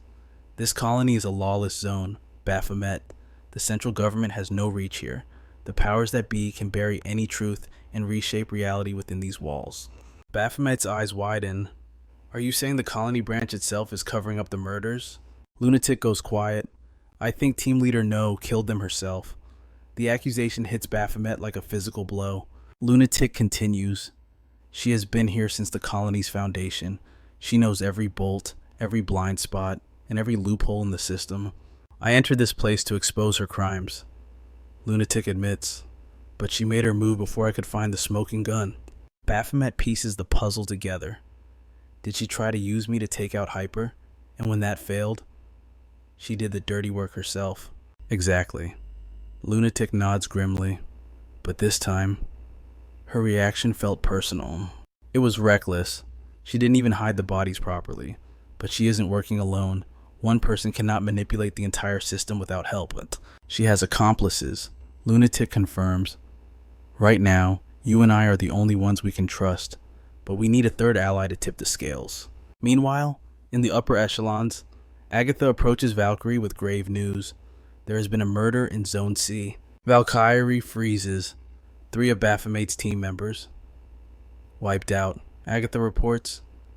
Valkyrie repeats the words, unable to process the devastation. Bam. Across the room, Nen smashes her fist against the table. Damn it. Do you know how hard it is to raise 3 elite fighters? The outburst draws their gaze. Agatha sighs. We have been here since the beginning, guiding the rookies. And for us, an A-rank hunter is more than just a number. Valkyrie remains silent, her expression unreadable. As Agatha speaks, her mind drifts back to a time before the gates opened and changed the world forever. In a world that looked down upon hunters with scorn, humanity was left stripped of its shield against the encroaching darkness. When the calamity descended, countless souls were extinguished in an instant, wiped out before helpless eyes. Agatha trembles, haunted by the bitter truth that powerful hunters could have rewritten this bloody history. She cries out that this colony was forged to birth the very guardians they lacked, which renders the slaughter of these A-rank hunters a wound too deep to bear. Meanwhile, at the heart of the colony, Haru delivers the cold reality to our protagonist. Aside from him, the last 3 members of his squad have already abandoned ship. G adds that his new teammates will be assigned in due time, but for now, she prays he continues his relentless conquest of the towers to sharpen his edge. He settles into his seat, his gaze piercing, and demands to know if they have identified the butcher responsible for the murders. The official response is a hollow excuse. The investigation is ongoing. Baphomet lets out a low, mocking chuckle, having anticipated their useless incompetence. Just then, Lunatic contacts him via comms. As the officials prepare to depart, they offer empty wishes for his luck before disappearing into the shadowy confines of her office. Inside, the director, No, interrogates her subordinates regarding Baphomet's condition. Haru and G report nothing out of the ordinary, unaware of the storm brewing beneath his surface. No commands them to maintain strict surveillance on him. When asked for further reports, they hesitate, only voicing their deepening concern for her safety. She waves off their worries with cold indifference, ordering them back to their posts. But as they turn to leave, she stops them, deciding this next move requires her personal touch and solitude. Alone in her chambers, she dials a number. Her voice drops low as she asks if the recipient is prepared, signaling the need for a particular dark favor. The voice on the other end answers with chilling calm. "I have been waiting for this request, elder sister." Elsewhere, Valkyrie submerges herself in the warmth of a bath, her mind plagued by the gruesome murders, until a sudden knock shatters her melancholy. Outside, Baphomet stands ready, his mind locked on the mission. He recalls the strategy session with Mr. Ma. Their primary objective is clear. They must prove without a doubt that Director No is the architect behind the hunter's deaths. Lunatic emphasized the importance of catching her in the act. Baphomet admitted he lacked physical proof in the timeline, but there is one location that reeks of suspicion. He had already transmitted the coordinates. But when Lunatic received an unexpected call from No herself, Baphomet questioned the probability of her compromised intelligence. Lunatic calculated the odds at 50%, before grimly adjusting the probability to 51. His advice was simple: take the call. Snapping back to the present, Baphomet stands amidst the dense forest, facing a desolate wooden cabin. That familiar, sinister aura washes over him again. This is the only anomaly within the colony, a singularity compelling him to investigate the darkness within. He tracks the energy signature until he stands directly above the source.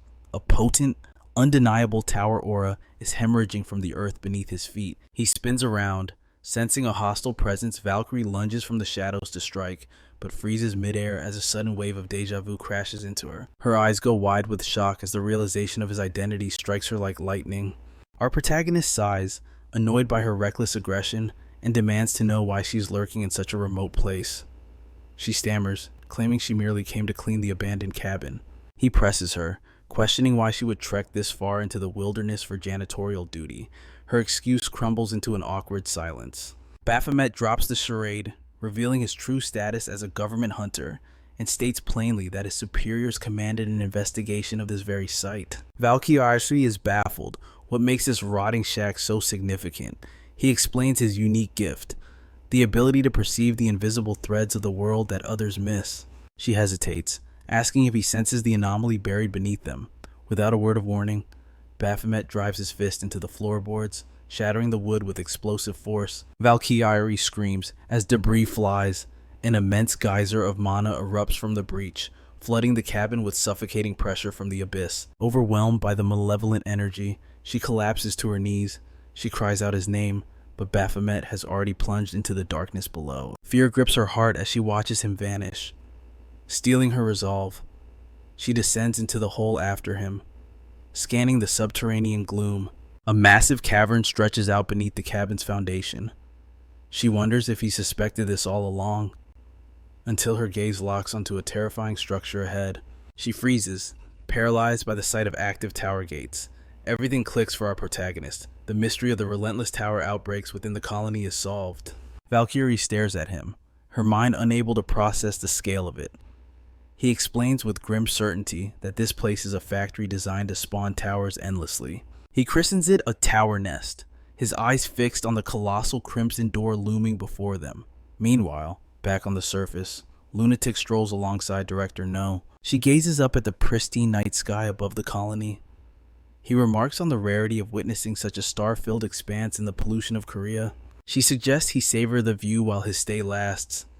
He accepts the advice with a nod, before cutting to the chase regarding her summons. No reflects that they have scarcely spoken, despite this colony being the very site where their paths first crossed. She observes with a sharp glint in her eye that fate has never brought them together outside these walls. Lunatic agrees, noting that his missions typically exile him to desolate regions or nations void of powerful hunters. A faint, knowing smile plays on her lips. She recites his travel history with unsettling precision: Costa Rica, Monaco, and Singapore. She recalls another operative dispatched to Singapore, innocently wondering if Lunatic ever encountered a hunter by the name of Mild. A heavy silence hangs between them. He finally responds that deployment to the same soil does not guarantee camaraderie. No accepts the deflection with a calculating pause. Then, the trap snaps shut. Why would Singapore need foreign aid when their own system is overflowing with talent? Mr. Ma. A smirk curls across her face. Lunatic realizes the game is up, his cover has been blown, and she has peeled back his mask to reveal the truth. A deafening explosion tears the sky apart. Smoke billows everywhere. As it clears, Mr. Ma sheds his human disguise, revealing his terrifying true beast form. A massive monster looms behind her with a feral growl. He demands to know if she slaughtered the A-rank hunters. She tries to ignore him, focusing only on the colony's purpose. But Mr. Ma refuses to be silenced. He corners her, roaring for an answer about the deaths of his kin. Team leader No's eyes go cold. She warns him, "Do not dare interfere with my grand design."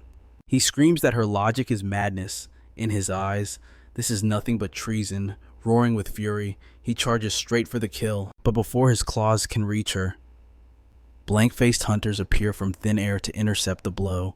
The impact sends him flying back. Gritting his teeth, he realizes the horror.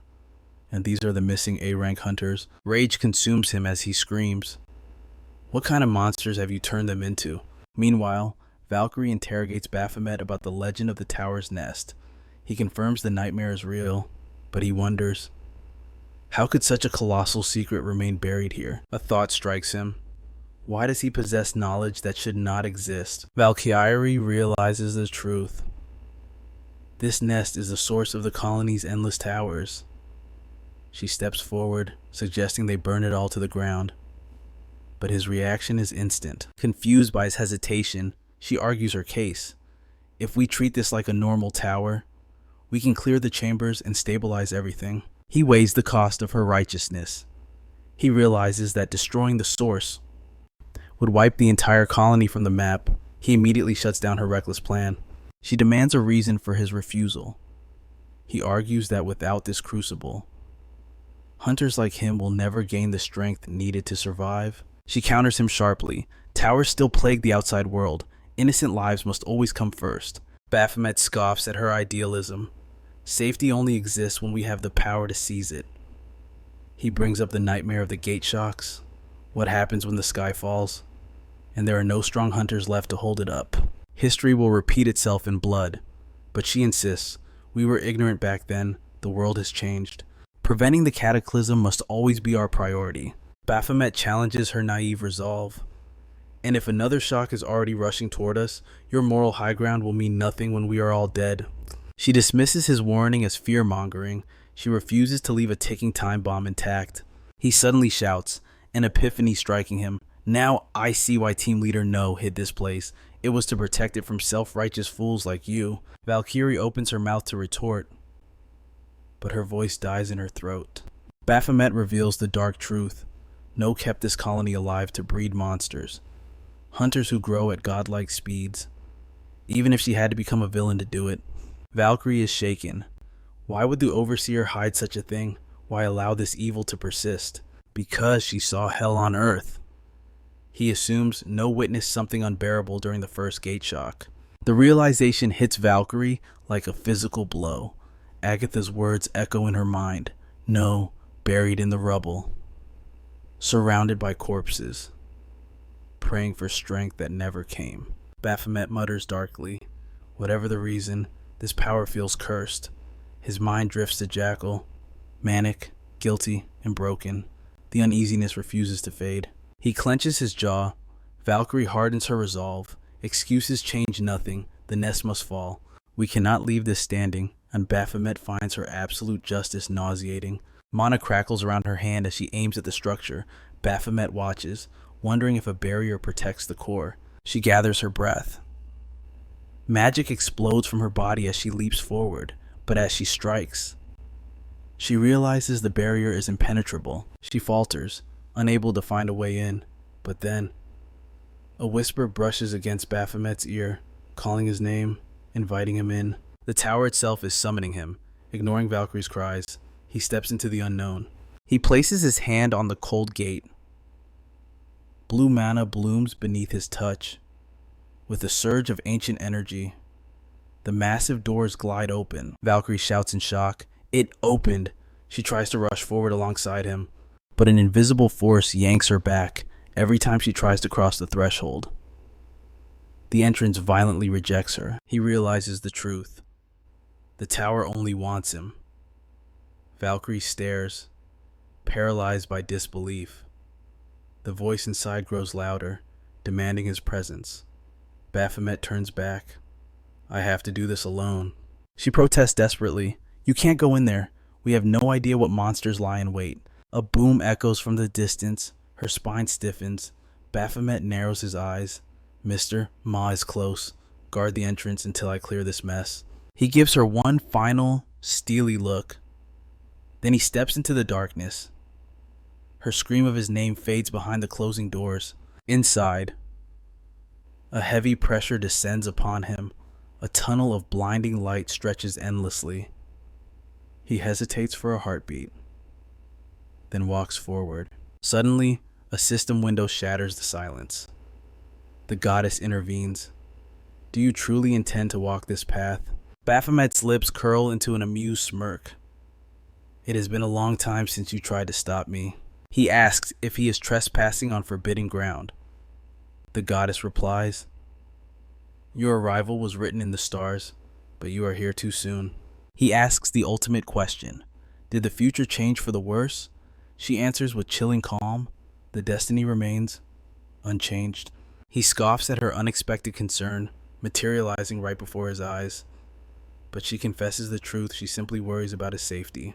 With her permission granted, the system intervenes. A main quest manifests. Clear the tower's nest. Baphomet steps into the abyss, eyes scanning the chamber beyond the dark tunnel. The atmosphere shifts, instantly heavy and viscous, as if he is wading through deep water. Suddenly, a deafening explosion shatters his concentration. From the blinding light, a colossal beast materializes, unleashing a bone-chilling roar. His instincts scream danger, but just before impact, a mysterious voice echoes from behind the monstrosity. A mere child strolls casually atop the beast's massive head. Baphomet freezes, his mind struggling to process a human presence in this hellscape. The child looks down from the creature, a playful smile on their lips, announcing with glee that a human playmate has finally arrived. Meanwhile, Griffin drags his heavy feet, exhaustion seeping into his very marrow. After endless raids without a moment's respite, he swears that tomorrow will be his rest day. A memory surfaces, the team leader's desperate plea for assistance in the colony drifting back to him. Accepting that request was the right call, yet, he wonders, just how much stronger has he truly become since that day? The streets are unnervingly silent. He slows his pace, senses on high alert, scanning the desolation to see if a single soul remains. Killing intent flares behind him, a blade descends. The street erupts in an explosion, but Griffin is already moving, spinning to face his ambusher. The strike obliterates the pavement. Griffin leaps back, barely escaping the radius of destruction. The assailant relentlessly pursues, launching another lethal blow. Griffin weaves through the attack, crossing his blades in a defensive stance. Locking onto his target, he charges in for a direct assault, but the opponent vaults backward, landing beside two new reinforcements. 3 hunters stand in formation, but their eyes, they are empty. Dead. The same lifeless gaze of those under the noose's control. He doesn't know why they've turned, but it doesn't matter. This is the perfect opportunity to test his limits against a real threat. Blue lightning crackles violently around his weapon. He grins, challenging them to bring everything they have elsewhere. Agatha raises her hand. Complex magic circles bloom from her palms, weaving the dark mind magic that turns hunters into puppets. Back inside the nest, the mysterious child scrutinizes our hero, shouting commands at the beast known as Banshee. The kid compares their features: eyes, nose, mouth. A realization strikes. You were made just like us humans. Baphomet has no time for games. He grabs the kid by the ear, demanding to know who they are and if they summoned him here. The child stares in pure confusion. They never called him. They only wished for a friend. Fear flickers in the kid's eyes, leaving Baphomet to wonder who truly dragged him into this abyss. He studies the kid's face. Something feels hauntingly familiar. Suddenly, Banshee's tail whips out like a lash. Baphomet barely sidesteps the strike. The kid screams, "Banshee!" as the massive beast prepares another charge. "Stop!" the kid yells, frantically explaining that Baphomet isn't food, he is shaped like them. The phrasing sends a chill down Baphomet's spine. He demands answers again. The kid replies simply, I am waiting for L. It was a promise. L swore to return and play, as long as the kid stayed here and kept Banshee company. Spinning with excitement, the kid laughs. Boredom was about to consume them, but our hero's arrival is absolute destiny. Baphomet is baffled. Does this child create demonic beasts just to have friends? The kid shrugs. Demonic beasts. Humans. The words don't matter. They are all just friends to play with. Twirling around again, the kid asks with a bright smile, So, what game shall we play today? Eyes sparkling. The questions pour out. The kid is desperate to know everything about the outside world. If you're a boy, there must be girls too, right? The kid rambles endlessly about flowers and trees, while Baphomet stands there, face like stone. Annoyance rises. He realizes this chatty brat has nothing in common with Ra, other than being a prisoner of this strange dimension. But the moment he whispers the name Ra, the kid freezes. The atmosphere drops to absolute zero. The kid creeps closer, voice trembling. How do you know Ra? Then, the bombshell drops. Ra is my bride. Boom! Banshee attacks without warning. The explosion hurls our boy across the cracked stone floor. He draws his blade, cursing under his breath. But the kid doesn't care about the fight. He screams the question again, hysteria rising in his voice. Baphomet is confused by this madness. The kid's expression darkens. Answers no longer matter. I will simply erase you. The kid's emotions spiral out of control. Incorrect data must be purged. Baphomet watches in alarm as the child's very form becomes unstable. The child lunges. The hostility is sudden, overwhelming, and completely irrational. System alert. Main quest, updated, eliminate the creator remnant of L. Suddenly, the child transforms. A monstrosity erupts, expanding until the massive Banshee looks like a mere toy beside it. Heterochromatic eyes, one burning red, the other glowing yellow, stare down. The innocent face twists into a nightmare. Baphomet is stunned. Creator remnant L. Before he can piece the puzzle together, the entity extends a hand, commanding his existence to end. Massive magic circles flood the nest. Rushing toward him like a tsunami, he raises his ego weapon to block, but the blade itself screams in agonizing pain. He freezes, shock rippling through his veins. His weapon isn't trembling from his grip, but from an overwhelming external terror. Instinct screams. He leaps back through time just as the world detonates. L points a condemning finger, his voice commanding, disappear, and a beam of pure erasure tears through the air. He barely cheats death by a hair's breadth. The air shrieks as more beams rain down. The command disappear, echoing like a death knell within the chamber. His ego weapon screams in his mind, warning him that the child's energy is foul. It feels wrong, twisted, and unnatural. It's not just damage. Master, the weapon cries. That power, it can erase my very soul from existence. He glances back to see glowing circles of doom closing in fast. L stands like a statue of judgment, arm outstretched, issuing another absolute order to the void. I'm sorry, Baphomet. I refuse to be unmade. The weapon's voice trembles before its form dissolves into light. No, Baphomet roars in disbelief as his partner vanishes into nothingness. Defenseless, the beam slams home, and a catastrophic explosion swallows him whole. L's face twists in pure horror. From the choking smoke, a silhouette emerges. Baphomet walks out without a single scratch. The absolute attacks, they did nothing. L raises a shaking hand, screaming the command again. Disappear, disappear. Blasts tear the chamber apart. Explosions rock the foundation. Yet Baphomet walks through the hellfire as if it were a gentle breeze. The boy shrieks in frustration, but suddenly, magical chains erupt from the ground, binding L tight, and Baphomet's voice cuts through the chaos like a blade. I don't know why your little tricks fail against me, he admits, his eyes glowing with intensity. But my magic, it works just fine on you. He lands heavy. Boom, mana explodes outward, crushing the air with his sheer, overwhelming pressure. A dark grin spreads across his face as he asks, ready for round two? The scene shifts to the past, Beelzebub scolding him. Focus. The demon reveals that Raven's body was originally a vessel for infinite mana, yet he wasted it all on simple buff skills. Baphomet questioned the point, but Beelzebub sneered. You are copying a loser. You are wasting god-tier potential on trash skills just to mimic someone else's growth. Baphomet snapped back, impatient. Stop speaking in riddles. Get to the core of it. Beelzebub's eyes gleamed with ancient knowledge. Magic is absolute power with a single hand. You can tear open the unknown, or bring down a hand of judgment to crush the world. It is the power of creation itself, a whimsical force where an entire universe waits at your fingertips, begging to be unleashed. He continued his grand speech until Baphomet cut him off cold. Wait, are you trying to push me into becoming a magician? His face twisted in disgust. Magicians, those fragile cowards who hide in the corner waving soft hands. I want no part of that wimpy path. You fool, Beelzebub roared, his aura flaring. Withdraw those words. You have no idea of the grandeur and labor that lies within these hands. It is delicate art. It is effort far beyond the mindless flailing of brutes who embarrass themselves with swords. Baphomet fired back. My techniques require perfection. He cursed, but Beelzebub mocked him instantly. Ha, circus tricks, child's play compared to the majesty of true magic. Beelzebub darts away, cackling, and our hero charges after the mocking demon in a rage. Later, the mood settles. Baphomet stands firm. I won't switch paths. I've told you I prefer magic that supports my blade. I fight on the front lines. Beelzebub sighs, rubbing his aching jaw where he was hit. Fine, magic can't support fighting even better.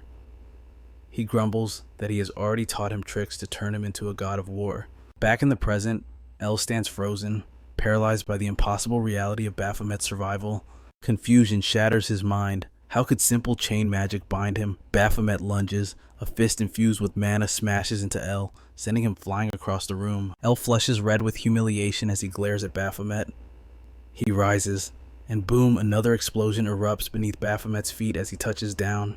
Baphomet watches coolly. The child nervously meets his gaze. You are nothing, just someone's creation, a fake. El lifts his hand again, desperation lacing his voice. Vanish, I order you to vanish. Why won't you disappear? Another massive blast obliterates the area, smoke choking the air, but within the haze, Baphomet stands tall, slowly lifting his head. Haven't you learned yet? Magical chains snake around El, biting into his skin with agonizing pain before Baphomet charges again. Wait. Baphomet glances down. A small cut on his arm. He actually managed to damage me just a little. He steps forward, his predator eyes analyzing the prey. He is sluggish. He towers over the boy. You own the power of a god, but you lack the knowledge to use it in real combat. Inventory open. Baphomet summons his weapons instantly. Two blades fly. El throws up a guard and hurls a counter-strike. Boom. The blast knocks Baphomet back, but his skin remains unbroken. This method is too slow. Baphomet draws his main sword.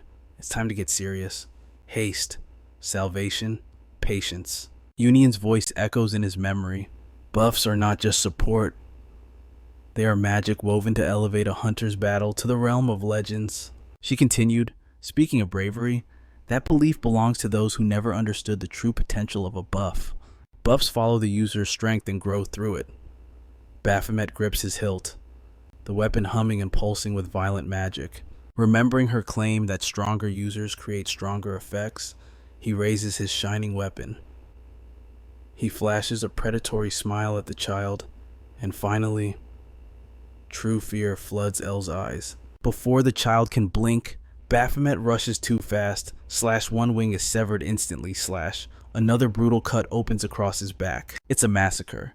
He unleashes a storm of steel, striking at speeds that El cannot even track. The fallen creator collapses to his knees, agony racking his entire frame. Baphomet looms over him, weapon drawn, like a reaper coming to collect a soul. The protagonist stares down coldly. Did you truly wish to know the world outside while you hid in this tower playing God? Humanity was out there forging strength in the fires of survival? Tell me. Our hero sneers. How does true helplessness taste? The irony is delicious. You built these towers, but they only created the monsters that have come to destroy you. He points the blade at his own chest. And I am the worst monster of them all. He delivers his verdict. Too many apex predators destroy the ecosystem. A true world needs the weak, the average, and the strong to survive. Because you broke that balance, your story ends here. Baphomet raises his weapon, leveling it at the trembling figure. Disappear. But L lets out a manic, gurgling laugh. You arrogance. A mere creation thinks it can erase its creator. Suddenly, his body mutates. Grotesque tentacles explode from his flesh, rushing toward Baphomet with killing intent. I am a hunter, Argy roars, unleashing a storm of endless slashes. The blades shred through the tentacles until blood sprays like a crimson fountain. L screams for Banshee, just as Baphomet declares his victory. The final strike lands, vitality pours from the wound, and the creator's eyes bulge in horrific realization. As death claims him, a vision of his bride, Ra, flashes in his mind. Why? He despairs. Why did you betray me? You should have stood by my side. A spectral voice answers from the void. Farewell, L. Her tone is filled with ancient sorrow. I truly loved you. Back then. Boom! A cataclysmic pillar of light erupts before Baphomet, obliterating the remnants of the enemy. The blue window chimes. Target L eliminated. New skill acquired. The protagonist stands amidst the energy, processing the rewards of his victory. Within the blinding radiance, a crux begins to form. Baphomet's eyes widen in shock. Another crux here. A mysterious voice echoes in his mind. Come. Take it. He freezes. It is the same voice that guided him outside the nest. He casts his sword aside and steps into the light, his hand closing around the floating artifact. Contact. Energy detonates the moment he touches it. The crux shifts colors as a violent lightning storm swallows the entire chamber. Outside the tower, Valkyrie witnesses the anomaly with growing concern. She thinks of Baphomet, but the laws of the nest bind her feet. She clenches her fists, forcing herself to trust him. You promised I would understand my duty soon, she whispers. I'm holding you to that. Valkyrie. A voice cuts through the tension. She spins around to find Nen standing there, looking exhausted. Agatha steps forward with a suspicious glare. Slacking off near the mana cabin again? You have strange habits. Her eyes narrow as she senses the shifting mana pressure. Wait. Is someone inside that cabin? She steps forward to investigate. Valkyrie instantly blocks her path. One step closer, and you make an enemy of the No faction. I hoped it wouldn't come to this. Agatha sighs, mana flaring around her. But I was wrong. She prepares to charge.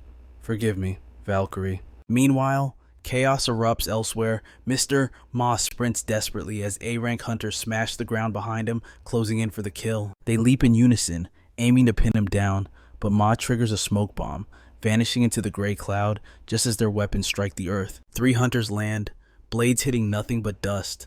Confusion ripples through their ranks as they scan for the target. Looking for me, a voice calls from the blind spot. Mr. Ma strikes, delivering a crushing blow across their backs that sends them face-planting into the dirt. He pants heavily. I can't handle a mess this size alone. He analyzes their synchronized movements. This is high-level mind control magic. It's not just Ms. This reeks of the No clan's direct interference. Another S-rank hunter must be pulling the strings. He recalls the intel Ms. No, the younger sister. A mage-class hunter inside the colony spells absolute catastrophe. Focus, he scolds himself. Ms. is using these A-ranks as puppets to distract him. He needs to locate the puppet master before it's too late. Suddenly, a presence locks onto him from behind. Ma grits his teeth, irritation bubbling over. Give me a break. He clenches his fist, ready to strike. I'll knock this one out cold and keep moving. But the shadows betray him. A massive swarm of hunters emerges from the smoke, completely blocking his path. Cold sweat drips down his neck. Every single one is an A-rank. Even for him, facing this many is suicidal. They launch their attack all at once. Are they all puppets? Desperate, Ma raises his hand to the sky. Echo, I need backup. Now Samasa. K-boom. A massive shockwave of lightning detonates, blasting the puppet army backward. Status abnormalities cleansed. The system chimes as a majestic spirit manifests in the air before him. Ma stares at the swirling mana. That is a high spirit. There is only one hunter in existence who commands that kind of power. Footsteps echo through the dust. Hunter Echidna steps forward, electricity dancing violently across her fingertips. Ma, Echidna. They point simultaneously, shock written on both their faces. What the hell are you doing here? I could ask you the same thing. Echidna squints at his outfit with disgust. And seriously, why are you wearing a full-body spandex suit? It is tactical gear, he barks defensively. Then he pinches his nose, recoiling. More importantly, you smell like you swam through a sewer. He waves off the distractions, his voice sharp. None of that matters right now. He demands she explain the horror unfolding inside the colony first. A deafening boom rolls across the landscape. Echidna spins around, eyes wide. What was that? Something massive is rising above the tower zone. Mr. Ma freezes. He recognizes that energy signature instantly. It is a barrier. Dread coils in his stomach as the truth hits him. No has already pulled the trigger. He turns to her, his face grim. She has done it. She triggered the colony fortification program. Echidna looks confused, so he explains the nightmare scenario. The colony is ringed by towers, and a gate shock will unleash the countless demonic beasts sealed within them. That device was designed to trap monsters inside, but now it has locked them in with the beasts. The realization hits Echidna like a sledgehammer. They are not protected. They are trapped. High inside a tower control room, fingers dance across a keyboard. The operator mutters, annoyed at the headache of managing so many A-rank personalities with such a skeleton crew. Captured hunters sit bound before her, mouths taped shut. She smiles coldly at them. Just hold on a little longer, everyone. No stands tall alongside Ji and Haru, her conviction absolute. This is necessary, she insists, for the colony to survive. To forge the ultimate hunters, we must do this. Behind her, the screen flashes red. Fortification activated. The staff lie bound on the floor. Stay here, she commands. When my work is finished, you will be released. Suddenly, an alarm blares. Her head snaps back in shock. She rushes to the window, eyes scanning the horizon. Something is wrong. An unnatural glow pierces the distance as a pillar of light erupts from the ground. Haru reports, his voice tense. The tower creation zone. It is undergoing a massive anomaly. No tries to process the chaos. Hunter Nen was supposed to guard that sector. What is she doing elsewhere? The battle rages.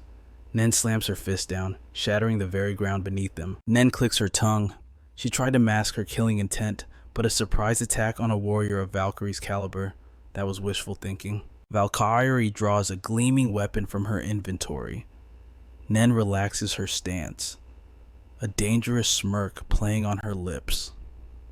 So, you finally figured out the colony's secret. There is someone inside the restricted zone, isn't there? Valkyrie meets her gaze, her silence confirming everything. Nen's aura flares. Silent treatment. It does not matter. There is no turning back now. Nen steps closer, demanding answers. What have you done? Confusion flickers for a second, then rage takes over. She attacks, sending a shockwave ripping through the floor. Nen trembles with intensity. Even if someone made it inside, it changes nothing. No one can breach the inner sanctum. Valkyrie stands her ground. You are wrong, she replies icily. He is already in. Nen's eyes widen in sheer disbelief. Proof, give me proof. She charges like a beast, striking Valkyrie with enough force to send her flying backward. Valkyrie counters instantly. Nen blocks with her armored gauntlet. The impact is heavy. Nen unleashes another strike, laughing wildly. They were right. You are a master fencer indeed. Valkyrie narrows her eyes, ready to end this. Valkyrie flinches as the words strike a nerve, but Nen presses on, dragging up the cruel rumor that Valkyrie once possessed the mindset of a national athlete before ruining everything. A suppressed memory violently resurfaces, the voice of an official announcing her disqualification echoing in her mind like a curse. Her awakening was not a blessing but a death sentence for her dreams, instantly banning her from competition under the strict laws against awakened participants. She relives the suffocating tension of that moment, the exact second the system revealed her status to the world.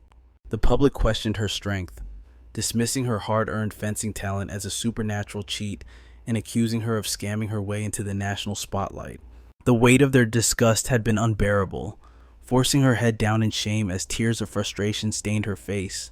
Back in the present, Valkyrie watches Nen raise a fist, acknowledging just how devastating that fall from grace must have been.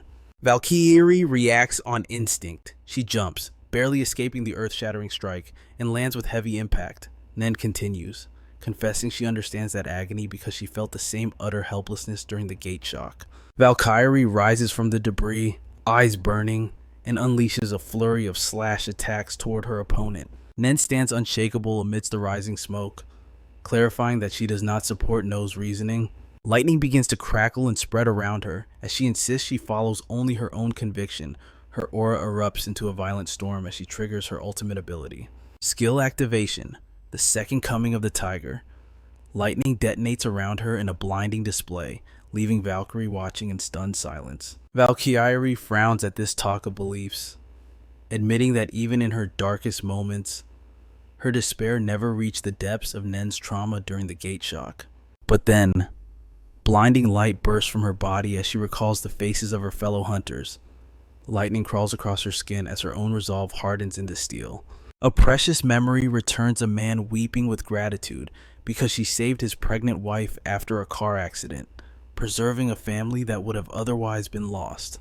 In the heat of battle, Valkyrie declares her true belief, a world where children of the future view the towers as nothing more than ancient fairy tales. She fights for a future free from the terror of gate shocks, a peace achieved by destroying the old towers once and for all. She activates the forbidden technique, Curse of Venatus, State 3.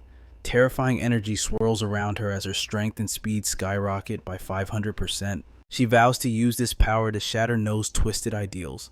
Her immunity and defense surge wildly as the system tolls a grim bell. The sacrifice of her soul to Venatus is confirmed. The two warriors face each other for one final clash before a massive bolt of lightning hammers the ground between them. Nen's final thoughts drift toward the terrifying truth behind the rumors of Valkyrie's peak state. She realizes the force before her is simply overwhelming.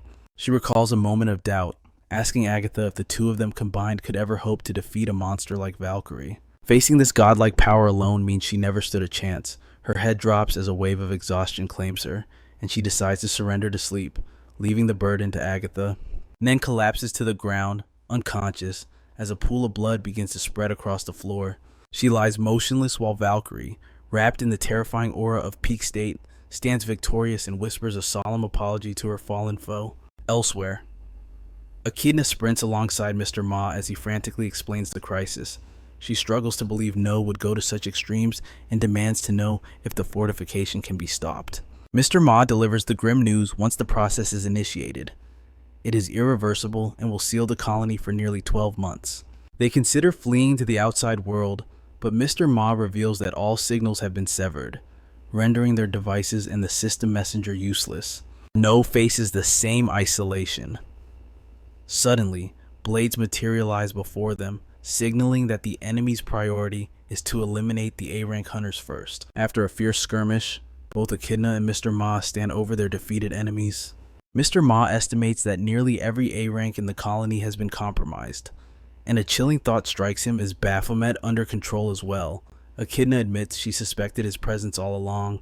Mr. Ma questions how she infiltrated the colony without clearance, implying she must have utilized illegal channels to breach the perimeter. She dodges the interrogation, urging him to focus on the emergency at hand. Suddenly, Griffin charges at Mr. Ma with killing intent, only to freeze as recognition flashes in his eyes. Mr. Ma is equally shocked to see him. Griffin then spots Echidna and reacts with the same bewildered pause. He claims he feels fine and tries to make sense of the chaos, the blaring sirens, and the bizarre behavior of the A-ranks. Echidna notes that Griffin remains unaffected by the mind control. Mr. Ma deduces that not all A-ranks have been taken. Suddenly, the two hunters they just defeated jerk upright, moving like broken puppets. Alarmed, Echidna and Mr. Ma realize they must locate the mage pulling the strings immediately.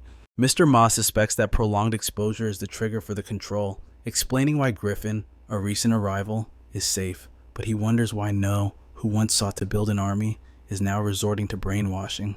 He instructs Echidna to trace the flow of mana to pinpoint the caster's location. It is their only hope of survival. Meanwhile, Agatha stands in a chamber illuminated by shifting magic circles, surrounded by her elite S-rank mentors. She coldly hopes the operation is proceeding without error. A hunter reports that the dissenters have been temporarily neutralized, but worries about the consequences when they awaken. Another subordinate mentions troubling rumors of a government investigator lurking within the colony. Agatha orders them to continue the persuasion attempts, commanding them to eliminate the infiltrator without hesitation if they refuse to cooperate.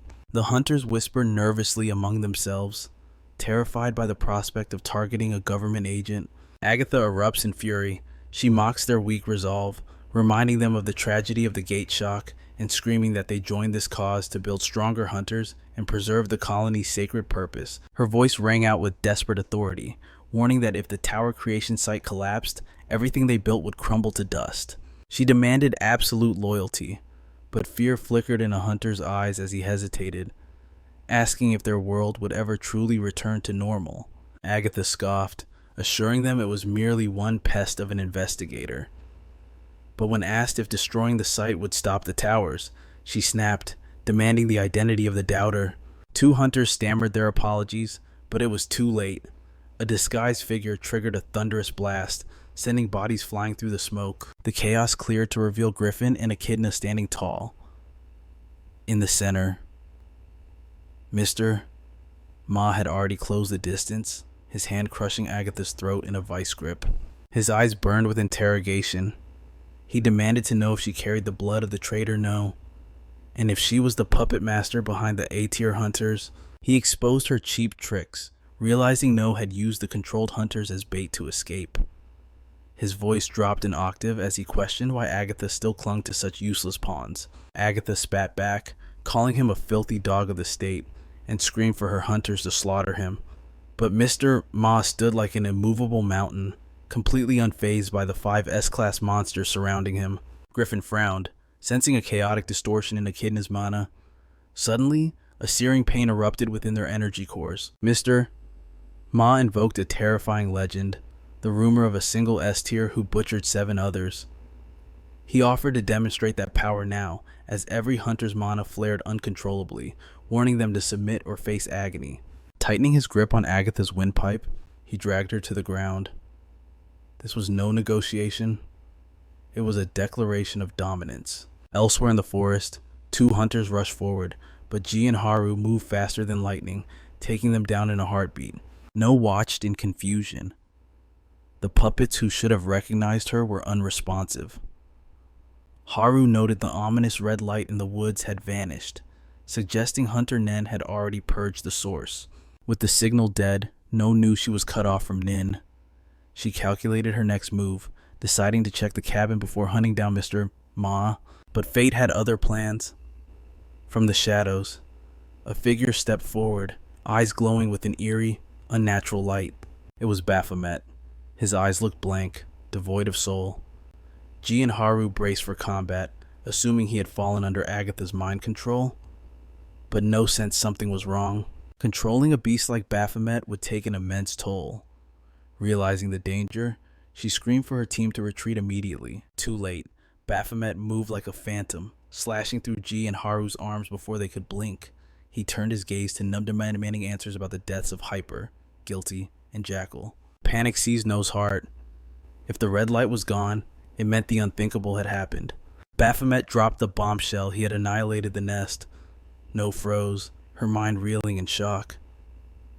Blood sprayed into the air as Baphomet collapsed, wounded, while a dark beast loomed behind No. She couldn't process the reality. How could a mere A-tier enter the nest, a hellscape that even she, an S-tier, could not breach? Baphomet trembled, his voice dripping with malice. He revealed he had long suspected No's treachery. The mark on his body was identical to Hyper's death mark, the undeniable proof of her guilt. He explained the insane lengths he went to, pushing his body to the breaking point to satisfy his skill conditions. Facing an invincible enemy, taking a fatal strike, and standing at the pinnacle of a tower floor. No shouted that he had gone too far, accusing him of madness. As she launched her killing blow, Baphomet revealed his trump card. He had destroyed the remnants of El and unlocked a hidden potential. He unleashed Gehenna, and the very fabric of reality twisted into a massive, staring eye. The forest dissolved, replaced by the terrifying grandeur of a lord's chamber. All his passive skills activated at once. No crumbled under the overwhelming pressure. Baphomet's form twisted and grew as the system issued a catastrophic alert. Emergency quest, eliminate the Abyssal Tower boss, Baphomet himself. Standing in his monstrous new form, he mused that only seconds ago, he had been at death's door before this ancient power awakened. 1 hour earlier, Valkyrie stood over Nen's cold, lifeless body, her aura raging like a storm. She whispered a sorrowful apology. but a blinding flash cut through the gloom behind her. A violent burst of lightning tore the earth apart, cracking the ground and forcing the S-rank hunter to recoil in surprise. As she landed, she felt a shift in the atmosphere linked to Baphomet. The dungeon gates had vanished into thin air. She realized he must have cleared the nest. But if this place followed the laws of the tower, the exit gate should have opened somewhere within the forest. Meanwhile, a colossal lightning portal ripped open the sky. Baphomet fell from the void, slamming into the forest floor, gasping for air. His mind was a fractured mess, trying to process the moment he had seized the crux. It felt as though something had burrowed into his brain, trying to split his skull wide open. He swore never to endure that pain again, though the victory was his. A searing heat pulsed beneath his skin, triggering memories of Team Leader No and the S-tier hunters who followed her commands. The burden felt too heavy to carry alone. He considered letting a monster like Mr. Ma handle the dirty work, but the system was cruel. A notification sprang up, freezing his blood. Main quest, eliminate Team Leader No and survive within the colony. He laughed bitterly. Was the system plotting his demise? He frantically opened his interface, scanning for Chrono, the power that allowed him to borrow the strength of his former demonic self. The cooldown was agonizingly long. The labyrinthine tower had been the first and last time he dared to use it. Reducing that cooldown was only possible by consuming cruxes. He pulled the nest's crux from his inventory. The laws of the world stated he would never receive a task he couldn't complete. Yet, doubt gnawed at him. He weighed the risk against his survival. As he wrestled with the decision, his humanity began to slip away, replaced by the demon within. Back in the present, he acknowledged how close he had come to the void. No stared up at him in horror as her own system window materialized. The red letters of the emergency quest sealed their fate. Her objective was clear: eliminate the boss of the Abyssal Tower, kill Baphomet. Her eyes narrow in total confusion as she scans the system prompt. Baphomet studies her reaction, a knowing look on his face, asking if she too has received a quest from the system, while his own mission demands her absolute elimination. He realizes that her interface still identifies him as a monstrous demonic beast. She forces a polite smile, admitting his words sound like gibberish to her.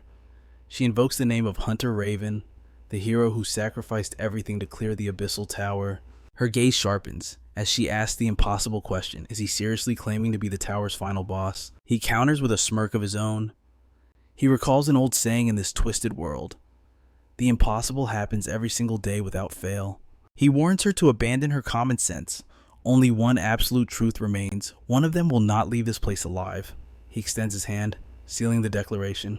She stands motionless, calculating her odds. Suddenly, Ji and Haru burst from the shadows, rushing toward Baphomet with reckless desperation. He spins instantly to face the ambush, but before they can even touch him, they collapse to their knees, trembling in pure terror. Haru gasps, barely able to question if the man is even mortal. Baphomet looks down with cold indifference. Crushing ants offers him no thrill. Unleashing his chain magic, he sweeps them aside like trash. With the path clear, he launches himself straight at No. He mocks her composure, revealing he already dragged her pawns off the board. He has no interest in the servants. He is here for the king. He questions her resolve as he closes the distance, but two towering beasts materialize from thin air, blocking his path with raised blades. Summoned demons, they unleash a torrent of strikes, but Baphomet weaves through the steel storm, dodging one blade and twisting past the next. Crouched low, his instincts scream of another attack closing in. He sidesteps at the last second, letting the blade crater the ground. The second demon strikes from above, but Baphomet grabs the first attacker and slams it into the floor with bone-shattering force. Without missing a beat, he sprints toward the mid-air target. His chains fly forward like vipers, striking their prey. A sudden surge of power floods his veins, causing him to pause in shock. A pack of wolf-type beasts seizes the opening, charging with jaws snapping for his throat. The system chimes, the Gehenna in a combo, passive activates, all attributes boost by 20%, elemental resistance skyrockets by 20%. He grasps the situation instantly, a savage grin spreading across his face. His ego weapon materializes in his grip. With one devastating sweep, chains whip through the air.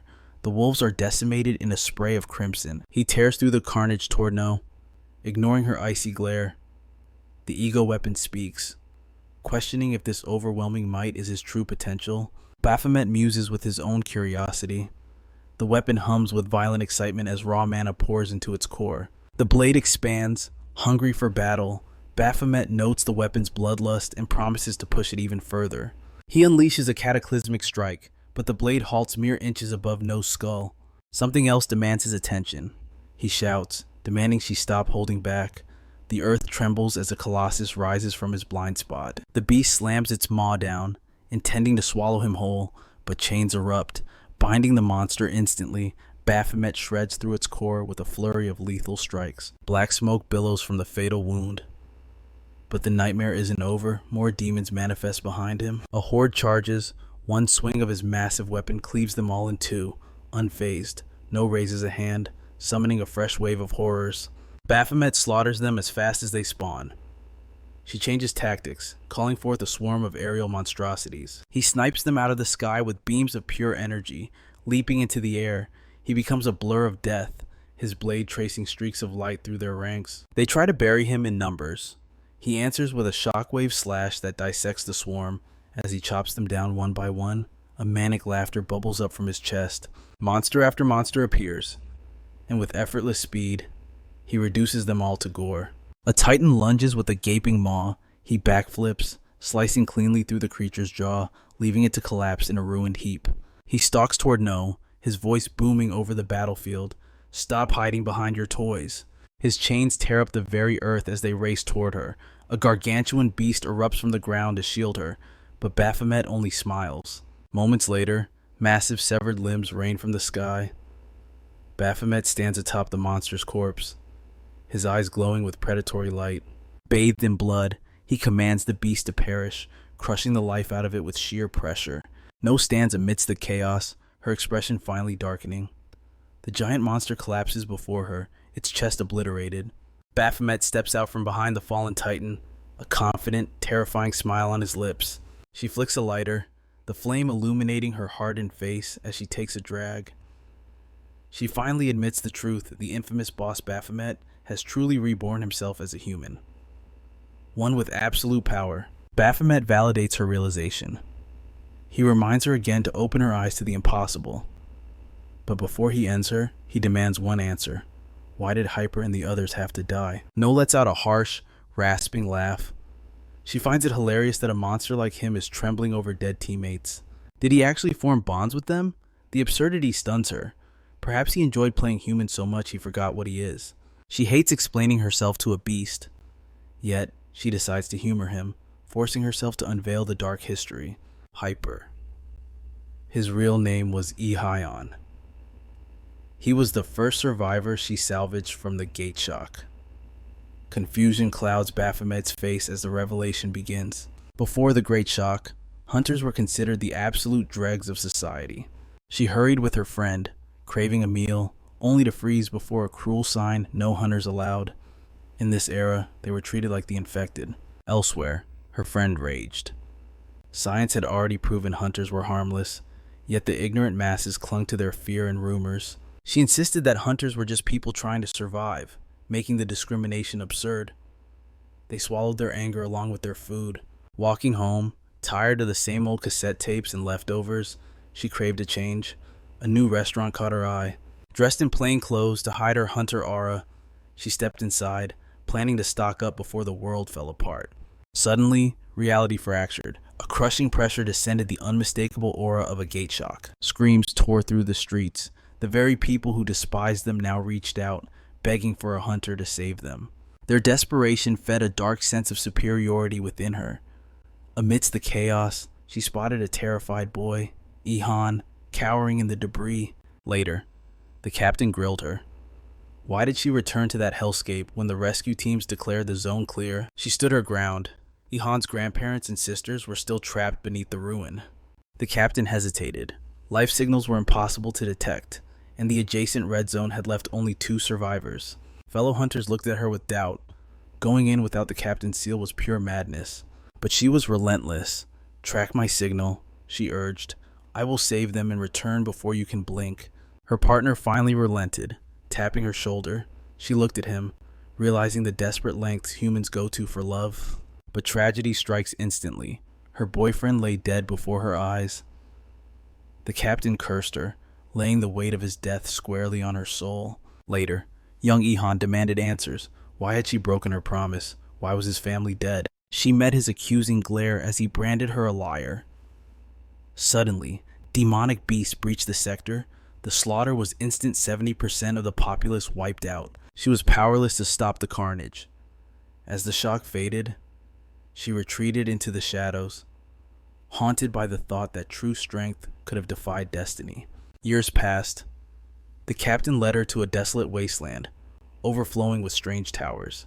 It was an anomaly. No one understood why, but the towers multiplied here in an endless, repeating pattern. It resembled a settlement. The captain christened this cursed land the Colony. He gave her command. This would be a sanctuary for traumatized hunters, a place where her unique talents would serve the state.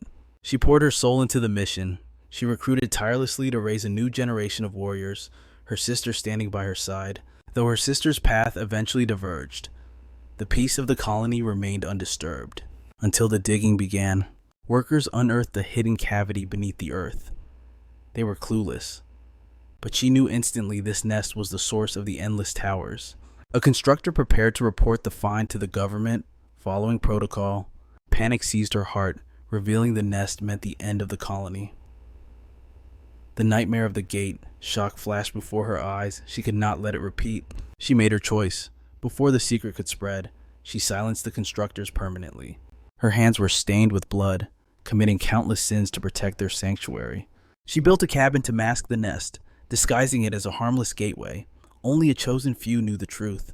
But Ihan arrived at the colony, and he already knew. She recognized him instantly. Relief washed over her. The boy from her past was alive. Guilt had been her constant shadow, but Ihan cut through the pleasantries, asking directly about the ground that spawns the towers. How did he know? He sneered, challenging her authority and reminding her of her past failures before offering a twisted deal.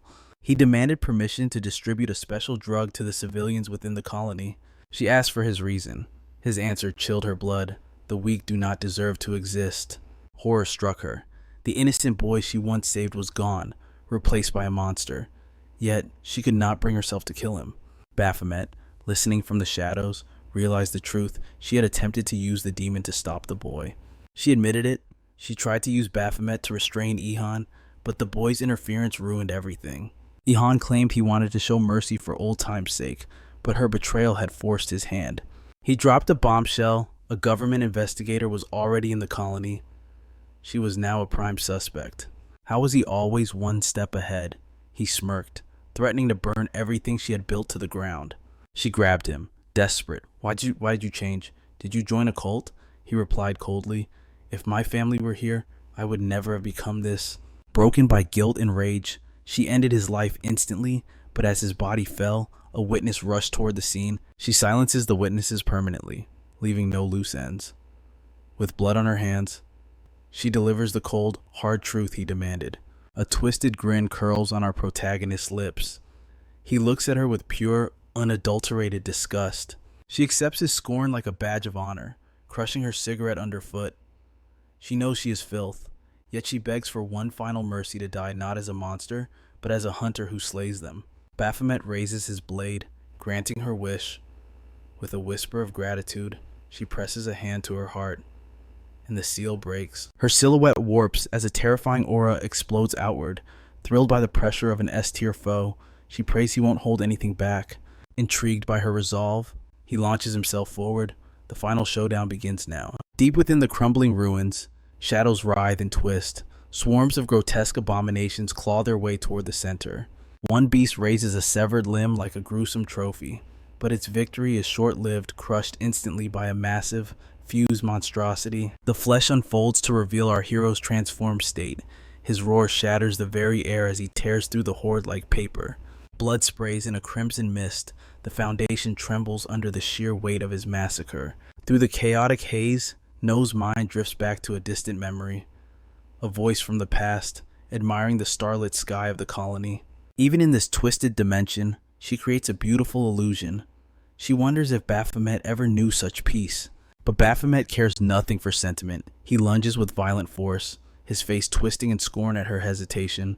He leaps high, weapon poised for execution, and brings down a devastating slash. She evades a wall of minions swarmed to protect her, absorbing the impact in a single thunderous explosion. She recalls her sister's words that she was too soft to be a hunter. Rejecting that past, she steps into the fray without fear. A flicker of disbelief crosses Baphomet's eyes. He cannot deny the raw talent she tries so hard to dismiss. He kicks off the walls, ricocheting at blinding speed, closing the gap in a heartbeat. He drives a lethal strike straight at her. She parries the blow and counters to his face, but the price is high. One of her horns is sheared clean off as he attacks again. Their collision triggers a shockwave. Deep lacerations carve across her hands from the sheer force. He is relentless. Her guard crumbles, earning her another deep gash.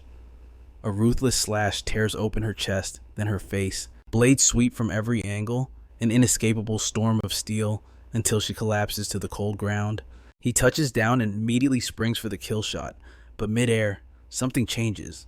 A colossal amalgamation of flesh manifests between them, her final barrier. He hurls a wide slash to cut it down. Boom! A giant hand bursts from the beast. Catching his blade, the impact rattles the entire chamber as the creature twists and rises. Its maw splits wide, revealing rows of nightmare teeth, and it hurls itself at Baphomet. He slices its back and unleashes a torrent of strikes, but the flesh knits together as fast as he can cut it. He severs the head, he hacks the body to pieces, yet the monster reforms instantly after every hit. Undeterred, he presses the assault. Suddenly, no materializes right before him. The fused abomination looms overhead, jaws unhinged, descending to swallow him whole. Baphomet simply raises a hand. A concentrated burst blasts the monster away, cracking both floor and ceiling in a display of overwhelming power. He takes to the air, carving the beast with rapid-fire strikes. Then he pivots midair, targeting No once again. She meets his charge, the creature coiling around her like a living shield. Too slow, Baphomet flickers and appears behind her. He locks onto her weakening form, their eyes meeting for one last devastating second. Flash, his blade sweeps through, severing both her arms. Shockwaves ripple through the room as her limbs fall away. With fading breath, she admits that victory was never hers to claim. Baphomet raises his weapon to drop the curtain. She burns her very life force for one last strike. He answers with a surge of red lightning. Their powers collide, scattering feathers across the darkened void. As the dust settles, Baphomet rises. Intense crimson aura flows from him, enormous wings unfurled in terrifying majesty. He stares down the towering, branch-like monstrosity still linked to No's demon form. With lethal intent, he charges. Meanwhile, outside the collapsing zone, Mr. Ma and Echidna watch the sky warp. They can feel it. The battle has reached its breaking point. Valkyrie steadies herself, eyes locked on the explosion of light. Inside the ruins, Baphomet and the armless No stand opposite each other. No turns her back, accepting her end. He closes the distance in a blur. A clean, silent arc slices across her neck. A memory flickers her younger self, wounded and smiling. She had accepted this tragic fate long before the blade ever touched her. High above, the moon shines with cruel clarity, casting a gentle light over the final tragic scene. The interrogation begins instantly. The atmosphere in the room is suffocating. The investigator demands their identities. Baphomet answers without hesitation. Griffin steps up next, declaring his rank status. He emphasizes that team leader Ma personally authorized his entry into the colony. However, the record screen flashes red. A glaring discrepancy appears in Echidna's file. The system shows absolutely no trace of an invitation. The official narrows his eyes, pressing her for the truth. Echidna scoffs, her annoyance visible. She reminds them that she already explained this to Ma. She slipped in through the same shadow path she used to escape years ago. Her eyes flash with irritation. How long do you intend to keep me in this cage, Ma? I have urgent business waiting for me. The spotlight shifts to Valkyrie. They question her role as a mentor. Did she sense the rot spreading among the A-rank instructors? A cold laugh escapes her lips before she can even speak. Suddenly, the tension in the room snaps toward Ma. They order him to recount every single incident inside the colony, especially the one involving Hunter No. Ma's expression remains stone cold. My full report already covers everything. They admit to reading it, but the pieces do not fit. The report claims No was eliminated, yet the autopsy confirms Ma's mana signature was not on the corpse. Ma leans back, unfazed. As I recorded, the killer's identity remains unknown. The official slams his hand on the table. Only 3 people here have the power to kill an A rank like No, Ma Valkyrie, and Echidna, yet none of their signatures match the lethal wounds. A 4th presence must have been in the shadows. Ma agrees with the logic, but offers nothing. I have no answers for you. The official's patience snaps. Rage fills his voice as he orders Ma to uncover the truth immediately. Ma sighs, his gaze sharp. I cannot fabricate what I do not know.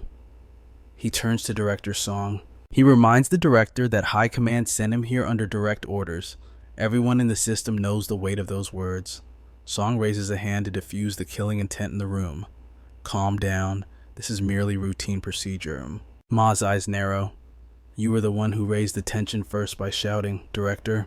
Ma continues his testimony. The colony's fortification program activated, sealing us all inside.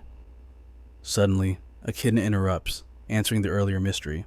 I didn't use the main gate. She smirks. I used the ancient sewage tunnels beneath the facility. A blind spot that even the administration had completely forgotten. That forgotten path was their salvation. Strangely, the colony's absolute defense system never reached that far down. Near the tunnel exit, a figure emerged from the gloom, a blindfolded hunter. He asked only 2 things. Did you succeed? And what is the situation? Echidna brushed him off with a promise of generous payment, but now she reveals the tunnel's dark purpose. It was a secret route used to deliver illicit drugs to Hunter Hyper. The scene shifts to the Central Hunter Agency. A detained hunter is sweating bullets. I didn't know, I swear I didn't know. The items were drugs. He pleads his innocence. Someone simply handed him the packages. I'll tell you everything, just please, believe me. Agents scour his clothing for evidence. Suddenly, the lab door swings open. We have the fingerprint results. The suspect is a measly D-rank hunter. Ma analyzes the data. This man has too little influence to mastermind such an operation. He is likely telling the truth, just a disposable mule. The web of lies grows thicker. No and Hyper met years ago. Yet their paths never crossed again until fate brought them both to the colony. No's motive is solved. But Hyper, he remains a ghost in the machine, his true intention shrouded in mist.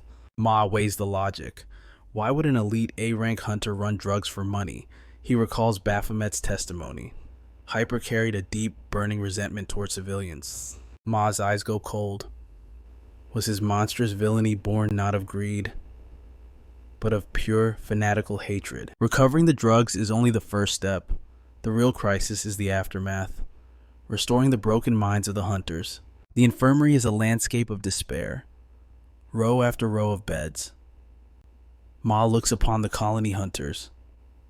Their minds shattered into oblivion. Yuna holds up a containment vial. A writhing parasite.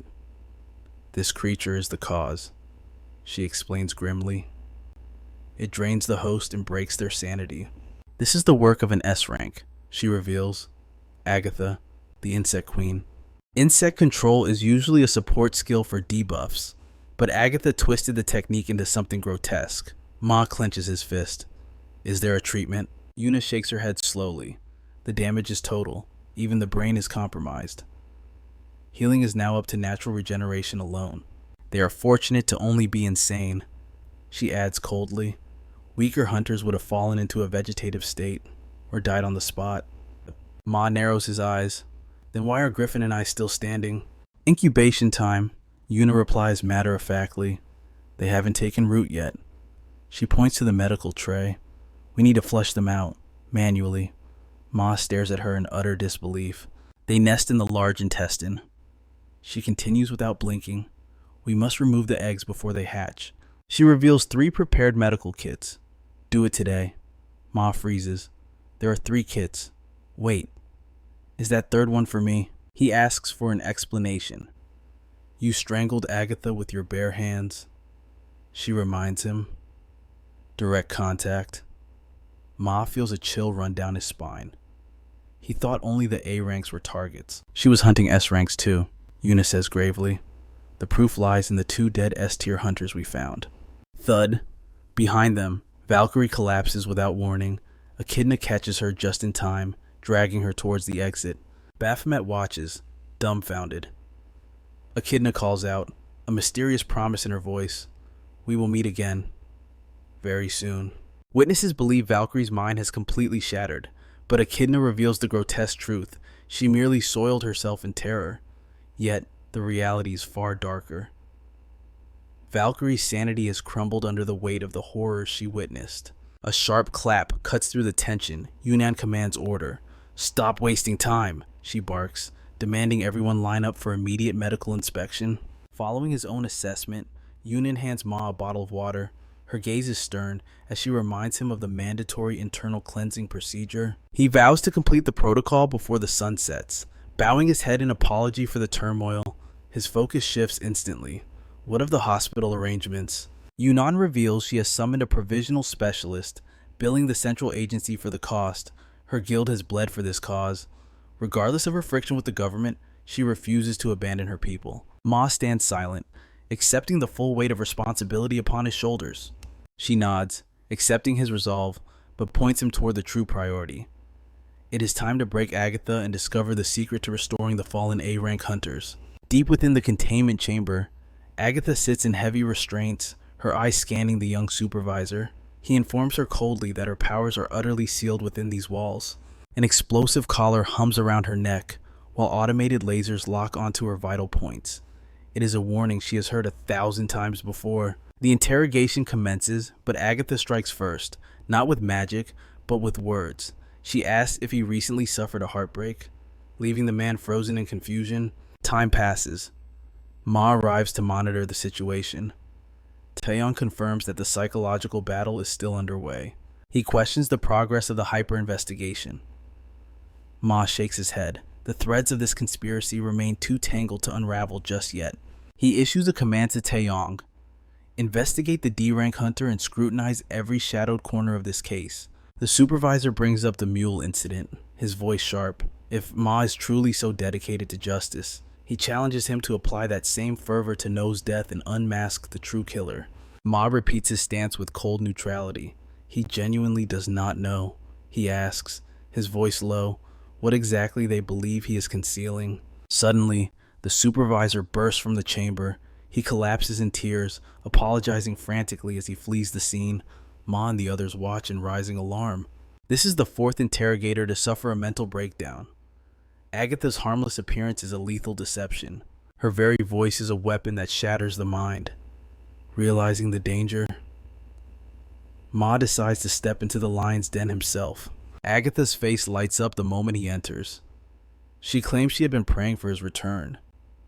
Ma scoffs, dryly remarking that he didn't realize he was her type. She confesses with a twisted smile that she never forgot the crushing pressure of his hand around her throat.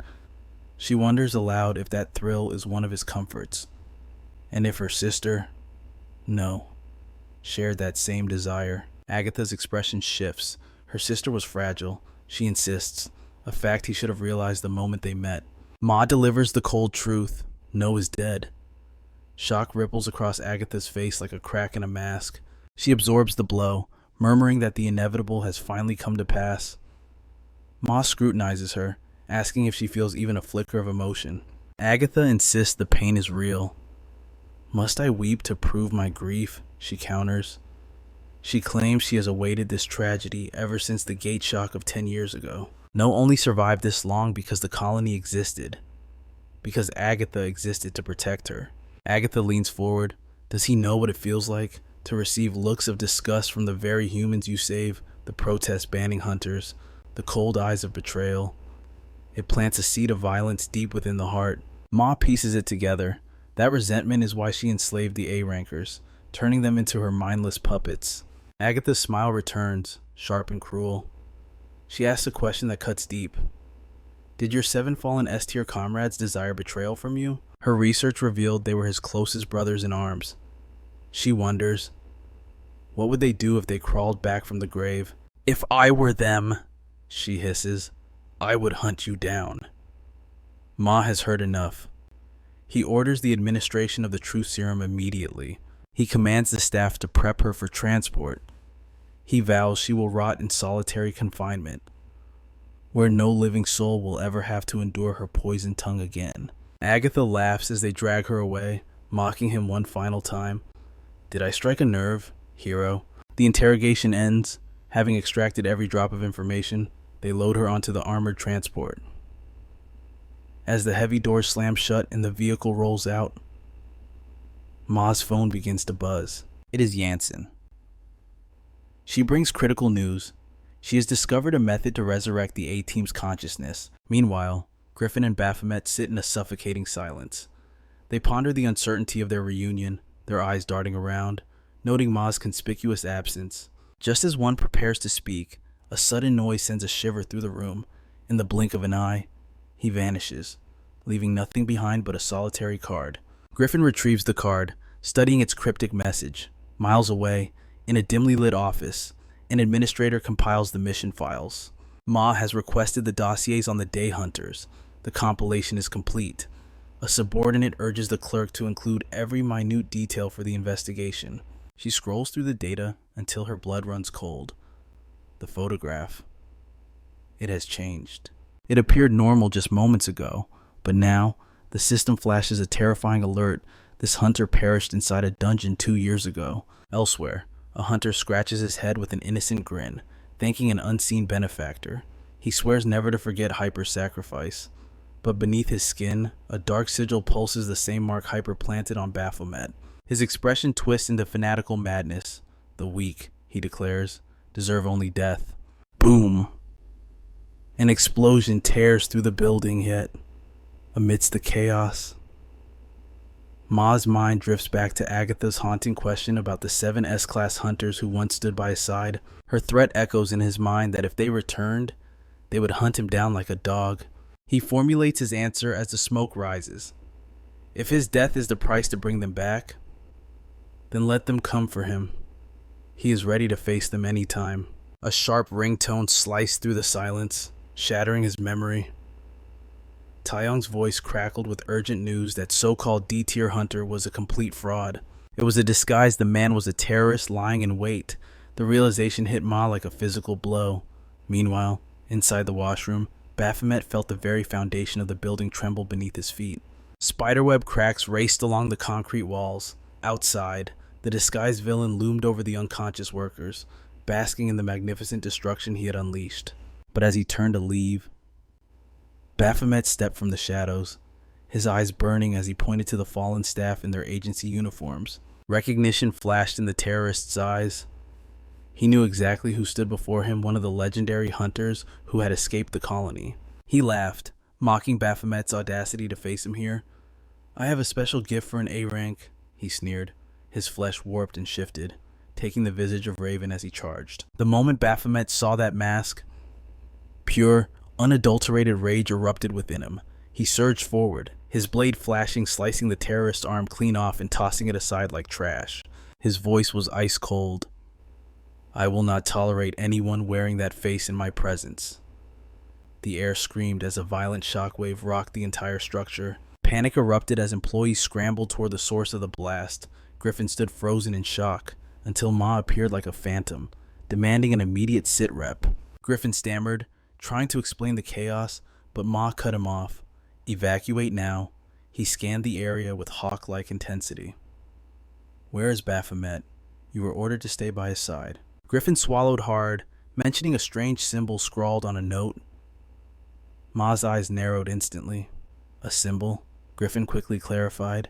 It isn't mine, sir. Before he could finish, Ma snatched the paper from his hand and strode away, leaving Griffin bewildered about the ominous note's origin. Inside the wreckage, crimson blood sprayed from the terrorist's severed stump.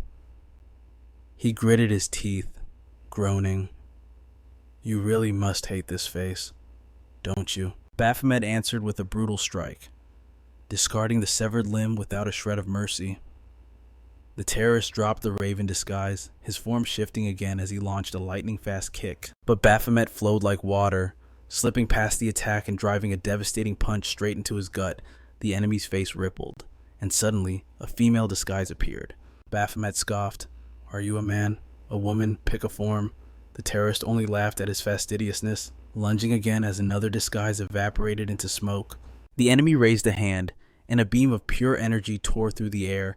An explosion of smoke and debris consumed the room. Believing he had won, the terrorist grinned. Until Baphomet rose like a demon from the haze. He grabbed the shifter and slammed him into the concrete wall, painting it with fresh blood. "What form is next?" Baphomet demanded, his grip like iron. The terrorist finally revealed his true, grotesque body. Baphomet stared at the new appearance with disgust. The villain gasped, acknowledging the overwhelming strength before screaming the name Baphomet.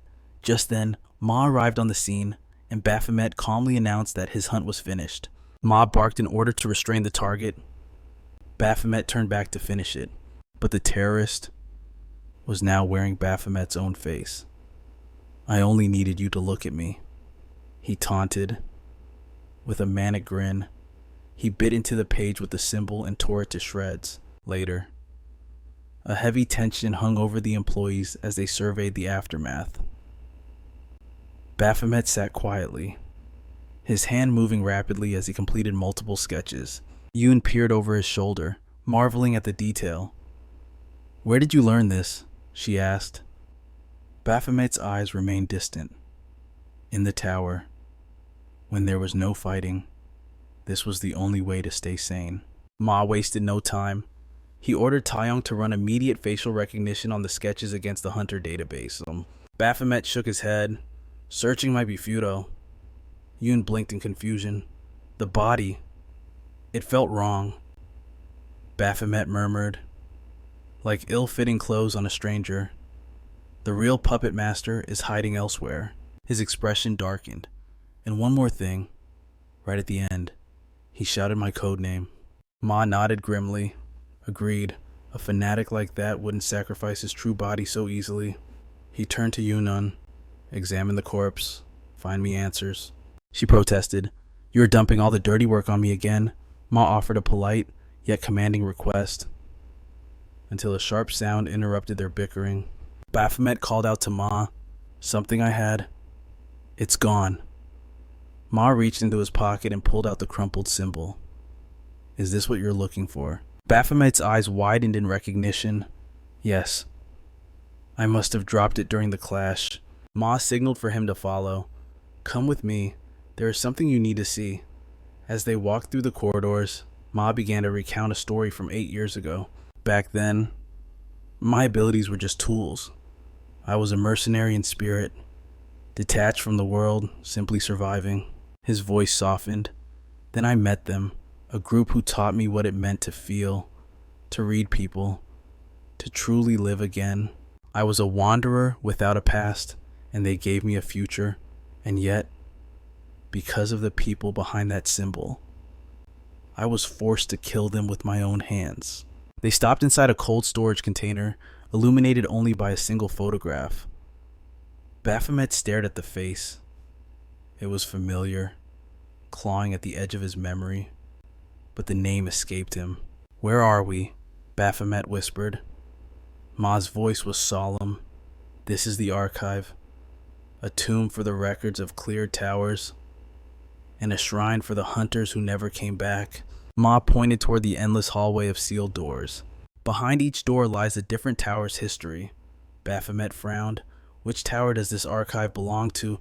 He looked at the photo again, and this time, the name clicked. "Raven." Ma nodded slowly. "This belongs to the Abyssal Tower." Shock coursed through Baphomet's veins like ice water. Ma's voice dropped to a whisper. "The Abyssal Tower. The nightmare that devoured more souls than any other. The hell that Raven cleared, at the cost of his own existence." His body was never recovered. The funeral was an empty ceremony. He left nothing behind. And so, this archive remains a tomb without a body. Ma clenched his fist. "I even suspected someone had stolen his corpse."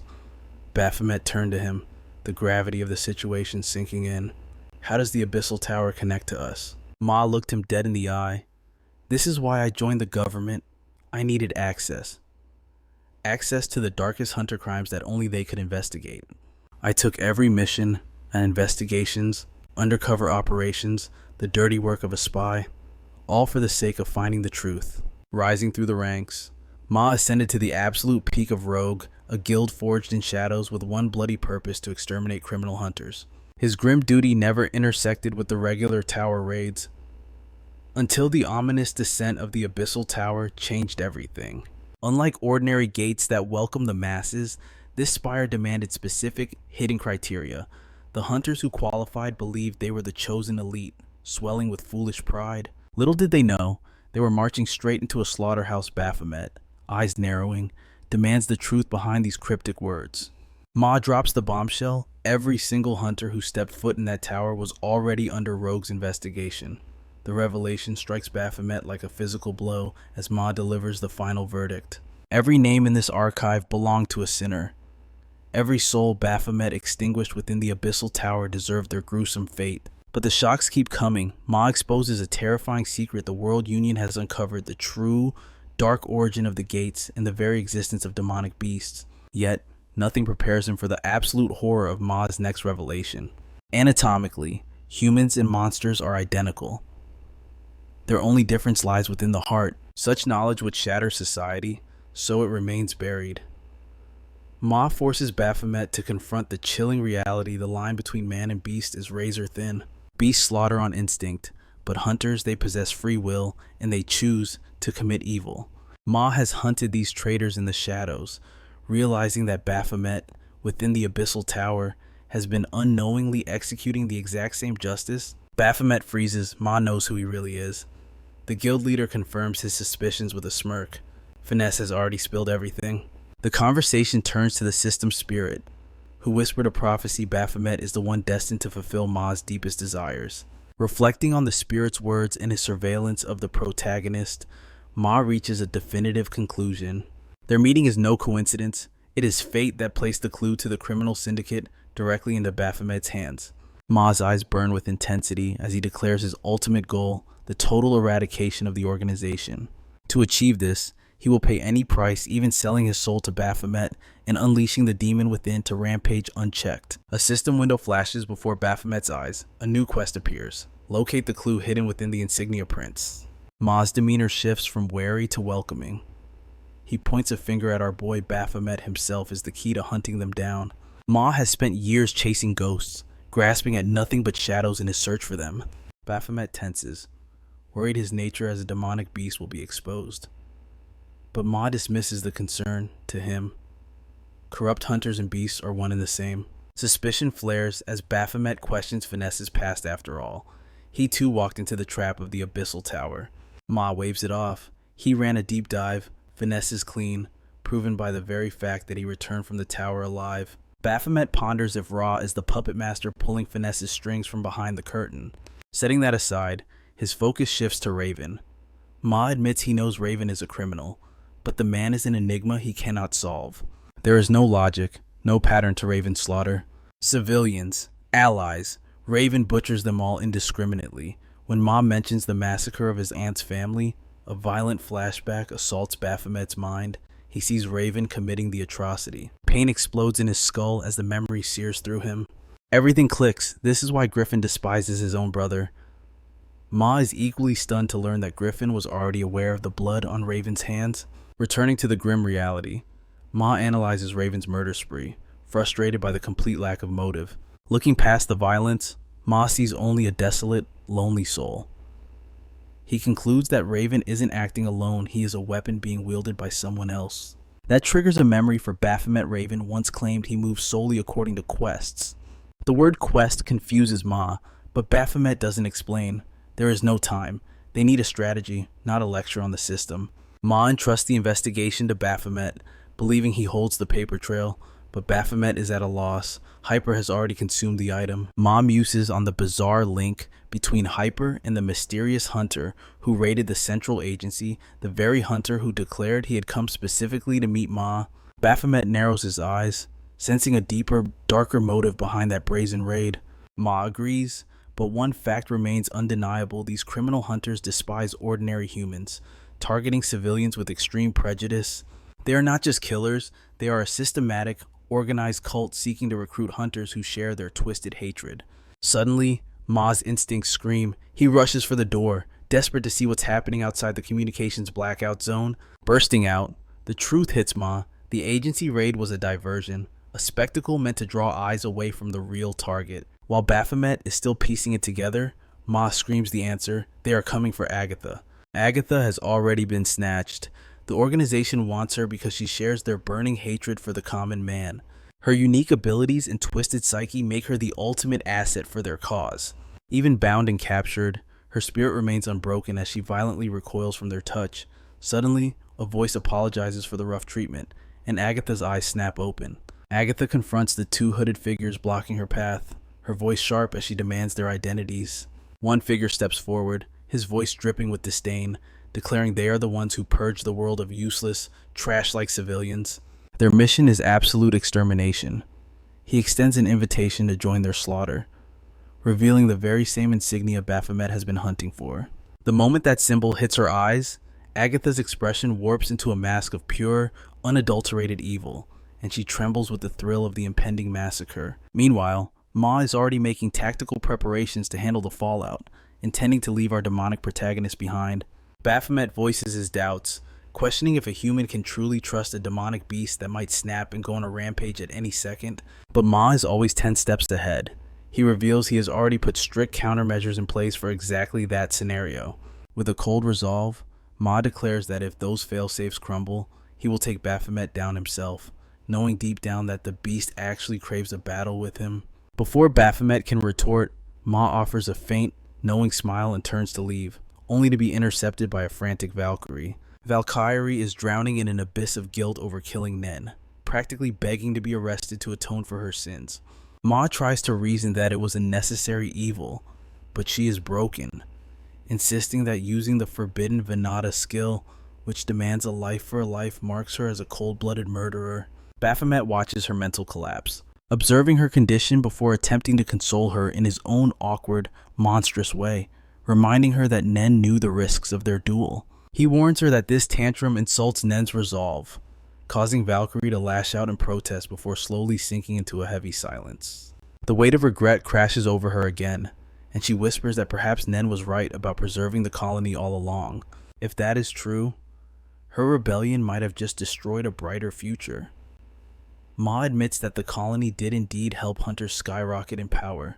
However, to steel her resolve, he recounts the story of an old woman who wished to visit her hometown within the colony but was barred entry by the towering walls. He looks Valkyrie in the eye, reminding her that a hunter's first and most sacred duty is the protection of civilians, not just the pursuit of power. By tearing down that colony, she hasn't destroyed the future, she has given hope back to people like that old woman. The words pierce her heart, and Valkyrie's quiet sobbing explodes into uncontrollable, wailing grief. Seeing an opening, Ma tactically retreats, dumping the emotional Valkyrie onto Baphomet, who annoyedly barks at her to shut up, which only makes her cry harder. Our poor demonic boy stands there, completely utterly clueless on how to handle a weeping human girl. Meanwhile, Ma shifts gears to investigate a mysterious incident where 3 perished and only 1 survived. As they track Agatha's trail, his companion Bub drops a bombshell. He already knows from the staff that Baphomet was the one who killed the leader. No, Ma attempts to play the fool, but Bub is sharp. He sees right through the act and knows Ma is covering for the beast. Yet, Bub is baffled by the power scaling. How could Baphomet, a mere A- rank, obliterate an S-rank hunter avoiding the trap? Ma swiftly exits despite Bub's questions. Muttering about Bub's annoying persistence, Ma finally locates Griffin, apologizing for the delay. Griffin has only just arrived himself, and the two move to a shadowy corner to discuss matters away from prying eyes. Treating the middle schooler like a child, Ma orders him a cocoa, but Griffin cuts the pleasantries, demanding to know the real reason for this summons. Ma gets straight to the point. He needs Griffin to keep his mouth shut regarding the events at the colony. Griffin agrees to the silence, but his eyes narrow. He senses that this request is just the surface of Ma's true intent. Ma smirks, admitting he has a vested interest in nurturing talented hunters like Griffin, offering his personal line for any future favors. Griffin remains skeptical, his instincts screaming that there is a hidden price tag attached to this generosity. Deciding to drop the act, Griffin reveals he knows the truth. Ma sent him to the colony specifically to target Baphomet. He asserts his confidence, claiming he would have reached S-class regardless, but admits he went seeking a fight and realizes Ma played him to test the beast. Ma maintains his poker face, continuing to feign ignorance despite Griffin's razor-sharp deductions. Griffin decides to let it slide, acknowledging that while Ma is manipulative, the colony experience did make him stronger, so he offers a begrudging thanks. With that, the prodigy departs, and the moment he is gone, cold sweat finally breaks out on Ma's forehead. The kid is terrifyingly perceptive for a middle schooler. Ma wonders if it is some kind of innate, primal hunter instinct. Regardless of the close call, Ma's grand strategy remains in motion. He knows Baphomet's power is growing uncontrollably, so he is grooming Griffin to be the ultimate counterforce. The insurance policy, if the beast ever turns on humanity. He needs Griffin to surpass even the legendary Raven. Meanwhile, our demonic protagonist stares at his system screen with a scowl. He is baffled by the entity known as Ra, unable to comprehend why the system wants him to develop emotional attachments to humans.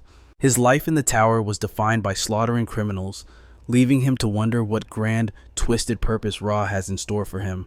As he ponders this, the screen flashes with images of people he is connected with, and shockingly, even the face of the demon lord Beelzebub appears among them. Tapping on his own portrait, a cascade of familiar data floods his vision. But one detail makes his brow twitch. Beelzebub's status is marked as cautious, a detail that sparks a flash of irritation. He realizes the system reveals the hidden depths of his connections. His gaze shifts to Reaper's icon, and a desperate urge to investigate seizes him. Nerves get the better of him, making his fingers tremble, but before he can uncover her secrets, the sharp chime of the doorbell interrupts his focus. Swinging the door open, he finds Echidna and Valkyrie looming on his doorstep. A wave of annoyance instantly washes over him. Valkyrie claims it's official guild business, but before he can interrogate them, Beelzebub pops up, complaining of a rumbling stomach. The little demon moves to raid the neighbors for snacks, but freezes mid-step upon spotting the guildmaster. Even he knows when to pay respect.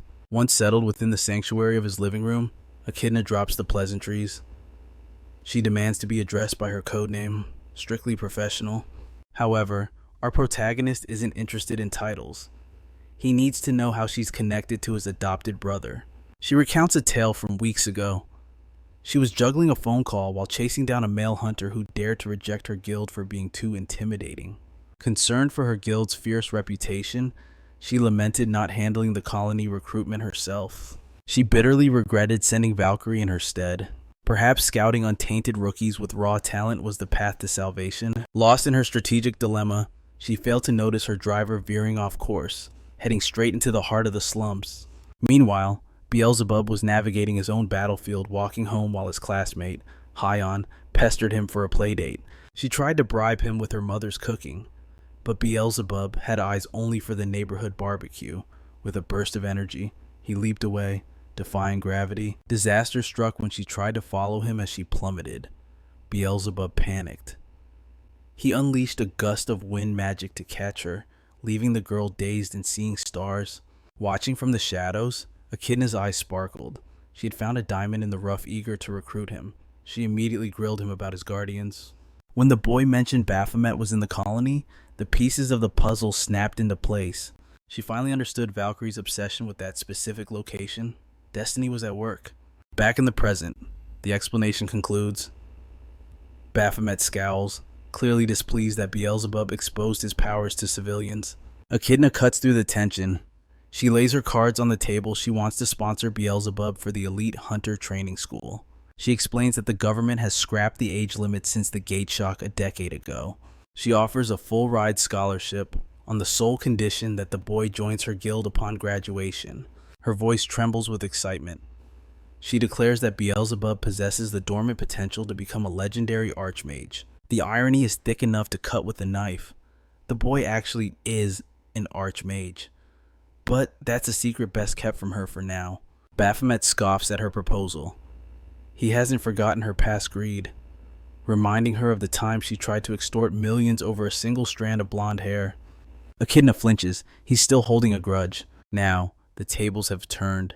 Baphomet holds all the leverage, and he flatly refuses to sign the guardianship papers. But the guildmaster came prepared for resistance. She smiles, ready to escalate the negotiation. She drops the ultimate bribe, lifetime VIP status at luxury resorts, first-class airline memberships, and 5-star hotel access. She sweetens the pot with a penthouse overlooking the Han River and implies there are even more benefits hidden up her sleeve. Baphomet realizes she is deadly serious. He recalls Beelzebub's earlier wish to live with human comforts, weighing the luxury against his pride. Baphomet finally nods. The deal is struck. Beelzebub stands frozen, eyes wide. He never expected his guardian to yield so easily. Baphomet grins, telling the boy to enjoy the spoils of war. After all, their tower raids are already bringing in a fortune. Beelzebub's face beams like the sun. He vows eternal loyalty to his big brother. Suddenly, the system chimes his status has shifted to trusted. Later, Valkyrie commends the decision. She notes that for an awakened, a normal life is just a dream.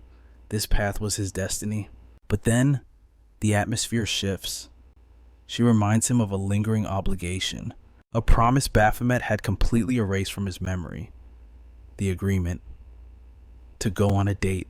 Memory pulls us back to that chaotic day, when a sobbing Valkyrie was dumped on him, and he tried to bury her sorrow under a mountain of chocolate. She stared at the sugary treasure in shock. He awkwardly explained his theory sweets are the ultimate cure for a foul mood. Though his clumsiness touched her heart, the tears flowed harder. She wasn't a child to be bribed with candy, yet she saw an opening. Through her tears, she leveraged the situation, demanding a date as the only true compensation. Back to the present. Noon strikes. Baphomet stands waiting, checking his watch, but his date is nowhere to be found. Suddenly, a hush falls over the crowd.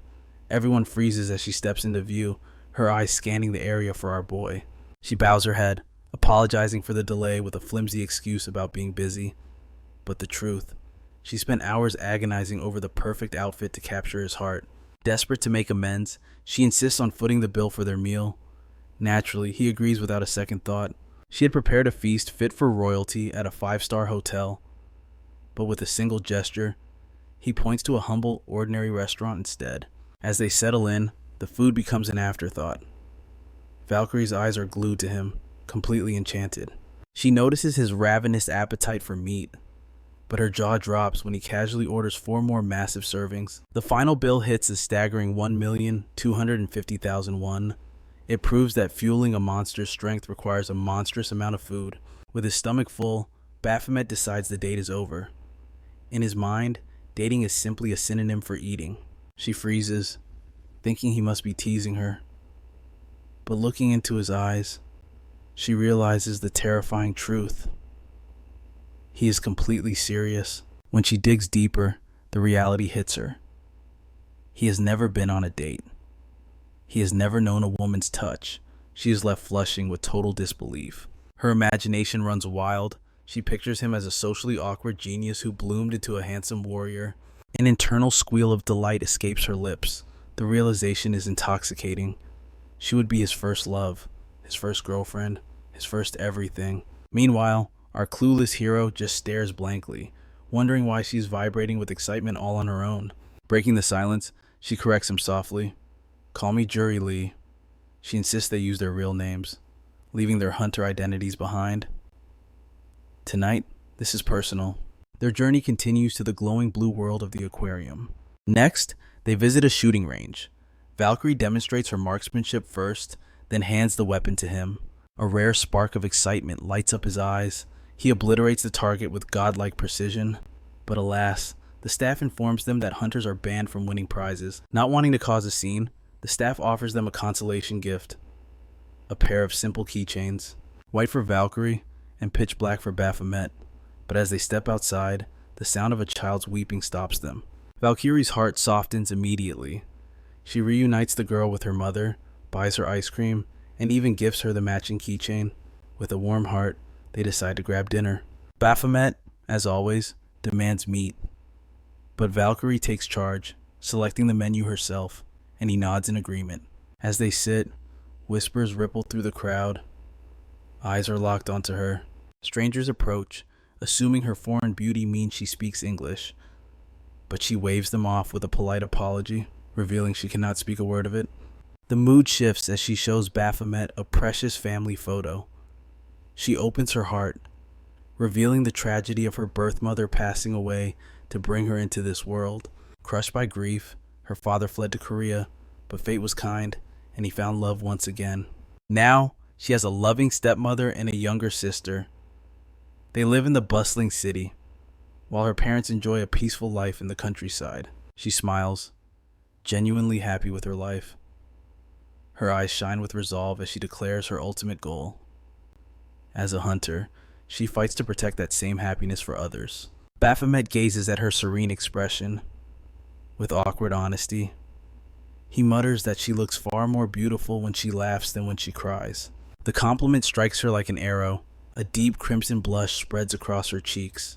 Oblivious to the atmosphere, he turns his attention back to the food. But suddenly, she can hold it back no longer. She blurts out her feelings. She asks him to be her boyfriend, but our dense protagonist does not say yes or no. Instead, he counters with a question. How do you know when you like someone? Valkyrie is stunned. She cannot believe he's asking about the most basic human emotion. After gathering her thoughts, she begins to explain the mysteries of the heart. You think about them constantly. You value their opinion above all else, and their words. They have the power to shake your very soul. She looks him in the eye, declaring that he is the one who makes her feel this way. She pauses, noticing a shift in his expression. Something finally clicked.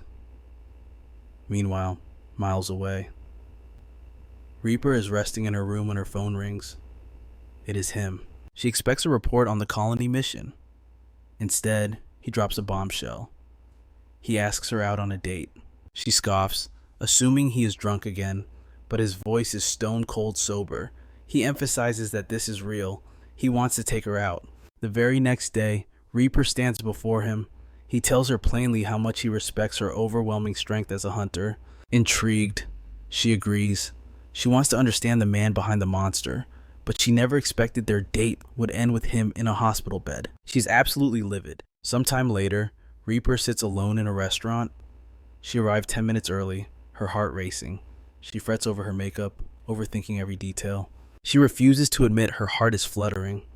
She tells herself this is strictly business. This is just an investment, she thinks. An investment in a powerful asset. And so, she waits. 25 minutes pass. Whispers of a horrific accident at the intersection reach her ears. 40 minutes. Her patience snaps, rage bubbling. She stands to leave. And that is when he finally appears. She confronts him, demanding to know where he has been and why he ignored her calls. But the fury in her voice dies instantly when she sees the look on his face. He claims he simply fell and destroyed his phone in the process. This explanation stuns her. How does a top-tier hunter suffer such a clumsy accident? Swallowing her doubts about how a superhuman managed a trip, she drags him to the cinema. She has already secured tickets for the evening show. It becomes painfully obvious that our protagonist had absolutely zero plans prepared for this date. Suddenly, he halts. With stiff movements, he presents her with a single flower. The gesture is so gentle, so uncharacteristic of him, that she is left completely taken aback.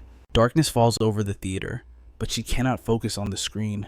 Her nerves are eating her alive. Her mind races, fixated on that flower. She wonders if this awkward kindness means he's actually serious about this date. She steals a glance at him, only to find him fast asleep. A soft smile touches her lips. This is exactly the kind of chaotic behavior she expects from him. But then, her heart stops. A dark stream of blood is silently trickling down his temple. Back in the present, the hospital reports reveal the insane truth. He was struck by vehicles not once, but 3 separate times. The third impact was the collision with a truck that would have turned a normal human into paste.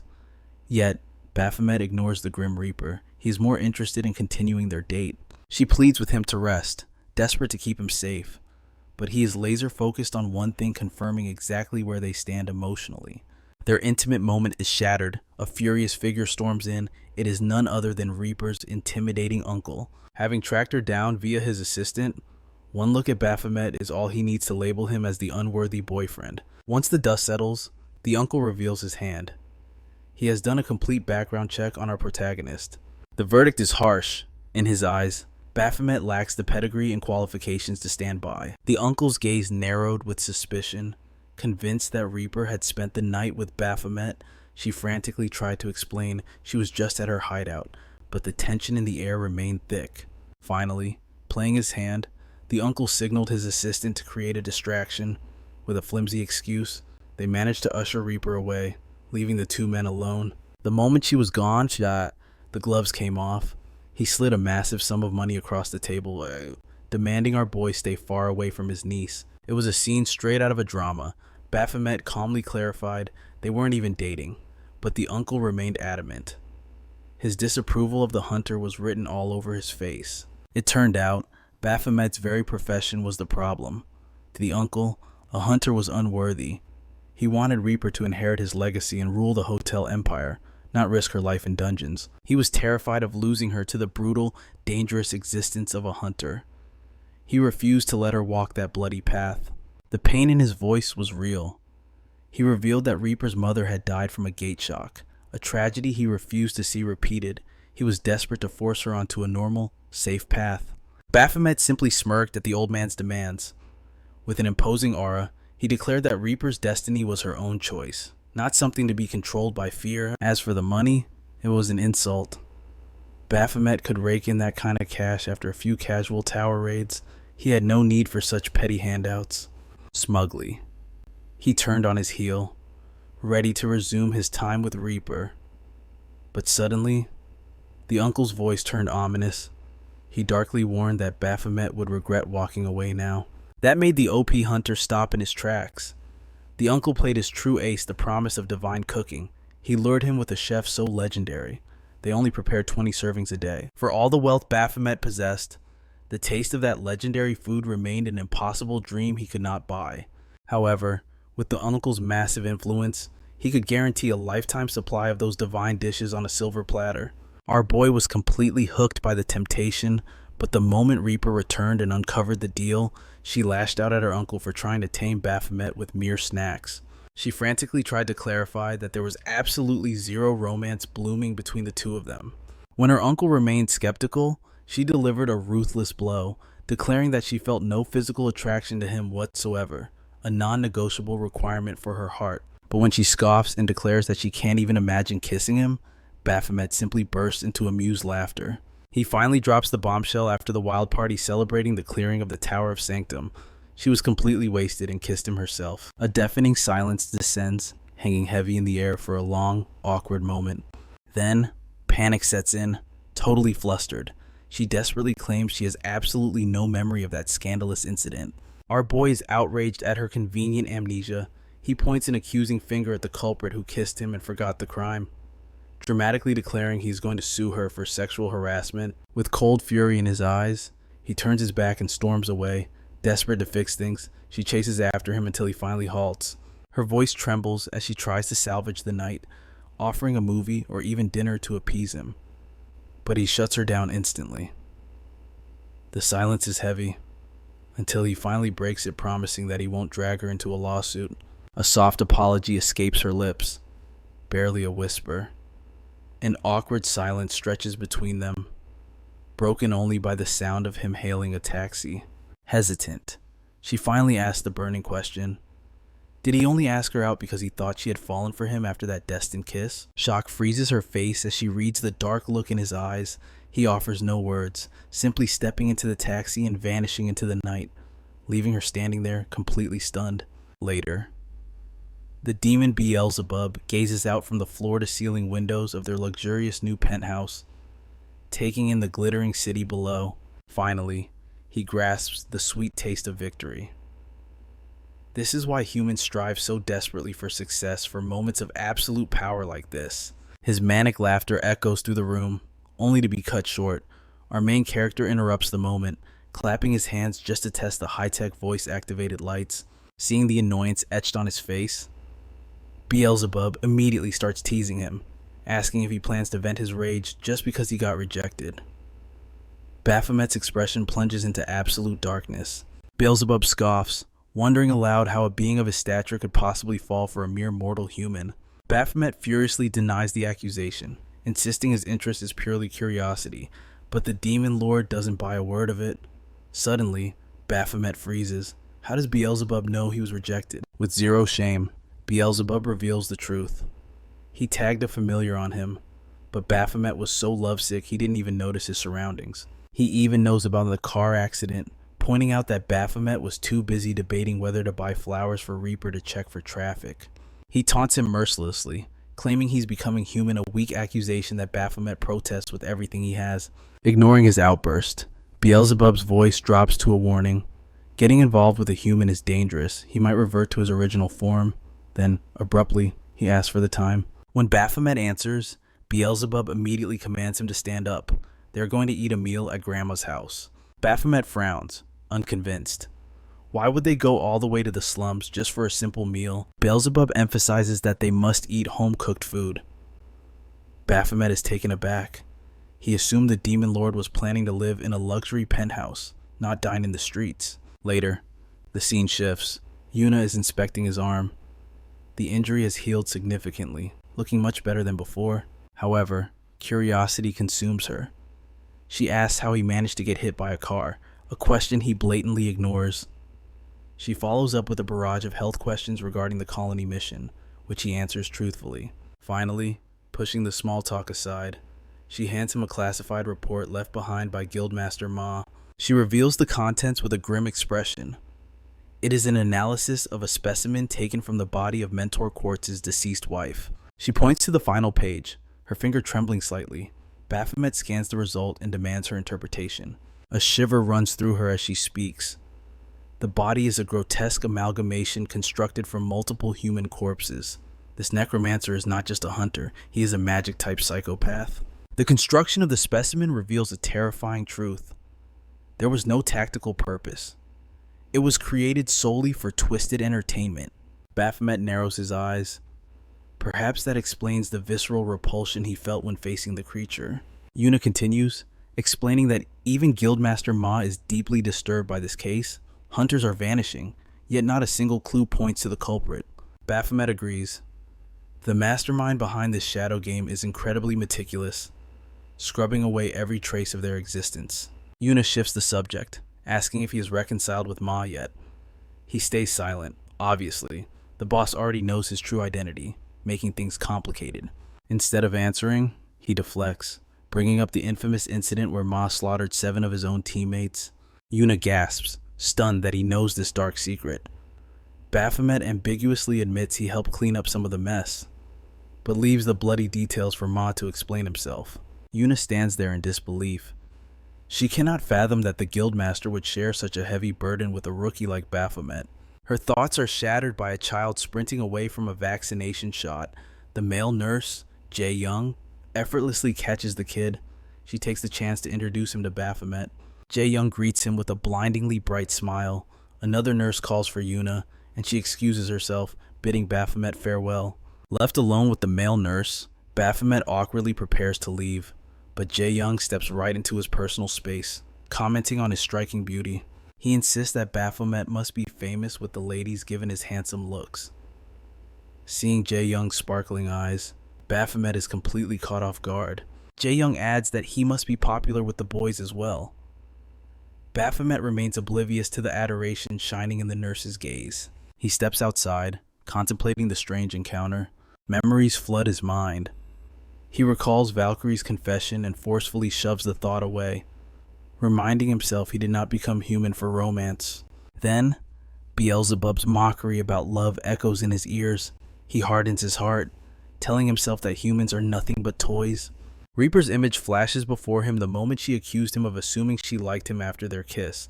To make matters worse, 2 girls nearby are loudly discussing how boys always misunderstand their kindness for attraction. Baphomet's aura turns pitch black, terrifying the girls into fleeing. A moment later, his eyes land on a couple acting lovey-dovey on the street. He storms between them like a dividing wall of pure spite, but it's useless. He notices couples everywhere. Even the stray cats are in love. His mood plummets with every happy pair he sees. Finally, he decides he needs a distraction to lift his crushed spirits. Scanning the area, he spots a gaming cafe. He cracks his knuckles. It has been far too long since he indulged in his favorite hobby. He stands before a high-end gaming booth, ready to dominate. Meanwhile, elsewhere, Reaper is pouring her heart out to Zest. Since Zest knows both parties, she is the perfect sounding board for Reaper's mounting frustration. Reaper reveals the details of her date. She confesses that despite everything, She wants to maintain a connection with him? Her monologue is cut short when Zest drops a bombshell. Question, is she truly not interested in Baphomet at all? Reaper freezes, caught completely off guard. Back at the cafe, the guild leader of the Nebula Guild steps into the same arena where Baphomet is playing. The guild leader spots him and a smirk curls his lips. Baphomet crushes his opponent and wins the match, but he feels a hollow victory. Beating the computer is too easy. Just then, his phone vibrates. It is a call from Reaper, demanding to know why he hasn't answered her previous calls. He coldly reminds her that his phone is barely functional. She tries to mention the accident, but he cuts to the chase, demanding to know why she's really calling him. Nervousness creeps into her voice as she circles back to the uncomfortable truth, bringing up the disastrous end of their date. Just then, a notification pings, a challenge from a player named Van Gogh. A sadistic grin spreads across his face. Finally, a worthy opponent to crush. While multitasking, he tells the Reaper to just forget what happened. She isn't convinced, so he casually brushes her off, promising to explain everything over dinner later. Thrilled by the offer, she suggests eating at her friend's restaurant, but before she can lock in the details, Baphomet hangs up without a second thought. Disaster strikes. Her distraction cost him his focus, and the game over screen mocks him. He actually lost the match. The challenger demands a rematch, and he accepts instantly, eager for revenge. But the result is humiliating. He gets utterly crushed again and again, and his rage begins to boil over like a volcano. Enough is enough. He tosses the game aside and hunts down his opponent in the real world. The moment he lays eyes on the kid, his instincts scream, this is no ordinary gamer, this is a hunter. Van Gogh smirks, confessing that he has heard all the rumors from his brother, especially about our hero's legendary bad temper. With a confident flair, he introduces himself at last. He is Van Gogh, the guildmaster of the mighty Nebula Guild.